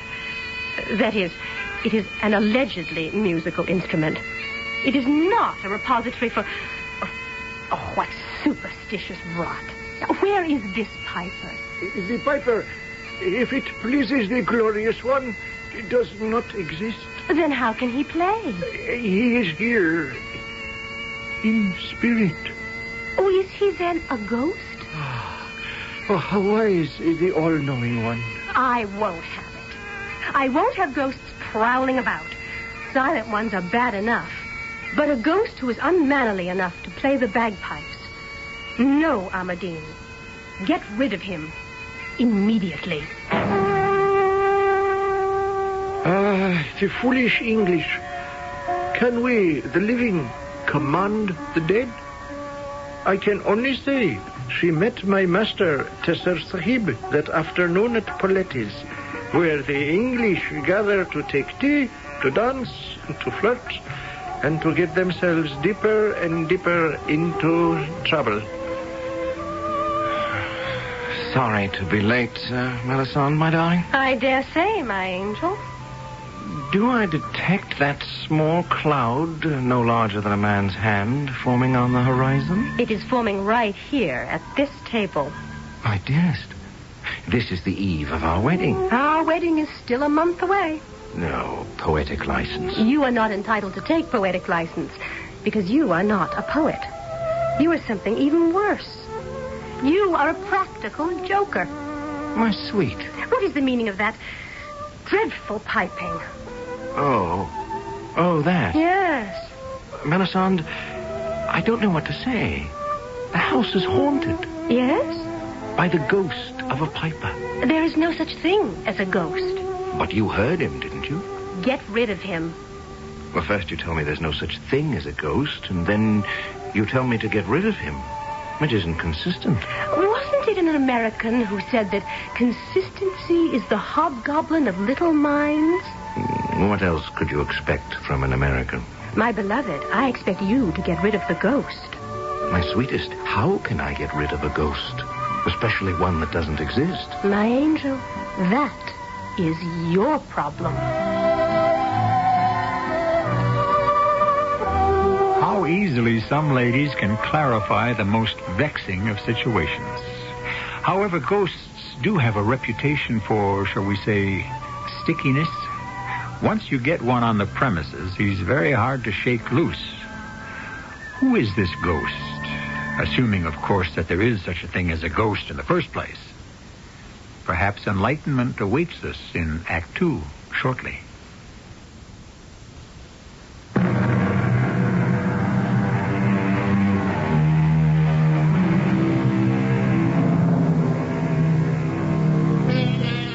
You've heard it said, love me, love my dog. Shall the hero of our story, Lieutenant James Waddington Tesser, be compelled to say to his fiancée, the adorable Melisande, love me, love my ghost? Some ghosts, as you know, are properly polite and unobtrusive, but not Lieutenant Tesser's. This one actually plays the bagpipes. Even now, the lovers are discussing it at Paletti's. But, my darling, you just don't command a ghost to leave. Please, do not involve me in the mechanics of the operation. And you have made absolutely no provision for disposing of those ugly, smelly saddles and rifles. Darling, they're not ugly. They are beautifully wrought. And the smell is the honest, deep, rich aroma of fine leather. I thought we'd already agreed. Well, yes, of course. Then why are we still discussing it? Well, because two mature, intelligent, sensible people who love each other can always reopen any subject. Are you telling me that you intend to break your promise? Oh, no. Are you trying to suggest that you shall not get rid of those offensive articles? Of course not. It just happens that I am an officer in a cavalry regiment, and I ride horses. Do you find it necessary to keep your horses in the house? Well, hello, you two. Billy, Horace. Oh, won't you sit down and join us? Oh, thank you. Well, Jimmy, as they sing in the old Irish regiment, the days of the Kerry dances, the sound of the piper's tune. I think that will be quite enough, Billy. I hope you've an ear for bagpiping, Melisande, my lovely. You're in for quite a serenade. Nothing of the sort, Billy. Jimmy has promised to get rid of him, or it, or whatever. Have you indeed, Jimmy? Well, then consider it done. Once our James turns his hand to a task, how do you propose to go about it? Will you please get out of here? Can't a man have some peace and quiet with his fiancée? I think you're horrid. And I do want to dance, Jimmy. And all you can do is sit there and sputter all sorts of nonsense about a ridiculous ghost. I'll dance with you, Melisande. Oh, I thought you'd never ask. Excuse us, old man.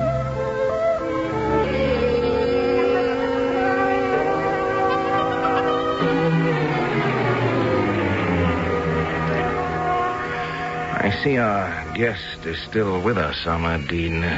I hear thou hast been looking for me. Sahib, there is news. Oh, no. I couldn't stand any more news. The Colonel, Sahib, has sent orders. Orders? Yes, he said Lieutenant Tesser, Sahib, is to report to him at once. Oh, the devil he does. Why would the Colonel want to see me? What have I done lately? I can't think of a single thing. At once, eh? All right. Say a prayer for me, Ahmadine, to whichever of thy gods would be appropriate to the situation. Sahib, I shall have to pray to all of them.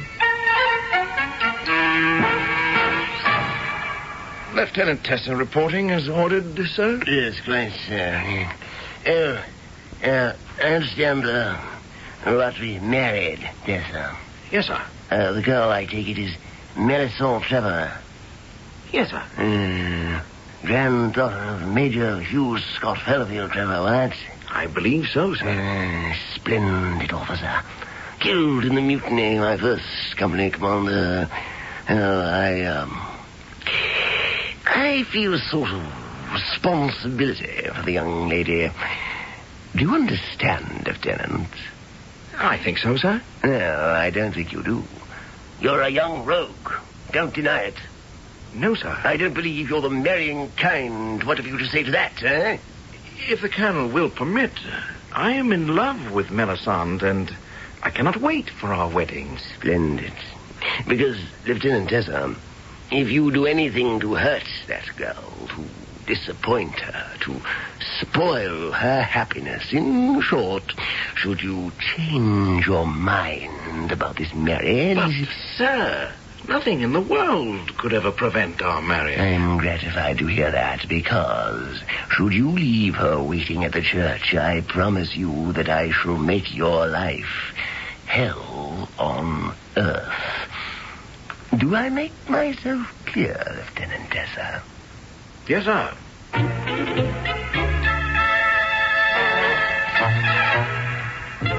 My darling.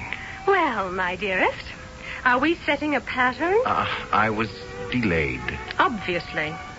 Does this mean I can always expect to be kept waiting? This was all being done in your interest. I was examining the house thoroughly, inside and out, top, bottom, in hope of exorcising that confounded ghost. Oh, you were doing it in my interest. I would assume that it was being done in our interest. Yes, well, of course, naturally.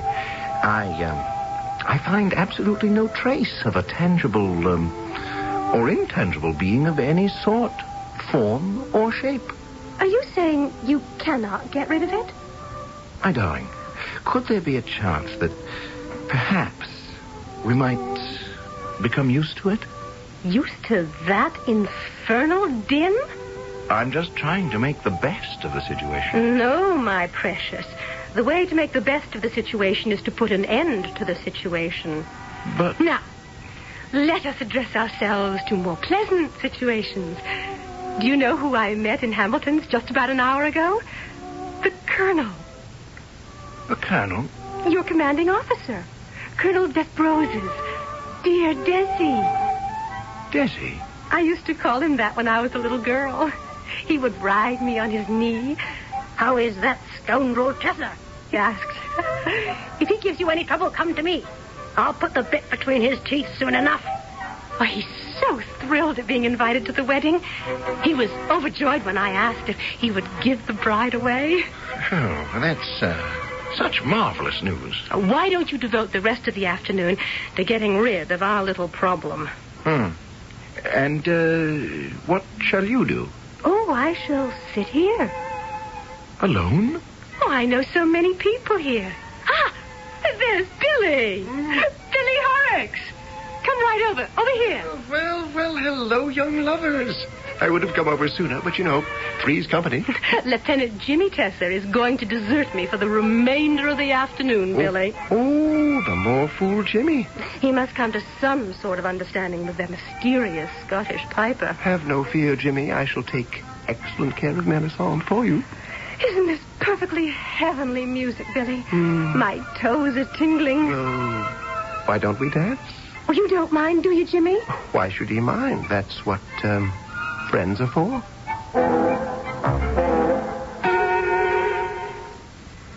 Ahmadine, come here. What is the wish of the protector of the poor?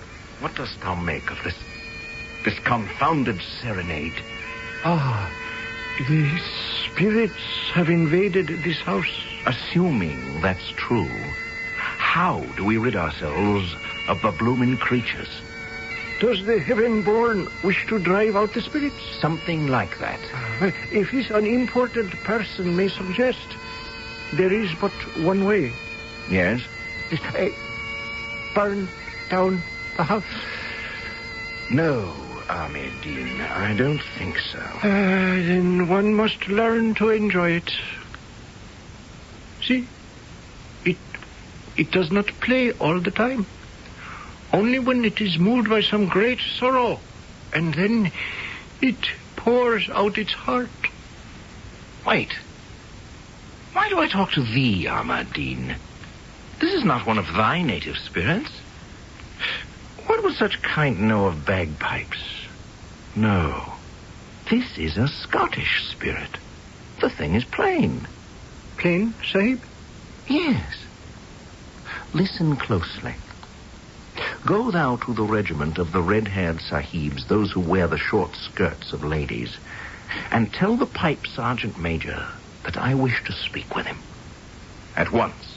Pipe Sergeant Major Cathcart McMoney's reporting, sir. Stand easy, Sergeant Major. This is unofficial business. Yes, sir. Now, can you tell me, is there a piper missing? A piper missing? From the regimental band. No, sir.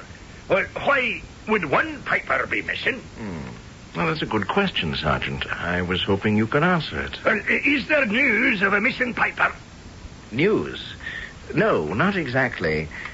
What we do seem to have is the missing piper himself. Yes, well then, where do you have him? Here. Here, sir? On the premises. Well, might a man ask, where on the premises? Here and there. Everywhere. Sir, would it be asking too much if I should request you to produce the man for me? Well, have a bit of patience, Sergeant, and he shall produce himself. In what way? Here he is now. Oh, is there a man in the next room? No, Sergeant. With your permission, sir. Go look, by all means. Search the room, the house, the grounds.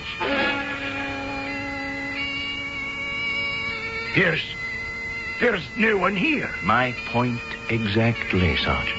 And yet, 'tis plain, 'tis a pipe. Yeah, a pipe. Who can it be? Well, No, it can't be. But who else? What are you saying, Sergeant? Stewart, man. 'Tis Jock Stewart. D. Stewart himself. Oh, listen. That's all I've been doing, is listening. Stewart. 'Tis his very own pipes. The ones he made with his own hands. Oh, yes. He was the greatest of us all. A poor fellow. Poor fellow? He died. In battle? Oh, no, sir.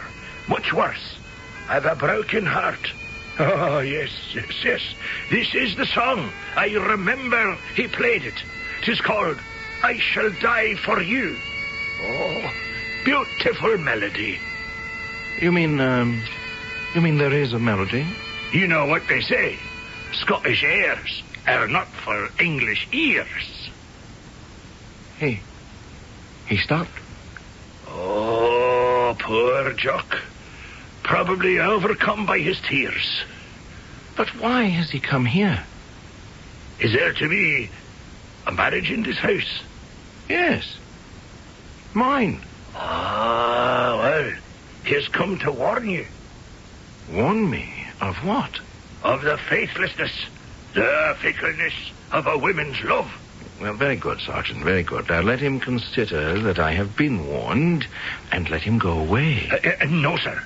You see, he feels it so deeply. He was betrayed by the lady he loved. Well, why can't he leave me alone? He wishes to save you from making this terrible mistake. Yes, but it isn't a terrible mistake. We love each other, Melisande and I. What am I going to do? Reconsider your approach in marriage. What's to consider? I'm in love. And if Jock Stewart, or whoever this mad, dead Scotchman is, doesn't leave this place in peace, my fiancée will break our engagement. Now you see it. This is what Jock Stewart has in mind.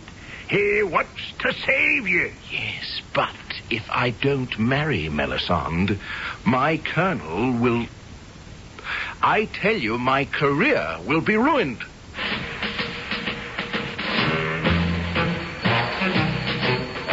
Choices, decisions. Ghostly pipers, fidgety fiancés, querulous colonels. How are we to sort all this out?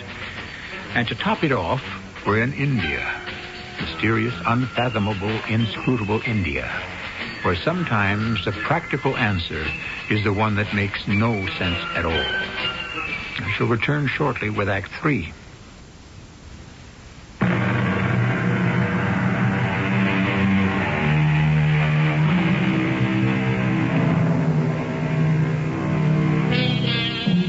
Ghosts are certainly not strangers in our literature. We've had all kinds. We've had ghosts from all walks of life and most occupations. However, musical ghosts are somewhat rarer than most. That is, if you want to call a ghost that plays the bagpipe musical. Yes, 'tis Jock Stewart playing. There can be no doubt. If I may make bold, sir, I should advise the lieutenant to listen to Jock. Listen to Jock and do what, specifically? Break the engagement. Sergeant, I would like to thank you very much. You've been a tremendous help. You're quite welcome, sir.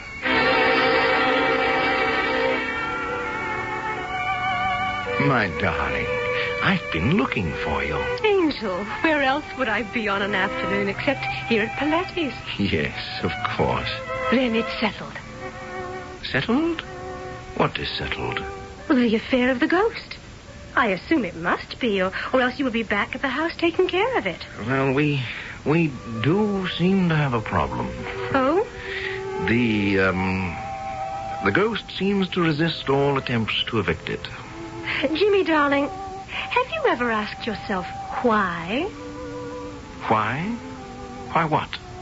Why the thing has seen fit to, well, let us say, concertize in your quarters? No, we no longer need to call it a thing. It's been identified by the pipe sergeant of the Highland Fusiliers as a certain Jock Stewart. Indeed. Mm-hmm. It seems that this Jock Stewart is dead. Why should this Scottish bagpiper decide to haunt you, of all men in India? Well, because... Oh, I don't know. You don't? Oh, really, the whole thing is ridiculous. Perhaps not. Now, have you ever murdered anyone? Certainly not. Then, this Stewart, would you have wronged him in any way? I never even knew anyone named Stewart. Well, hello. Oh, Billy! So good of you to drop by. Jimmy, I passed by your quarters just a while back. That ghostly old Highlander is still concertizing. Plays some catchy tunes, what? Say, shouldn't you be back at regiment? Whatever for? Don't you have some reports or something of that sort to... No, it's all serene, as far as I'm concerned. Oh, I forgot. Lucky thing you mentioned the regiment. The colonel's been looking for you. The colonel? For me? Whatever for? Oh, I would imagine to talk about your step. My step? Of course, your step up to captain. Captain? Oh, how marvelous. When a lieutenant marries, especially such a beauty as Melisande here, it's time he was promoted and received by his company. And that's why the colonel wants to see Jimmy. No. Somehow I don't think so. Oh, my darling, you're so modest. Go to the colonel immediately. But I shall be leaving you alone again. Oh, I shall not be alone. Billy Horrocks is with me. Yes. Billy. I really cannot impose on you to keep my fiancée company. Oh, why not, dear chap? Isn't that what friends are for?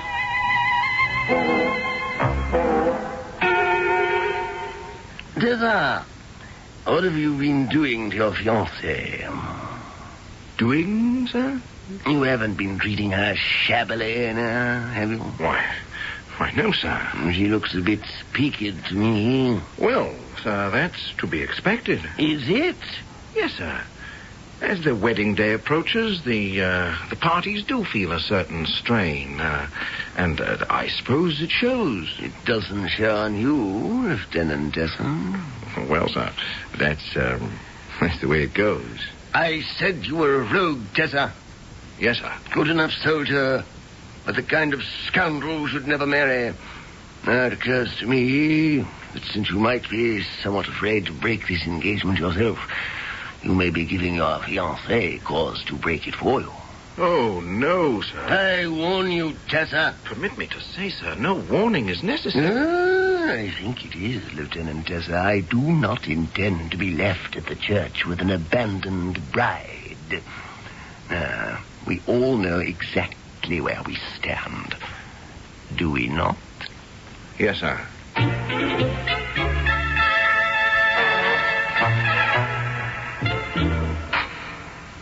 Amadine. The presence has returned. Has the music stopped? It comes, it goes. Amadine, what am I going to do? How am I going to get rid of this ghost? We must call Hunifa. Who? Hunifa herself, the great sorceress. She will bid thy piper go.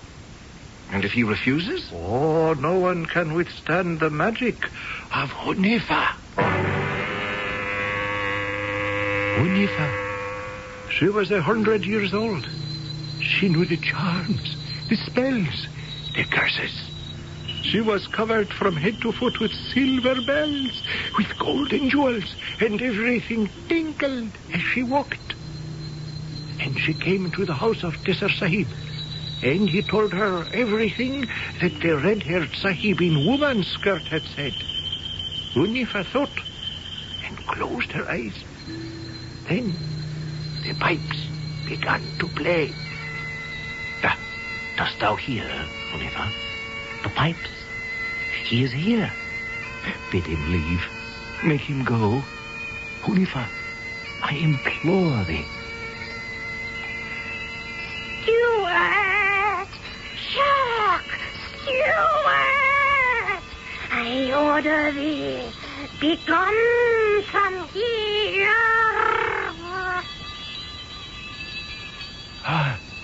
Yes, he's gone. Thou hast done it, Hunifa. He is gone.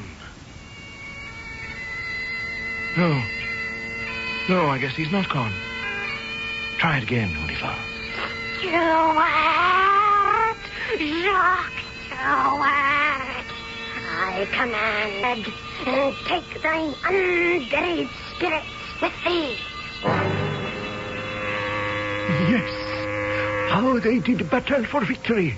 The dead red-haired Sahib in the short lady skirt, and the magnificent Hunifa, the greatest sorceress of India. And the battle went this way and that, first to him, then to her. But in the end, no one who is alive may triumph over one who is dead. Therefore, it was the music of the pipes that emerged victorious. Sahib, I cannot make him go. But you must. No, he sings the song of Vish, the goddess of true love. But you don't understand. Yes, Vish bids him play in the home where love must fail. And until the Sahib tells his fiancée that all must be over, the red-haired one shall make his music here. But I can't do that. The goddess has spoken. Who can turn the will of the goddess? There was no more that my Sahib could say to her. Oh, my poor Sahib shook his head and then bade me harness the mare to the carriage and drive him to Paletis. Melisande, my dearest. Back so soon? Oh, that must mean good news. Good news. You've finally gotten rid of that silly noise. Isn't he marvelous, Billy? Congratulations and salams, all that sort of thing. The truth is, Melisande, my precious, I haven't gotten rid of it. Oh? And what's more, I'm sure I never will get rid of it. Then, Jimmy, you place me in an extremely uncomfortable situation. I don't know what to tell you, my dearest. Jimmy, I love you. But perhaps I do not love you strongly enough to live with that unearthly wailing forever. I understand, my darling. So, therefore, I must release you from your promise. Oh, no, you can't do that. Well, yes, I suppose you can. Poor Jimmy. He's too much of a gentleman to say that if he breaks the engagement, the Colonel will ruin his career. Oh, no. Oh, yes. But, Jimmy, you're not the one who's breaking the engagement. I am. Doesn't matter. The Colonel will believe that Jimmy drove you to it. Oh, this is awful. I simply could not ruin your career. There may be a way out. Now, listen, the Colonel has said, I do not wish to be left at the church with the abandoned bride. He really doesn't care who marries Melisande. How can you say that? As long as she's happy. And she will be. She'll walk down that aisle, glowing, radiant. All we need to do is change the groom. You mean that Melisande should marry someone else? Oh, why not? The present arrangement is making everyone unhappy, isn't it? Well, who should she marry? Me. You? Why not? Melisande, what do you say to all this? It would appease the Colonel. You see, old chap, Melisande would be spared the ordeal of the bagpipes. You could look forward to a glorious career in Her Majesty's forces. Billy, I couldn't ask you to make such a sacrifice just for me. But of course you could, Jimmy. After all, isn't that what friends are for? Ahmad-Din, where is the saddle soap and the polish? Thou hast long enough neglected thy duties. I even now have them in hand and proceed to the task. Has there been any music today? No, Sahib. The red-haired ghost has released his devils and betaken himself to Gehenna. Or to wherever it is that such sahibs go. She was right, Unifa. And so was the pipe sergeant major.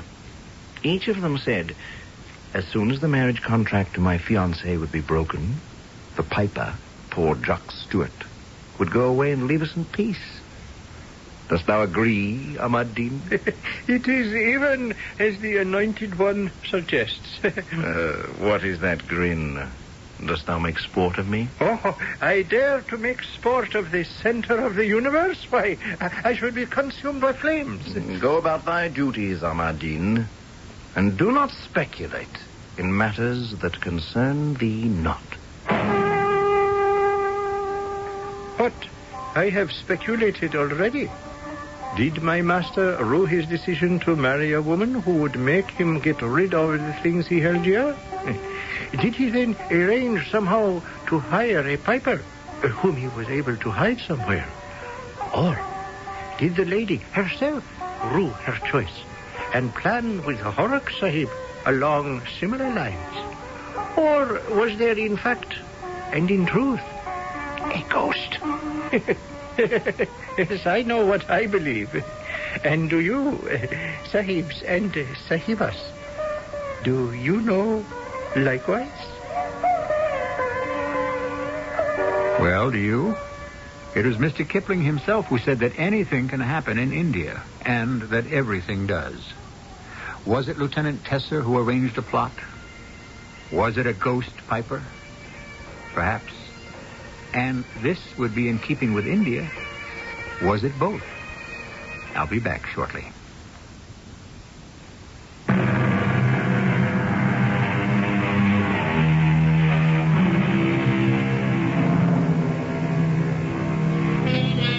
Our story was concerned with magic. But what is magic? The dictionary tells us that it is any mysterious or seemingly inexplicable event or occurrence. Well, then, it's all a matter of when you happen to be alive, isn't it? One century's magic is in another century's commonplace. Think of the wireless, the airplane. Sooner or later, the mysterious will be stripped away from anything and everything that defies explanation, even ghosts. Our cast included Tony Roberts, Diana Kirkwood, Russell Horton, and Earl Hammond.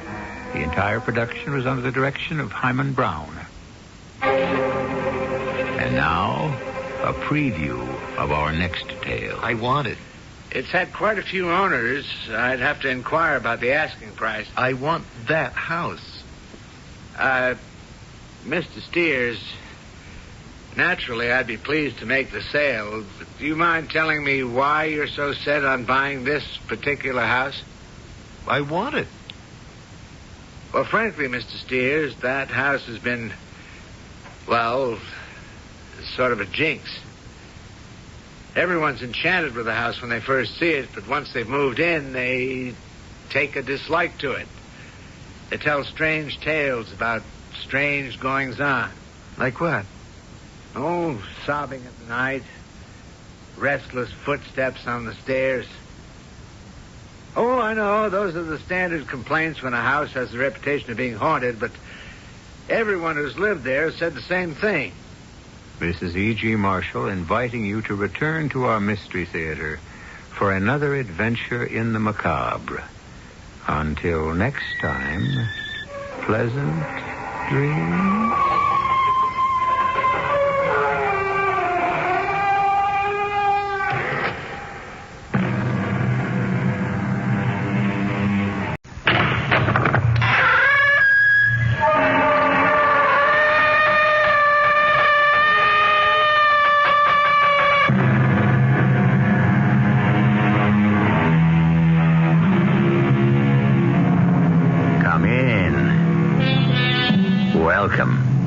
I'm E.G. Marshall.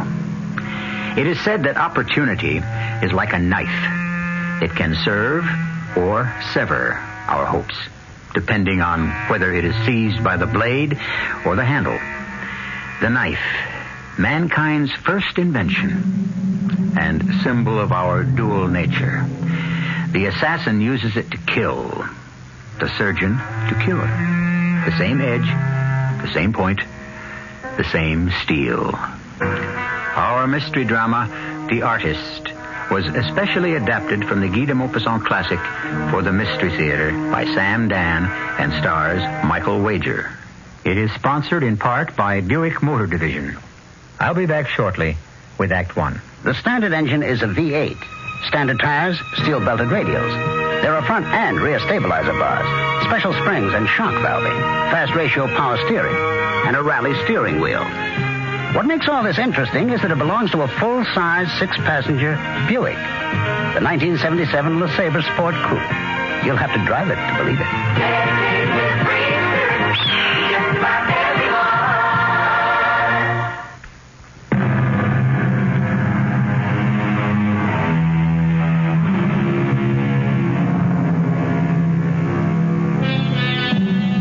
When we think of romance, we dream of young lovers, Romeo and Juliet. Who wants to know about men and women who grow old together in contentment and tranquility? Give us the flaming passion of youth. That is what our story is all about. That thwack you hear is the sound of a large knife with a needle point and a murderous edge being thrown against a board by Professor Raoul Delacroix. Standing against the board is Mademoiselle Fifi, charming young lady with the face of an angel and the nerve of a devil, because the professor, from a distance of 30 feet, is outlining her body with those deadly knives of his. The slightest mistake, the tiniest error of judgment can mean serious injury or sudden death for Mademoiselle Fifi. But Professor Delacroix never makes mistakes, which is why he is paid fabulous fees to perform in the most exclusive nightclubs. My good friends, I am about to throw the final knife, which will be placed under Mademoiselle Fifi's arm on a direct line with her adorable heart. I ask you this, when it is done, please do not applaud. For what we perform this night is not an act, but a ceremony that celebrates the ultimate faith that one human being can have in another. Are you ready, my beloved? I am ready, my darling. Oh, yes. In the event you may not have known, Mademoiselle Fifi is my wife. And so, now. I didn't applaud, nor did anyone else in that audience. We watched that shiny, murderous knife spin easily from his fingers, describe a graceful arc, and come to rest, quivering in the board as close to her body as it could get, without piercing skin or drawing blood. We sat in shocked silence as we might in a church. In silence and in awe, not only of his almost supernatural skill, but also because of the smile on her face, the almost supremely confident smile I have ever seen. My name is Mark Harrison, and my entire life has been changed just because I happened to see a knife thrower's act in an expensive night spot. And now I'm trying to make it all come together. Morning, Mother. Are you just getting down to breakfast, Mark? I must have overslept. Well, you'll be late for work again. I suppose so. Really, Mark, you own the plant. You should set an example. Mother, I don't know the first thing about business. I don't care to learn, and as long as we have competent people running the place for us, we'll be fine. Oh, how I wish you'd get married. I don't know anyone. Nonsense. You know plenty of women. Yeah, none of them are what I'm looking for. Oh, we've arrived at that stage of the conversation. You say you haven't found what you're looking for, and I ask, what are you looking for? And you answer, you don't know. And we go round and round with that for a while. Well, the fact is, I do know what I'm looking for. Oh? When did this happen? Last night. You mean you met the girl you want to marry? No, not exactly, but I did meet the kind of a girl I want to marry. Well, that's progress. Who's the girl? Mademoiselle Fifi. Mademoiselle Fifi? Yes, there's a knife throwers act at the Gilded Cage. He is Professor Delacroix. Mademoiselle Fifi is the target. Oh, I think those things are gruesome. It's an art. A positive art. The way he places those knives. Mark, I wouldn't be able to look. She stands there. Her life is in his hands. I would imagine so. The smallest mistake... Personally, I think the girl is rather stupid to flirt with death. Why? She trusts him. That's the understatement of the week. It is complete, unquestioning trust. It's absolute conviction. There's something so innocent about it. Something so pure. Yes? What I saw last night actually touched me to the very depth of my soul. Oh, come, Mark. How else can I put it? That's what happened. That's how I felt. Two people so deeply in love, and each evening that love must hold a confrontation with death. Why does she do it? It must be glorious to love like that. It must be terrible to love like that. Well, make up your mind. It's the only way I could ever love. I wish you'd get married and get rid of all that romantic nonsense. Those two people... Those two, indeed. A glorified sideshow performer and a neurotic girl. Oh, Mother, how can you call her that? She flirts with death. Why? That night, and every night, I went to the Gilded Cage. And I sat there, breathless, in a state... How else can I say it? Delicious terror as the lethal knives flew through the air and came to rest against, but not in her body, forming a deadly halo around her head, a lethal collar around her neck.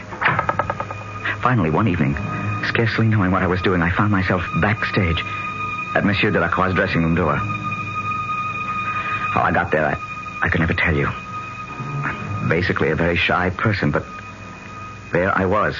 And before I knew it, I had knocked on the door, and it opened. Yes? Oh, it's you, Mr. Mark Harrison. Please come in. You know my name? Of course. How? Sit down. Have a drink. Fifi, Mark is here. How wonderful. Oh, she's in the other room, changing. How did you know? How did I know your name? Very simple, my friend. I asked. But why would you ask? I can't imagine why you should want to know who I am, or care for that matter. Why have you come to see me? Oh, because I've never been so moved by a performance. I had to pay my respect to a great artist, and also to a great artiste. Yes. Thank you. But I still don't understand why you should want to find out who I am. These past several weeks, you have become a person of great importance. I have? To me. But why? How? A performer thrills an audience. Oh, yes. But it must be a two-way street. You see, the performer is nourished by the audience. My creative engine runs on electricity. And this can only come from those who watch and believe. And you, Mr. Mark Harrison, of all the believers, you are the most devout. Isn't that so? Yes. Night after night, I see you in the audience, watching me as I was meant to be watched, appreciating my genius for what it is. And so I made inquiries. And had you not come to pay your respects to me, I would have come to pay mine to you. Oh, thank you, Professor Delacroix. Oh, darling. We have a visitor, I see. It's the charming gentleman who always sits at the ringside table. Fifi, this is Mr. Mark Harrison. I think your performance is the most thrilling. In the beginning, it was even more exciting. Raoul would throw his knives blindfolded. Blindfolded? Perhaps you might convince him to do it again. Never. No one will ever convince me. But, Professor, how exciting it would be if... It would be a false excitement. It would cheapen my art. Well, now that we're all friends, Mr. Harrison, you must visit us more often. When? All day you practice, in the evening you perform, and at night you must go to bed early. Yes, art is a hard mistress. As long as art is your only mistress. Oh, don't be a stranger, Mr. Harrison. Oh, no, I won't.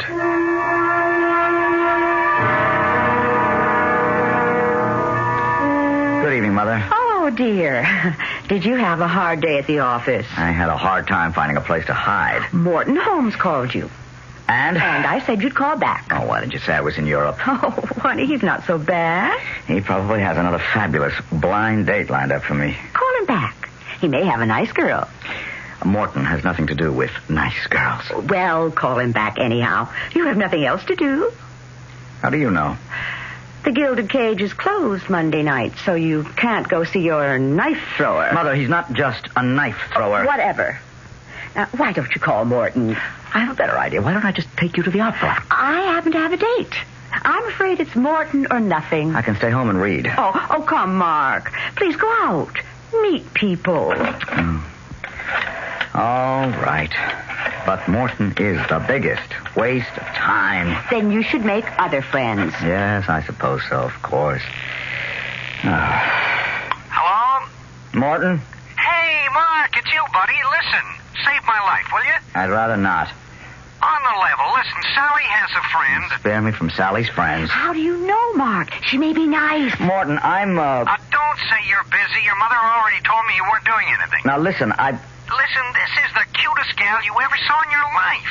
Yeah, I've heard that build-up before. And she's French. I mean, she speaks perfect English, but oh la la. Oh, look, Morton, the fact is I have a headache. She's dying to go out with you. Is that a fact? Why? Well, she says she knows you. She knows me?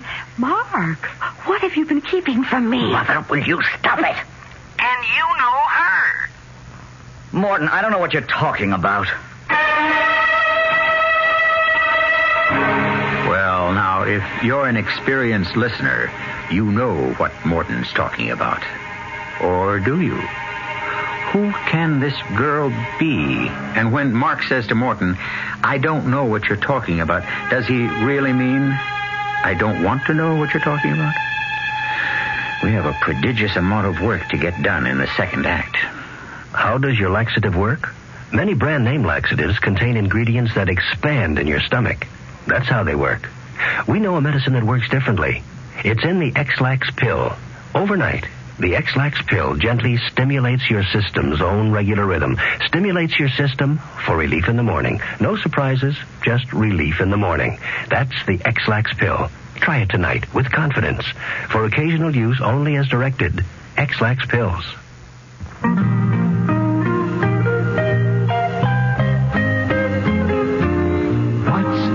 Idea.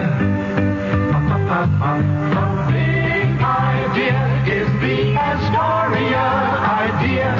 An idea designed to come through with many happy returns for you. Easy Chair Money, another big idea from Astoria Federal. Sit back and relax while your money's earning you a big 5.47% a year on your 5.25% passbook savings account. And your money's yours when you want it with no loss of interest.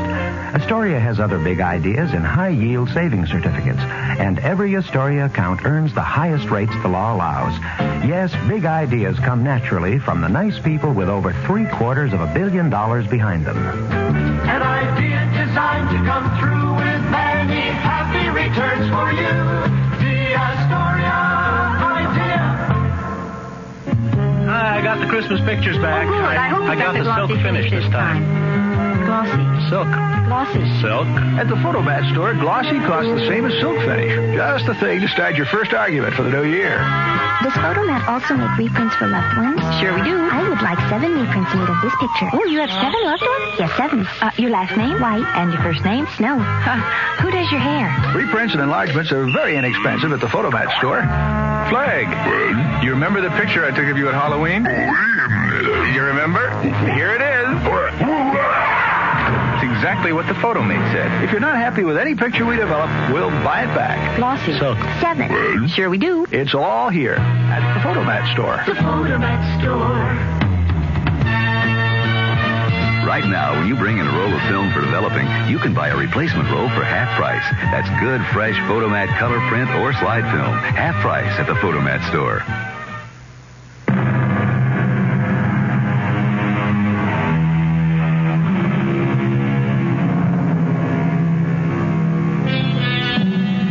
Truth, as they say, is stranger than fiction.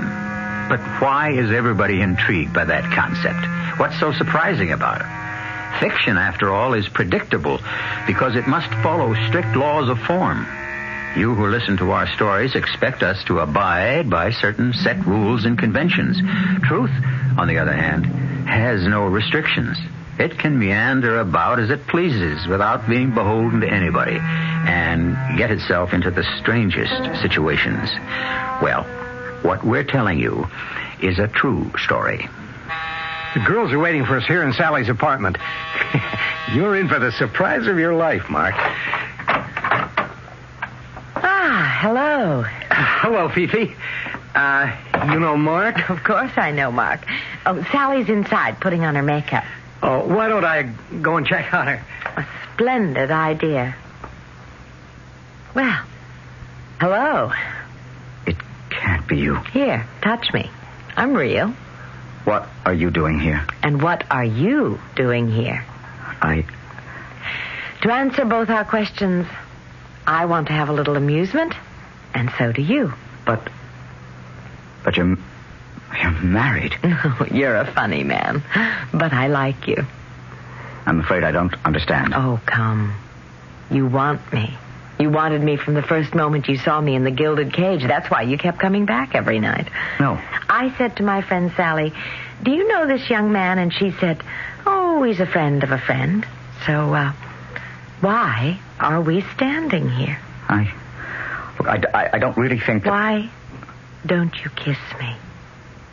Oh, You want to kiss me, don't you?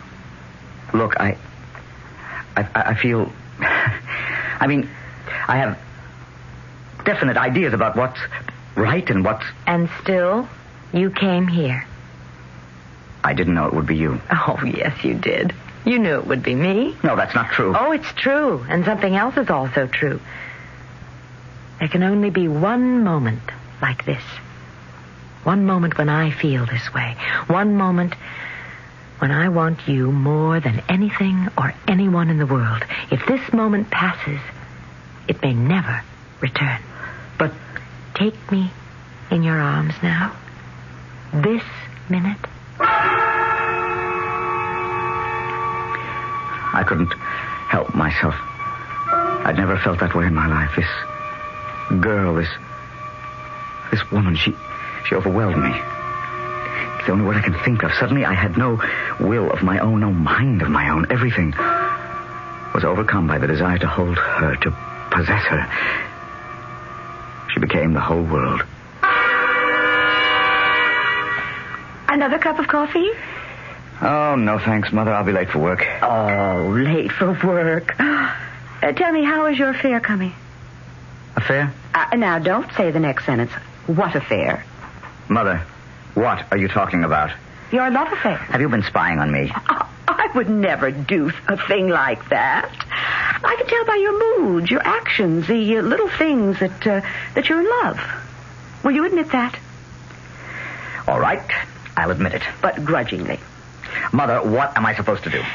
Son, love exhilarates. Love is not a burden. Unless... Yes? Unless it's an affair with a married woman. Have I guessed it? You don't have to answer. Then instead of an innocent joy, love becomes a guilty secret. What's her name? You see, you keep it even from me. I'm old enough to manage my own affairs. Of course. And you're also old enough to be happy. I'm going to be late for the office. You are not going to the office. I don't want to discuss it. I must say, when you kick over the traces, you don't do things by halves. Quiet, shy, bashful Mark finally has an affair with, of all women, a knife thrower's assistant. Mother, this is monstrous. Why? How could you know who she is unless you hired a detective? Well, you kept talking about that knife thrower. He's more than just a knife thrower. Yes, he is a man you have betrayed. Don't say that. If I don't say it, will that change anything? How did you find out? I had my best friend, Judge Corwin, take me to the Gilded Cage one night. You didn't see us. You had eyes for no one but the breathtaking Mademoiselle Fifi. It was obvious. Obvious? Perhaps it was only obvious to me. I agree with you. The man's a genius, an artist. It just happens I don't care for his art. But that's not the issue. The girl, however, is obvious. She's what I said she was. A tart. Now, Mother, don't... Please, let me finish. Mark, there's all kinds of flirting. There's the sort that's done in all innocence. The light-hearted, non-serious, playful little game that always ends, however, before any points are... Mother, I have had enough of this. What? Mademoiselle Fifi flirts because she must. It's what brings excitement. And for all I know, even meaning to her life. That is ridiculous. Every night she flirts with death. Each knife throw may be... Do you know why she's taken up with you? We're in love, Mother. In love. Hazardous as her life may seem to the public, perhaps it's not dangerous enough for her. I would say she needs even more excitement and suspense. Can you imagine what would happen if Professor Delacroix knew of this affair? Oh, that has become my nightmare. One of those knives could miss the mark by a fraction of an inch. A fatal accident. And who could prove it was done on purpose? Oh, please, Mother, please don't say any more. She touched a nerve. She's very good at touching exposed nerves. Raw, vulnerable, sensitive nerves. What would he do?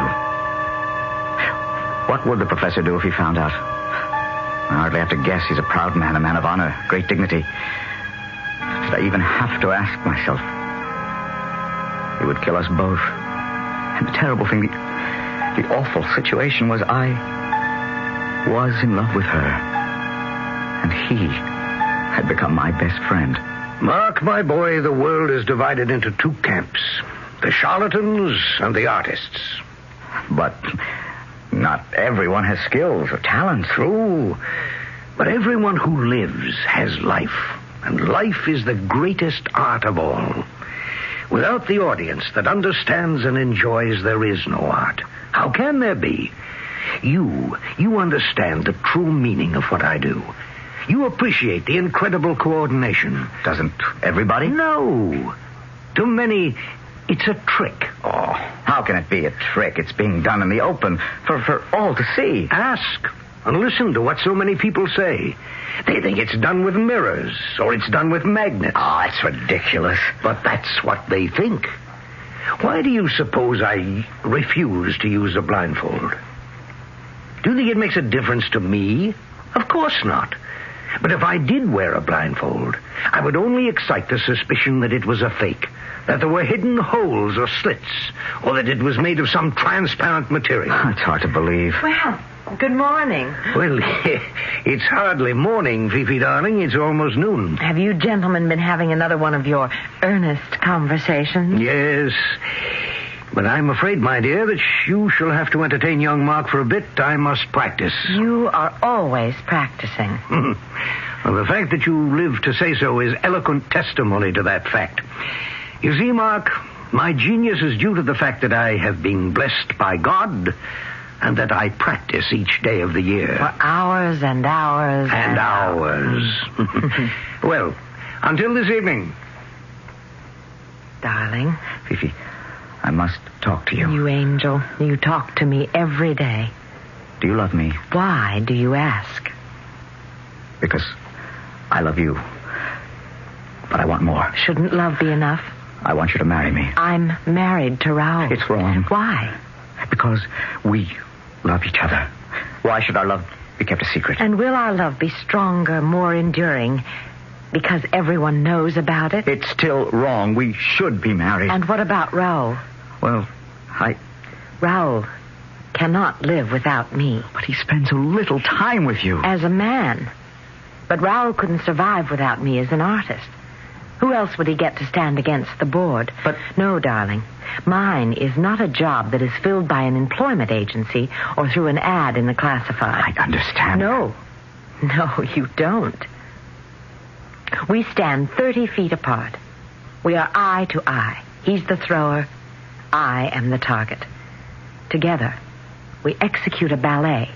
His is all motion. Mine is all stillness.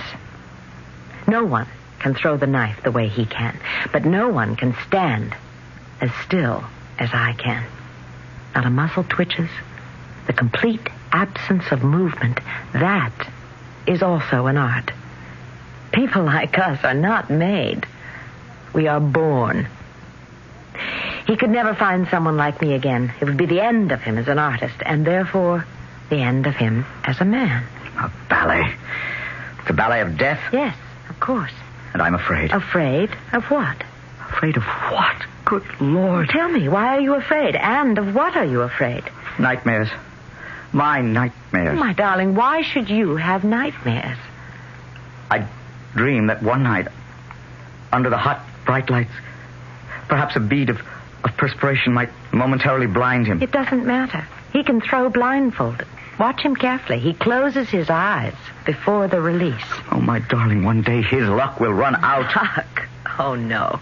No, don't ever let him hear you say that word. Not you. Because it will only tell him that you don't understand him. It isn't luck. It's skill. God-given skill. But no one is perfect. He is perfect. The two knives he throws to enclose your neck. Yes? Do you realize that the merest fraction of an inch and an artery... It can't happen. How can you sit there so calmly and say it cannot happen? I am absolutely safe. Raoul can never miss. You say that so calmly, so matter of fact. As if you're looking at a clock and announcing the time. The analogy doesn't hold. If I told you the time... the clock could be wrong. But not Raoul. Raoul is never wrong. Raoul never misses. You must know something that I don't know. I don't know anything. I'm not a deep person. I'm not an intellectual. I may not even be intelligent. I only know what I want to do. And right now, I want to kiss you. Now? I said now, didn't I? Here? We're here, aren't we? But Raoul. Raoul's in the next room. Raoul is in another world. Darling, you say Raoul could never miss. But suppose he found out about you and me. Darling, if it bothers you so much, just make sure Raoul doesn't find out. And now, will you kiss me?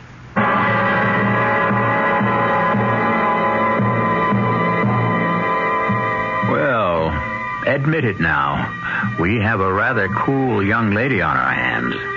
It would be difficult to imagine a woman, young or old, with that much, as the French would say, sang-froid, cold blood, which is a perplexing situation since she seems to have so much hot blood when she's in Mark's arms.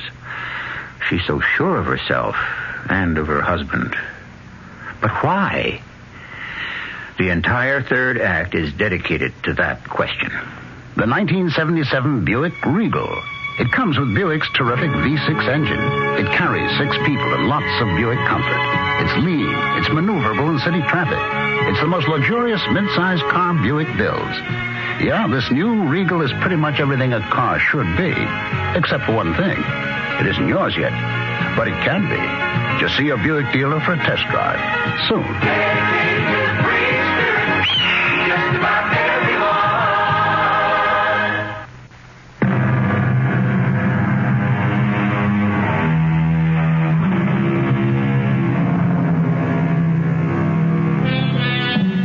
We have been presenting for your edification or mystification, a young lady named Mademoiselle Fifi.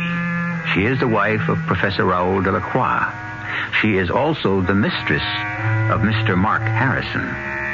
This would hardly be an unusual situation if Professor Delacroix were some musty, dry-as-dust old pedagogue. Not so. Our professor is a handsome, vigorous man of 40. He is also a professional knife thrower. She acts as his target. Wouldn't you suppose that she should be the last woman in the world to be unfaithful to her husband? Will I see you tomorrow, Mark, darling? I cannot keep coming here every day. What will your husband think? Why are you so worried about Raoul? The way you ask that question, one would never believe that Raoul holds your life in his hands every evening. If I keep coming here every day, won't Raoul become suspicious? I don't think so. The way you say that. The way you smile when you say that, it's too much for me. If I'm too much for you, maybe you'd better not see me anymore. Yes, maybe I'd better not. Very well. Goodbye. That's best. It's best for both of us. For all three of us, because it can only end in disaster. Mark, if you want to leave me, you only have to say goodbye. There's no need for a great farewell speech. There's the door. Goodbye. Goodbye. Well, why are you still standing there? I can't leave you. I love you. It's wrong, but I love you. Then take me in your arms. Good morning, Mark. Good morning, Mother. Some breakfast? Just coffee. Oh, Mark, you look terrible. Thank you. But you don't sleep nights. Maybe I have insomnia. Maybe you have a guilty conscience. Why don't we change the subject? You've already made your position clear. Do we have to go through it again? Yes. I know what I'm doing is wrong, but I can't help myself. I try to break off with her. Every time I see her, I say, this must be the last time. I must end it. Well, why don't you? I understand now, and only now, why and how a man could abandon his family, deceive his employer, even betray his country for a woman. Oh, Mark, aren't you romanticizing? Don't say that, Mother, or we'll never be able to talk to each other again. It's how I feel. Let me introduce a new complication. Yesterday afternoon, the two of you were having lunch, tete-a-tete, at an out-of-the-way country restaurant and motel near the turnpike. Why are you having me followed? That is unworthy of you, Mark. The fact was reported to me by an old friend who happened to be lunching there himself. Very well. I'm sure we can count on his discretion. The trouble is, it's not the first I've heard of it. Word is getting around. Gossip is being started. I know. You know. I suspected it would be. And the professor? Well, you don't know him. He lives in an ivory tower. Perhaps, Mark. But sooner or later he will have to find out. There are enough malicious people in this world who will make sure. Yes, Mother, I know that. Then put a stop to it. I can't. Then reconcile yourself. Accept the fact that you will be the cause of her death. You're right, Mother.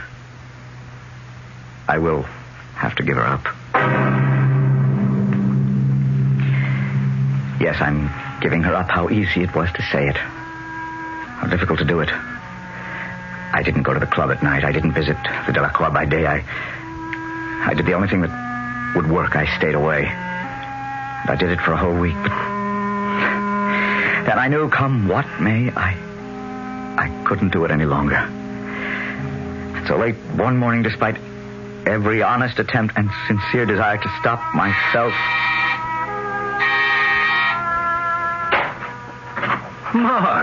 Mark Harrison, come in.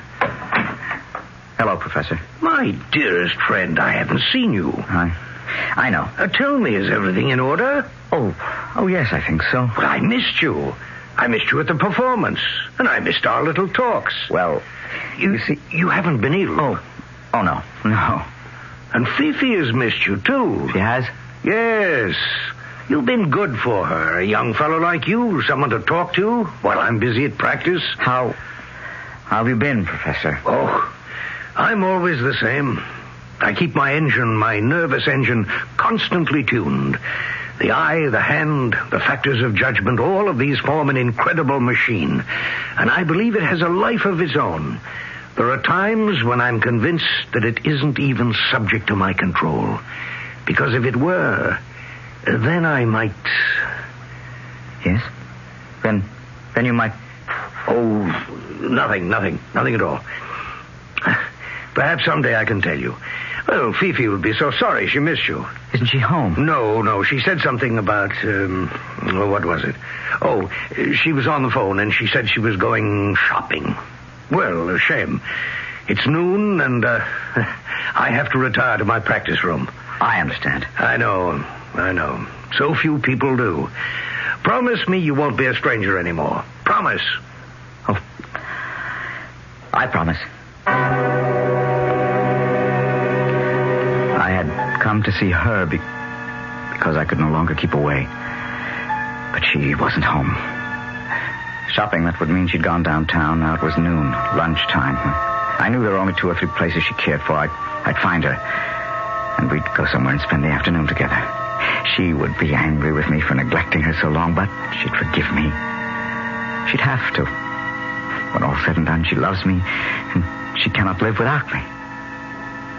Just as I cannot live without her. Darling. Mark. I knew where I'd find you. Where have you been? It doesn't matter. I'm here now. Come on. Let's drive out to that place in the country. Why? Because I want to take you in my arms. Tomorrow.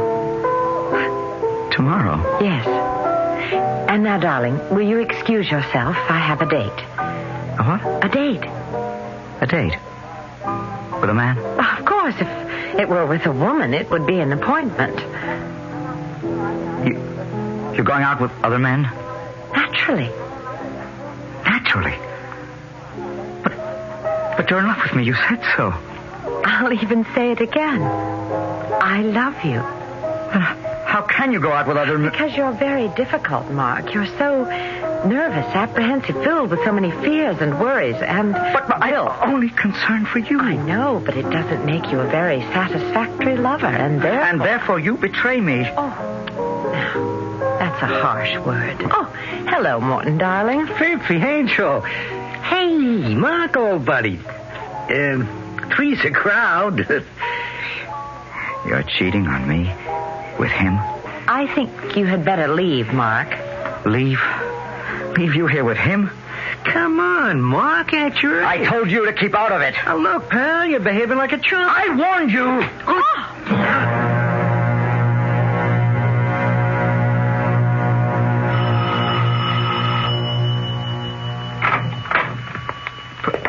Professor. Hello, Mark. May I come in?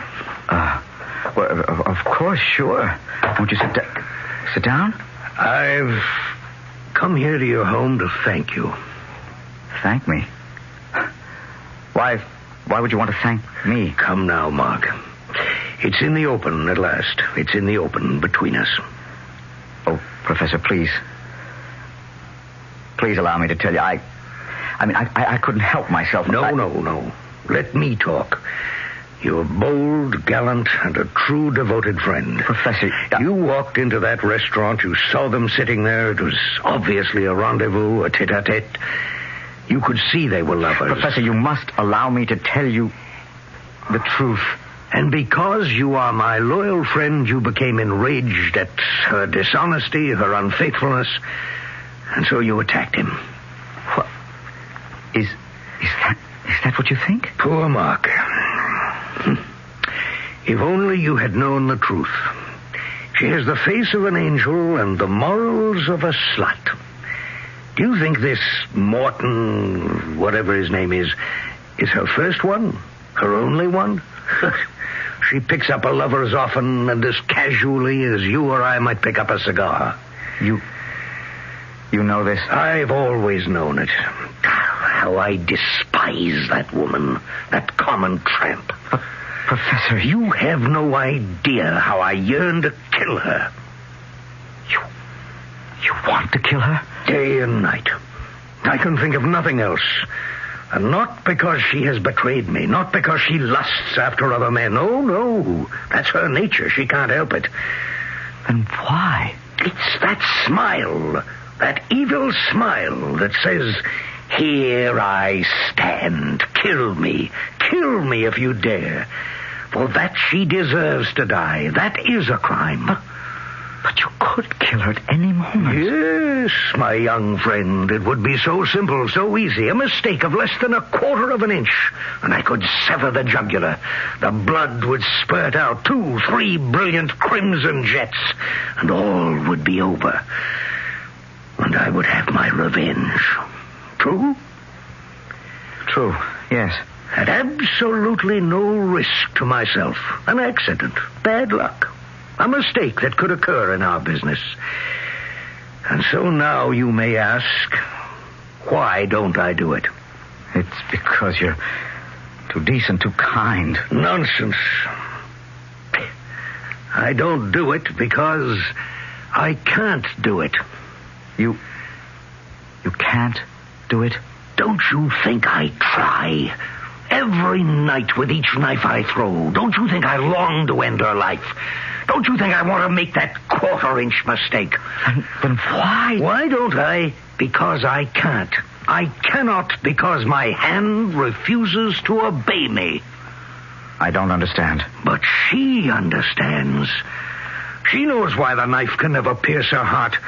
That's why she stands there and smiles her evil smile. She knows me. She knows the secret of my art. She knows what a faultless machine I've become. She knows that I'm a true artist, and that my hand, my brain, my eye will not permit me to make a mistake. And so she stands there and laughs at me, laughs at me, laughs at me.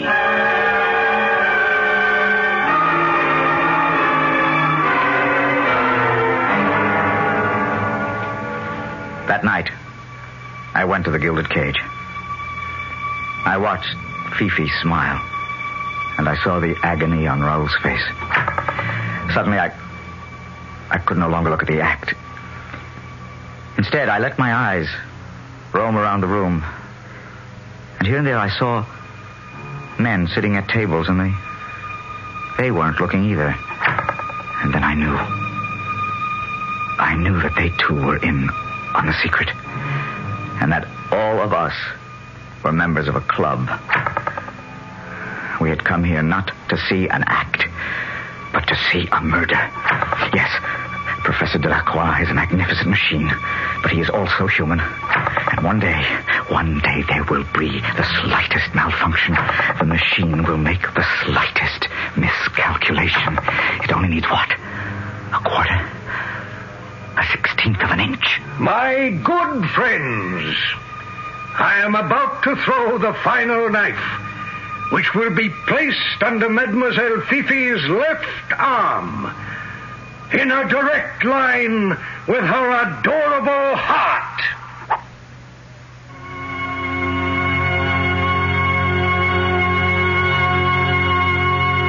The final knife. Will it be this one? This is what the members of the club have come to see. Well, if you were told that there was going to be a murder at such and such a time, at such and such a place, and absolutely nothing could be done to stop it, would you go to see it? Think about it.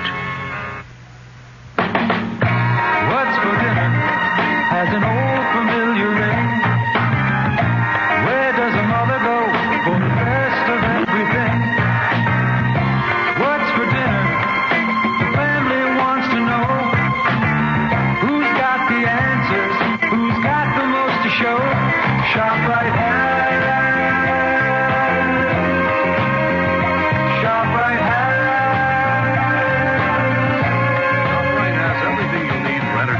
for family get-togethers or for those many everyday meals. Lean, savory, fresh ham, shank half 99 cents a pound, but half $1.09 a pound. ShopRite mixers, ginger ale, club, seltzer, 28-ounce bottles, 5 for 99 cents. Stop up for lots of sandwich making, too. ShopRite white bread, 20-ounce loaves, 3 for 89 cents. Check your nearby ShopRite for holiday store hours, and from everyone at ShopRite to you and your family, a very happy and healthy New Year. Would you buy an imitation when you can get the original, the genuine? Well, of course not. Krakus and Atalanta brands. The originals are genuine imported Polish hams. They're available at your favorite grocer, supermarket, or butcher. Krakus and Atalanta, the original brands, are the only brands of imported Polish hams to carry both the Good Housekeeping seal and the Parents Magazine seal of approval. Insist on the best for your money. Fine, lean, great-eating Krakus or Atalanta brands of genuine imported Polish ham in 2, 3, 5, or 7-pound take-home sizes. You can also buy these fine hams sliced from larger sizes at your deli counter.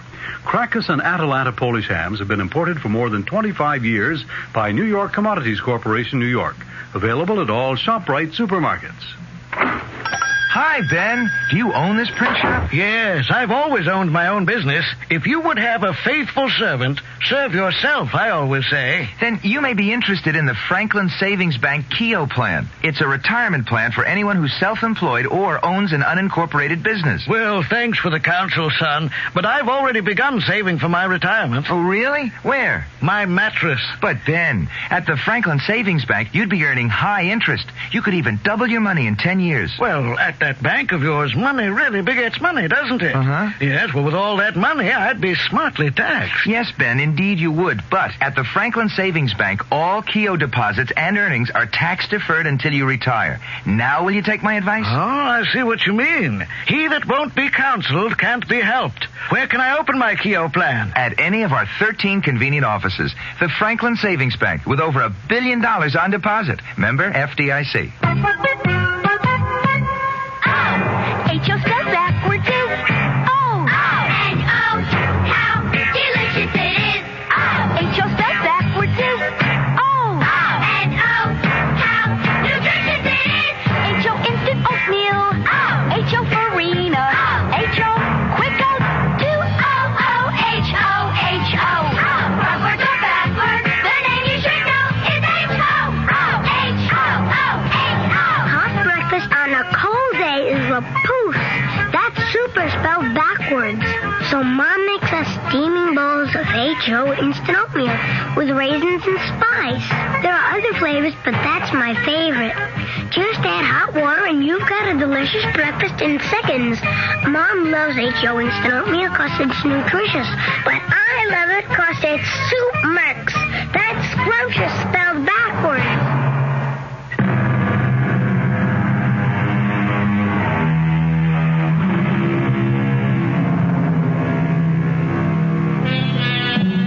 We have been listening to a story about possession. Possession seems to be a popular topic for entertainment these days, but it's somewhat misunderstood. We tend to think of possession as the intrusion of demons or devils into our body or soul. But actually, each one of us is possessed. We are possessed by what we are, by how we have been trained. We respond to a lifetime's experience. We are what we have become. The long way. The hard way. Our cast included Michael Wager, Patricia Elliott, Court Benson, and Ann Petoniak. The entire production was under the direction of Hyman Brown. And now, a preview of our next tale. No, I'll see you out, Mr. Clark. I'm honored. Oh, thank you, but I'm not John Clark anymore. I'm just the bookkeeper introducing your people to the great man. Fisher insists that we maintain the image. Mr. Clark, this is Pete Fine, who wants your vibes on his tape recorder. Now, please, folks, Mr. Clark has got to get off the planet this afternoon. And this is, what's your name, sir? Mr. Clark likes to know people's names. What? Kruger? Kruger, you murderer. I've been waiting for this. I've been hunting you for 10 years. This is E.G. Marshall inviting you to return to our Mystery Theater for another adventure in the macabre. Until next time, pleasant dreams.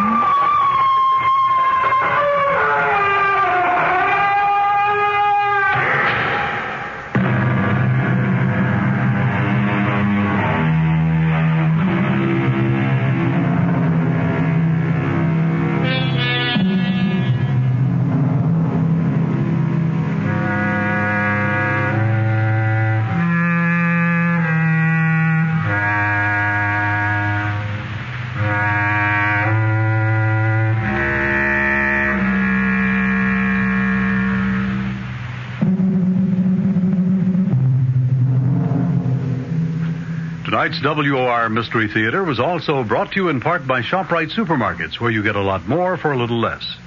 The preceding program is furnished by CBS Radio.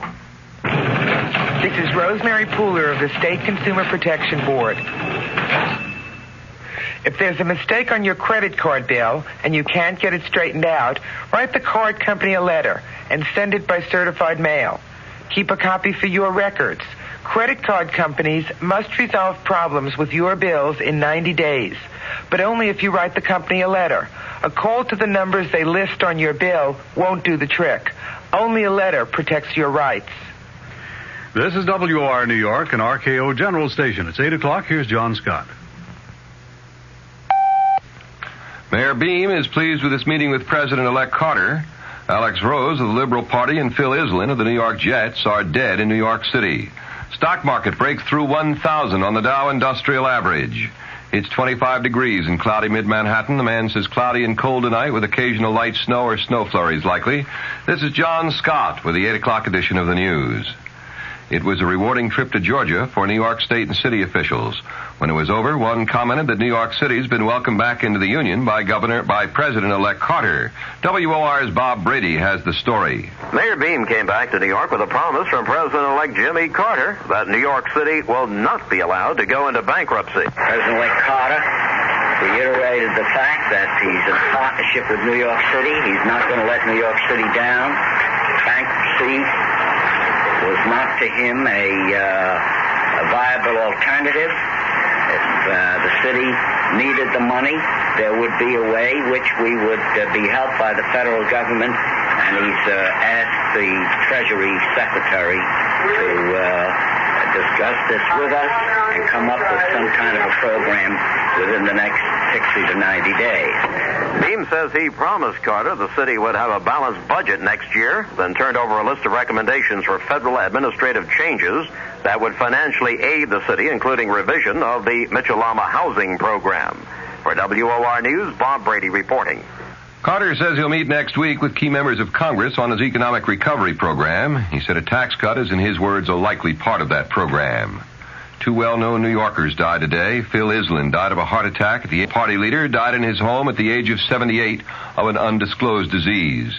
New York City's only liberal councilman, Manhattan's Henry Stern, was asked about Alex Rose by WOR's Lester Smith. Here was this man who was a giant in politics and, towered above the leaders of the major parties, and yet his own party was really quite small. What did Alex Rose mean to politics in New York City, and for that matter, New York State? Well, he symbolized for 40 years a strong moral commitment to good government, to doing the right thing, to progressive causes. And that's why he survived. There's no other political leader of the 30s who stayed in power. Most of them were dead, disgraced, indicted long ago. But Alex Rose stayed honest and stayed clean. And there's something very special about him that was different, because even whether his candidates won or lost, next year you'd always have to deal with Alex, and his moral luster would always be there. Because even if he went down, he'd go down in a good cause. The skipper of the ill-fated tanker Argo Merchant told the investigators today he thought he was in safe water when the Liberian tanker went aground off the New England coast on December 15. Captain Georgios Papadopoulos testified at a New York federal court hearing. He said he was getting radio direction finder bearings that put him in safe water until shortly before the tanker went aground off Nantucket Island. The wrecked ship later spilled more than 7.5 million gallons of oil into the Atlantic. The captain told the hearing he couldn't say whether the fault lay with the equipment or the operator. Attorneys for the Continental Insurance Company, which had written more than $2 million in coverage on the ship's cargo, are seeking to establish that the Argo Merchant was not seaworthy. Meanwhile, the Coast Guard says oil from another ruptured tanker, this one in the Delaware River, is washing ashore along river beaches in New Jersey, Delaware, and Pennsylvania. The Civil Aeronautics Board says President Ford has blocked a major CAB proposal to provide airline passenger service from 12 U.S. cities to Europe. The plan would have given 11 of the 12 cities their first transatlantic routes. In his decision, Mr. Ford said not enough consideration had been given to economic matters or the wishes of foreign countries in proposing the new routes. A Pentagon spokesman says the Navy has ordered a halt in payments on an $82 million contract to Raytheon Company for production of the Sparrow air-to-air missile. This in an effort to avoid breaking the law. Congress decreed earlier this year that procurement of the missile must come only after the Defense Secretary has certified that it is combat ready. But Secretary Donald Rumsfeld has not yet done so. The Navy last month authorized Raytheon to start production of the Sparrow despite the lack of certification. President Ford says the Justice Department has started the process of looking into amnesty for Vietnam-era draft dodgers. Mr. Ford, vacationing at Vail, Colorado, has been repeatedly quizzed about his promise to the widow of Michigan Senator Philip Hart that he would consider blanket amnesty before leaving office. The WOR News Time, it's now 5 minutes past 8. If friends drop by when the day is done, or you throw a party for everyone, whenever you want a bag of fun, Bachman's right on the tip of the gun. So bring on Bachman. So bring on Bachman. So bring on Bachman. Bachman brings on the fun. Right now, Bachman and Canada Dry have teamed up to save you money. Bachman Jack's Cheese Twists and extra thin pretzels and 6 or 8 packs of featured Canada Dry beverages will carry coupons good for 25 cents off each other's products. Look for details on both and save 50 cents. So bring on Bachman. Bachman brings on the fun. So bring on Bachman. So bring on Bachman.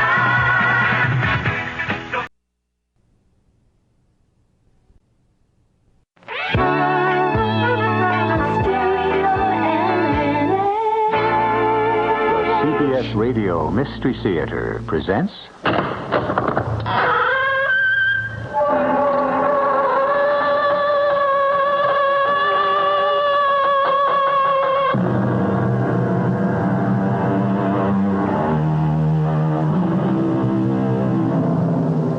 Come in. Welcome. I'm E.G. Marshall. What you see and what you believe are not always the same. Take the mysterious cults of mysticism, occultism, or spiritualism. Some people think such things are what they look like. Others say there is more to it. Some are drawn to it, others repulsed by it. The tale we're about to unfold concerns a man who thought belief in the unnatural showed a weakness of will, and it tells what happened to make him change his mind. Charlie, my boy, there is no such thing as a house that is haunted. I have stood at night below the cliffs on the beach, and I've seen all the windows suddenly light up, as though a ghost had lit a candle in each room. Well, Charlie, maybe someday I'll go have a look at it. Well, why not now? You're not afraid, are you?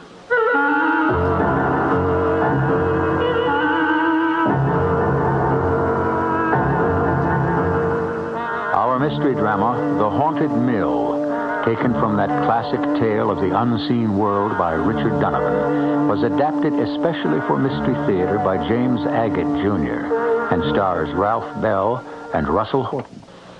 I'll be back shortly with Act One.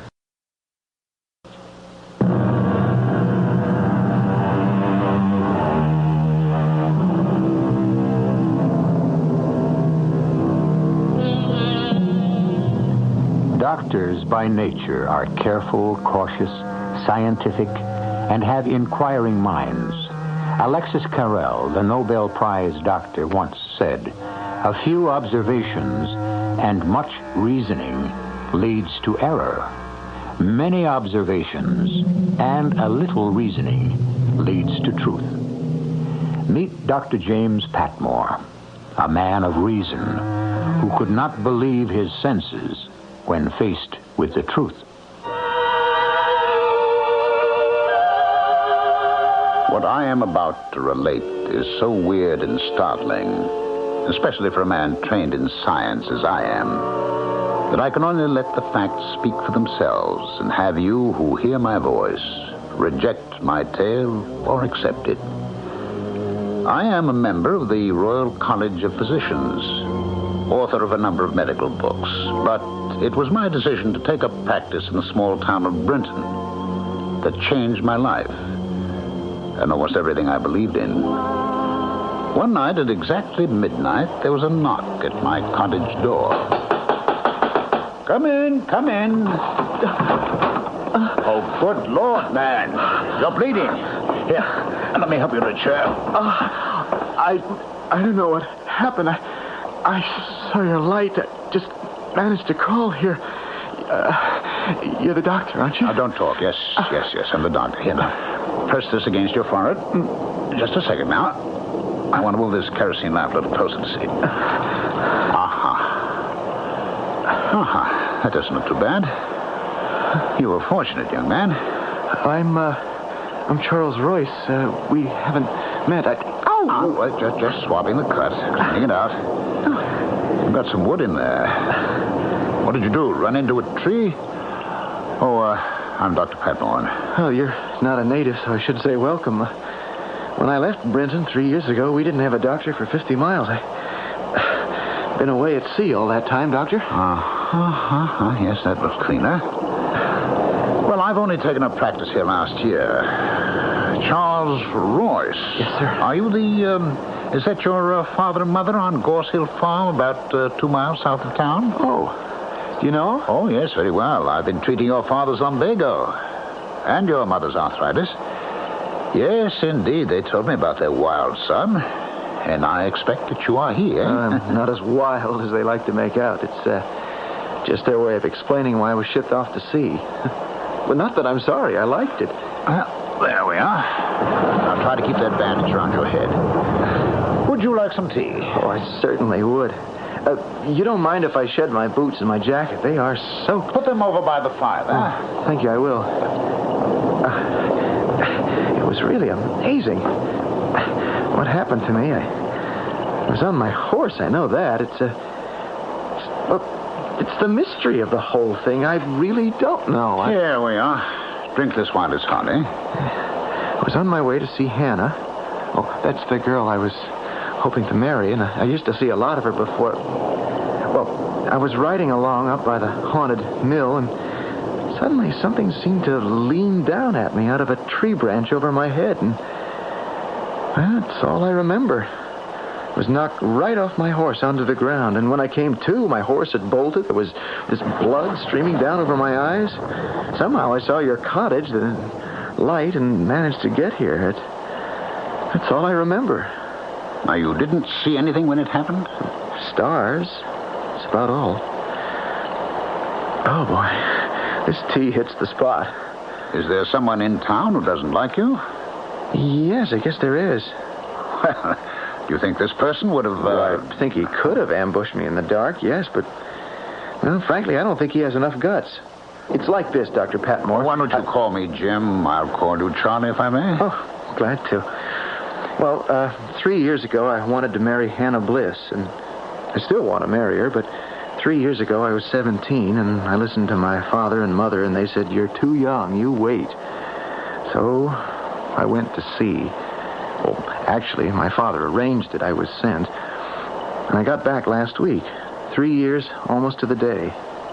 My folks were glad to have me back, but all I really cared about was that they said, "All right, you still want to marry Hannah?" And I said, "Yes." And they said, "That's too bad. She's She's met up with Silas Hart, and she's going to marry him. Doctor, I didn't even unpack my bag. I went right out the door to see her. Charlie, it's not you. You're here. Hello, Hannah. You didn't change much. You have, Charlie. You look taller and stronger. I almost wouldn't know you. You got prettier. I can't believe it's you. 3 years, Hannah. I was only a boy then. Is it true about you and Silas? Who told you? Mom and Dad. In fact, at the moment I walked in the door, you're going to marry him? Yes. I don't understand.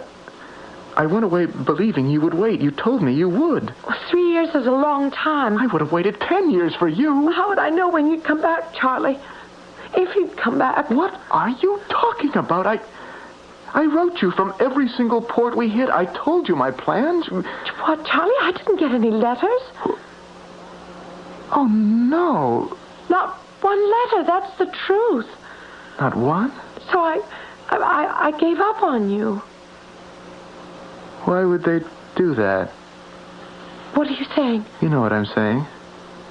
Your folks were just as much against our marrying as my folks. They took my letters. They must have. Oh, Charlie. For 3 years, not a day passed, but I was thinking of you. About the life we'd have together. And all along, I thought you felt the same way. I did. I know I did, but what can I do? Do? About Silas? We've posted the banns. We're getting married in 3 weeks. Hannah, do you love him? I thought so. Oh, Charlie, listen, that was before. That was when I thought I'd never see you again. And now that you see me again? I don't want you to go away. I don't want to go away either, Hannah. But what will we do? Never mind. It'll work out. Like the old saying goes, love will find a way.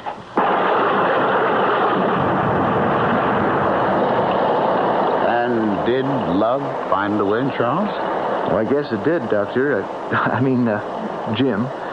Hannah and I have been seeing each other every day, every evening, that is, for the whole week. And tonight she was going to tell Silas she couldn't go through with the wedding. So now Silas knows, eh? Well, I think so, if he showed up there. He was supposed to see her at 8. I was on my way over about 10 to find out what happened, and that's when I got hit by whatever it was. Yeah, that's right. It was just as I was passing the haunted mill. I wonder... What is it? You wonder what? Maybe because I was so near the haunted mill, maybe that had something to do with it. How could it? You're new in town, Jim. That mill. Everyone here, we all know that place is haunted. Charlie, you were knocked down by something solid, something made of wood. Not by a ghost. Shouldn't have taken that mill road. Oh, come now, come. There's no such thing as a house that is haunted. Have you ever been there, Doctor? Hardly. I wouldn't waste my time. I don't know. Sometimes I've seen... Well, not lately, but when I was a boy... What have you seen? Oh, I have stood at night on the beach below the cliffs, and I have seen the windows suddenly all light up like a ghost had lit a candle in each room. All right. Well, maybe someday I'll have a look at it. Well, why not now? Now, it's past midnight. You're not afraid, are you? What are you talking about? I've talked to people like you before. Now, maybe I haven't had the education, but I like to find out and see things for myself. You don't want to see for yourself. You get your learning from books. All right. All right, I'll go. But does it have to be right now, this minute, in the dead of night? Yes, I want to take you right now, Jim. Now, when it's dark. Now, when there's been a storm. Now, when all the elements have been riled up. And I think maybe there's some learning you have in store.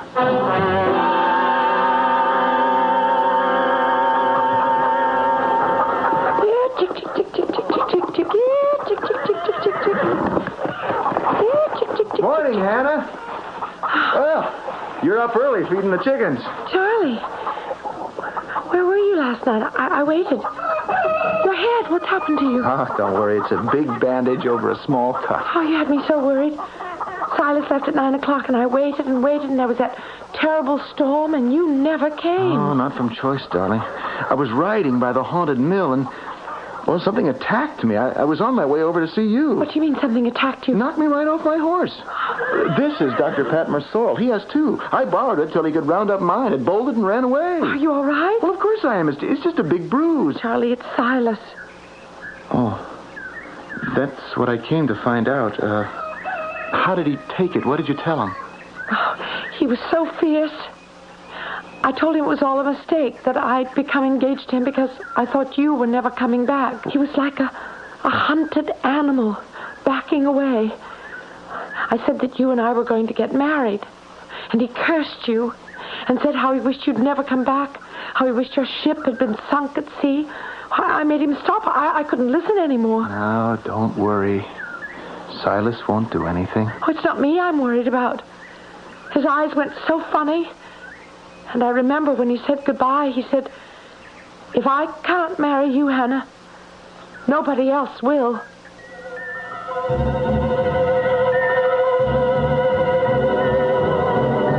An idle threat by a rejected suitor? A strange little town, Brinton by the sea. Strange inhabitants. The town and the townspeople are almost as though they hadn't been touched by the 20th century. And it is here that a modern doctor, James Patmore, has come to practice. How could he fit into a community that appeared to be in the grip of fear, fate, and fantasy? We shall learn more when I return shortly.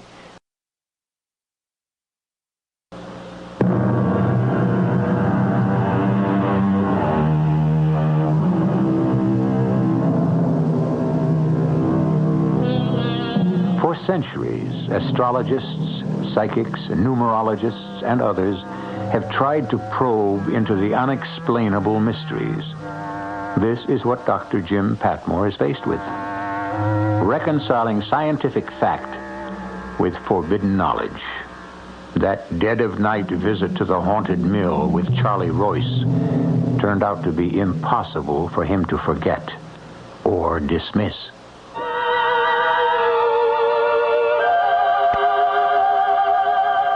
The haunted mill was forlorn and mournful looking, and in the clearing skies and moonlight, singularly weird. But I could see it for what it was, and I knew it was merely a disused, abandoned building. What I did not know was that this would be the last time I would see Charlie Royce alive. How about we go inside? I'm just standing here waiting for the windows to light up. You are a disbelieving, stubborn man, aren't you? Now, come on, I'll push open this wooden bolt that fastens the door.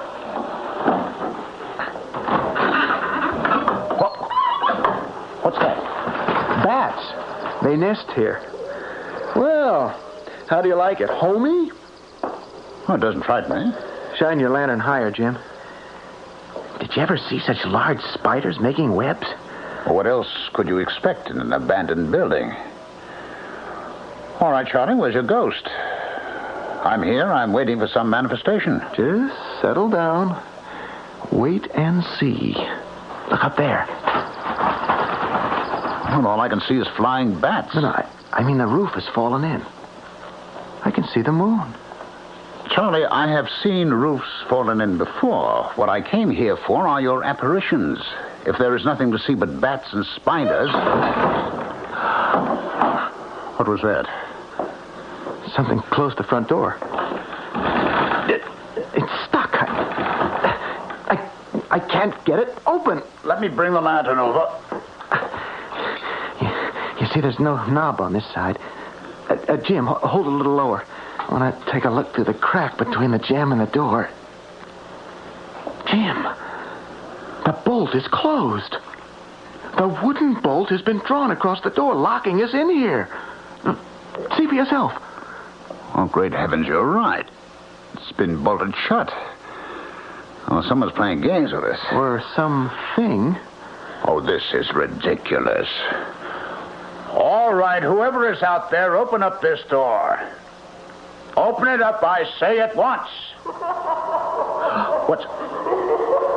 Is that somebody? It isn't a person, Jim. I've heard that crazy laughter since the first time I came up here when I was 10. Oh, nonsense. That's just the wind. All right, you out there. Open this door. Now open it. Jim, the door will open in its own time. Believe me. Now just wait. Here, take your lantern back and have a good look around. I do hope, Charlie, that this isn't some practical joke of yours to impress me. I'll tell you right now, whatever is going on is not the work of any supernatural demons.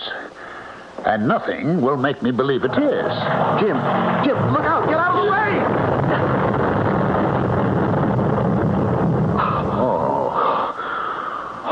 Oh, that was a close call. Oh, it's a miracle you weren't crushed.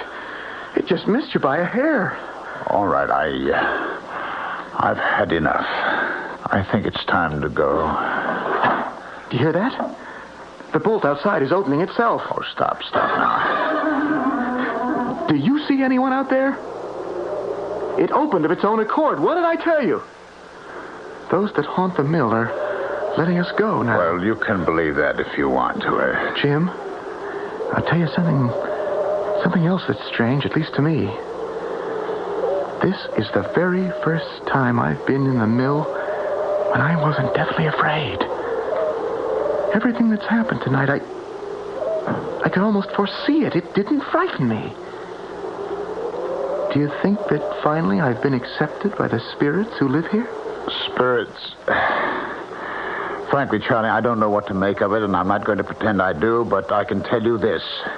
I am sure there are physical reasons for everything that has happened here tonight. Physical, not metaphysical.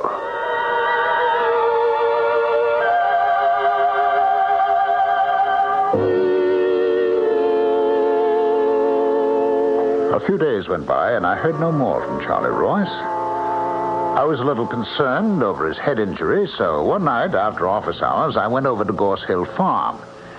It was about 9 o'clock after dinner. Oh, glad you stopped by, Doctor. Mr. Royce, good evening.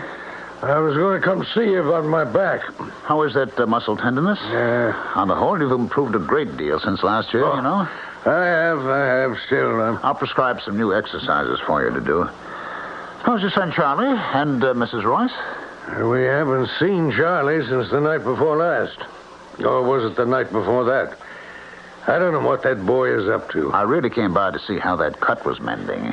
I'll tell you this. His mother's taking it pretty hard. He's away 3 years, back one day, and then out every day with that girl. I'll bet she knows where he is. You haven't seen him? He hasn't been here for 2 nights? 3. And his mother's crying her eyes out. You know what I think? Of course, I haven't been over to Hannah's folks to ask them. But I think those 2 young'uns ran away. I haven't mentioned that to Mrs. Royce, but that's what I think. But why would Charlie do a thing like that? Well, lots of reasons. Maybe Mr. and Mrs. Bliss weren't, so all-fired happy about Charlie showing up. They were kind of keen on her marrying Silas, you know. The Harts have got more money than the rest of the town put together. His brother Ezra has the Brinton Inn, one in Axminster, who runs a fleet of fishing boats. And Silas's mother and father, well, I'd say they own half the town. He'd be a darn good catch. What sort of work does Silas do? He does nothing. He doesn't have to. If you were going to come into property stretching from the seacoast clear over to the mill and back, you wouldn't have to work. Well, I'm sorry Charlie is not here. I'd better start for home or I'll get blown off the road. You tell Charlie I stopped by, and I'll be seeing you, Mr. Royce, with those exercises for your back. Now, don't worry about Charlie. He'll be back. Goodbye now. Doctor, will you close that front door? It's blown out every candle in the room. Either go out and close the door or come back in. I can't budge this door. It won't move. It's stuck open. Doctor? Well, I can't see a darn thing in the dark. Doctor, are you still there? I'm still here, Mr. Royce. Can you strike a match? A match? Say, what happened to the fire? There was a fire in that fireplace. Why didn't you close that door? I couldn't, Mr. Royce. I pushed it with all my might. It wouldn't give. Here, maybe I've got a match. What's that, Doctor? Isn't there someone standing at the door? There is someone. Charlie. Charlie, is that you? Charlie. It is you. You still got that bandage on. Here, let me have a look. I'm not ready yet. Not yet. Not yet. Where have you been, boy? Your mother's been frantic. Tell Mother that I love her. And I always will. Come on over to the fire. We were just going to light it. All the candles went out. Come on, sit down, boy. I have a long way to go. But I'm not ready yet. You're going away again? Charlie! I can't see you, Charlie. I think he's gone, Mr. Royce. What do you mean he's gone? He was just here. We were talking to him. Charlie! Where is that boy? I didn't see him go out the door, did you? No. Here, I found some matches. I'll light this candle. You're right. He isn't here anymore. I could see him, you know, because...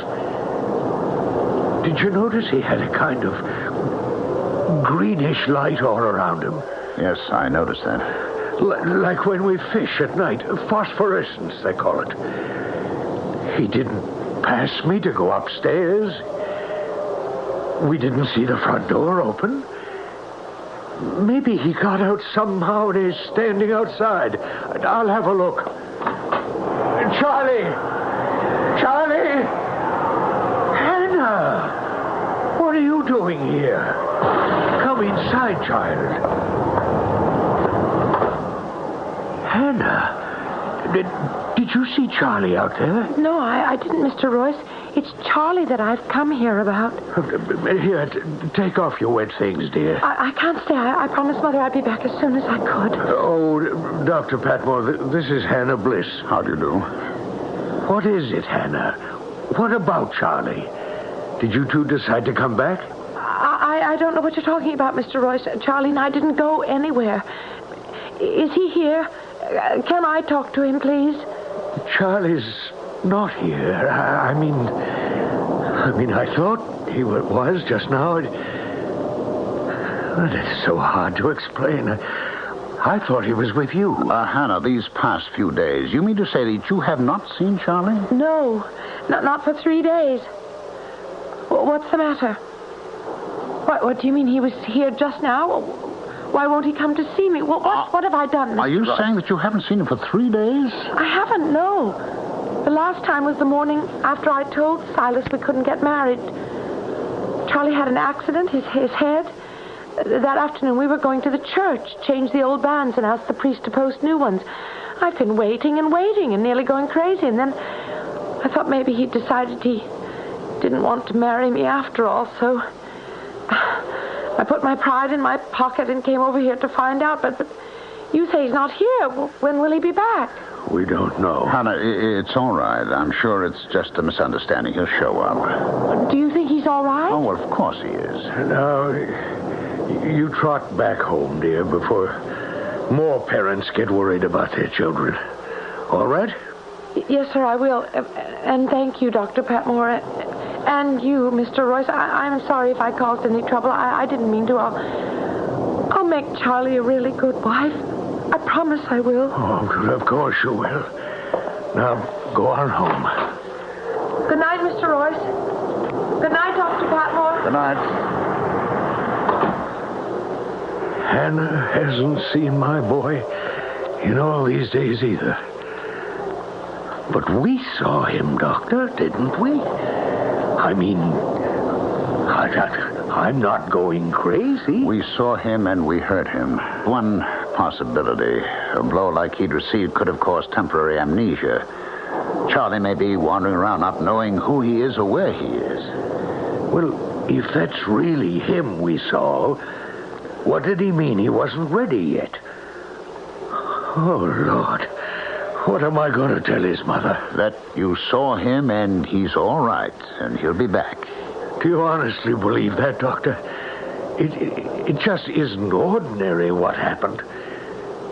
Do you know what I think, Doctor? No. I think Charlie is dead. And that wasn't Charlie who came here. It was his spirit. Oh, now, nonsense. You can't believe that. Oh, yes, I do. I feel it in my bones. I know it. Maybe we'll find Charlie somewhere. His body. But we'll never find him alive.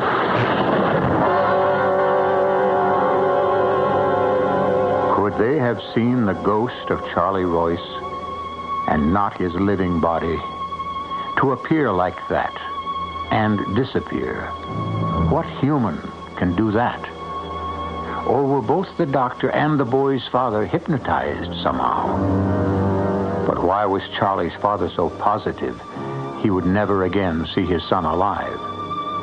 If there are answers to these mysterious happenings, let's hope we find them when I return shortly with Act 3.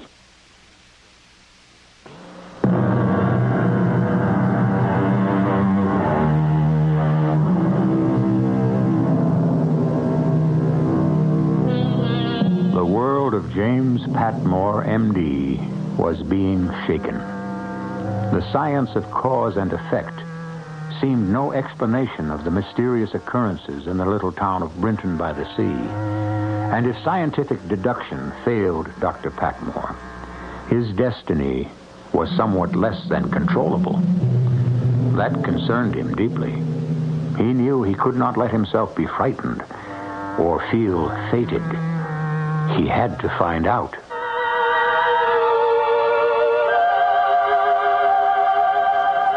I had to find out.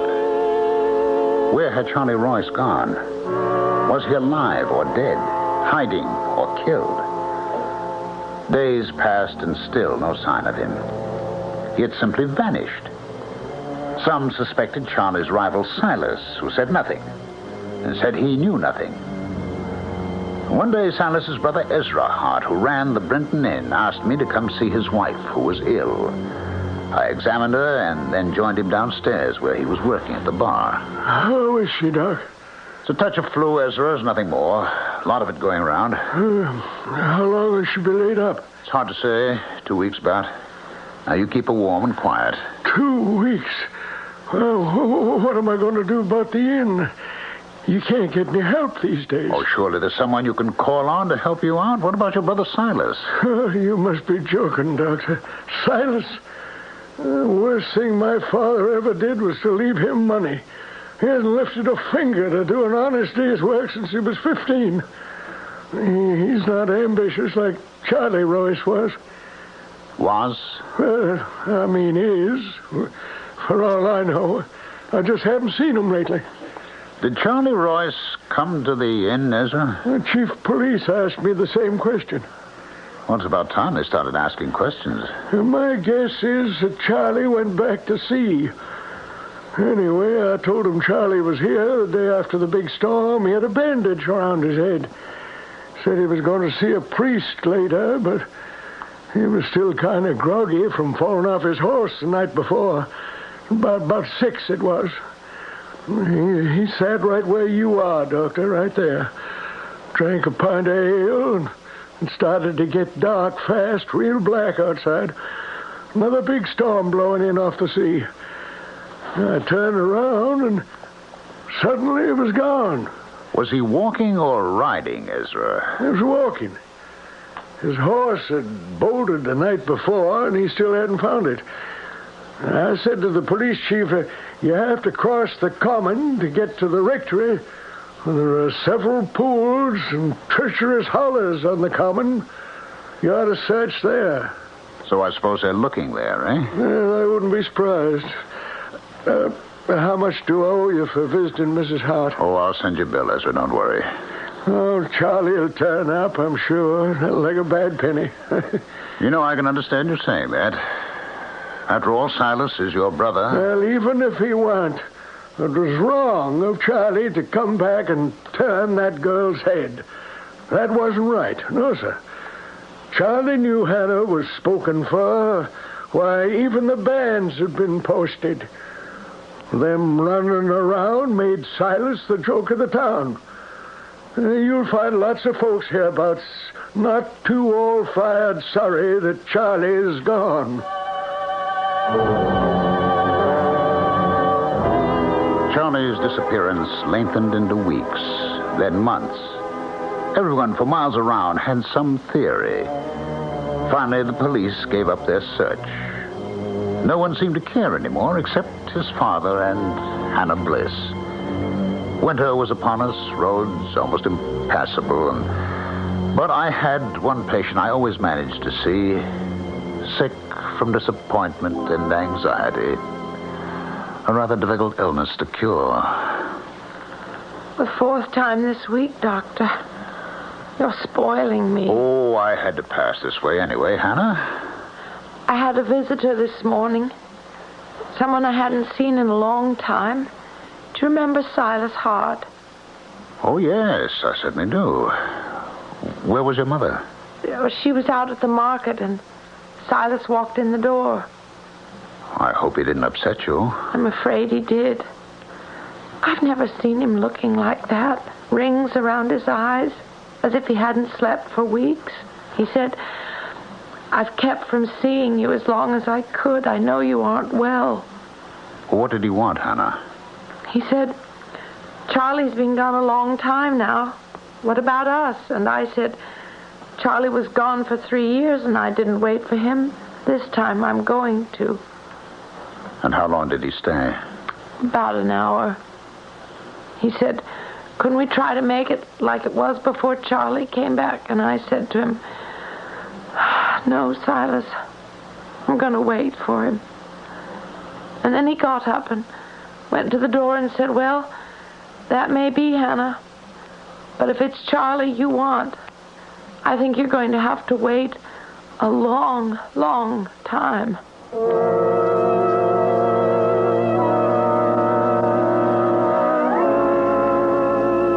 I calmed Hannah down. It was the uncertainty as much as the anxiety that made her ill. If only she could know what had happened to her fiancé, I felt that she could recover, even if the news was the worst. On the way home, late as it was, I could see the old mill.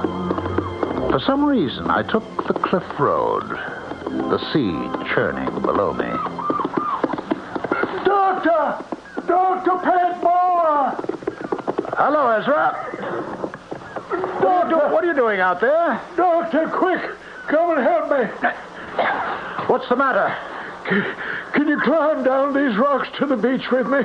There's trouble. What is it? It's Silas. He came to the inn an hour ago, and he handed me the keys to his house, and he said, "Here, I won't be needing these anymore." Then he walked out. I ran out and asked people, and they said, "Try the cliff road." When I got here, Silas was standing out there on one of them rocks. I called to him. He didn't hear me. Then I saw you coming, Doctor, so I ran up to the road to get you. I don't see him. I don't see anybody. Silas! Silas! Where are you? Silas! Silas! Oh, it's that girl. I know it is. Silas! Come back! There's nobody out there, Ezra. Not a soul. The sea, the rocks, seagulls. Now, come along. There's nothing we can do here. I bet when you went up the road to get me, Silas went on home. Come on now. Stupid fool. Oh, for a girl to do that. Well, now, why are you so convinced that he's taken his life?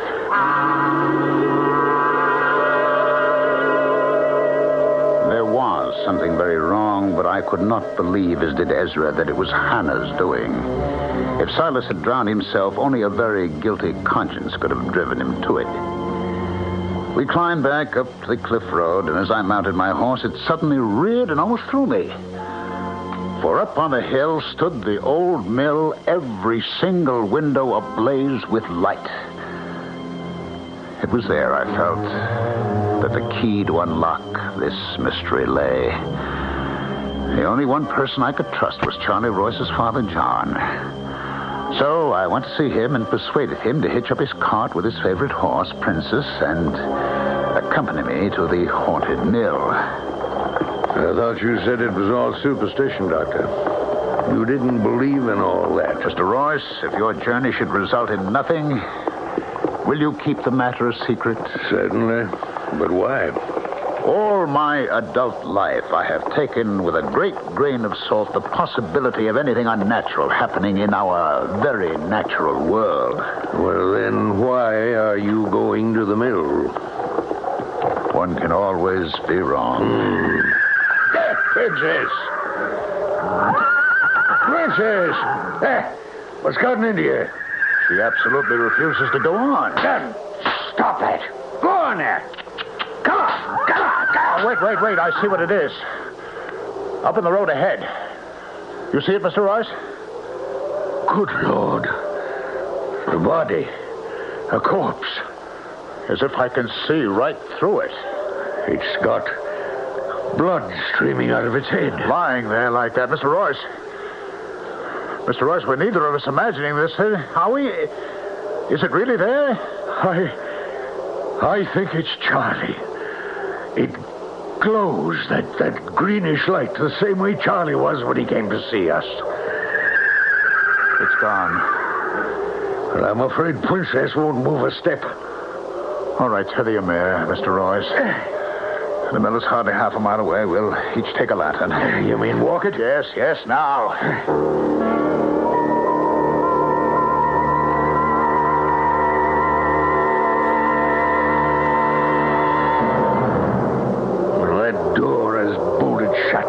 To do is pull the wooden bolt back, and the door will open.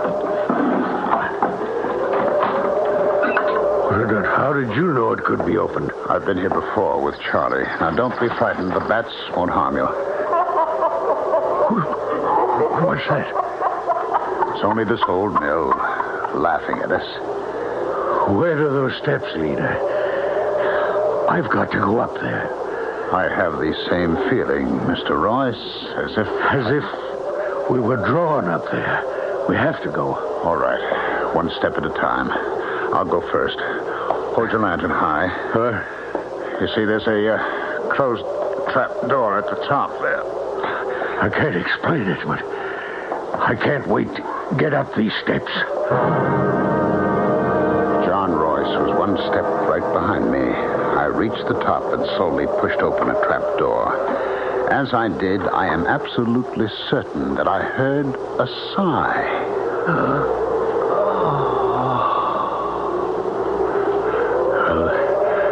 They must have kept the grain for threshing up here. There's still a sack of it over there in the corner. Yes. Well, let's have a look. Oh, no. What is it? I touched it just now with my foot, and, Mr. Royce, there is neither corn nor chaff in this sack. It's tied up at the top with a cord. Here, I have a knife. Done. You really want to open this sack? We have to, Doctor. You know we have to. All right, then. Let me cut the cord. Oh, good Lord. Mr. Royce, don't look. Don't look. Charlie. Oh, my Charlie.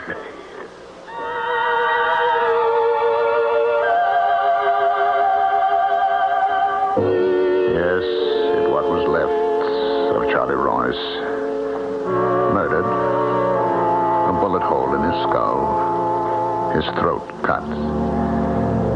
The coroner's verdict was murder by person or persons unknown. Whoever hid Charlie's body in the old mill knew that no one in this town would look there. I may have been wrong to doubt the spirit of that poor boy trying to tell us where to find his body. But was I wrong about Silas? Was it not guilt that impelled Silas to seek his own watery death? Who else had the motive? The very next day, the old mill collapsed into a pile of wood. It had given up its last ghost. To Dr. Jim Patmore, the greatest mystery of all was that he should have been selected by some supernatural power to bring this crime to light. I shall return shortly.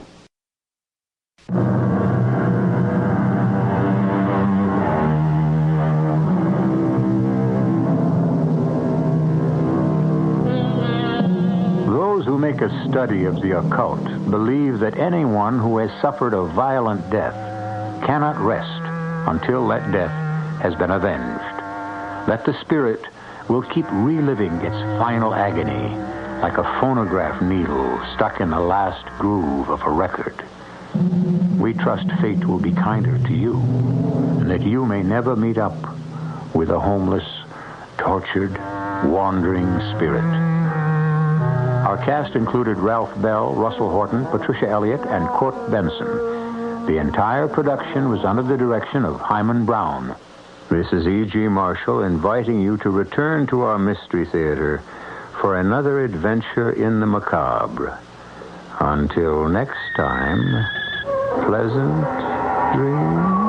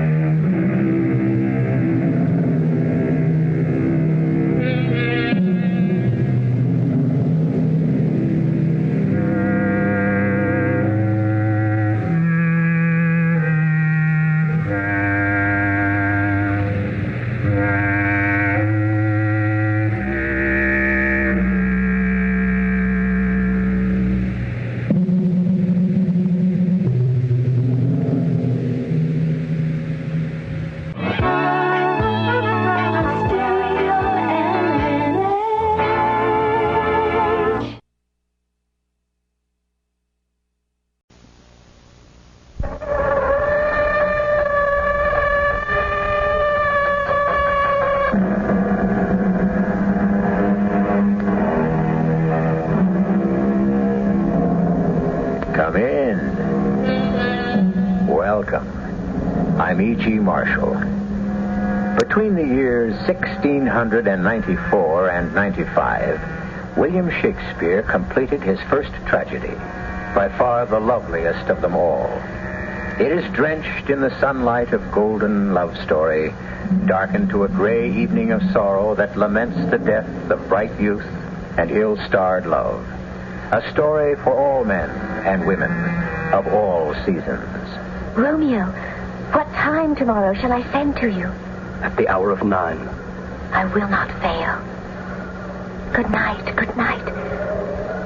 Parting is such sweet sorrow that I must say good night till it be morrow.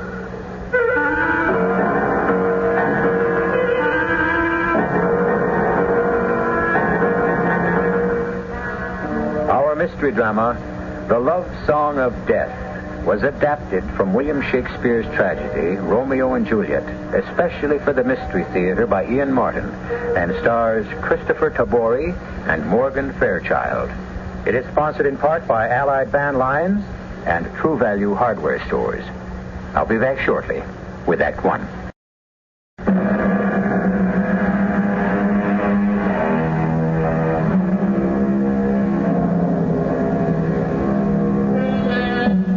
There's nothing very new under the sun. And in the Italian city of Verona, where our story begins, a feud as formidable as the Hatfields and the McCoys, a vendetta vicious as the Ghibellines and the Ghents in Florence, was the enmity between the Montagues and the Capulets.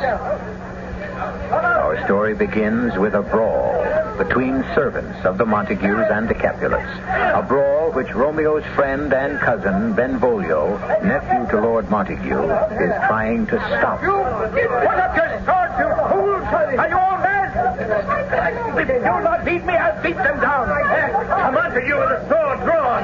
Here's fair game for a Capulet. Civil! As you stain your noble seal against these common blades, turn to your equal and meet your death. I'm trying to stop this fight. Put up your sword or help me part these men. There's steel in my hand, and I should listen to talk of peace with the Montague. I hate the name as I hate hell. Come at you, coward! Hold off! It is the prince! Drop your swords, you enemies, to peace. On pain of torture, disarm yourselves. Or by the living God, I'll have my soldiers tear the steel from you and run you through. Now, hear me carefully. If ever any of your families disturb our streets again, I'll hold your lives forfeit. So, once more, on pain of death, all men depart. Till later, then, Benvolio. When Capulet meets Montague, then sparks must fly. I was trying to stop the brawl, Mercutio, when Tybalt challenged me, acting like a madman. And so he is. One day I'll call that heavy-tempered braggart out and teach him a lesson. In God's name, no. Who heard your uncle, the prince? I am neither Capulet nor Montague. The prescription does not apply to me. Don't risk it, Mercutio. I value your friendship too sincerely. As I yours, and your kinsman Romeo. But where is he? I have happier news for all of us that may lift his mooning gloom and put some sunshine in his smile. As well, I hope you can. I am, to be frank, between ourselves, heartsick over his calf love for straight-lipped Rosalind. Beast, here he comes, as solemn as a calf in heat. Hey, Romeo! Hey! I bid you morning, good Mercutio. Benvolio. I bid you morning. Why, here's a death knell for a day beginning. Are you sick? I am in love. That's a sickness. It is, when the lady is so far beyond me. What are you? Stupid, ill-made, gross, ill-mannered? In her eyes, I suppose. She is a Capulet. And you a Montague. I more's the pity. I take exception to that. I meant only because of Rosalind. How can I get near her to pledge my suit? That is the very reason for people like myself. Suppose I could arrange that you will meet this lady by tomorrow night. Oh, then I would grasp you to my bosom as friend forever. And I would know that at that hour, my life would first begin. So, Juliet, you come from your mother? Yes. Oh, not pleased then. She had something to tell you? Yes. Concerning the masked ball tonight? Yes. About a young man and being married? Yes. A kinsman to the prince, young Paris? Yes. Yes. Oh, now, here's a pretty state. Your old nurse who held you at her breast. Have you no more to say to me than yes? Good nurse, I beg you. I am not ready yet for love. You mean you have not found the man? Don't try to tell me you're not a woman yet. You cannot fool your nurse. Well, let's make you ready then, as my Lady Capulet has ordered me to set you out like some delicious pie to be gobbled up. Oh, don't say it that way. I'll make up my own mind. Of course you will, my love. Get ready for the ball, and have no fear. Somehow, happy nights will follow happy days.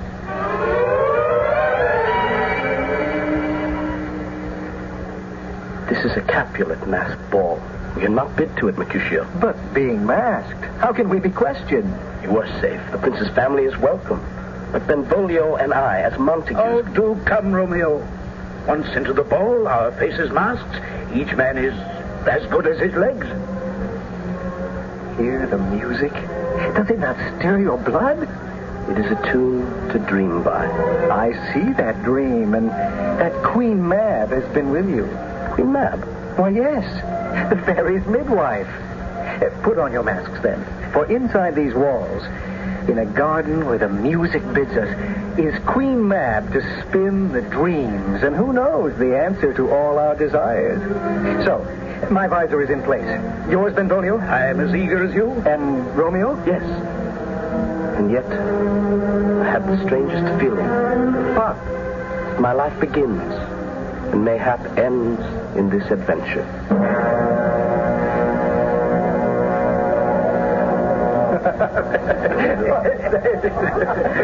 Oh, so, have you found your Rosalind? Why, no.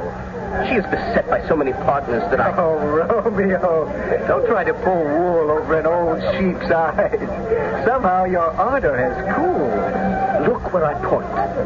Who is that lady whose hand rests on that fortunate knight? Why? She teaches even the torches to burn bright. She hangs upon the ear of night like a jeweled earring. Beauty too rich for use, fur too bright. Did my heart ever love before? Forget it. I never saw true beauty till this night. Take care, my friend Romeo. The lady you admire is, I dread to tell you, a Capulet. Her name? Juliet, daughter of your father's deepest enemy.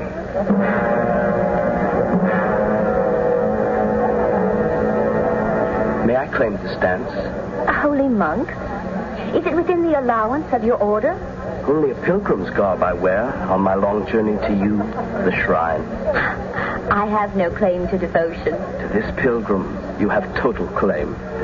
My lips stand ready to assure you this. You need not reach so far, good pilgrim. Just palm to palm is holy pilgrim's kiss. But saints have lips as well as holy palms. Lips they should use in prayer. Cannot they do what hands do? Touch and pray, lest faith turn to despair? States do not move, sir. Let me move to purge all sin, this from my lips. But on my lips now I've taken the sin. Then let me trespass lightly, sweetly, and give me back my sin again. You kiss by the book. Better closed. Bachelor, whoever you are, you must know her mother is the lady of the house. Come away, child. Cousin Romeo. Yes, Benvolio. It's time to leave. I will not go. We must. It is the midnight hour. Time to unmask. And we are a small island among our enemies. Come, love. Everyone is unmasked. It is time to go to bed. But who is he? He? Oh, do not trifle with me. You know the one you tried to close the book on. With reason, sweet. His name is Romeo. He is a Montague. Oh, my only love sprung from my only hate. How could you destroy me so? What hope is left for love? Have you seen Romeo, Mercutio? Not I. He must have stolen home to bed. I thought I saw him run this way and climb the wall. And if he did, it's his affair. Come with me to the taverns, Benvolio. These are bad times. I worry for my cousin. What reason? Now he's out of love. Cupid can no longer harm him. Nothing touches you. You bear a charmed life. What means that? Nothing except we all can jest at scars that never felt a wound.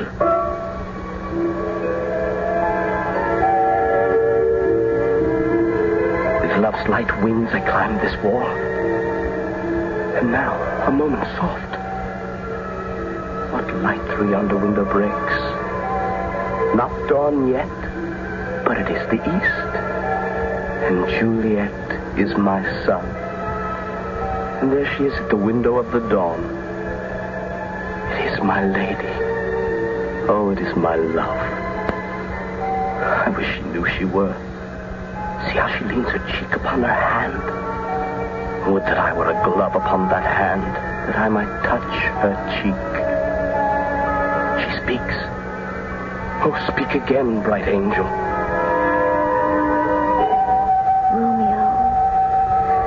Romeo, wherefore are you Romeo?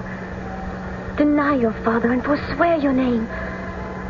Or if you will not, only swear yourself my lover, and I'll no longer be a Capulet. It's but a name that is my enemy. What is a Montague? What's in a name? A rose by any other name would smell as sweet. So forget your name, which is no sworn part of you, and for that name, take me instead. I take you at your word. Who's there? Someone new baptized, that from this night forth never will be Romeo. My name is hateful to myself, because it is an enemy to you. My ears had drunk no more than the first few words. Then I knew that you were Romeo. And a Montague. Neither, ever, if you dislike the names. My kinsmen, if they saw you, would murder you. There lies more peril in your eyes than all their swords. Smile on me, and I am proof against their enmity. By whose direction did you find me? My love. A pilot who would have led me to you if you were on the other side of the world. You know the mask of night is on my face to hide my blushes. I could say so much, but I say it in one phrase. I love you. And lady, by yonder blessed moon I swear. Oh, swear not by the moon, the inconstant moon, lest your love be as changeable. What shall I swear by? Do not swear at all. Or if you must, swear by yourself, who has already all my love. And I'll believe you. If my heart's dear love... No, do not swear at all. This contract is too swift, too ill-advised. Too like the lightning, which is gone before it ceases to be. Sweet, good night. As sweet repose come to your heart as what is in my breast. Will you leave me so unsatisfied? What satisfaction can you have tonight? The exchange of your love's faithful vow for mine. I gave you mine before you asked for it. Madam! Anon, good nurse. Sweet Montague, if your love is honorable, the purpose, marriage, let me know tomorrow. Madam Juliet! Anon! But if you mean not well, I do beseech you, leave me to my grief. Madam, come! 1,000 times good night. 1,000 times the worse to need your light. Love goes to love, as schoolboys from their books. But love from love goes back to school with heavy looks. Romeo, what time tomorrow shall I send to you? At the hour of 9. I will not fail. Good night, good night. Parting is such sweet sorrow that I must say good night, till it be morrow.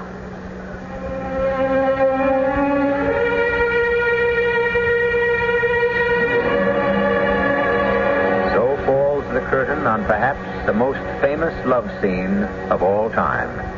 The lovely words are spun out in the soft silver of the moon, vibrant with the magic of the night. Sad that so bright a beginning already is about to fade under the lengthening shadow of dark tragedy. I shall return with Act 2.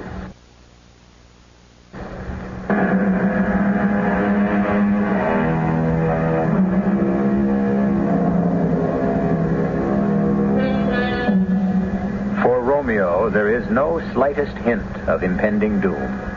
Not even the blood feud between his family and Juliet's can keep his heart from singing, his feet from dancing on air as he hurries through the dawn to the cell of Friar Lawrence. Good morning, Father. Who salutes me so early? Oh, Romeo. To leave your bed so early in the day, to come to argue that you've been up to some mischief and come seeking absolution. Not this time, Father. Then here, I'll hit it right. You haven't been in your bed at all tonight. The last is true, and all the sweeter did I rest.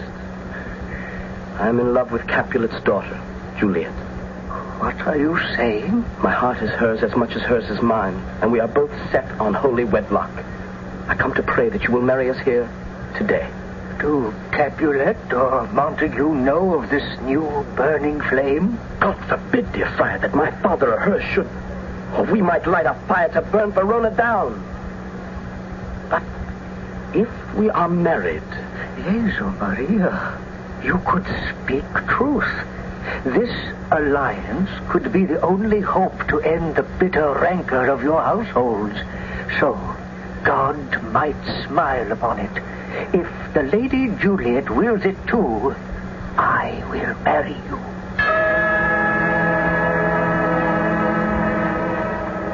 Stay. Hold, young sir. Yes, forgive me. I am in some haste. Yes. But you guessed last night. You are my beloved nurse. Why do you search for me? Well, my lady bade me inquire you out, but...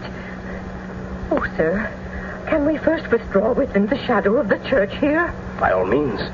So shall we both find sanctuary for those secrets that pass between us. Now tell me why Juliet has sent you to me. What she bade me say I will keep to myself. But first, let me tell you, if you should lead my little one into a fool's paradise, as they say, it will be gross and cruel behavior, for my mistress is very young.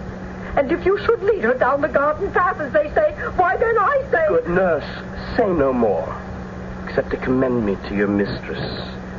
Will you take her this message? Oh, you may lay your life upon it. Why, so I do, as I pray she will hers. Bid her come to confession at Friar Lawrence's cell this afternoon. Is that all? No. Tell my heart's love that she will be confessed as I, and Friar Lawrence shall make us man and wife. This afternoon? She shall be there. I said I would not tell you what my little mistress said. That is all changed. Here were her words. Oh, come, tell me quickly. She said that I should ask her love what message he had for her, and which I now have got. And that was all? Oh, that was the meat. Now here's the garnish. She bid me tell you that she loved you, that her heart was yours to do with as you pleased.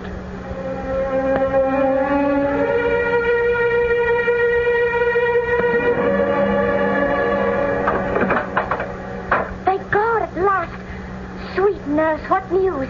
Have you met with Romeo? I am aweary. Give me leave a while. Can't you see I'm out of breath? And I am out of patience. The news. Good or bad? Oh, why, your love said, like an honest gentleman, and a courteous, and a kind, and a handsome, and I'm sure a virtuous. Where is your mother? Why, inside. Yes, what did he say? Do you have permission to go to confession today? I have. Why then, my lamb, as slow a turtle as I am, you'll be a hare in getting to Friar Lawrence's cell. You'll find a husband there waiting to make you his wife. Oh, God be thanked.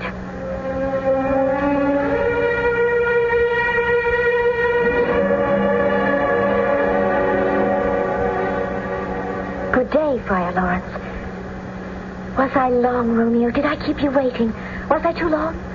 If you had come early, it would still have been too long, and I would have been waiting. You've not changed your mind.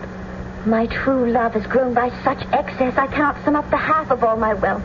Then we are rich indeed, since I cannot begin to count my blessings. Finding you both in such a state of grace, may I suggest you come quickly with me, so we shall make short of work of making you both one. For by your leaves, you shall not stay alone until the church can your desires condone.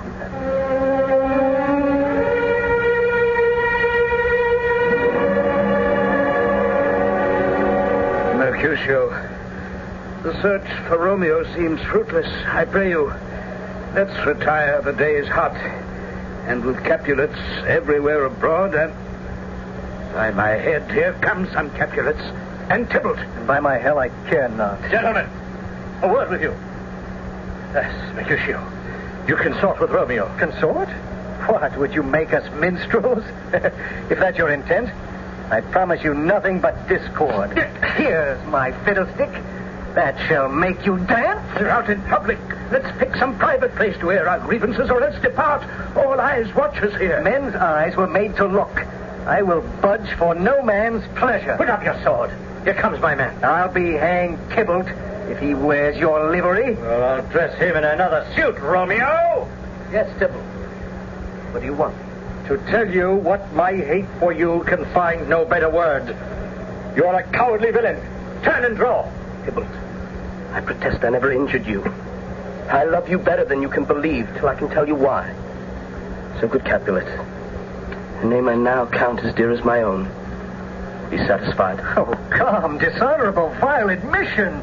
Tybalt, rat catcher, will you walk with me? What do you want from me? Alley prowler, king of pest-ridden cats, one of your 9 lives. Draw before I cut your whiskers off. I am for you. Mercutio, put your rapier up. Come, Tybalt, engage me. Draw, Benvolio, draw. Beat down their weapons. Tybalt, Mercutio, your own uncle, the prince, has forbidden this. Hold off. Come, Capulet, away. A plague on both your houses. What? Is he gone unmarked? Are you hurt? A scratch. But send for a surgeon. Send my page. Go, boy. Hurry. Courage. The wound cannot be much. Tis not so deep as a well, nor as wide as a church door, but it will serve. Ask for me tomorrow, and you will find me a grave man. A plague on both your houses. Why the devil did you come between us? His thrust passed into me beneath your arm. I thought it for the best. He has made worm's meat out of me. I have it. And soundly. A plague on both your houses. Oh, God. He's dead. That gallant spirit. And through me, Benvolio. On this dark day, more trouble will depend. That only begins the sadness others yet must end. No time for mourning. Here comes the furious Tybalt again. Alive and in triumph, and Mercutio slain. Goodbye to love while fury boils hotter in my veins. Tybalt! What, lily-livered boy? Take back that villain you threw in my teeth. Mercutio's soul is just a little way above our heads, waiting for yours to join him. Either you or me or both of us must go to keep him company. He was your companion here. Let him be the same in hell. Die, braggart and murderer! Oh, God, I'm done. Romeo, the people are up. The guard on the way. With Tybalt slain, you are doomed to death. You must run, leave the country. Your days in Verona are over. Well, stand not amazed. If your life means anything, take your heels. Oh, God. God who made me this. Benvolio, I am fortune's fool. If searching for some sign of favor or help. Then, as the hue and cry approaches, he takes to his heels and flees, while Juliet, unknowing, prepares herself for her wedding night. I shall return shortly with Act 3.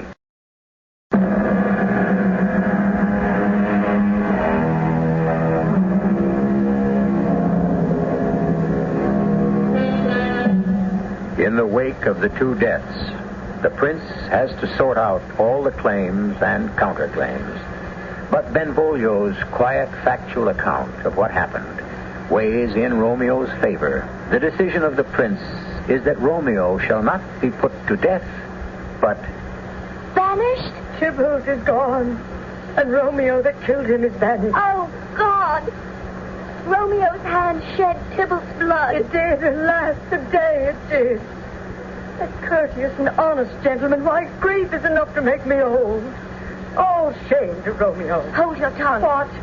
It should be blistered for such a wish. On Romeo, there is no shame. You can speak well of one who killed your cousin? You expect me to speak ill of one who is my husband? If Tybalt were alive, by then Romeo would be dead. And Tybalt, quick-tempered, imperious bully that he was, killed gentle Mercutio. I mourn for him, but don't excuse him. Because of his rash actions, my Romeo is banished. Banished! Hold now, sweet. I cannot bear to see you so. Romeo is still in hiding at Friar Lawrence's cell. Oh, cruel of you not to tell me sooner. Here, take this ring, and bid him come to me tonight. to take his last farewell. Banished? You might as well have hanged me out of hand, good father. Now, Romeo, it is a gentler judgment. Not to me. To me, exile has more terror. There's still the whole broad world. There is no world without Verona's walls for me. This is where my Juliet lives. What use is my life anymore?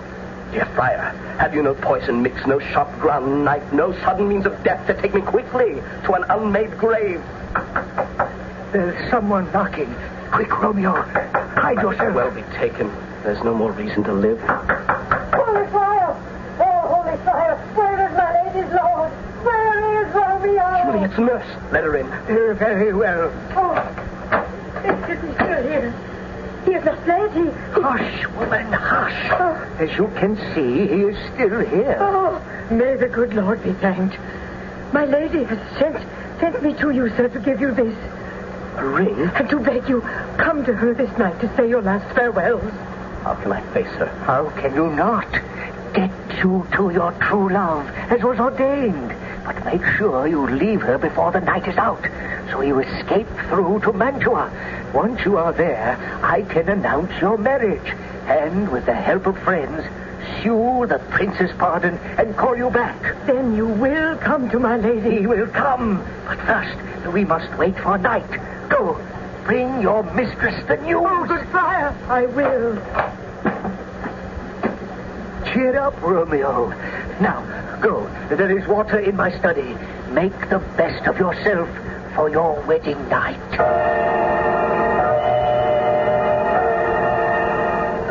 You will forgive me, Sir Paris. But as Juliet loved her kinsman Tybalt dearly, as indeed we all did, she has retired this early. But once she knows of your love, I know she will be heart and mouth to find herself your wife. Perhaps, in the circumstances, haste would seem... No. We'll keep no great ado. What day is this? Monday. Then Wednesday is too soon. We'll make it Thursday. And since Tybalt died so recently, we'll keep the company small and the wedding quiet. Tomorrow, I shall prepare her against the date.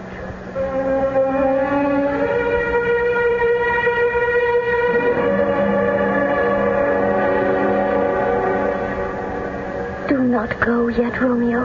I must, Juliet. The lock has sounded. No. It's not near day yet. That was a nightingale you heard. She sings nightly in that pomegranate tree. The nightingale, and not the lark. It was the lark, the herald of the morn. No nightingale, love. Night's candles are burnt out. I must be gone and live, or stay and die. Oh, no, don't leave me. Then let me be taken. Come, death, and welcome. Juliet wills it so. So now, it is not day. No, it is the day. I see it now. How could a lark seem so much out of tune? Hurry, and be gone. A parting kiss, till we shall meet again.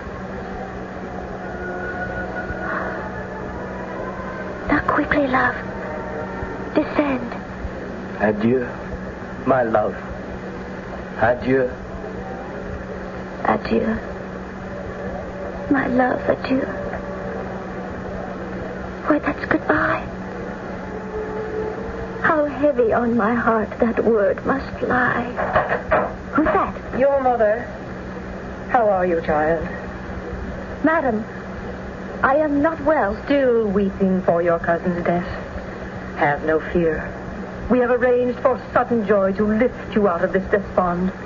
What joy, Mother? Next Thursday morning, in St. Peter's Chapel, you are to be the bride of that gallant, courteous, and noble gentleman who stands a step beneath the throne, Prince Paris. But I cannot marry Paris. I would not suggest you try to tell your father that. How can I stop it? My husband is on earth, and my faith in heaven. How can I bring my faith back to earth? Good nurse. Yes, poor little bird. You heard. Go in and tell my mother that I am gone to make confession to Friar Lawrence.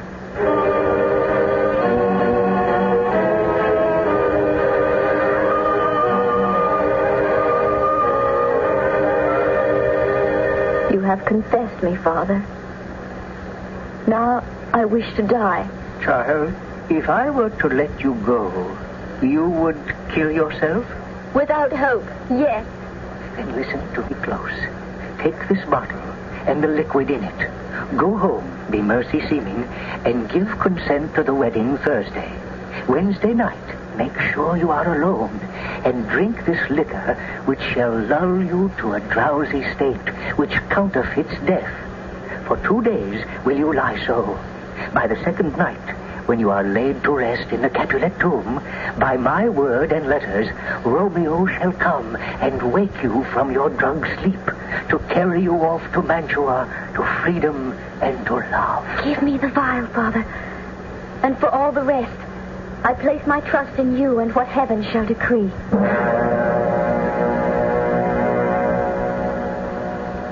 I am alone. And now it is the night.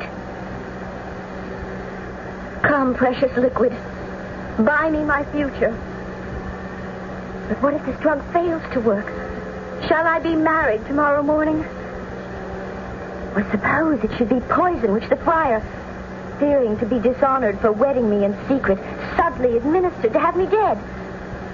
What does it matter? It is my last, best hope that Romeo, with this draft, I come to you.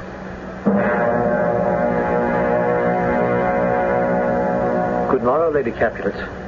Is my bride ready to go to the church? Ready to go, but not to be your bride, Sir Paris. But how is this? You promised her. Man makes promises. Only God can make them secure. Juliet! My lord is dead.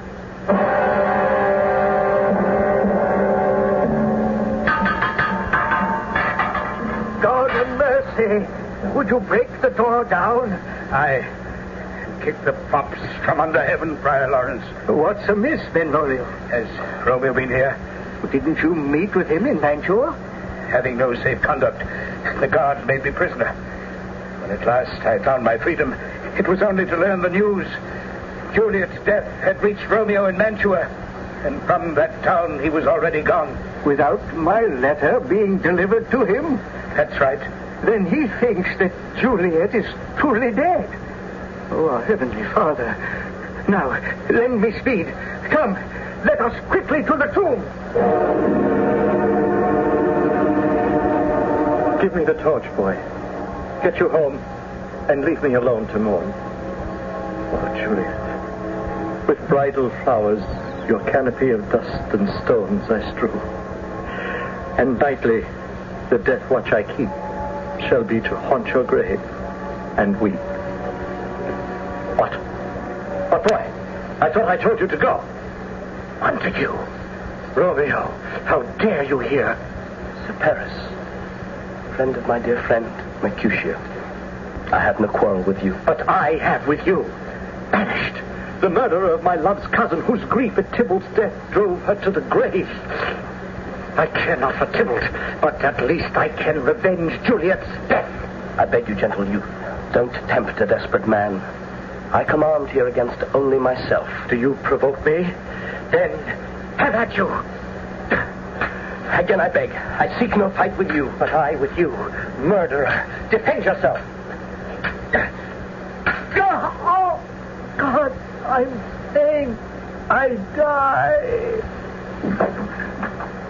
So do we all. Poor fool. To make your own death. Oh, Juliet. Sweet. My love. How gently you sleep. Why are you still so fair? Soon I will be with you. For I come armed with some apothecary's potion, which in a second can send me from this world to yours. Eyes, look your last. Arms, take your last embrace. And lips, seal with a righteous kiss the bargain of death. Here's to my love. Oh, true apothecary. Your drugs are quick. Thus, with a kiss, I die.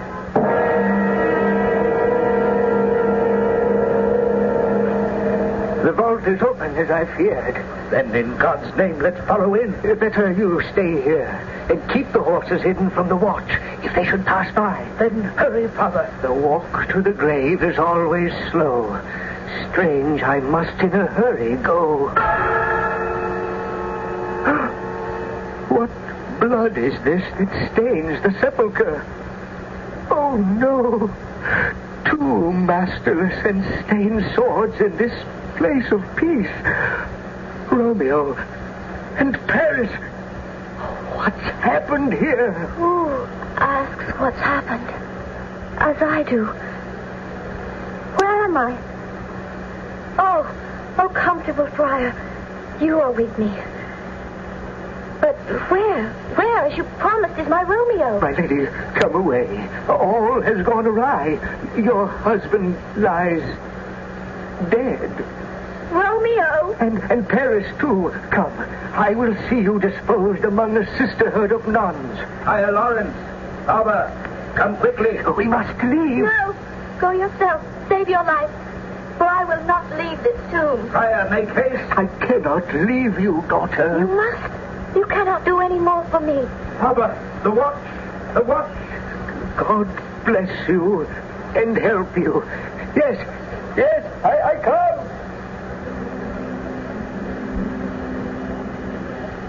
Romeo. My darling Romeo dead? What's in your hand? I see. A poison cup. That has been your end. Then let it be mine. Oh, selfish love, to drink and leave no friendly drop to help me follow you. Then let me kiss you. No poison lingers there, although your lips are warm. Then I must find some other way. Ah, now, oh, happy dagger from your breast. I'll give it better sheath.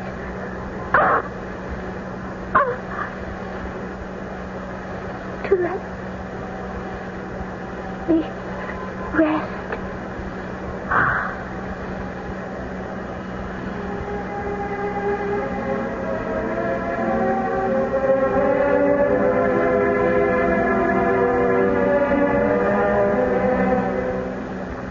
The sun is gone, and love is dead. And the dark shadow has marched inexorably to claim its tragic own.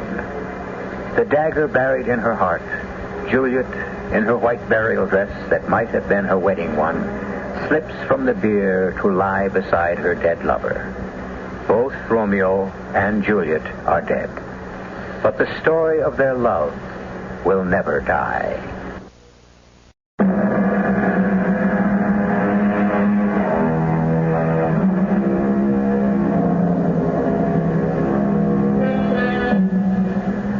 Only this to say, beyond the final curtain for our lovers. History records that both Capulet and Montague, learning that their bitter hatred had condemned their children to a senseless death, came to their senses.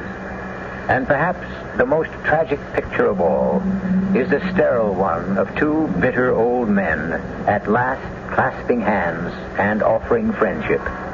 Too late. Our cast included Christopher Tabori, Morgan Fairchild, Joan Shea, Bob Caliban, Guy Sorrell, and Earl Hammond. The entire production was under the direction of Hyman Brown. And now, a preview of our next tale. Blood. Iago blood. Patience. Your mind may change. Never. Like the Pontic Sea, whose icy current, never ebbing, drives relentless through the Hellespont. Even so, my bloody thoughts will ne'er look back. Kneel with me now that I may take oath to those words.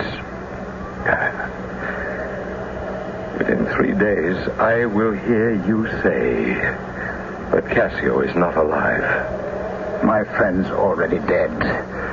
Done for at your request. But let her live.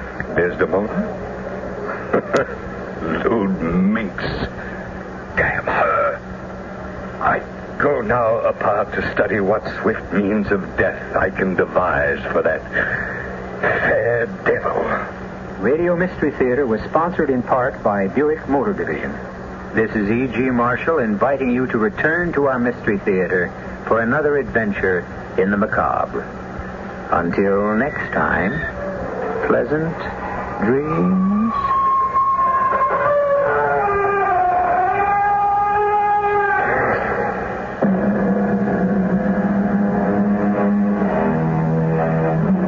Be with us at 8:07 tomorrow night for the CBS Radio Mystery Theater on KVOR, Colorado Springs. The CBS Radio Mystery Theater presents...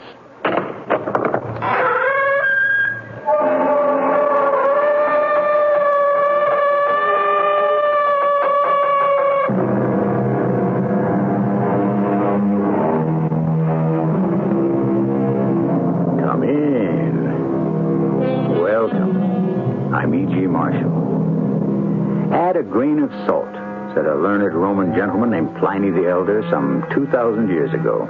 And the value of that advice has only increased with the passage of time. Take everything you see and hear with a grain of salt, and you'll be surprised at how much savor you will add to your life.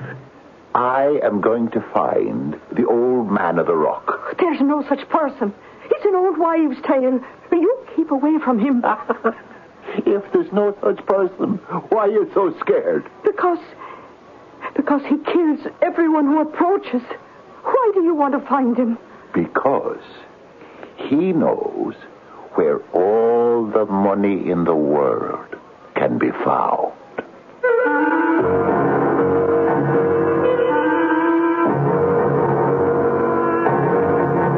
Our mystery drama, A Grain of Salt, was written especially for the Mystery Theater by Sam Dan and stars Terry Keane and Fred Gwynn.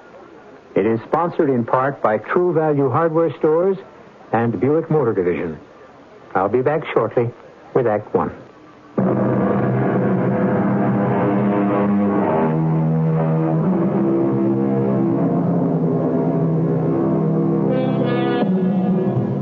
Goblins and ghosts, pixies and elves, kelpies and banshees, spirits and sprites, the good folk, the bad folk. Oh, I could go on and on, but you get the idea. At one time, these, what shall we call them, supernatural beings were as real as the sounds you hear in a deserted house, in a desolate countryside on a dark and moonless night. And nowhere were they more real than on a certain enchanted island that was gracious and green and filled with soft, lilting music and covered with a magical mist. But we run ahead of ourselves. We're not there yet. We're still on this side of the Atlantic, in a large city on the eastern coast, perhaps 70, 80, or even 90 years ago. Are you the sergeant? Well, I'm a sergeant. Sergeant Smith. Are you the sergeant they told me to see?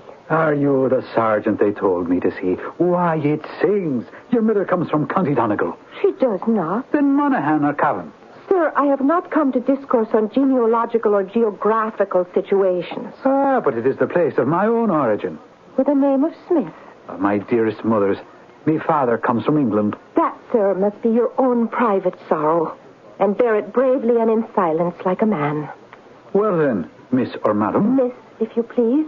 Miss Katie O'Neill. Miss Katie O'Neill. Oh, it sings like a ballad. Are you a maker of music or an officer of the police? The two need not be mutually exclusive. Well, then I might have done better to consult Mr. John Philip Sousa. He conducts his orchestra in the park this evening. Would you do me the honor, Miss O'Neill? Is this how you spend the taxpayers' hard-earned dollars, Sergeant Smith, attempting to romance every young maiden lady that requires the assistance of the police? Not every young maiden lady, Miss O'Neill. Then shall we come at last to the facts in the case? Ah, then. We have a case, have we? Oh, proceed. Which is exactly what I was doing. This noon, not half hour past, I was standing at the corner of 5th and Main, and... Why are you not writing this down? I'm gazing into your eyes, Miss Katie O'Neill. Aren't you ashamed, Sergeant Smith? Of what? Attend to the facts. There's work to be done. You were standing on the corner of 5th and Main. I was. And stopping the traffic for miles around. I was waiting for a streetcar. A most innocent occupation. I was in the midst of a crowd that was waiting. Suddenly... Yes? Suddenly, there was this tug on my arm. Tug? It was more of a pull. Oh, a pull? But a gentle pull. A gentle pull? Yes. So gentle, so soft, so light, as a thistle or a hummingbird's wing. Are you writing that down? Was that as light as a thistle or as light as a hummingbird's wing, Miss O'Neill? We must be accurate in these matters. Make it as light as either or both. Well, would you happen to know specifically the weight of a hummingbird's wing or a thistle for that matter? As you know, police work is an exact science. And then... Yes. And then? And then I looked down at my arm and... And? And my pocketbook was gone. Your pocketbook was gone? It had been taken from me. What did you say? Who did it? See him? No, as I said, I was standing in the midst of a crowd. One moment the pocketbook was on my arm, and then the next, it was gone. And you saw no one who could have taken it? No, I saw no one. I said to the people who were standing round, I said, has anyone seen a pocketbook? Mine is gone. I believe it was taken. And everyone looked all around, and someone said, are you sure you didn't drop it on the ground? And someone else said, are you positive you had it with you? And I said, it's been taken by a thief. Has anyone seen the thief? And a man standing next to me said, what did he look like? And I answered, if I knew what he looked like, I'd know who he was. And no one had seen him? No one had seen him. I was in the midst of a crowd that was waiting for a streetcar on the corner of 5th and Main at high noon, and a man removed my pocketbook from my arm, unseen and unbeknownst. And those are the facts? Those are the known facts. You discovered the loss of the pocketbook. You saw no one take it. Nor could I find a witness to the taking. And then what did you do? What did I do? I came to the nearest police station, this one. I was referred to a sergeant. You. Now, when may I expect to get my pocketbook? When we find the thief. That does not answer the question. Well, the police department is not yet in position to make a definite statement. Oh, it is not. It requires more facts. Now, how much money was there in the pocketbook? How much money? Why, none. None? Well, no, I never carry money in a pocketbook.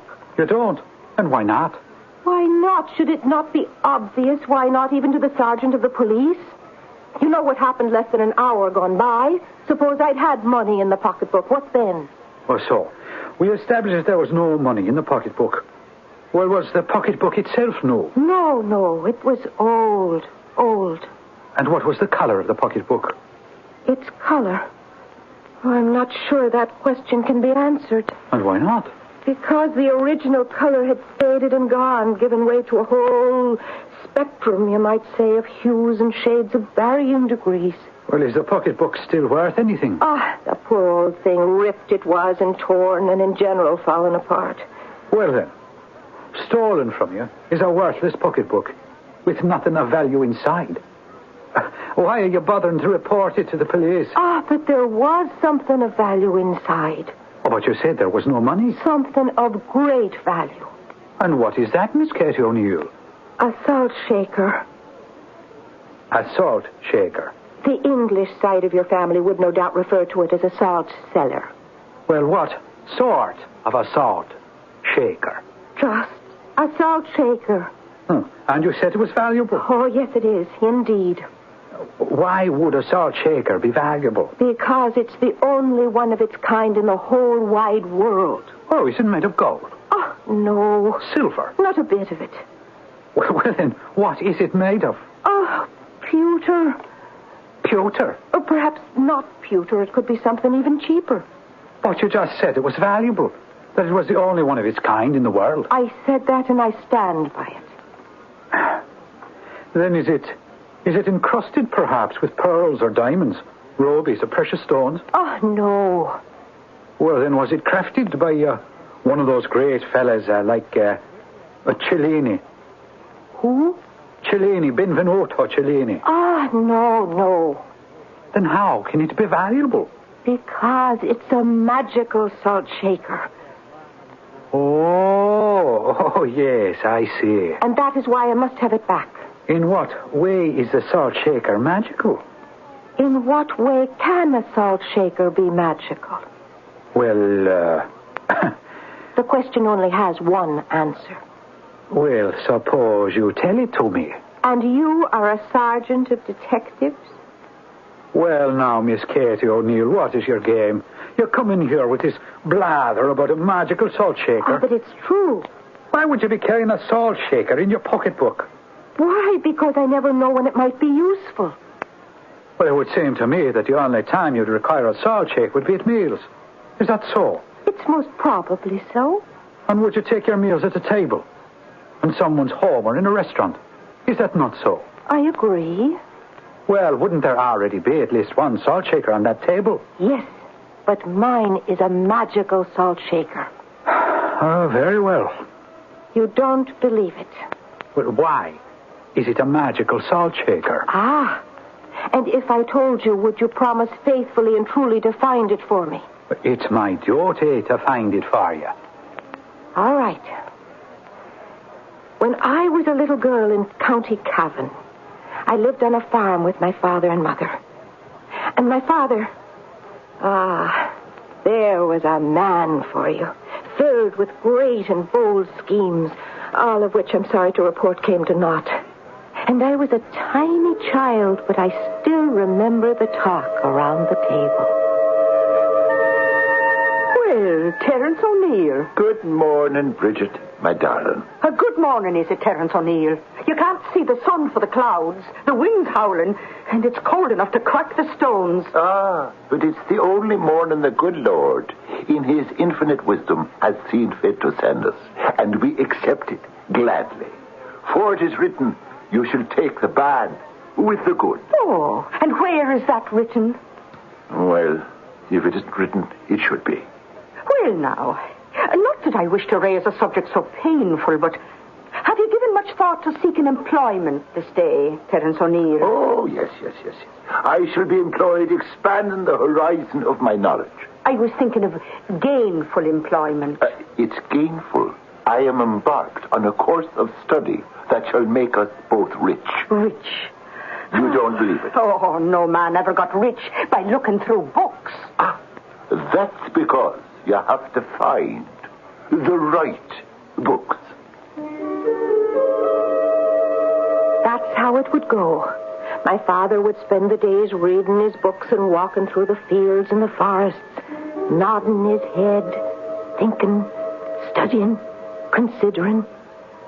And then finally, one day my father came home and he had a very old book in his hand, and he was very excited. Bridget! Oh, yes, it's Bridget. And did you expect me not to be home? Bridget, listen to me. Oh, I listened to you once, and that was the undoing of me. Oh, marry me, Bridget, darling, and you shall wear silks and furs, spangled with cloth of gold and sparkling with diamonds and pearls. And so you shall. Oh, of course. No, Bridget, I'm serious. About what? About the promise I made you. About the wearing of the silks and the furs and the diamonds and the pearls. Oh, well, bring them in and I'll put them on. I will. When? Tomorrow. Tomorrow? Yes. Oh, my poor Terence, it's gone to your head as I knew it would. Bridget, I am not crazy. It's here in the book, right here. It tells how to find him. Find who? The old man of the rock. Oh, have you taken leave of your senses? Bridget, it's here. It's in the book. The old man of the rock. He's nothing but an old wives' tale. He don't exist. This book tells you exactly where to find him. Well, then don't dare go near him. It reveals his hiding place. Now, you listen to me. The old man of the rock, he'll make you his slave. No. Not if you know the magical words. What magical words? The magical words that make him your slave. I don't want another word said about that in this house. You can make him your slave, and he'll grant you your wish. Whatever you want, he'll make it come true. The old man of the rock. Tomorrow. I'll go to him. No, Terence. I don't want to be rich. You do. Oh, please, Terence, promise me. Please. But, Bridget, I believe I've never seen you so frightened before. But it's because I've never been so frightened before. But what are you afraid of? The old man of the rock. But you should be afraid. Didn't you say he was nothing but an old wives' tale?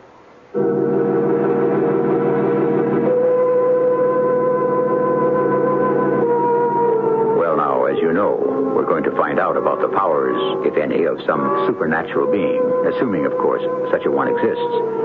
It all began with a stolen pocketbook in America, somewhere. And suddenly we find ourselves in Ireland, somewhere. But it's a good place to be for our purposes. And the tour shall resume as soon as I return shortly with Act 2.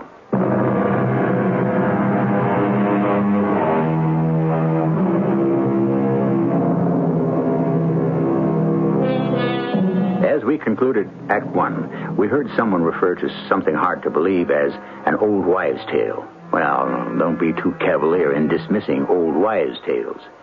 There used to be an old wives' tale to the effect that moldy cheese was good for wounds, and then science discovered penicillin. Similarly, that the bark of a certain tree did wonders for malaria, and science, of course, discovered quinine. Are we also involved in an old wives' tale? Probably. Now, Miss Katie O'Neill, I don't want you to lose me. But as I understand it, your father had unearthed some mythical character, the old man of the rock. Oh, yes. And how well he was known in the countryside. Oh, the old man of the rock. Just who was he? He was a Dane. A Dane? A Viking. One who had invaded Ireland 1,000 years ago. Oh, you mean one who had conquered Ireland? We don't talk about that. And besides, they all took Irish names and learned the Irish tongue and became truly Irish, so it can be said that we conquered them. And now you must bring me back to the old man of the rock. Ah, yes. He was a Viking. A Scandinavian. Yes? He was a Dubgale, a Dane, a black foreigner, as distinguishable from a Fingale, a fair foreigner, a Norwegian. I see. Is this important? As you said, Sergeant, police work is an exact science. Continue, Katie O'Neill. And they laid waste the land with fire and sword, but they could not conquer. So they remained to become a part of it. And the old man on the rock? He was a Dane who had ranged as far north as the River Liffey. And one day, he saw a huge rock, and he said, I will build me a castle, and this rock shall be a foundation stone. And he commanded his men to move it, but it could not be budged from the spot. Yes? And it was not that large nor heavy a rock. But it could not be moved? No. And what happened? No one knows what happened. Oh. Well, then? One day, this Dubgale chieftain, this dark foreigner, disappeared. Oh, no, what do you mean, disappeared? Disappeared. Vanished. Was no more. Well, what became of him? Where did he go? Ah, that is the legend.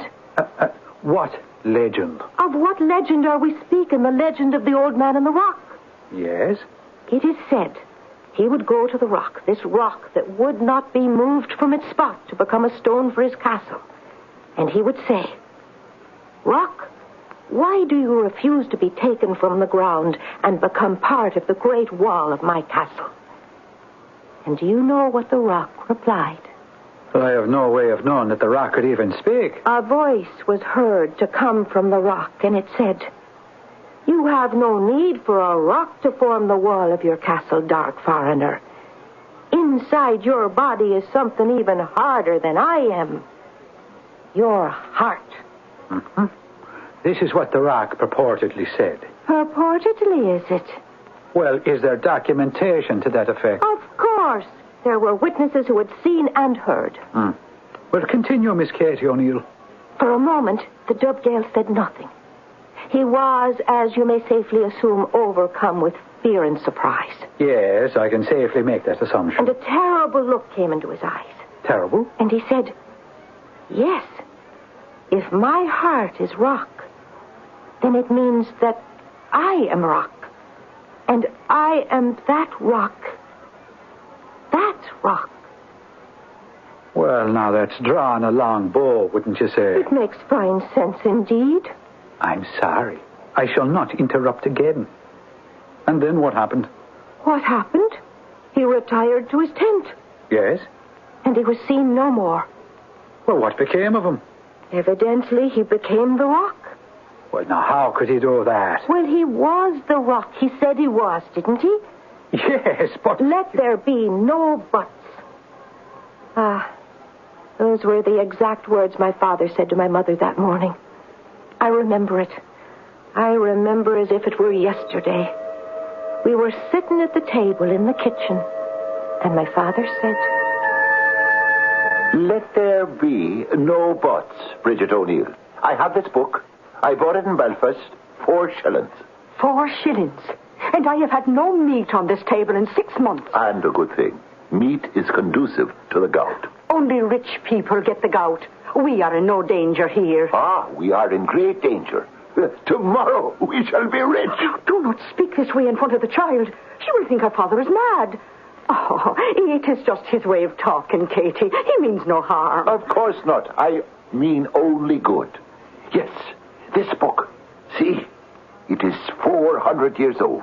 For 6 shillings, you're entitled to a book that is brand new. The book, you see, it says the Dub Gale entered into the Rock, where he had time to repent his many sins. Oh, ate your fish.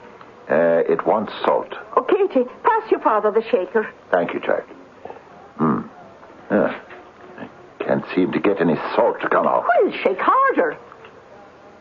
This wretched salt shaker. Well, it is a damp day. Why don't you get a new one? For 6 shillings, I could have had one of silver. Yeah, well, tomorrow you shall have one of gold. Yes. Pure gold. If I can find the old man of the Rock, he will lead you straight to the devil. No. That is the old wives' tale. You see, he has had a change of heart. Too much slaughter and pillage has sickened him, has turned his heart to stone. Who says that? This book right here. His heart is a heavy burden inside him. He seeks to lighten it by doing good for good people. And so, if I can find him... If you... Yes, this book tells how to find him. Well, why didn't the person who wrote the book find him and become rich? He could not.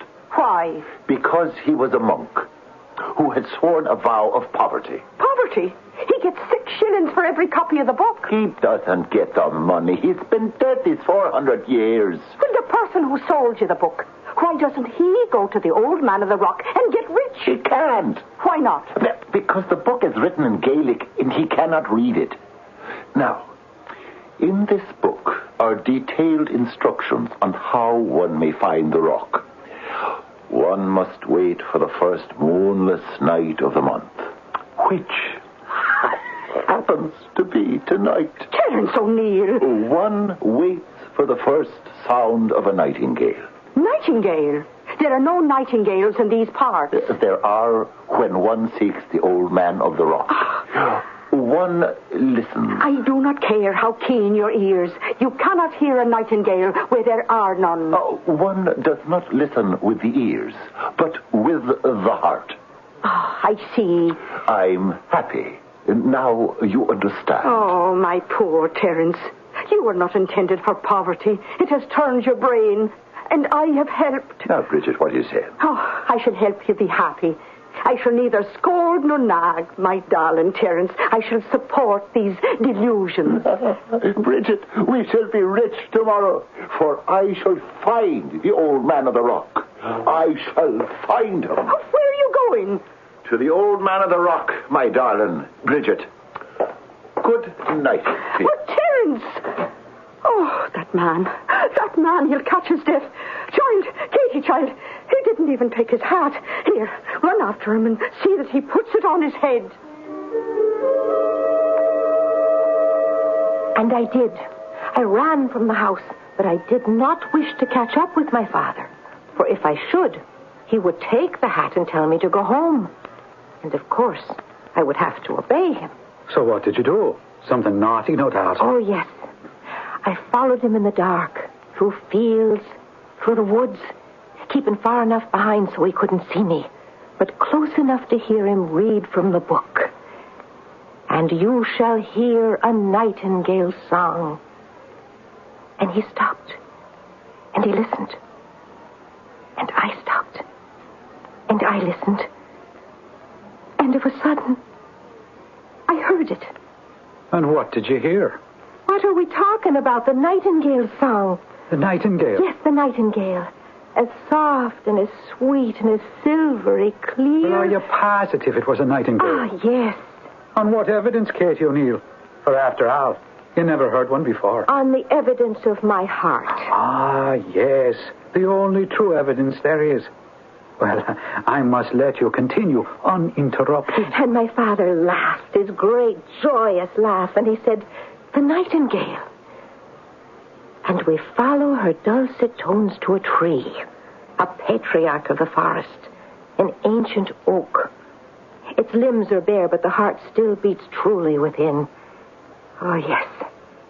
And beneath this oak is a rock, a large-sized rock, great enough for the foundation stone of a castle. And was that the rock?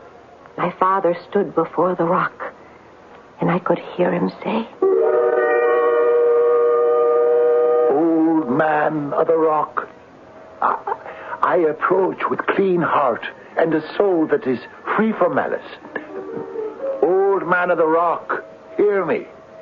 I come to seek your aid. Therefore, I bid you, materialize from within the stone and lift the weight from your own heart. Dubgale, dark foreigner, appear before me. Oh, calls me dark foreigner. It's you. It's true. You. Where did you come from? Oh, you've seen where I came from. The rock. Old man of the rock. I believed it. I believed it truly. That is why I have appeared. And why have you come to me? I want to be rich. All men desire riches. It was for wealth that I try give Lodnar sail from Daneland, a Viking pirate. But I've learned better. Oh, I do not ask to be rich for myself.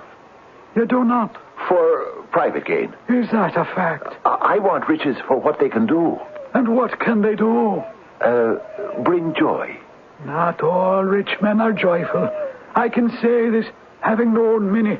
Indeed, having been one myself. But wealth, it is not meant to be kept. It is not? You know it is not, old man of the rock. It is meant to be given away. It should be used to feed the poor, to protect the widow, to raise the orphan, to relieve the oppressed. And this is what you would do with wealth? This is what I would wish to do with my wealth. It's a noble ambition. And so, will you grant me my wish, old man of the rock? I will grant a wish. But this is my wish. But is it also your wife's wish? My wife? What has my wife to do with... Well, she too must be considered. But why? Because you are not alone. A man and wife are one. In body, in soul, in spirit. But my wish is her wish. Are you sure now? Oh, she's a good-hearted woman. A bit short in the temper, perhaps, but a kind heart, a generous soul. Well, now, that is what we're going to find out.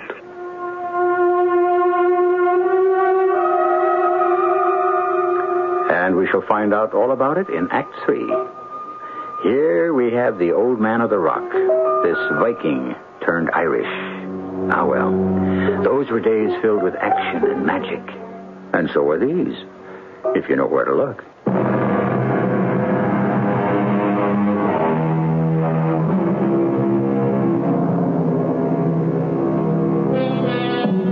Now, where were we?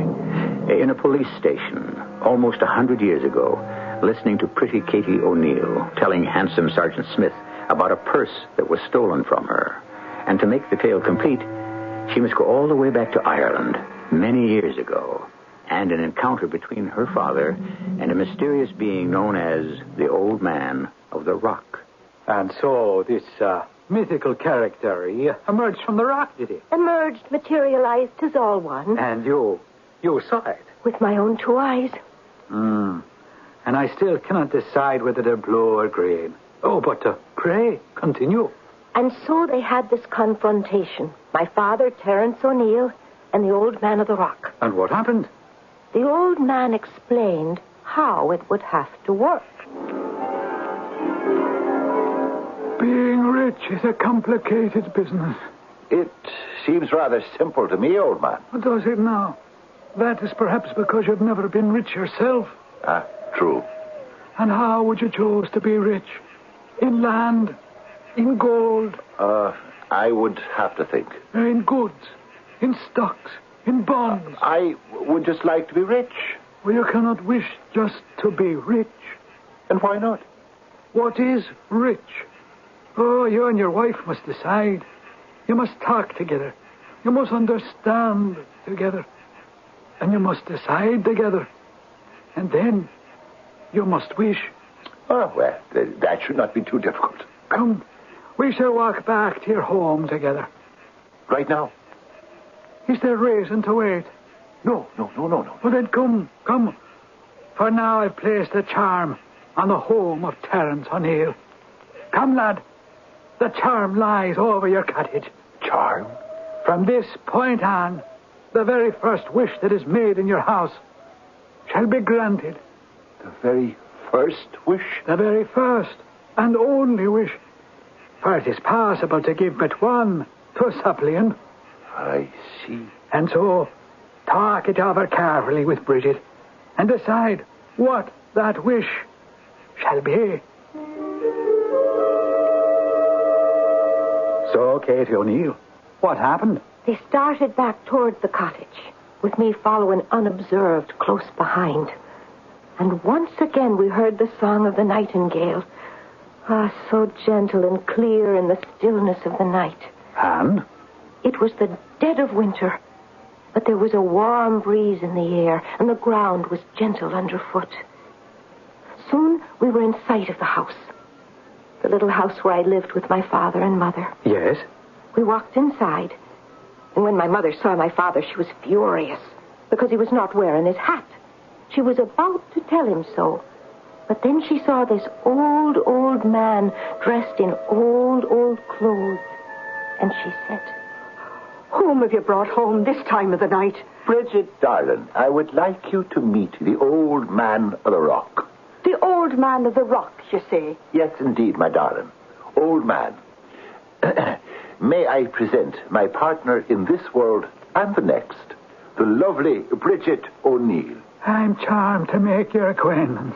The old man of the rock, is it? I have that honor, ma'am. Yes. Well, like goes to like. One cracked brain finds another.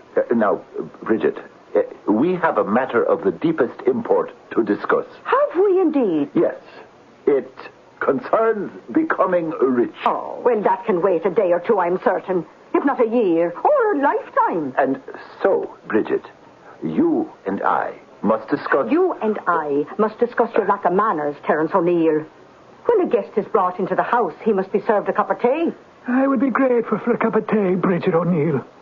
And while the old man of the rock here is enjoying his cup of tea, you, Bridget, and I shall be exploring the various manners, methods, and techniques, as it were, of becoming rich. Rich? Yes, rich. Rich as Midas.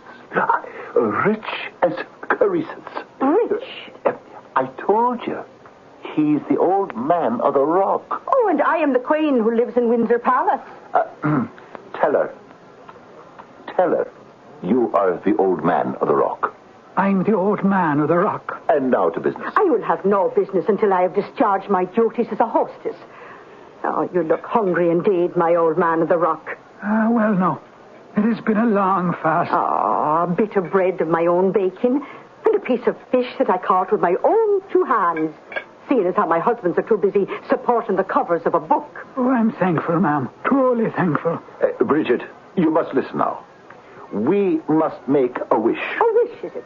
Oh, and how is the fish, my old man of the rock? Oh, fine. Just fine. No. Speak freely. Well, it wants a bit of salt. Oh, easily mended. Katie Kitty, pass the salt shaker to your father's old man of the rock. Bridget, will you listen? We must make a wish for a certain kind of wealth. Land, money, livestock. Indeed. Yes. And whatever wish we make, the old man of the rock here will see that it comes true. Will he? Yes, Bridget, it is the truth. Is it? Bridget, the very next wish you make will come true. And that's a fact. A fact? You don't believe me? Old man of the rock. What is the trouble, sir? Oh, no trouble. Oh, but I can see there is trouble. Oh, it's that old salt shaker. Well... It refuses to allow the salt to flow out. Well, it's quite damp, you know. Yes, I know. If only... If only what? Oh, it's impossible. Bridget, we must consider our wish. What wish? Oh, what wish have I been talking about now? The one wish that will be granted us. Now, Bridget, if you could have one wish, what would it be? No, old man. It doesn't do any good to shake that infernal salt cellar. Not in this weather. Bridget, my darling, let us talk together for a moment and decide on our wish. I know my wish. I wish... No, don't say that. Not yet. Not until we decide. But I've decided. I wish... Bridget! I wish the salt would flow out of that shaker in all weather. Smooth, clear, in a beautiful stream of glistening white. Bridget. Oh, my... Oh, Terence, look. Do you see? The salt. See how it flows from the shaker. How smoothly, how quickly, how freely. Bridget, what have you done? You know what she's done, Terence O'Neill. She's made her wish. But... Now, how do you account for the shaker behaving in just that fashion? Bridget. The weather. It must have become dry outside. Bridget, that was our wish. Yes, Terence, that was your wish. What are you saying? We could have had the world. And now all we have is a salt shaker from which the salt shall always flow free. Well, Terence O'Neill, you must admit, this is no small thing. Yeah, true. What are you two talking about? Let me say this.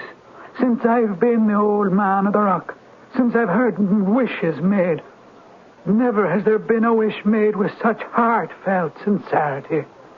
Is that true, old man? Oh, yes. Yes, it's the truth.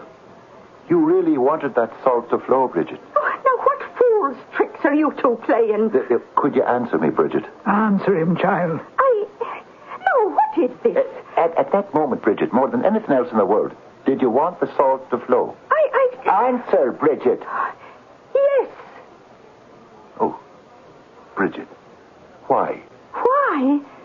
Well, I looked at this old man, this poor, tired old man, and I said to myself, oh, here is one whose face is lined, whose eyes are weary, whose life has been hard, whose death will be bitter. But, Bridget... He can count his woes by the hairs on his head, but his joys, perhaps on the fingers of his hands. And he was trying to put just a few grains of salt on his fish. So small a pleasure, and even this was being denied him. And my heart almost cried within me, so small a thing, so tiny a pleasure. Why should it be kept from him? And so I wished... Yes, she wished. Oh.